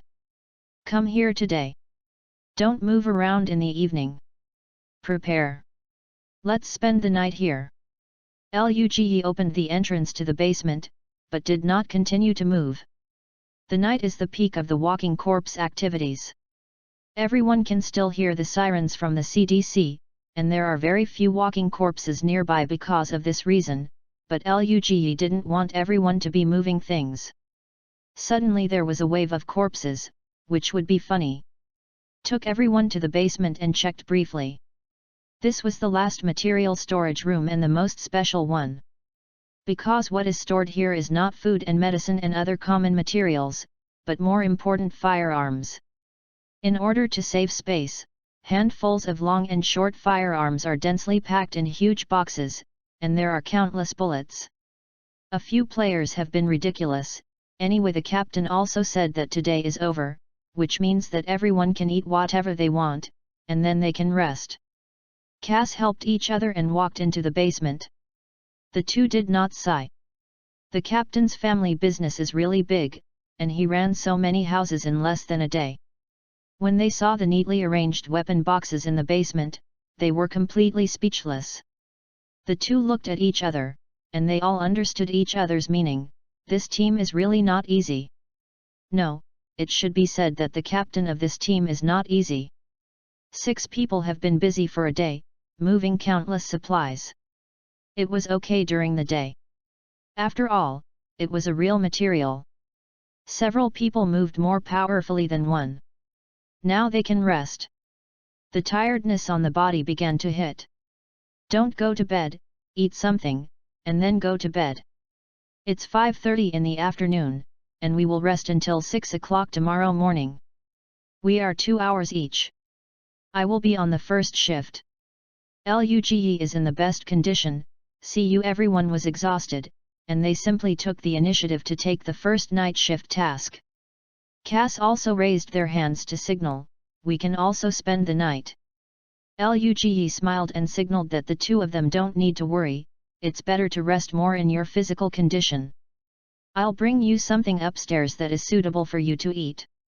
After Luge left, Rick smiled at the two people, and gave them a thumbs up, since Lu said, you just have to be obedient and rest. You may not know that Lu is a very good guy. Doctor, you are really lucky to meet him. Rick's initiative to show good, let the two of Cass finally find an opportunity. Cass quickly took advantage of the beginning of the conversation and started chatting with Rick, wanting to understand the other situation of the team. Can you talk about your team? We too are also members of the team. We also want to know about the situation. Rick nodded, and did not deliberately conceal the two, but only briefly chatted. Several people were talking, and they saw Luge walking down with a big pot. Wake up first, I made some hot soup, everyone come over and eat something before going to sleep. Several people gathered around, and Luge didn't do anything complicated. It was a pot of tomato noodle soup, and this was also completely drunk by everyone. About 7 o'clock in the evening, everyone finally found a place to lie down after eating. The house soon became quiet. Several people fell asleep almost as soon as they lay down. Only Luge did not sleep. Quietly came to the lobby on the first floor. Luge glanced out of the dark window, then chose a suitable place to sit down. Time passed little by little, and it was 12 o'clock in the middle of the night. Luge turned and walked to the basement, patted Rick on the shoulder, and the other party quickly woke up.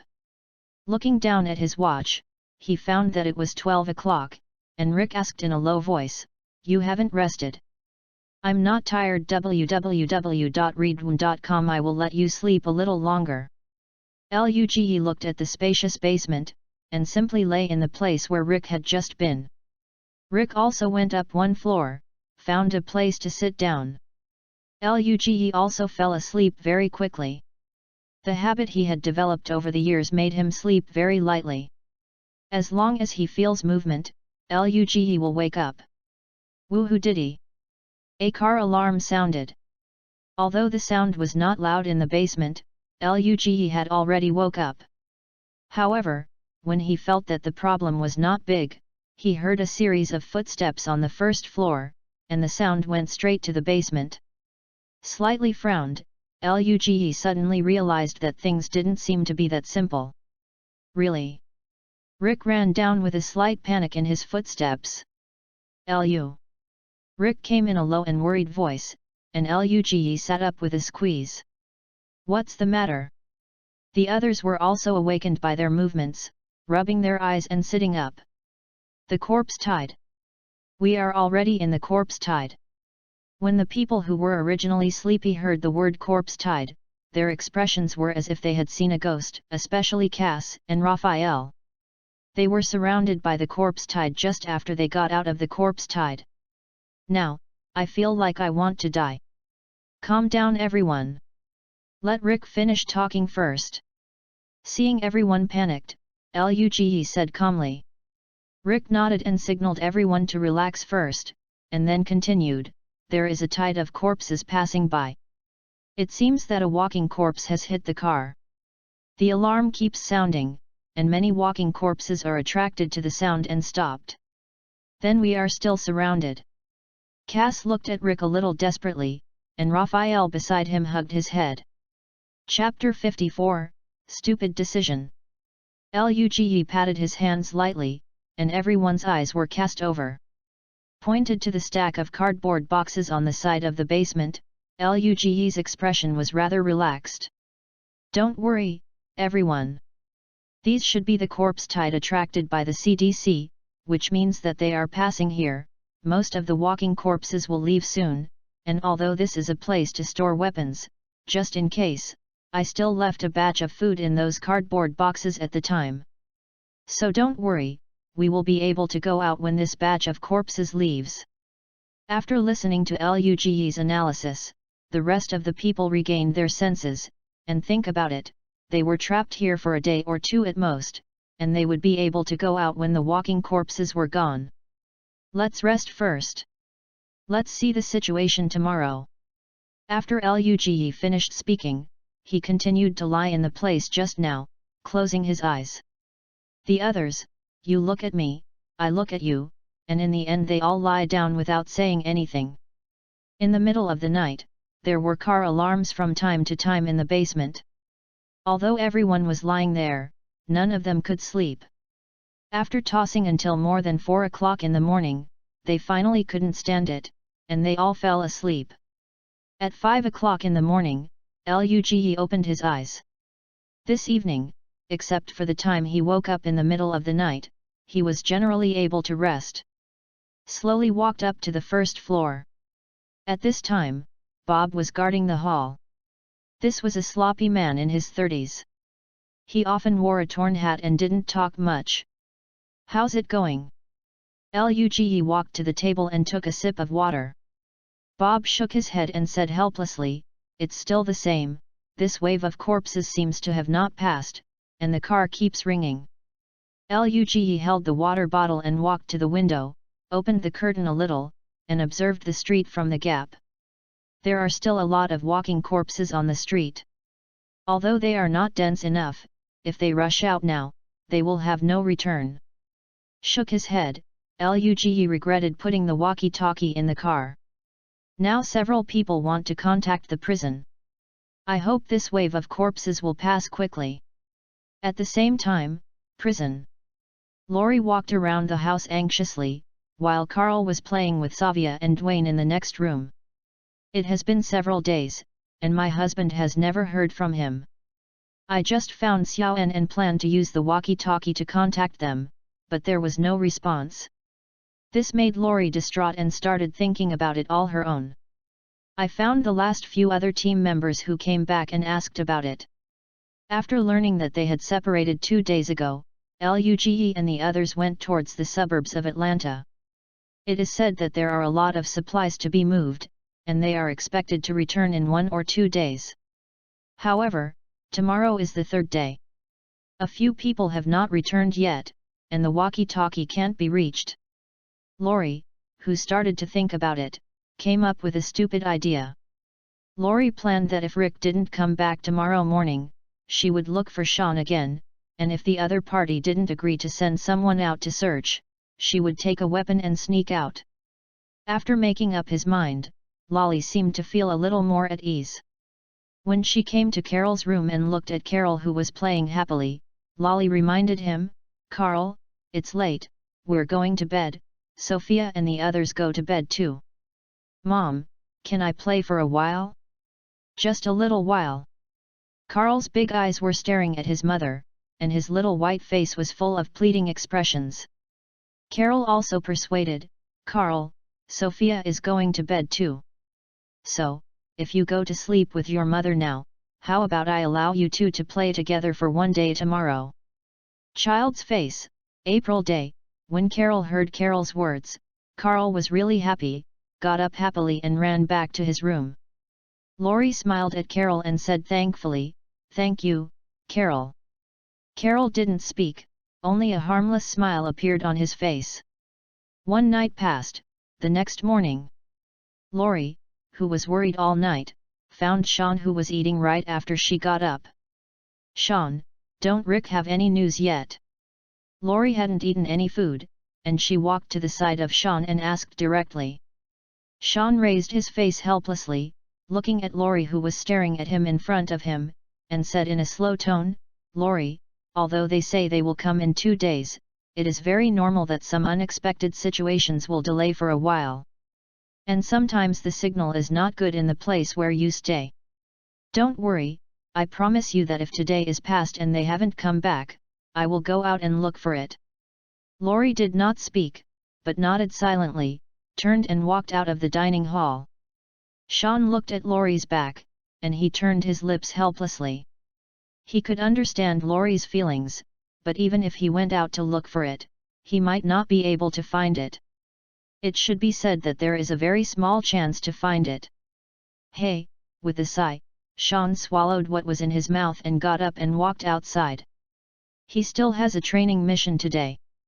After Laurie left, she felt more and more angry in her heart.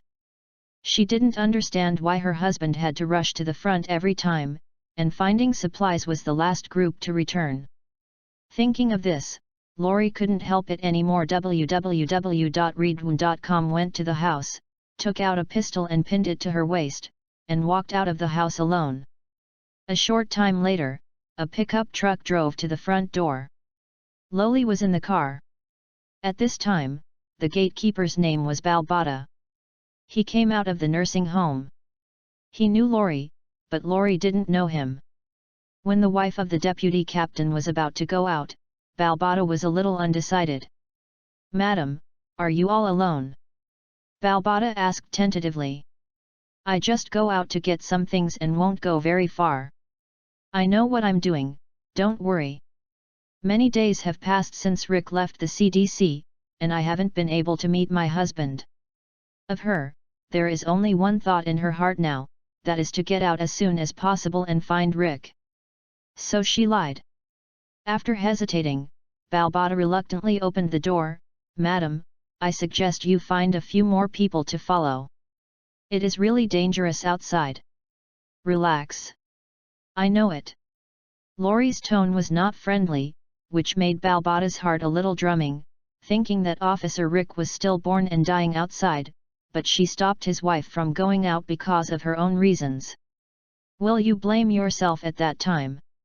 Thinking of this, Balbata finally let go, nodded to Laurie, and let him go. Looking at the pickup truck that disappeared after a while, Balbata silently noted the time. Waiting left and right did not see the shadow of the pickup truck coming back. Balbata began to panic, but he still held back, and waited for another half an hour. By this time, Laurie had been out for nearly an hour. Balbata finally couldn't help it. He ran into the room, searched for a while and finally found Sean drinking water in a cell. "Instructor Sean, I have an urgent matter for you." Chapter 55, Laurie. "What did you say? She went out by herself? You let her go like this?" Xiaoen's face turned dark, and he really didn't expect Laurie to be so impatient. He knew exactly what Laurie was doing, so it made him worry more. "Balbata, right? Did Laurie say where she is going?" Sean eagerly grasped Balbata's shoulder. He didn't want to wait for Rick to come back and find that he had lost Laurie. She told me that she was going to get something nearby, and I let it go without thinking about it, but I didn't see her come back after waiting for a long time, so." Balbata was a little embarrassed. He was kind, but he did something bad. Damn it! Xiaoen was a little flustered. The only way he could think of now was to ask the master to go out and look for it. "Who are you looking for?" "Tracking, yes, tracking. Daryl. Go find Daryl." Sean stuffed a pistol on his waist, then picked up a shotgun from his side, turned around and walked outside, and asked as he walked, "Did you just see where Daryl was?" Balbata nodded and motioned to Sean to follow him, and the two trot all the way to the outside. A long way away, Sean saw Daryl, ran over and shouted as he ran, "Daryl! Daryl! Come out with me." Laurie ran out by herself. "I need your help tracking." Sean spoke quickly, and before Daryl finished speaking, he ran towards the people next to him. "What?" Daryl looked at Balbata, who was running over together inexplicably. Seeing that Daryl didn't understand, Balbata explained, "That's right. I was watching the door, but Captain Rick's wife drove over and said that she wanted to go out and get something. When she came back later, I let it go. After more than an hour, I still haven't come back, so I went to see Captain Sean." "Fool! What are you thinking about?" Daryl couldn't help but cursed after listening. He walked quickly to Sean's side, and Balbata hesitated and followed. Sean ran to the side and called a few people casually, planning to go out to find Lori, and soon Daryl and Balbata also walked over. "Captain Sean. Let me go too, after all, I let people go, I have a responsibility." Balbata also came up, and some self-blame that he would also go. "Okay. Then I, Daryl, Balbata, Con, Morgan, Glenn. Everyone quickly get the weapons, we will gather at the door in 5 minutes." After Sean finished speaking, he trot to a car. Past. The few remaining people also hurried into the house to pack up their things, took some food, picked a few handy weapons, and ran to the gate again.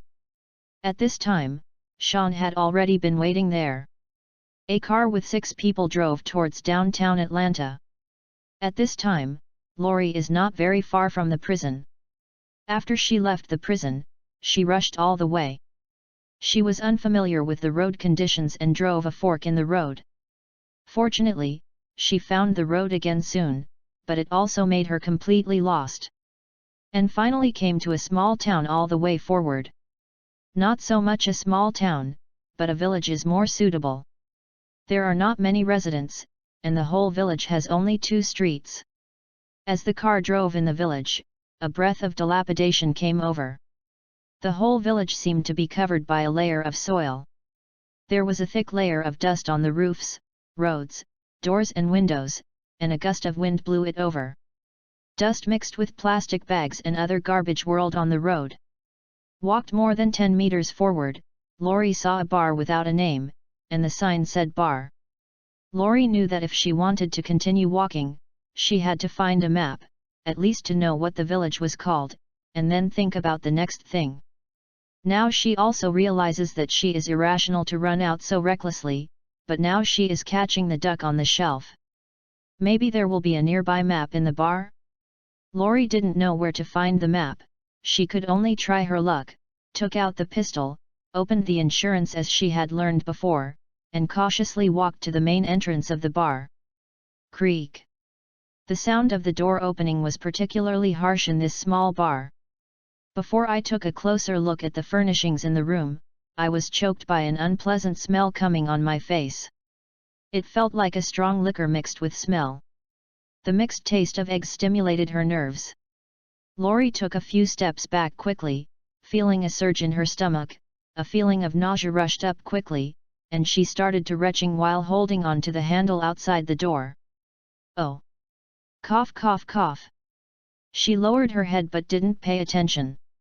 In the bar, the dead bodies lying motionless in different postures slowly got up and walked towards the outside of the house. A walking corpse walked a few steps, just kicked it on a wine bottle, the bottle followed the force, and rolled out the front door of the bar, and fell on the asphalt road with a scream. Lori, who was lowering her head and gasping for breath, also heard the sound. She suddenly looked up and saw a few walking corpses walking towards her in a bar a few meters away from her. Ah! Lori was so scared that she sat on the ground. She had never dealt with walking corpses alone. Seeing a few walking corpses getting closer and closer, she thought of many things in her mind like a movie.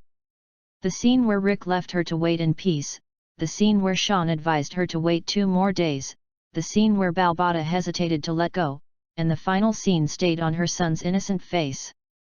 Thinking of Carl, Lori seemed to wake up in an instant. She couldn't let her son lose his mother at such a young age. She wants to give birth to the baby in her belly. Lori, who had been sitting on the ground, suddenly moved. www.readaloud.com. I saw him crawling back a few steps with his hands and feet together, then quickly turned around and stood up and ran towards the car when it came. But fortune is unparalleled, misfortune never comes singly. At this moment, a walking corpse that appeared from nowhere suddenly appeared from behind the car. Lori's heart tightened, and she couldn't help but curse inwardly. Damn it! Turned around and looked around, then ran towards the row of houses on the other side, and reached the first one and reached out to open the door, and found that it was locked. The second one. The third one. Just when Lori was desperate, there was a click from the door lock, reminding her that there was no lock. Lorry is overjoyed. He quickly got into this room and locked the door with his backhand. Panting, Lorry leaned against the door and slowly squatted down, tears streaming from her eyes. Now she really regrets it. But just when she was about to hold her head and cry, the living room of the house also heard the roar of a walking corpse, and a male walking corpse walked out of the corner of the living room. Lorry stood up again in fright, the gun in her hand was raised tremblingly. Lorry aimed hard, and the walking corpse got closer and closer. Boom! Sure enough, the first shot was missed. She didn't even hit the body of the walking dead. Lorry's hand was trembling all the time.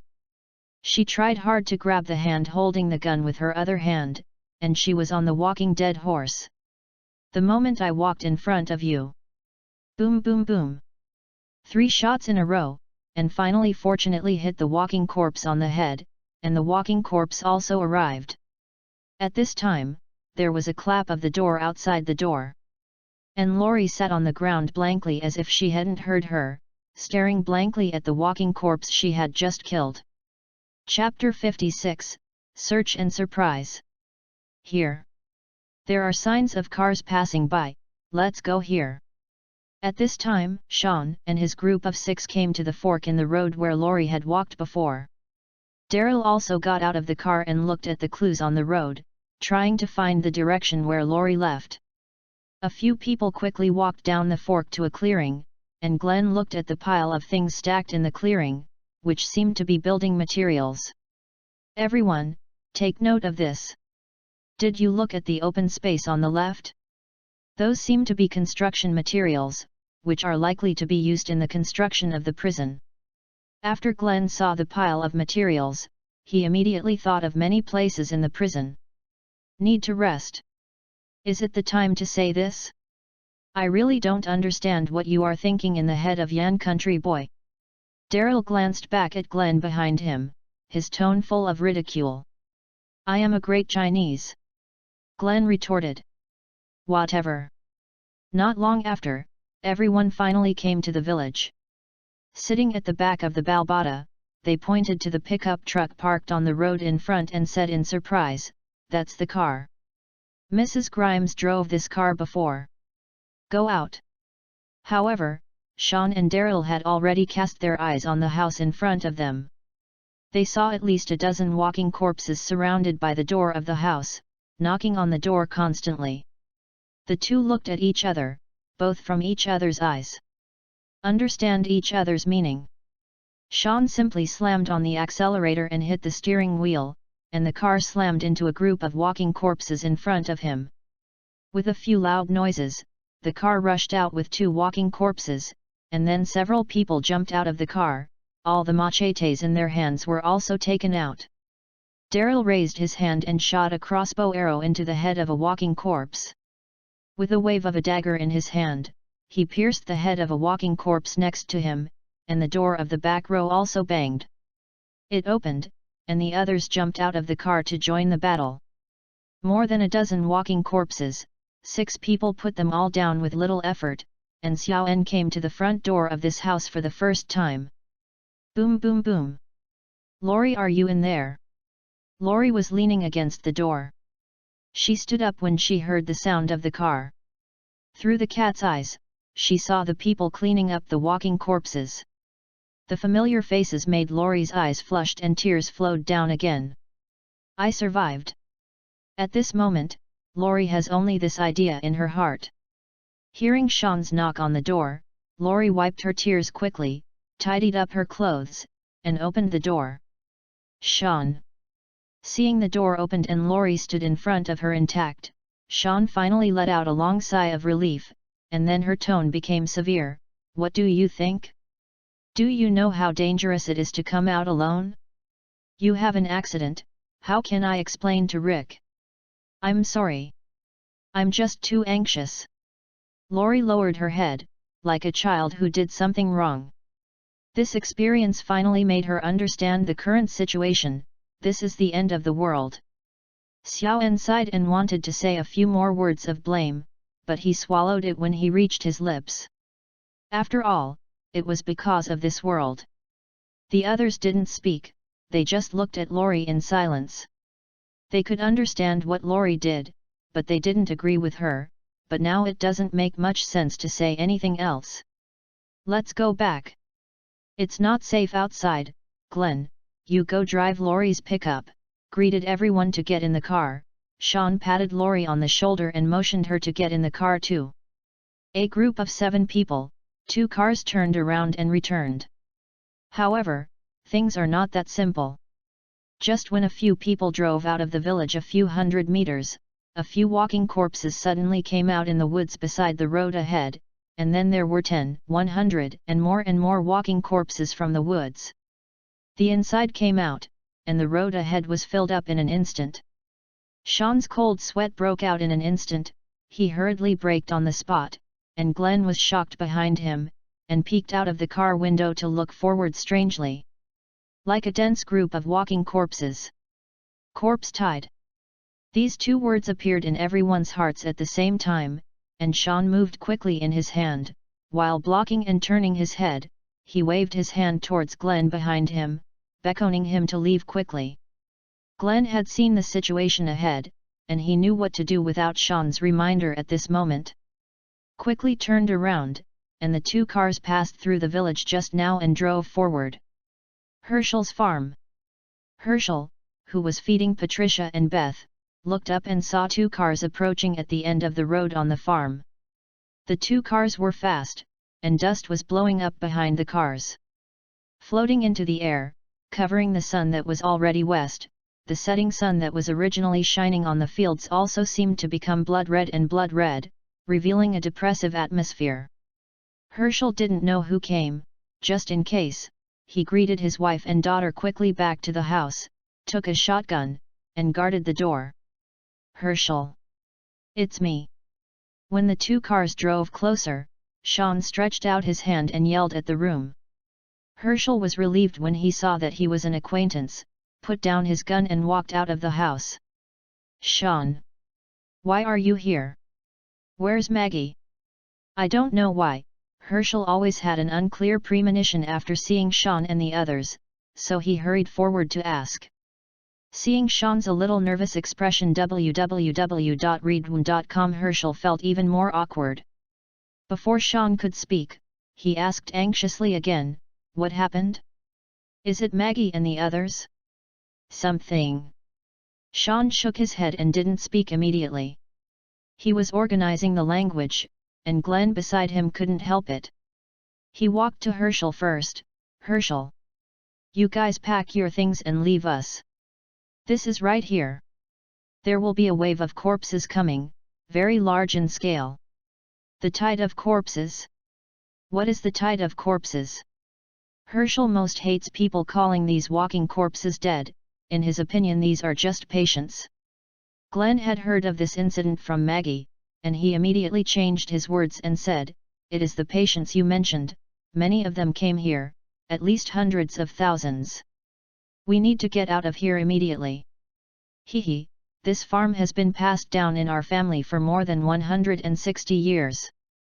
Are you asking me to leave this land where I was born and raised? Herschel didn't have much to say after hearing Glenn's words. Instead, he asked instead. Glenn was speechless. He had heard Maggie say that this old man was very stubborn, but he had never experienced it personally. Originally, he thought that he would have the opportunity to persuade and take Herschel people to prison. Here comes such an emergency situation. Suddenly, Glenn thought of something. At present, he is only a gamble. Maybe Herschel will hate him in the future, but it is better than Maggie hates him in the future. Thinking of this, Glenn no longer hesitated, and said loudly, Herschel, don't you understand? These things are no longer human. They are already dead. Wake up, you want to die, but you have considered yours wife and daughter? Do you want them to die with you, or hope that when you die, they will suffer for a lifetime? Chapter 57, Exhort. Shut up. What right do you have to intervene in my family affairs? Herschel was irritated by Glenn's words. The boss stared at Glenn's face with his eyes wide open, and the beard on his face began to tremble. Patricia and Beth stood behind with complicated eyes, and they didn't speak. Glenn was also irritated by Herschel's rigidity, and his original white face turned red, and he shouted, "Because I and Maggie fall in love. Because I love her, I am one of these people. Except for the people in your family who don't want you to be hurt the most." Herschel opened her mouth in surprise by Glenn's words, but didn't say a word. Seeing that the scene was a little out of control, Lori stood up quickly. "Herschel. I'm Rick's wife, my name is Lori. Rick is Lou's friend. You should know Lu, right?" Although Herschel didn't speak, he nodded silently after hearing Lu's name. Seeing that Herschel was listening, Lori continued, "Maybe you don't know that Lu is a researcher at the CDC. We were also in the CDC before. The people there explained to us that these walking corpses, they are people whose brainstem is controlled by a virus. They have no memories of their lives, and what is left is only the most basic desires and appetites. Have you ever seen someone who can live even when all of their body is rotting inside and outside? Have you ever seen it?" Before Lori's words were finished, Herschel interrupted her emotionally. "I don't care. My son and my friends have all contracted this disease. I want to save him. You go, I will not leave with you." "Herschel. Dad." Patricia and Beth were a little frightened. They couldn't help but put their arms around Herschel's arm. The two of them knew that these people were already dead. They just didn't want to accept this fact, and Herschel's stubbornness was even worse. A yoke was added to their thoughts, making them even more reluctant to face these things. Glenn's face changed all the time. Seeing that Herschel was about to turn around and enter the house, he finally couldn't help it, and shouted, "Herschel! I know there are a lot of walking corpses in your barn. Do you want to kill your whole family to satisfy your impossible wish? If you die, what will Maggie do? Do you still want Jimmy and Otis to be buried with you?" Several people on the side changed their expressions instantly when they heard that there were walking corpses in the barn, and Xiaoen's expression changed drastically. Without saying a word, he took out the gun in his hand and ran towards the barn not far away. The others also looked at each other, and then followed them one after another. Even Herschel's expression changed drastically, and he broke away from his wife and daughter's hands and ran towards the barn quickly. "Ah!" A roar. Listening to the peculiar roar of the walking corpse from the barn, Sean's face was pale. He never expected that there was a barn of walking corpses hidden in the farm where he had lived for a while, and when he wanted to open the door to wipe out all the walking corpses inside, he walked not far away.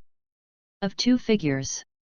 Sean took a closer look and turned out to be Jimmy, and the other person next to Jimmy, no, that's not a person. His pupils tightened, and Sean ran towards Jimmy in a frantic manner, and grabbed the stick in Jimmy's hand. At the other end of the stick was a noose, and at this time the noose was wrapped around the neck of a walking corpse. Pulled the stick angrily back to the side of the crowd, stuffed the stick into Balbata's hand, and Sean took out the gun. Just listen. Bang! A bullet accurately hit the thigh of the walking corpse. Sean asked loudly, "This is the patient? Hey? Will the patient stand up and pounce on you when his thigh is punctured?" Bang! Another shot hit the heart of the walking dead. "Will the patient still be alive after the heart burst? Hey! Bang! A bullet accurately penetrated into the head of the walking dead. Sean, who had solved the walking corpse, walked in front of Herschel, still with that furious expression. "Speak! Didn't you say that they are patients? Do you think he will call you dad when I release your son from the barn now?" Snapped. Herschel, who had been silent for a long time, suddenly raised his hand and slapped Sean's face with a vicious slap. He roared in a low voice, "You are not allowed to say that to my son." Patricia behind Herschel was also glaring at Sean at this time, and Beth was scared by the appearance of Sean just now and hid behind Patricia. A hand suddenly grabbed Xiaoen and slammed him back. Xiaoen looked up and saw that it was Daryl who had been silent. He only heard Daryl's low voice, "You are enough. He is a father, respect it. Everyone in the dispute did not notice that there are already walking corpses in the woods at this moment, walking towards the farm. The sky is getting darker and darker, and the few people are getting more and more anxious, and Herschel still looks unmoved. Sean shook his head disappointedly, and greeted the others and turned to the car. Herschel, think about Maggie. Think about your daughter. Please. Do you really want your family to accompany you to death? Beth is only 16 years old. Glenn still persuaded him not to give up at the same time, trying to affect Herschel with affection, even if it is good to leave for a while, but Herschel just stood there stubbornly and motionless. No matter how Glenn persuaded him, there was no response. Morgan hasn't spoken since he came to the farm. He is not a nosy person. www.readaloud.com. If Herschel makes it clear that he needs help, he will not hesitate to help, but now he is reluctantly. Seeing Sean walking towards the car, Morgan also patted the shoulders of Balbada and Khan next to him, and gently shook his head to signal that they were ready to leave. When the three of them turned around, Morgan suddenly saw a few shaky figures emerging from the edge of the forest in the distance. The sun had already set, and Morgan could only see with the little light left. A little rough outline. Pulled the two people around, Morgan pointed to the edge of the woods in the distance and asked, "Look, is there a walking corpse there?" Balbada held up the gun in her hand and looked there with a scope. The walking corpses that had been wandering on the edge of the woods had moved forward for a while, and behind them was a continuous wave of walking corpses. "Come out of the woods! Zayat!" Balbada turned pale and shouted behind him, "Let's leave quickly! The tide of walking corpses is here!" The others were also very anxious when they heard this. Glenn even grabbed Patricia's hand and said anxiously, "Patricia, hurry up and help me persuade Herschel. Don't leave here right away, it will die." But he saw Herschel, who had been staying there, suddenly turned around, and said to Patricia behind him as he walked into the house, "Patricia, come in and pack things, let's get out of here first." Glenn was about to cry with joy, and finally he didn't waste his words, and now he can finally explain to Maggie. Since they decided to leave, everyone very quickly began to pack their things and load some necessary supplies into the car. Herschel was silent all the way, but just sat in the back of the car and stared at his house. "The walking corpse is coming soon. Hurry up. Let's go." Chapter 58, Attacked. Patricia and Beth threw their baggage behind the pickup truck and quickly climbed into the car. The two cars did not dare to leave along the way they came, but drove along a small road in the opposite direction according to Jimmy's instructions. Beth leaned on the rear window of the car and watched her home go further and further. A sad mood spread. Glenn noticed that the three people behind were silent. He knew very well that several people were uncomfortable. They didn't take the initiative to speak either, and a few people just drove forward in silence. After driving for about half an hour, a few people came to a town. It was already dark at the moment. Xiaoan didn't want to rush at night, so he could only find a temporary shelter here. A group of people came to a place with few houses on the edge of the town, and picked a house with a locked door. Xiaoan easily turned to the second floor. After entering through the window, everyone only heard two noises of landing at noon, and then the door was opened by Xiaoan from inside. "What sound?" Glenn asked nervously. "It's nothing, just two walking corpses." Sean wiped his nose and greeted the people of Balbada. "Come, help throw these two walking corpses out." After speaking, he walked into the room. After a while, a few people walked past Herschel with two walking corpses. Glenn clearly saw him stiffen. Sighed in his heart, Glenn can't manage that much now, as long as Heschelen is brought out safely, he is already very satisfied. A few people have been running around for a day, and everyone is exhausted. When Xiaoan sees this, he instructs everyone to take a rest and look for the way back tomorrow, depending on the situation. "No words for a night." "Ah, Dad! Who of you saw my dad? My dad is gone." The next morning, Everyone woke up to Beth's exclamation. Glenn was the first to sit up and looked at Beth, who was distraught. Glenn patted his face and tried to clear his mind. "What's wrong with Beth? I woke up in the morning and found that my father was gone." Beth's tone was a little bit of crying. Glenn looked around and found that the place where Herschel slept last night was really empty. Glenn looked at the stairs suspiciously. "Go upstairs to see." Nodded. Beth was a little speechless, just sitting on the sofa sobbing. Dale picked up the crossbow silently, grabbed a knife and walked to the door. "I'll go out and look for it." Sean also recovered at this time. Seeing that Daryl was about to go out, he hurriedly called to him. "Daryl, don't worry, let's go together. Bring things, let's go." A group of people walked out of the house in a panic, and did not get in the car. Everyone followed Daryl and walked in one direction.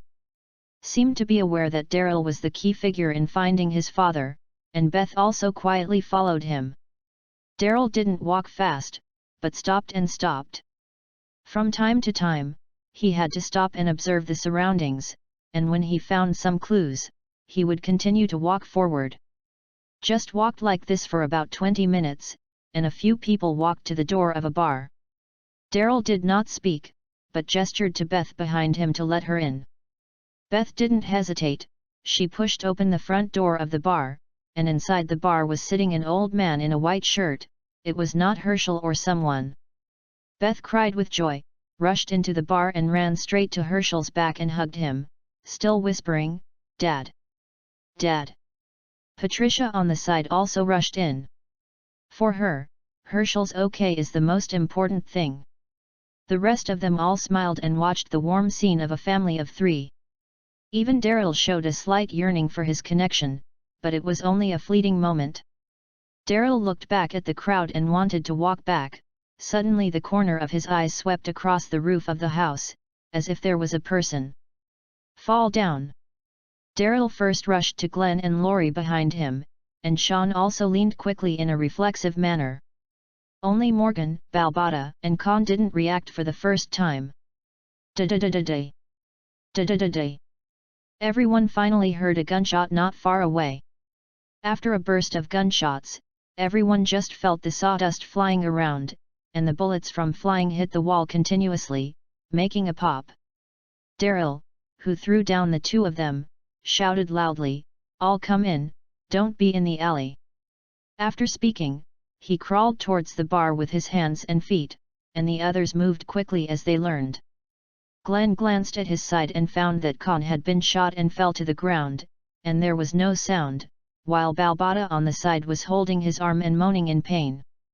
Glenn didn't want to help, and quickly crawled into the bar. He was slumped in the corner and looked forward blankly, his whole body trembling again. Sean climbed into the bar relatively proficiently, and then lay on the ground and stretched out his hand at the groaning Balbata. "Grab my hand if you don't want to die."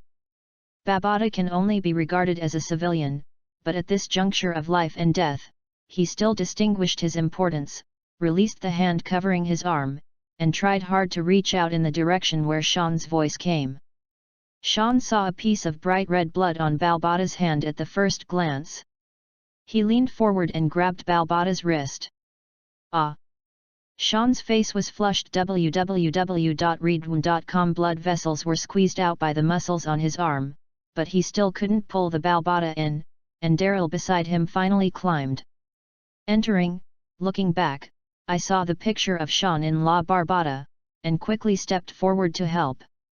Together, the 2 finally pulled Balbata into the bar.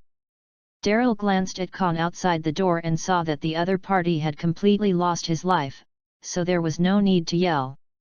"Con is dead. Fuck." Following Daryl's anger, Glenn also slowed down, and Herschel, who had been sitting at the bar, also turned his head slightly to look at the door. 1. Sean took the time to treat Balbata's wounds. He checked and found that the front and back of his arms were pierced by bullets, and his complexion improved a lot. The good news is that the bullet passed through. The bad news is that there is a lot of bleeding, and it should have hurt the artery. If you don't stop the bleeding in time, you may not be able to hold on for too long. I will help you tie up your arm first. Don't move. Xiaoen said as he swiftly cut the sleeves of Balbata with a knife, and then quickly tied a knot at the top of the wound with the cut sleeves. Looking around, Sean found that Herschel was still sitting there at this time, and there was a bottle of high wine on the table next to him. Picked up the wine bottle and poured it on the wound facing Balbata. Hi.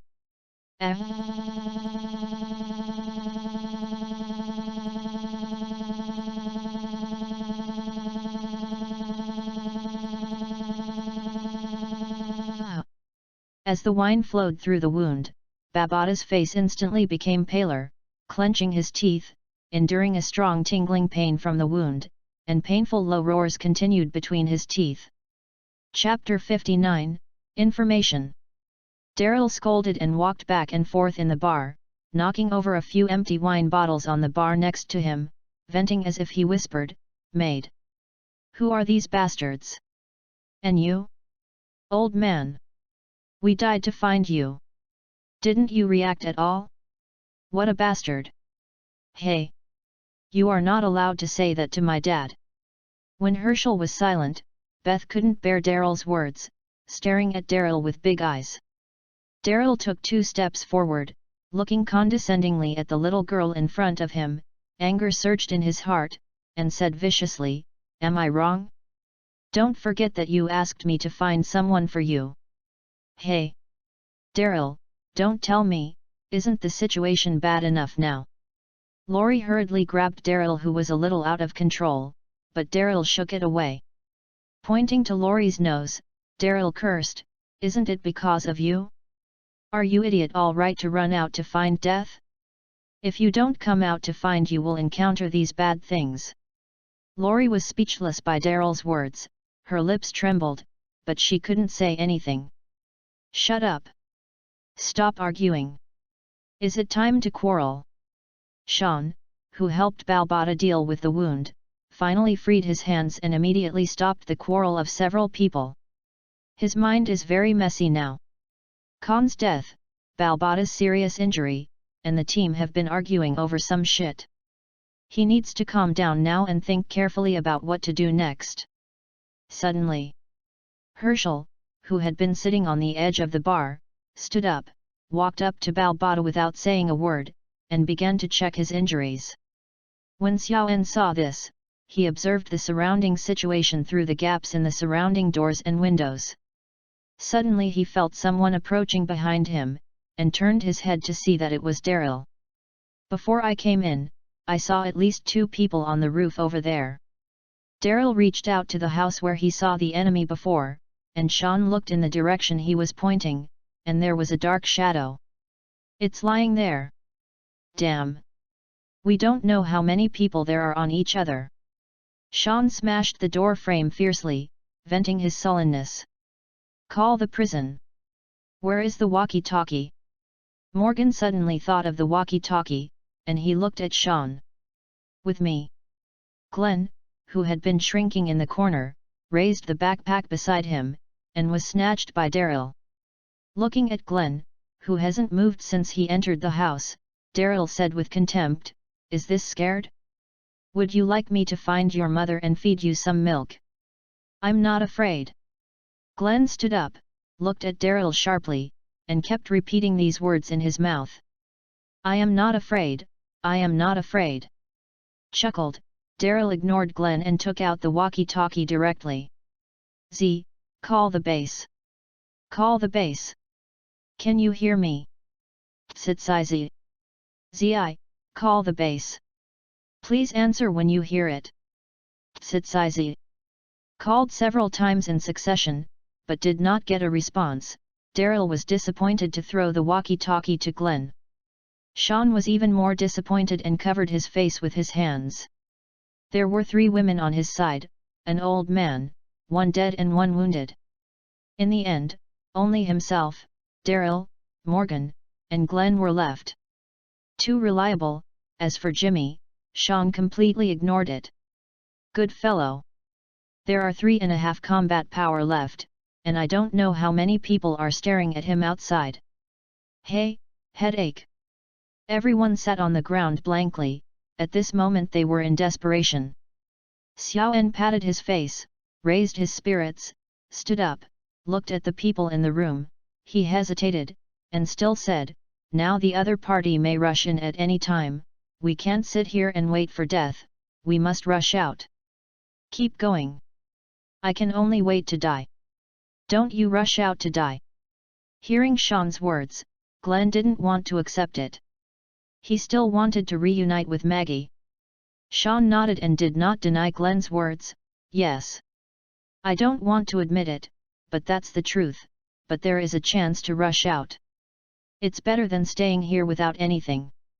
After a pause, when everyone had nothing to say, Sean simply urged, "Quickly, get ready to rush out, this is our only chance." Just when everyone turned around to take things, Glenn, who was on the side, suddenly shouted, "And many more. Maybe there is still a chance." I saw Glenn lift up the previous walkie-talkie with one hand, and there was a rustle of electric current from the walkie-talkie at this time. "Shasha Zi, this is Lu, call the headquarters. Please reply when you receive it." A group of people smiled instantly on their crying faces, and Sean snatched the walkie-talkie. "Zi, this is Sean. I received your message, very clear." "Zi, Sean. Great, we are on the way back, how is the house?" Hearing this, Sean's expression gave a hint of helplessness. "Zi, Lu, we are not at home, we were attacked outside. We are trapped in a bar now." The walkie-talkie was silent for a few seconds, and then Luge's voice came again, but this time it was obviously with a trace of anger. "Zi, where are you?" Sean looked at the people of Herschel, and Jimmy next to him quickly said, "This is Camp Town." "Zi, in Camp Town. In a bar south of Camp Town." Then there was silence for nearly a minute. Yu reading www.yuyuganshu.com. Xiaoen knew that the other party was looking at the map, and it turned out that Luge's voice soon came from the walkie-talkie. "Zi, received. Keep it there. Hold on for 10 minutes. Zi, received." Put down the walkie-talkie. Several people were obviously relieved. Xiaoen quickly made a layout, let several people guard several positions in the bar, and the others hid inside the bar. After a few minutes, footsteps could be heard outside. Xiaoen stretched out his hand to signal the people to pay attention to concealment, and he slowly got up and looked outside through the gap beside the bed. I saw only 5 or 6 men with various weapons in their hands, walking towards the bar. Xiaoen knew that he couldn't let the other party rush over so unscrupulously. Once the other party entered the bar, they would end up miserably. With a cruel heart, Sean raised the M4A1 in his hand, and aimed at a few people, and a shuttle bullet hit it directly. Da-da-day! Da-da-day! 2 of the people who came up were hit by bullets in an instant, and fell to the ground wailing. The other people finally did not dare to continue arrogantly walking this way, but hid behind the trash can in the alley. A man's voice came from behind the trash can. "Listen to the inside. You are dead. I will give you a chance to hand over the women in your team, and I will give you a happy one. Otherwise, I will catch you in a while, and I will make you all want to die. Difficult. People who dare to kill us." Listening to the threats coming from outside, Sean was a little relieved. As long as the other party had taken care of him, he would not rush over easily. Chapter 60, Kill. "Zi. Sean, what's the matter with you? We will be there in 3 minutes." "Zi. I'm holding it back for a while, Lu, the other party may have a lot of people, you have to be careful of the roof." "Zi, don't worry." Put down the walkie-talkie again. Xiaoen began to sneer in his heart, looking at the trash can not far away. The murderous intent in his heart also surged. Since becoming a county police officer, I have never suffered such a big loss. This time I was attacked by a group of and killed a member of the team. Sean became more and more angry. 2 shots were fired near the trash can to deter the opponent. 3 minutes said that it was not short, and it was definitely not long. Just after Sean fired a bullet again, he heard the roar of a large vehicle engine from a distance. Then, the people in the bar heard a gunshot on the street in the distance. Crack! Boom! Bang! Bang! Bang! Boom boom boom! A shrill break sound rang, followed by 4 huge gunshots mixed with a burst of shots. Even though Sean couldn't see the situation behind the trash can, he was pretty sure that the few people hiding there were a lot of bad luck. Because at this time he had already seen Luge standing next to the trash can. Lu is here. Come out, everyone. Xiaoan greeted him and rushed out of the house, only to see Luge walking towards the bar with 2 strangers behind him. These 2 people are wearing dark, tattered, military uniforms? Xiaoan took a closer look and found that it was indeed a beautiful army uniform, and then took a look at the ranks of the 2, they are both second-level non-commissioned officers. Too late to see more, Luge has already walked to the door of the bar, Khan's body is lying there, Luge's complexion becomes ashen. Bring him here. Luge yelled without looking back, and saw Rick and Alexander walking by one arm by one person not far behind him. The culprit was thrown in front of Luge by the 2. Luge took out a dagger tied to his thigh and stared at the culprit. How many people are there in your accomplices? Where are they? Luge's tone was extremely cold, and even the people behind Rick felt that kind of cold killing intent. The gangster just stared at Luge at this time, but he didn't mean to answer. After you meet. Puff. Luge's dagger nailed the culprit's left hand to the ground without hesitation.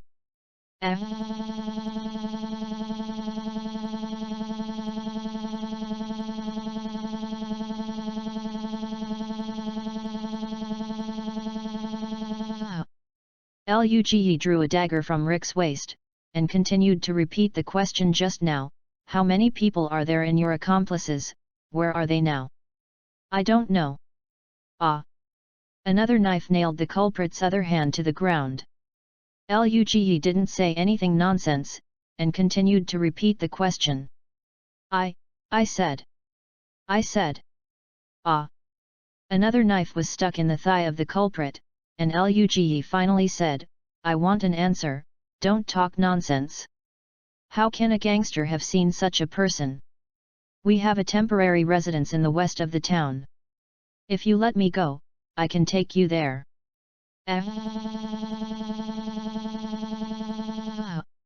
How come you stabbed me? Luge took the last dagger from several people, stood in front of the culprit and looked down at him. A faint voice came from his mouth. I just want you to tell me where they are. I didn't say that I would let you go. The one who killed me, even God, don't want to live until tomorrow. In the gangster's horrified expression, Luge's dagger cut through his throat fiercely, and bright red blood spurted out and splashed on Luge's face. He looked at the gangster so coldly. The expression on the culprit's face changed from horror to hideous. Hot blood flowed into the trachea, making it difficult for him to breathe. His face changed from pale to blue, and his body began to twitch. The light in the eyes slowly became dimmed, and finally there was no movement. Luo Li and others looked at Luge with weird faces. Most of the people present were somewhat resistant to Luge's torturing and killing the gangsters. After all, this apocalypse had just begun, and they had not seen much dark side under Luge's protection. Luge didn't care about everyone's gaze. He just asked a few people to give Khan a shot to prevent the corpse from changing, and take the corpse back to the prison until he returned. After, he walked to the west of the town alone, leaving everyone there with big eyes and small eyes. Everyone waited on the spot for about an hour, during which another event happened. The siren from the CDC suddenly disappeared, and then a dull explosion sounded. Everyone knew it. The CDC, the self-detonation device, has worked, and with this loud noise, countless walking corpses will be wiped out. When Luge came back, it was just 10 o'clock in the morning, and he didn't say anything. As long as things didn't happen, he continued to arrange the evacuation. Everyone did not continue to mention the matter in a tacit understanding, and on the way back, the people in the consignment car were still the people who had gone out with Luge before, except for Rick, who had been replaced by Sean. Rick was sitting in the back row with Lori and Glenn, and the Herschel family were in the car. The atmosphere in the car was very depressing. Except for Rick, everyone's faces were covered with clouds. In the end, Lori couldn't help it. She took the lead and said, "Rick, let's get out of the prison." In fact, Rick also noticed that the expressions on everyone's faces were wrong. www.readaloud.com, but Lori's words still surprised him. "Why do you think that?" The expression on Lori's face instantly became excited, and her tone of voice rose sharply. "Why? Didn't you see how he murdered?